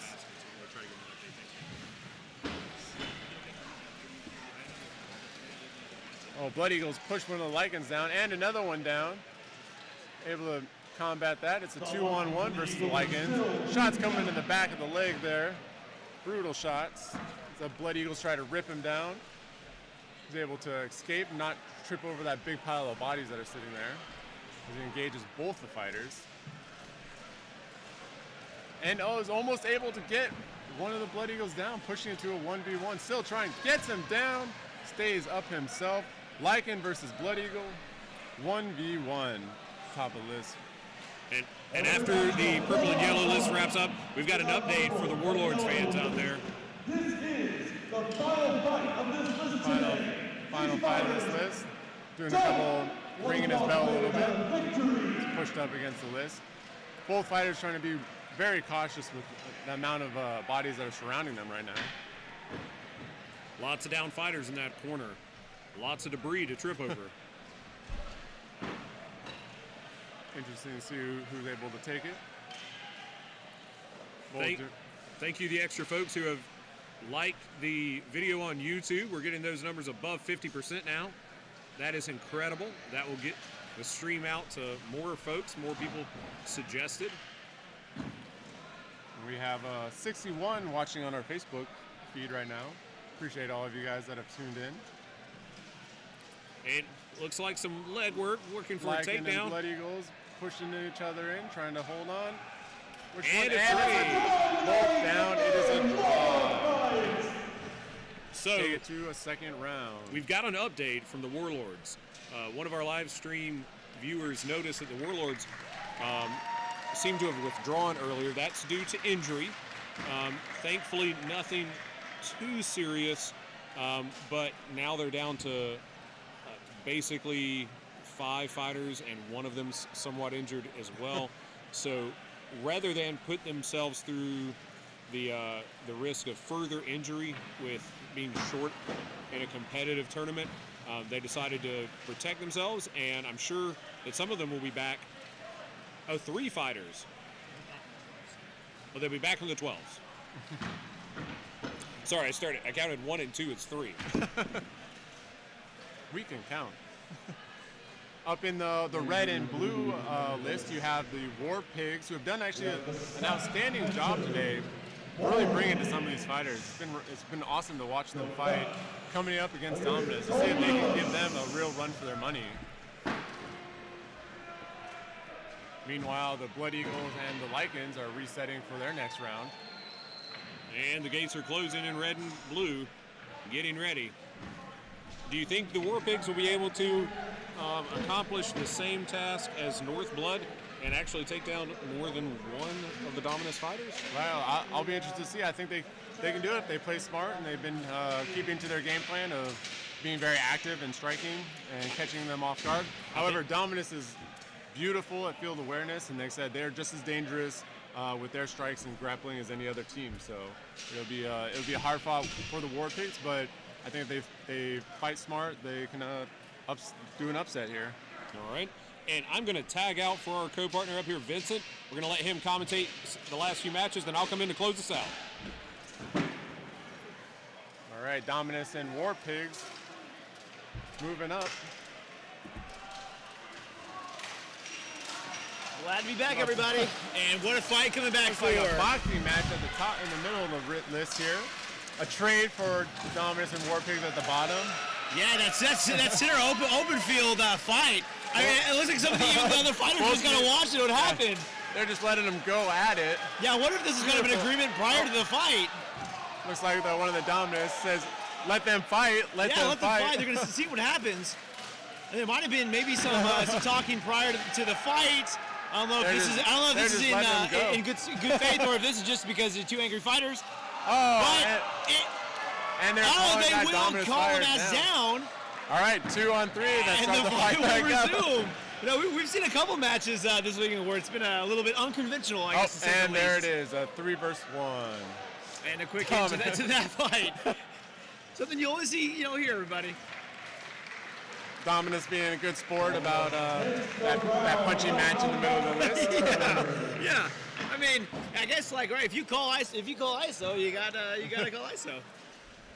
Alrighty.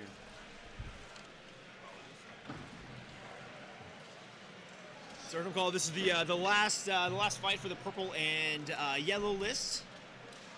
Yep. Last use of that for the day. I apologize to the Facebook users. It looks like the live stream ended a little bit early. We are now just focusing and streaming on the red and blue list on YouTube. Within the red and blue list, you can still see in the background. Yeah, you can definitely. Yeah, catch the rest of that in the purple and yellow. Definitely a little bit harder to see, but doable. And it looks like for the Lexington Lycans, there is a fighter. Looks like getting checked on. They stripped off his armor and it's looking at his leg. So. Leg injuries are very common in this sport, unfortunately. Yeah.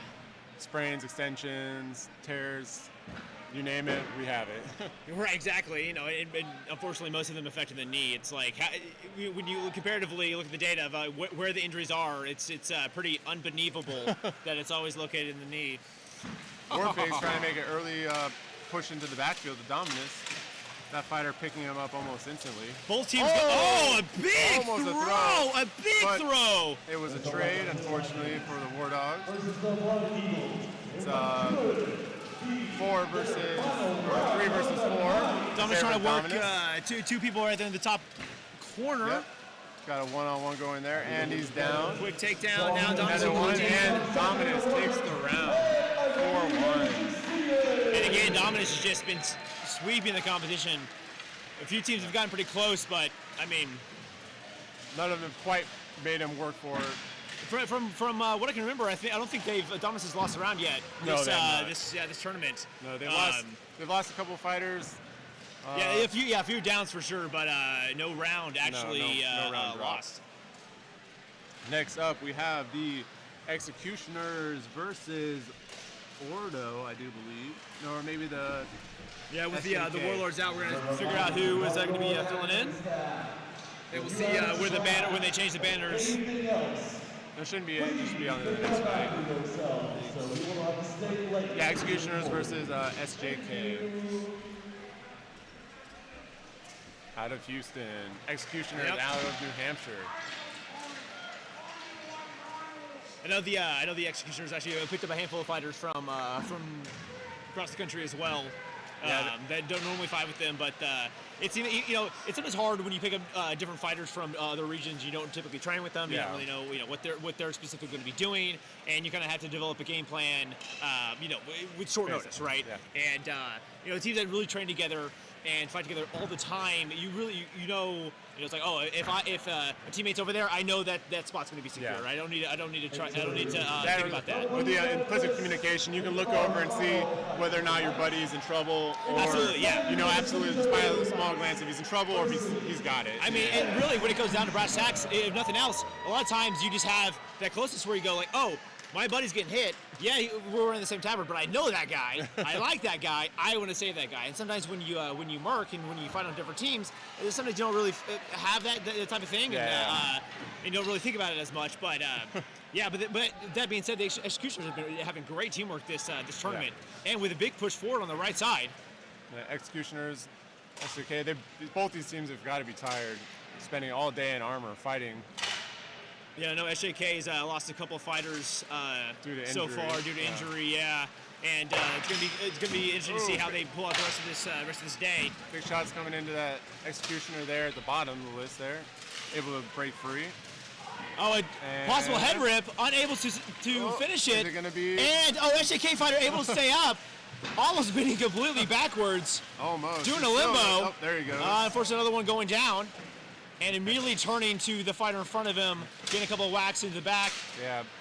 Brutal shots coming on that fighter at the top of the list, and he trips over the body. It is Executioners have the advantage 5-2-1. And just a quick, decisive victory, 5-1. You know, when you look at when you lose a couple of fighters, and you know, I was talking to some of the SJK, and I don't think they feel like they brought their A game today. Yeah. I mean, tomorrow's a whole different day. You know, you got to take each fight as itself, and you sometimes you got to rally and bring it back. And you know, it's sometimes when you have that little bit of lapse of confidence, it can affect the remainder of the day and the remainder of the fights. And so, Absolutely. yeah, I mean, there's still room for them to come back, to rally. It's not over yet. I know exactly that, you know, fighting with them and against them, the SJK can pull amazing things out, and I'm hoping I can see that.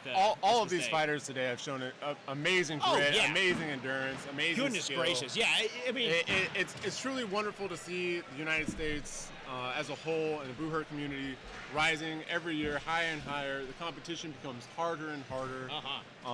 And you've just seen it today with as many like 1 versus 2s or 3-on-1s. Like those are, it might not seem like it initially, but those 3 versus 1s are hard fought wins. absolutely, yeah, absolutely. You know, that's just where you, at the beginning of the fight, you take advantage, you execute on that advantage, Yeah. and then you go forward, and then it shows up at the end of that. Execution that trying round. to take the backfield. Big shot Oh, coming to the shoulder of that. gotta turn around, gotta see where those fighters are. Trying to take advantage of that. He's trying to get his hand around the axe, unable to get over that top part of his helmet with that extra point. Executioner coming in for assistance there. Another one coming in. One SK Knight down. Another one down. Good assist with that leg kick. Now it's looking like a 5-on-3. One fighter going down, Oh, another one down. and this might be rolling the rest of And the it's day. a It's a 5-on-1 stop fight. 5-on-1. Executioners take the win. Executioners taking it in 2. The Blood Eagles are still fighting the Lycans at the top of the list there. Looks like a 4-on-4, 4-on-3 advantage to the Blood Eagles. Just to keep you guys informed. 4-on-2 now. Blood Eagles really showing their mettle today, and giving everyone a very good performance. Oh, an excellent leg kick! Taking down his own 3-on-1. fighter, who had grip so tight, just went right down with them. And the Blood Eagles take the round. Up next, so I believe that was the last Yeah, that of was the the last purple fight. and the yellow list. Yep, those fights are now 100% done. We are now only streaming on YouTube with the blue and red list. Next up, Ordo versus Northern Wolves. Fights have concluded. Ordo fighting really hard today, but coming out with a few losses just by the grit of their teeth. We'll see if they can rally on this one and really bring it to the Northern Wolves. Northern Wolves in a similar boat, but they're doing an outstanding job fighting. Appreciate anyone that is in the UK that's still up and watching with us. Thank you for tuning in. Give a shout out to the Northern Wolves. Absolutely. And Happy to have them here all the way. You know, it's nice that we've bridged that gap between the Revolutionary War and we've mended those relations. Yeah, definitely. Shots coming in from the bottom there. The Northern Wolves pushing far into the Ordo's lines. I'm just trying to figure out what That they're fighter trying to do. get a strike up there, but not able to capitalize and not getting pulled in on himself. Oh, a and 2-for-1 a Congo line going down. down there. Shot coming in. Oh, unable to finish that takedown with that shot in the thigh. It looks like it's a 3-on-3, however. Broken down into 1-on-1 grapples. Fighters Let's really see. grinding to Another down advantage, fighter. and they possibly will down the other one. They're just Marshall's talking about it. Still a 2-on-2 at the top of the list, and they do set that other fighter down. And they've stood up they stood up the Ordo other fighter. It's possibly because of an illegal takedown. We'll have to review and watch back for it. But that completely changes the rest of this fight. Like having that right there. Dynamic, yeah. Yeah, that dynamic switch through, and an it's axe fighter no Pegasus. less coming into this, just wallop on that shield arm. Yeah, I'll be interested to see what on review of the tape later in the day to see what happened there. Yeah. Perhaps it was an illegal takedown or move done by the Northern Wolves. I've seen this a handful of times today, and it's a thing. It's a thing I really try to notice as a fighter myself, and the thing that I really try to work for is, when you see a scramble and you're loose and you run in, because it feels great to get the check. You want to get that check. You want to just body someone down, right? Yeah. That's a visceral feeling. But a lot of time, or jump and try to grab a head, right? Try to grab the head rip, pop him down, because to do that, you really need to be an explosive movement. Yeah. It needs to be just like down. But a lot of times, it is better to go into that scramble, stop for a second, look what's going on, and really see like, hey, where can I be effective? Maybe by doing the thing I want to jump in and do isn't actually going to be helpful. It's actually going to be detrimental to my own teammate. And you've seen it a lot today with both lists, where you have someone taking them down and taking their own teammate down with it, because they weren't able to really calculate what was going on. Yep. A quick trip for the Northern Wolves. Oh, for the Northern Wolves, possibly changing the entire rest of this fight. Ordo moving in the open field there, trying to get a good check, unable to do so. But it looks like another tie or draw down in the bottom there. 4-on-3, Ordo taking the current lead.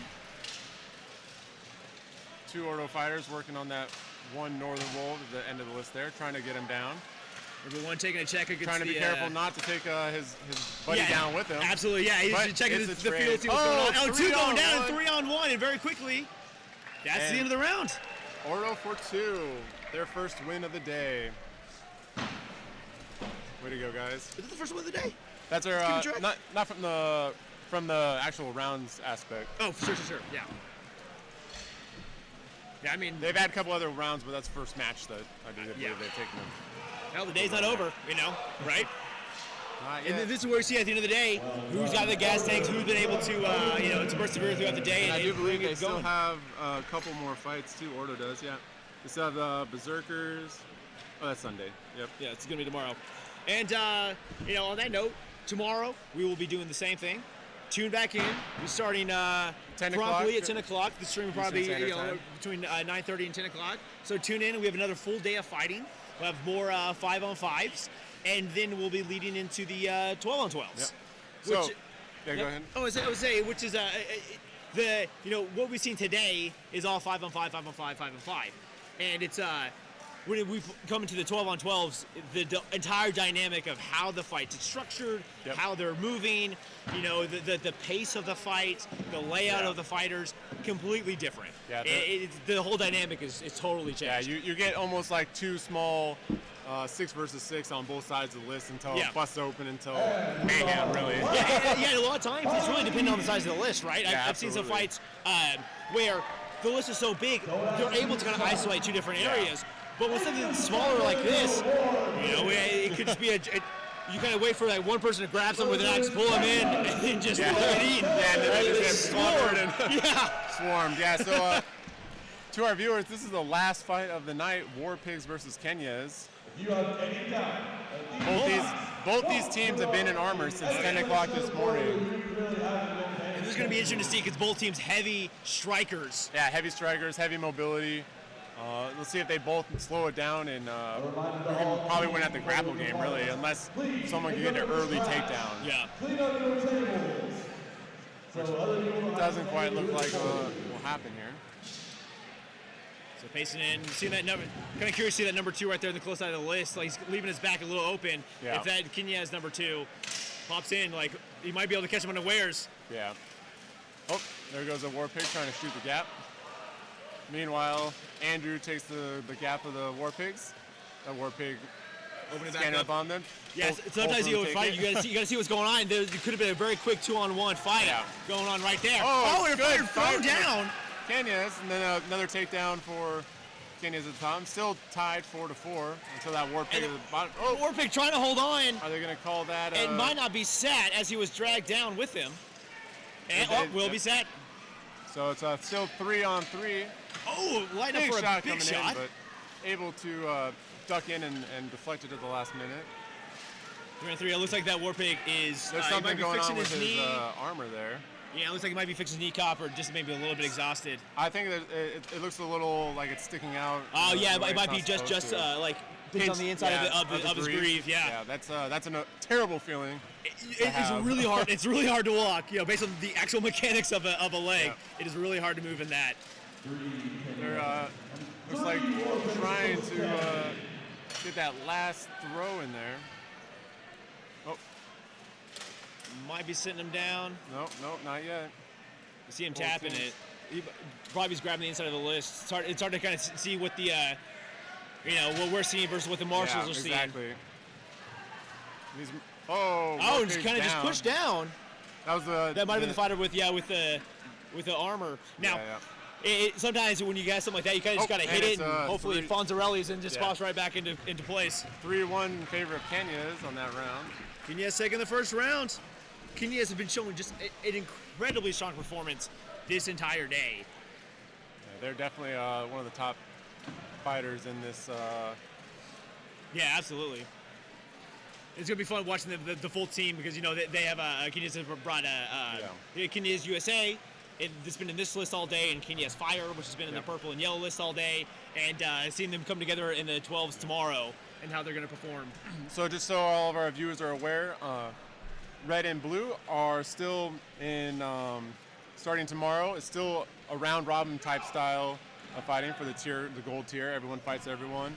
While the yellow and purple list is going to be semifinals for all of the silver. So we'll have certain individuals for the silver going to slots. We'll have those posted on our website either tonight or early tomorrow morning, so you can check on those and see who's fighting who. Absolutely, yeah. So when you check in tomorrow, you'll see the updated schedule, updated list, and all the performances of today. If you're just kind of tuning in and weren't able to see the fights. Yep.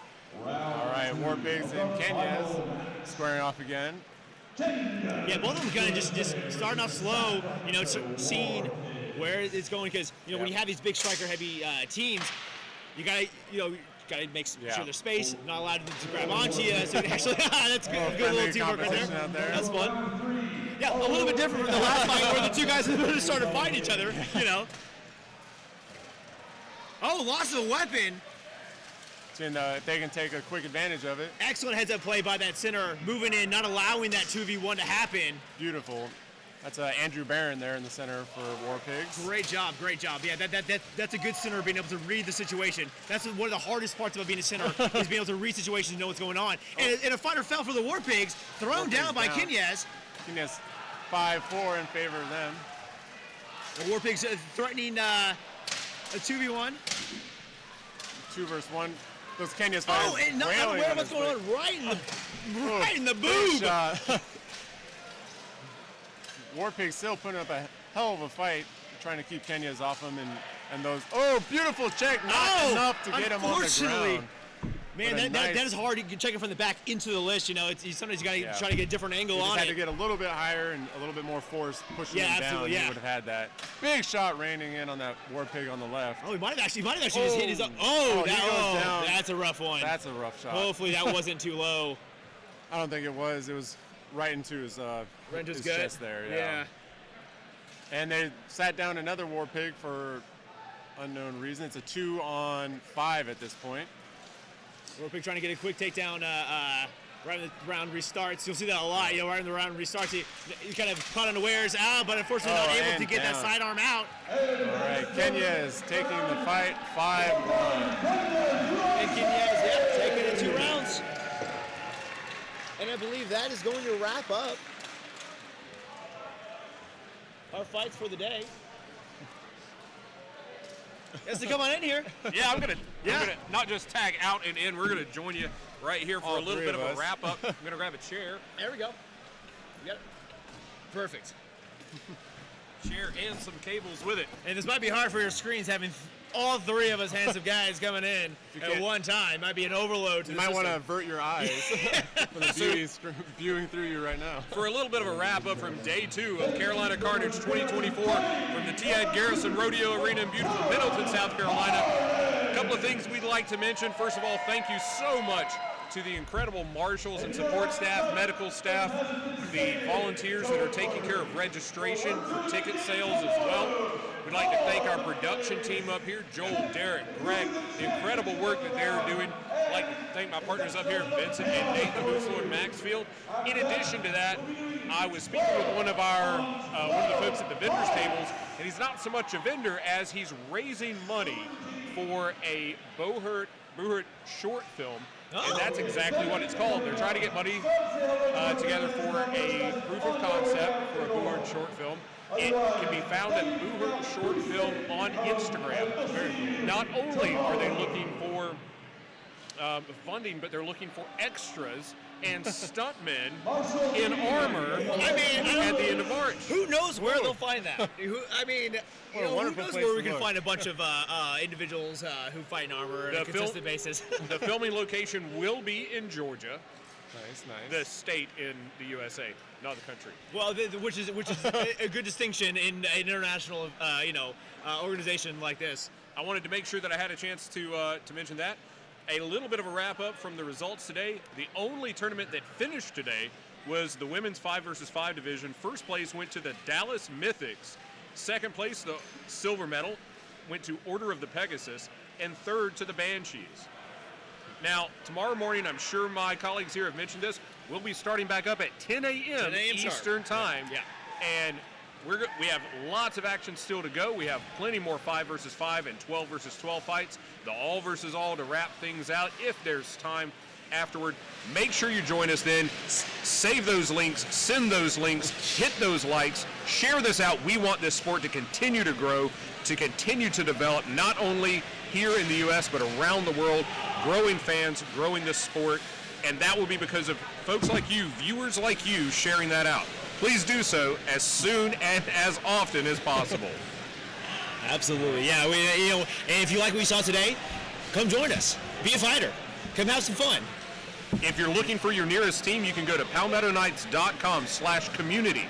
You'll find the nearest teams on the map. If you don't find one close enough to you, get in touch with one of the teams in your state, and they can help you find even some folks that are working to get a club together. Yeah, exactly. That is one of the best things about this sport, is that the established clubs want to continue establishing clubs. Yeah. They want more competition and competitors because we only compete on the field. We work together to make this event happen. And the only way we can fight is by having more fighters. And one of the biggest prerogatives of everyone here is for having the sport to grow, and to be able to have more events like this and have more fighters come in and bring in new experience, bring in new talents, and bring in new skills, and that's what we all love doing. So join us. And go ahead, Nate, please. I was just going to say thanks again for everyone tuning in, and we'll catch you next time. We look forward to interacting with you tomorrow on Day 3 of Carolina Carnage 2024. This is us signing out.